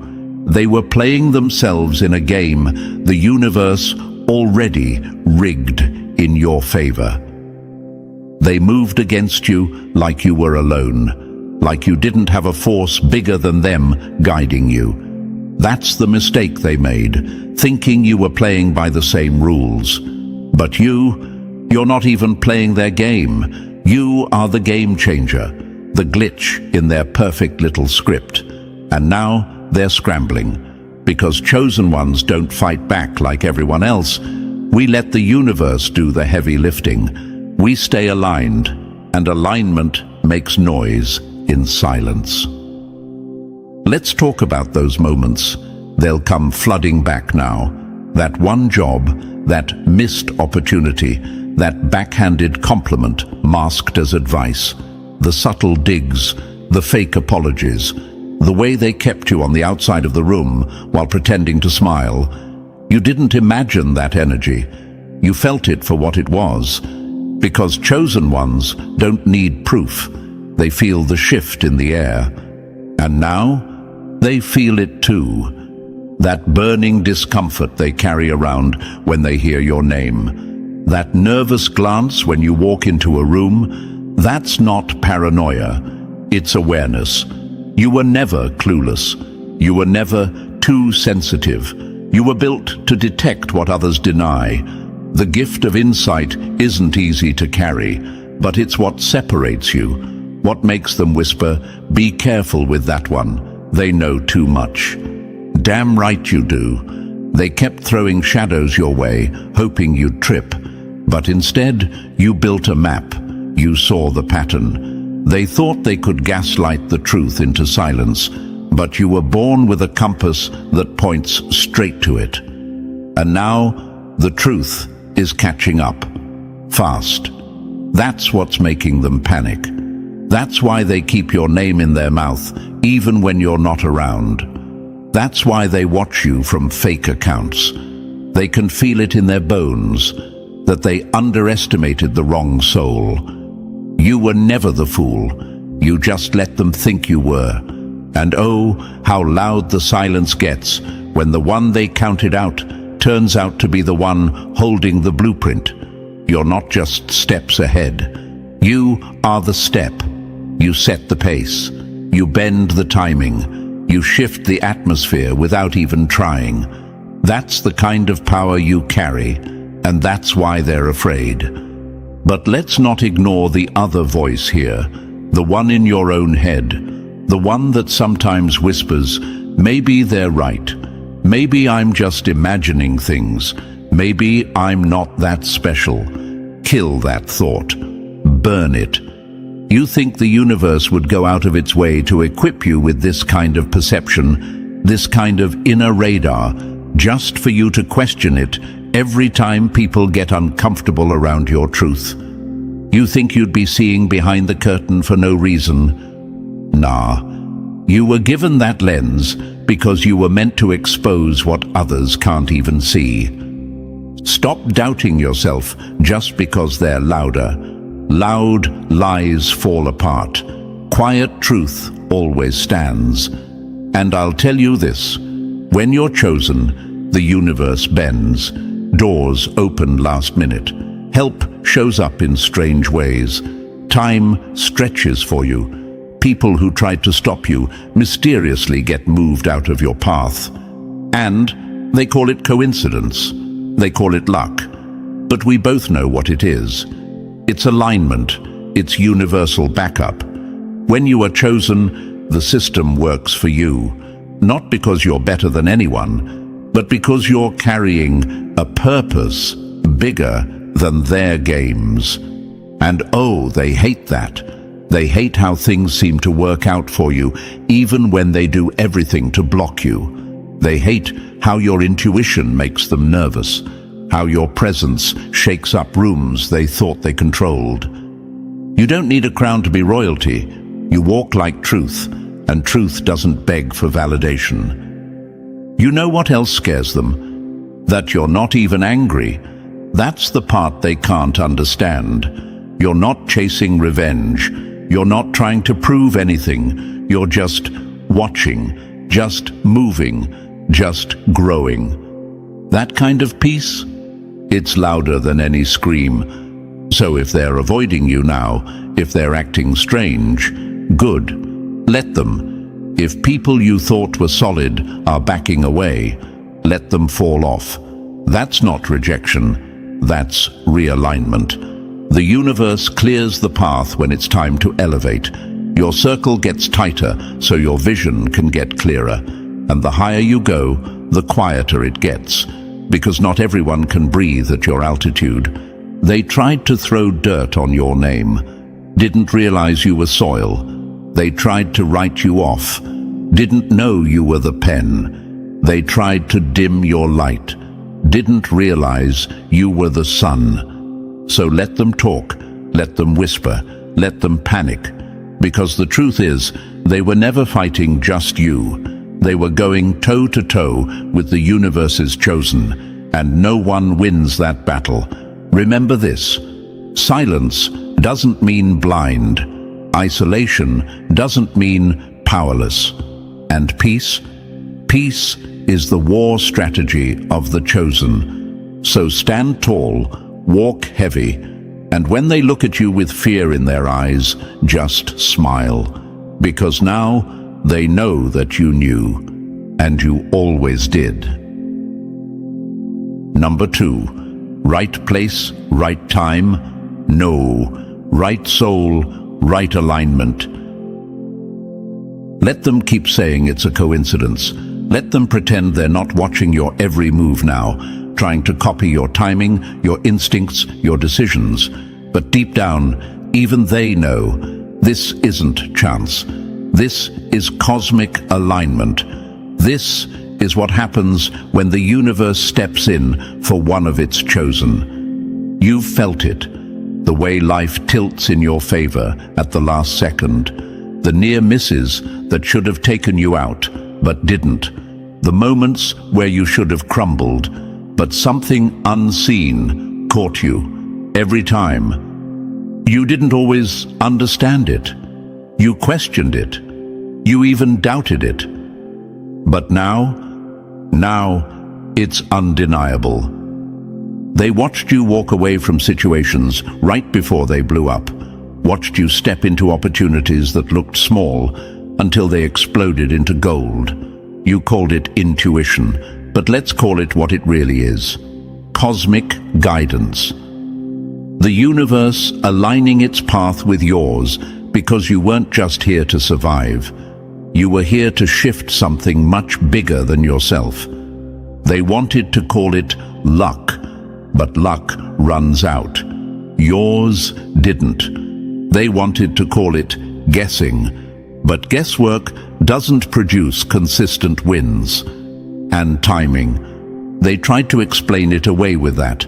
But how do you explain perfect timing every time? You don't guess your way into elevation. You don't luck your way into escaping sabotage. That's not chance. That's what it looks like when the universe has a favorite. And yes, that bothers them. It eats them. Because they tried so hard, worked overtime to block your path, sabotaged you, talked behind your back, created delays, planted doubts.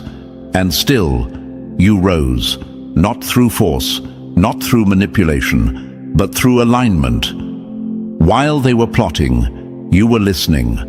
While they were forcing, you were flowing. And nothing infuriates the ego more than watching someone rise by being instead of chasing. Let's talk about what's really bothering them. You seem to know before the knowing becomes public. You feel shifts before they surface. While they need charts, data, permission, you just move. You pull away from people before their masks fall off. You invest in your growth before the crowd catches on. And the best part? You don't explain it. You don't broadcast it. You just do it. That's what makes them uneasy. You don't speak in code. You speak in certainty. And it terrifies people who build their lives on uncertainty and control. But here's the part you need to understand. Chosen one, stop calling this luck. Stop playing small just to keep others comfortable. You were not built to blend in with confusion. You were designed to walk in clarity before it's visible to everyone else. You're a few steps ahead, not because you're better, but because your path was prepared. The universe whispers in your ear before it echoes in the world. And yes, they hate that. They'll never admit it, but they watch your every move. They see how things unfold around you like you already knew. And they're scrambling now, trying to figure out how you keep getting it right. But you're not even focused on them. You're too busy listening, watching, moving with purpose. That's the difference. They chase patterns. You follow alignment. So when you feel that deep urge to pause, to shift directions, to cut someone off, even when it doesn't make sense, honor it. That's your internal GPS, syncing with something far bigger. That's how you stay protected. That is how you stay ahead. And no, it's not easy. Being chosen means carrying a kind of vision that gets lonely, that pulls you away from the crowd, that demands silence while others shout. But every time you obey that inner pull, you dodge what was meant to destroy you. And every time you trust it, you walk right into another win that shouldn't have happened. So they can keep calling it luck. Let them. But we know what it is. It's the universe clearing traffic for the chosen, and they were never ready for that. Number 3. They whisper because you see what their eyes can't handle. They've been watching you differently lately, quieter, more cautious, not because you've said anything, but because they can feel that you know, and not just surface-level knowledge. You know the things they've buried, denied, covered up with fake smiles and loud distractions. You didn't ask for this sight, but you've had it your whole life. The difference now? It's sharpened, it's undeniable, and it's scaring the hell out of them. See, you walk into a room and read the tension in the air before anyone speaks. You feel the shift in someone's energy before their actions reveal anything. You know when someone is lying, even when their mouth says all the right words. That's not a good gut feeling. That's divine radar. That's what happens when the universe equips its chosen with vision beyond the veil. They think you're guessing, that you're making assumptions. But what they don't understand is you're not decoding behavior, you're absorbing vibration, and vibration doesn't lie. While they sleepwalk through life, distracted by noise and false narratives, you've been wide awake, watching, noticing, picking up the pieces they thought were hidden. Your intuition isn't a party trick. It's protection. It's prophecy in motion. It's the reason you dodged betrayals before they hit. It's the reason you've made choices that didn't make sense to others, but kept you aligned and ahead. Every single time. And yes, they've noticed. You ever wonder why certain people tense up when you walk into the room? Why they avoid eye contact or start over-explaining themselves? That's not paranoia. That's their guilt rising to the surface. They feel seen, not by your eyes, but by your energy. You remind them of what they've tried to keep buried. You are walking exposure.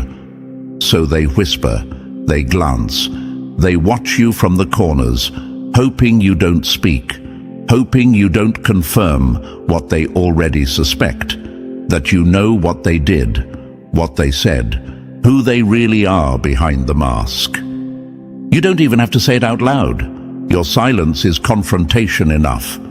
You're not a threat because you're aggressive. You're a threat because you're accurate. You're a mirror with a heartbeat, and they don't want to be reflected.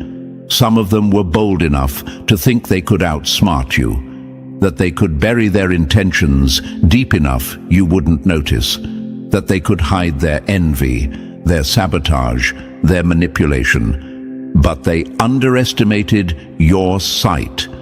They thought this was surface-level chess. They didn't realize you've been studying the energy of the board the whole time. They forget you don't need the receipts. The universe shows you what's real without words. And when something's off, your whole spirit reacts. You might not have had proof in the traditional sense, but your knowing was always enough. And now the truth is surfacing, just like it always does. What's wild is they know you know. That's why they distance themselves. That's why they act strange. That's why they go quiet. People aren't scared of who you pretend to be. They're terrified of how much you really see.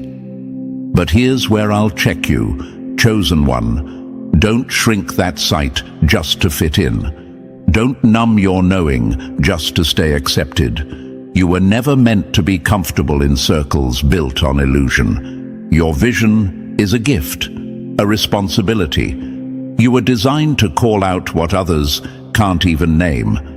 And no, it doesn't always feel good. Seeing truth in a world addicted to lies is a heavy burden. But it's what separates the chosen from the crowd. You see what others can't because you were built for clarity. You are the awareness they tried to erase, the proof they can't deny, and that makes you dangerous.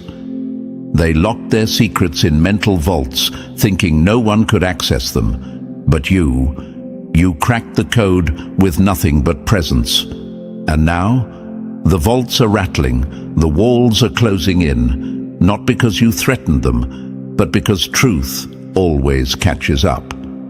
So walk with your head high. Don't explain yourself. Don't second-guess what you see. Don't dull your light to let others stay hidden in their shadows. You're not here to be liked. You're here to be real, to reveal, to remind them that energy never lies, and neither do you. Keep seeing what they can't. Keep knowing what they hope no one will. Because when you're chosen, your sight is your weapon, and you've only just begun to use it. Number 4, you were loud without a sound, and that's what broke them. Some people screamed to be seen, you just existed, and they felt exposed. Let's make one thing clear, they've always known. Not because you told them, not because you confronted them, but because your energy spoke volumes before your mouth ever opened. You didn't need to put anyone on blast. You didn't need to call them out. That was never your style. You just stood there, aware, calm, still. And in that stillness, everything they tried to hide started shaking loose. That's the part that's haunting them now. They thought they were safe because you never said a word. They mistook your silence for ignorance, your grace for weakness. But what they didn't realize is that when you're truly aligned, you don't have to react to lies. You outlast them. You weren't quiet because you didn't know. You were quiet because you already did. They're uncomfortable around you now. Have you noticed it? The stutter in their voice, the way they fumble for small talk, the way they avoid eye contact, like your gaze might expose something they buried. That's not coincidence. That's guilt. That's fear. That's the realization that while they were plotting in the shadows, you were watching, clear as day. You didn't say anything, but your presence was a full-blown confrontation. You didn't need a spotlight. You were the mirror, and some of them are still running from the reflection. It's wild, really, how they tried to manipulate the narrative, twist the facts, rewrite the past. And yet, here you are, unshaken, still grounded. Not because you didn't go through the storm, but because you became the storm's eye. Calm, focused, centered. While others spiraled in chaos, your stillness became your statement. And let's be honest, they hate that. They hate that after everything they did, you still have peace. That after all their efforts to provoke a reaction, you gave them nothing. Because silence isn't submission, it's power. And when you carry that kind of power, it speaks in ways words never could. You didn't stoop.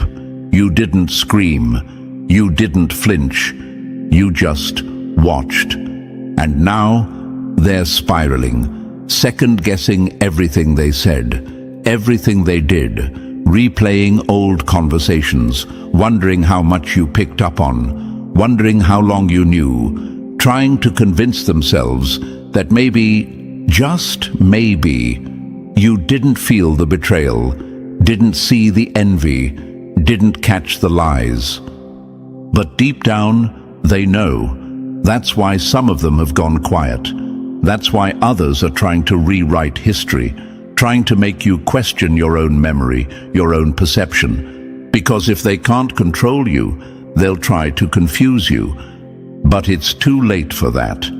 You saw what you saw, felt what you felt. And even in silence, you processed every detail. That's the gift of being chosen. You don't need proof to recognize truth. You feel it, and that feeling, that knowing, it's louder than any confrontation could ever be. They've tried to figure out why you didn't come for them, why you didn't clap back, why you never exposed what you know. But that's the thing, they were expecting a reaction. What they got instead was elevation. You didn't stay behind to prove a point. You rose above it, and that's what cut the deepest. You didn't have to drag them through the mud. Life is doing that on its own. Because when you're chosen, the universe handles the justice. It clears your path, corrects the energy, and brings the truth to light in due time. And your time is always right on cue. So let them keep wondering. Let them keep fidgeting when your name comes up. Let them stay paranoid, watching their words around you. They should be, because you didn't have to say a single thing, and yet they heard you loud and clear. And chosen one, if you ever feel like your silence made you seem weak, remember this: explosions are loud, but so are earthquakes, and those come from the inside. You don't need to announce your knowing. Your energy has already made the announcement for you. It walks into rooms before you do. It shifts the atmosphere. It changes how people act. That's power. So keep walking in silence. Keep moving with grace. Keep letting your presence be the revelation. Because while they scramble to cover their tracks, the truth is already echoing in their minds, and your calm is the sound that won't stop. And they've noticed. Oh, they've definitely noticed. Number 5. While they panic, you move like a tide no one can stop. When the world loses its grip, the chosen ones tighten theirs, without raising a single voice. Let's be real. They thought you'd break. They waited for it. In fact, some of them were counting on it. When the chaos hit, financial collapse, job changes, personal storms, they watched closely, hoping that this would be the moment you finally cracked, that the pressure would finally bring you down to their level, where fear runs the show and confusion is currency. But you didn't break. You barely flinched. While they were spiraling, you stood still. While they were frantically grabbing at solutions, desperate for guidance, you were moving quietly through the fire, calm, like it was part of your routine. And it wrecked them. Because you're calm. It wasn't just survival, it was power. It was proof that you weren't like them, that you weren't reacting, you were responding, that you weren't confused, you were tuned in. They started whispering things like, "They must know something we don't. They must have some kind of insider knowledge. They're probably just lucky." But none of that is true. You're not riding on luck. You're moving in alignment. You're not getting tips from some secret source. You are the source. And that's what unsettles them the most. The way you don't reach outward when the world collapses. The way your guidance comes from inside. That quiet certainty that others fake, but you embody. You don't chase the news, the trends, the opinions. You wait. You watch. You move with the wave, not against it. And when the tide rises, you ride it like you saw it coming all along. Because you did. That level of composure can't be bought, borrowed, or mimicked. It comes from being chosen. It comes from living in sync with something larger than the noise, the panic, the distractions. And they hate that. They hate how you don't need the system they worship. They hate that you can be still and somehow still rise. That while they chase control, you flow and still end up ahead. But let's be honest, there was a time you hid this. You once made yourself small, bit your tongue, downplayed your clarity, laughed off your insights just to avoid making people uncomfortable. You didn't want to be too much. You didn't want them to feel threatened by what you just knew. So you played along. You stayed quiet. You pretended to second-guess yourself just to make others feel smarter, safer. Not anymore. Because something shifted, didn't it? The universe started turning the volume up on you. Your dreams got louder. Your instincts got sharper. Your inner knowing, impossible to ignore now. You stopped asking for signs and started being the sign. And suddenly, staying small wasn't just uncomfortable. It felt unnatural. It felt like betrayal. Not to them, to yourself. You're no longer muting your gifts to fit their fears. You've stepped into a space where calm is no longer silence. It's a signal. Your presence alone says, "I know exactly what I'm doing." And even when you're not sure of the outcome, your spirit is. That's the kind of trust they can't wrap their heads around. That's the kind of faith that can't be faked. And that calm, that unshaken energy you walk with, it changes things. It makes people question what they thought they knew. It forces them to confront their own instability. It makes them feel your difference.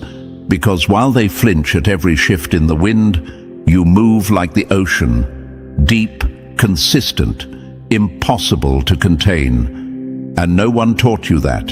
You were born with it. You were simply waiting for the moment the world would give you permission to unleash it. Well, this is that moment. So keep moving with that eerie composure. Keep trusting that inner knowing. Keep being the one who doesn't break when the world bends.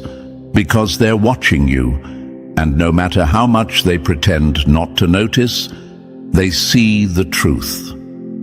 You're not lucky, you're aligned, and you're calm. That's not peace, that's power in its purest form. Number 6. They stared, studied, and still couldn't crack the code, because you are the code. They watched your rise like it was magic, never realizing it was discipline wrapped in silence. Let's not play coy, they're watching, hard, closer than they ever did when you were quiet and invisible, when they thought they had you figured out, filed neatly into their little boxes. They told themselves you were average, that you were nothing special, that you were just another face in the crowd. And now, their mouths are hanging open. They don't get it, can't explain it, and it's burning them up. Where did that come from? Have they always had that in them? Wait, how are they doing all this so suddenly? Suddenly. Let's correct the record. There's nothing sudden about this. You didn't wake up powerful, you just stopped hiding. You've been building in silence, healing in the dark, sharpening in private. While they were laughing, doubting, whispering, you were becoming. And what they're seeing now? That's not a random burst. That's a reveal. They underestimated the storm because you moved like a breeze. They thought you were simple because you stayed silent. They confused your humility with lack of ability. And now that your light is breaking through the cracks they tried to seal, they're scrambling to understand what they're witnessing. But they can't understand it. Because your power isn't external. It's not a strategy. It's not a formula they can steal or a course they can take. You didn't get here by mimicking someone else. You got here by unlocking something inside that most people run from. And now that you've tapped into it, you're moving different, speaking different, existing on another frequency, one they don't even have the tools to hear, let alone decode. They pretend not to notice, but behind closed doors, they're watching everything, your stories, your posts, your words, your growth. Every shift, every move, every piece of content is being studied, dissected, analyzed. They're desperately trying to reverse engineer your glow, hoping there's a step-by-step process they can copy. But there isn't. You can't copy presence. You can't fake frequency. You can't fabricate what was forged in fire. What you carry was earned, piece by piece, layer by layer. Through the battles they never saw. Through the nights you wanted to quit but didn't. Through the moments you stayed silent, not because you didn't have a response, but because you were focused on the long game. And now they want to imitate the results without living the discipline. They want your energy without carrying your scars.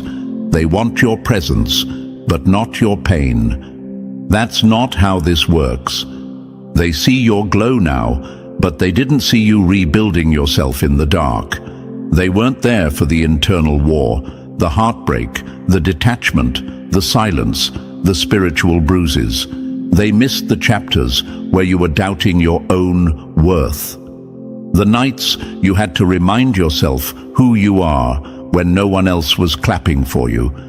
But you clapped anyway. That's what created this. Not some secret weapon, just the audacity to keep going when everything in you screamed to stop. And that right there, that quiet audacity, that's what they can't replicate. It's not about being the loudest in the room. It's about being unshakable when the room turns against you. It's about watching the same people who mocked your silence now study your every word like scripture. Let them watch. Let them scroll. Let them try to figure it out. Because here's the truth. What you've unlocked can't be taught. It can only be earned. It's an awakening, a rebirth, a shift that only happens when you've let go of needing approval, when you've stopped looking for validation, when you stop hiding the fire and let it burn, even if it makes people uncomfortable. They don't understand it now, but deep down, they feel it. They feel your energy move before you speak. They feel the pressure when you walk in a room. They feel their masks slipping just being near your truth. That's not something you learn. That's something you become. So don't waste time explaining. Don't dilute yourself trying to be digestible. You're not here to be understood by those still sleeping. You're here to awaken those with the courage to rise. They're watching, chosen one, and they still won't get it. Because they weren't built for it. You were. Number 7, they called you quiet, not knowing you were tuning into frequencies they can't hear. When you stop talking, you start hearing everything they thought was hidden. They thought they had you figured out, didn't they? Oh, they're just quiet. They keep to themselves, a little distant, maybe even shy. They wrote you off, overlooked you, laughed it off like you were background noise in their loud little lives. What they didn't realize, you weren't detached, you were downloading, reading the energy, mapping the terrain. While they were speaking just to fill the silence, you were listening to everything their words couldn't hide. They didn't realize the most powerful person in the room isn't always the one with the mic. It's the one who doesn't need one. You've always operated on a different frequency, a higher one. And now it's becoming obvious. Your calm makes them nervous. Your silence makes them over-explain. Your insight, it cuts straight through the noise and lands with precision. You say little, but when you speak, it's like you've been living inside their minds. They think you're psychic. Cute theory. But the truth is deeper. You're not reading minds, you're reading energy, patterns, vibrations, inconsistencies in tone, shifts in posture, pauses that hold more truth than their confessions. While they think you're zoning out, you're actually zoning in, tuning into signals they don't even know they're sending. Because when you're chosen, you don't need someone to tell you what's wrong. You just feel it. And they're starting to realize that. That's why they're cautious now. Why they edit themselves around you. Why their voice drops when you look them in the eyes. Because there's no mask thick enough to block the frequency you're dialed into. You don't need receipts. They leak truth just by standing next to you. And they feel it. Oh, they feel it. You know things you shouldn't know. You sense shifts they don't speak about. You ask the question they hoped no one would think to ask. You say the exact words they didn't know they needed to hear. And that's why they can't shake you. That's why they keep you close, even when they don't know why. Because your energy does something to theirs. It disarms, it reveals, it clears fog they didn't know they were walking through. But here's what they've missed entirely.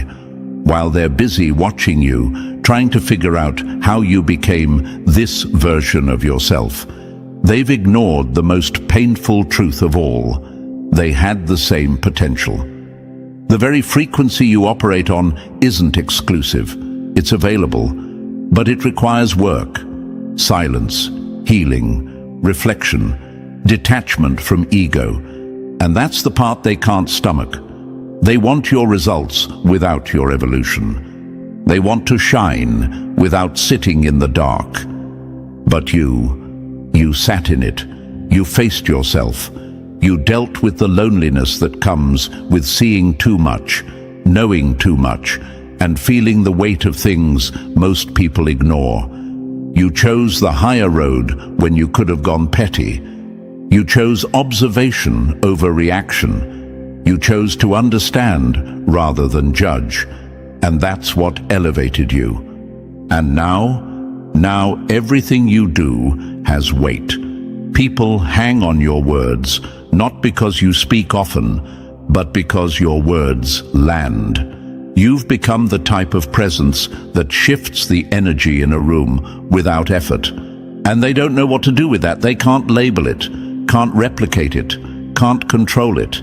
So they watch closely, some with awe, some with envy, some wanting to get close to your energy, hoping it rubs off, some hoping you never turn your focus fully on them, because they know, if you did, you'd see everything. But here's the beautiful truth.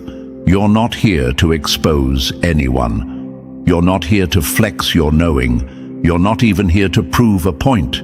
You're here to be a mirror, to remind others of what's possible when you stop tuning into noise and start tuning into truth. You don't need attention. You don't need approval. You are the frequency, and the ones who are ready to rise, they'll recognize it.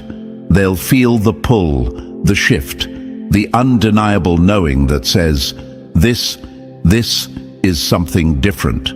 So keep moving like the storm no one saw coming. Keep listening, keep feeling, keep trusting that you don't need to explain yourself to people who aren't ready to understand. Because when you operate on a higher frequency, you stop needing permission to be powerful, and you start becoming unforgettable.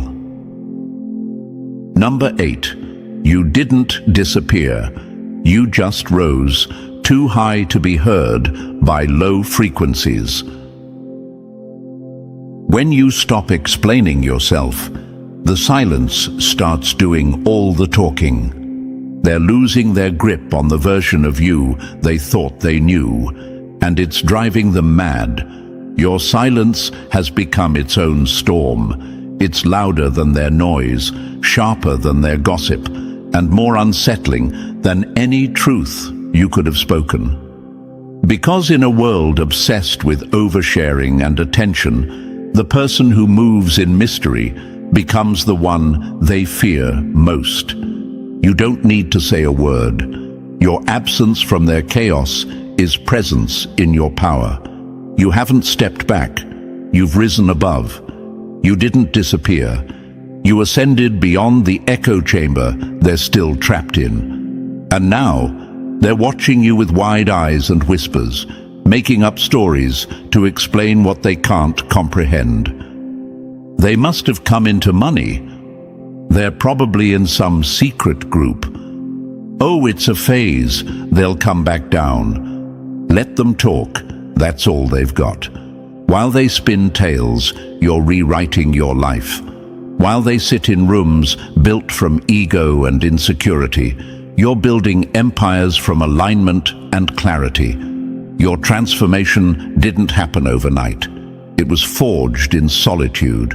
In moments no one clapped for.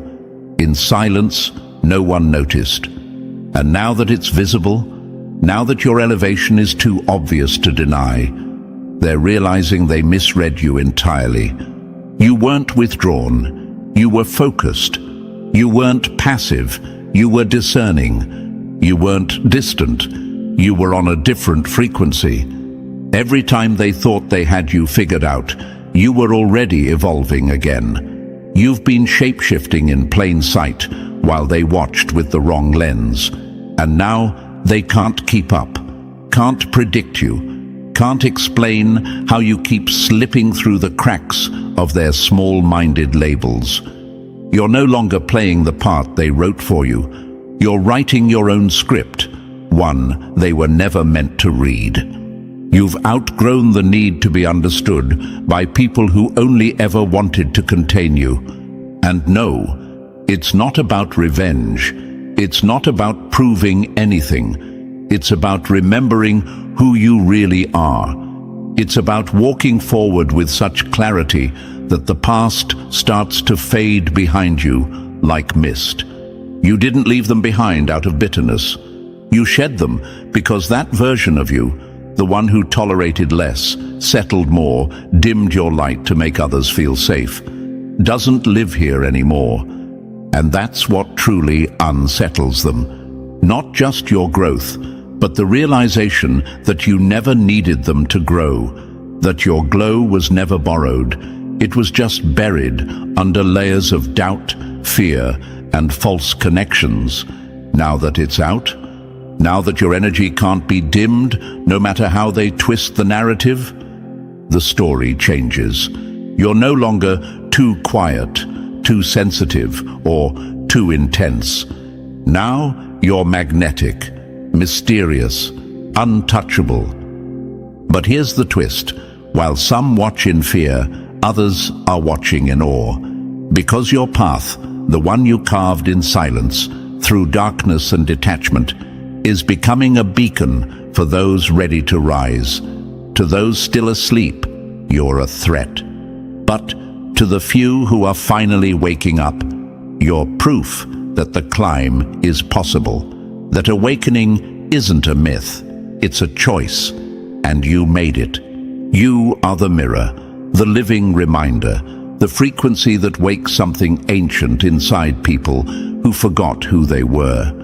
You don't scream your message, you embody it. And now, even those who doubted you are starting to feel it. They talk about you now because they don't have the courage to ask how you did it. Because asking means admitting they're still behind, that they're still stuck in the noise you escaped. But their soul knows. That's why they can't stop watching. That's why they can't stop wondering. And that's why they'll never see you the same again. You've remembered what they forgot. You've embraced what they ran from. You've become what they only dreamed they could be. And no matter what they tell themselves, nothing will ever be the same again. And so, here you are, clear, unshaken, fully awakened. The mask is off, the path is lit, and you're no longer shrinking to fit the places you've outgrown. Let them talk, let them watch.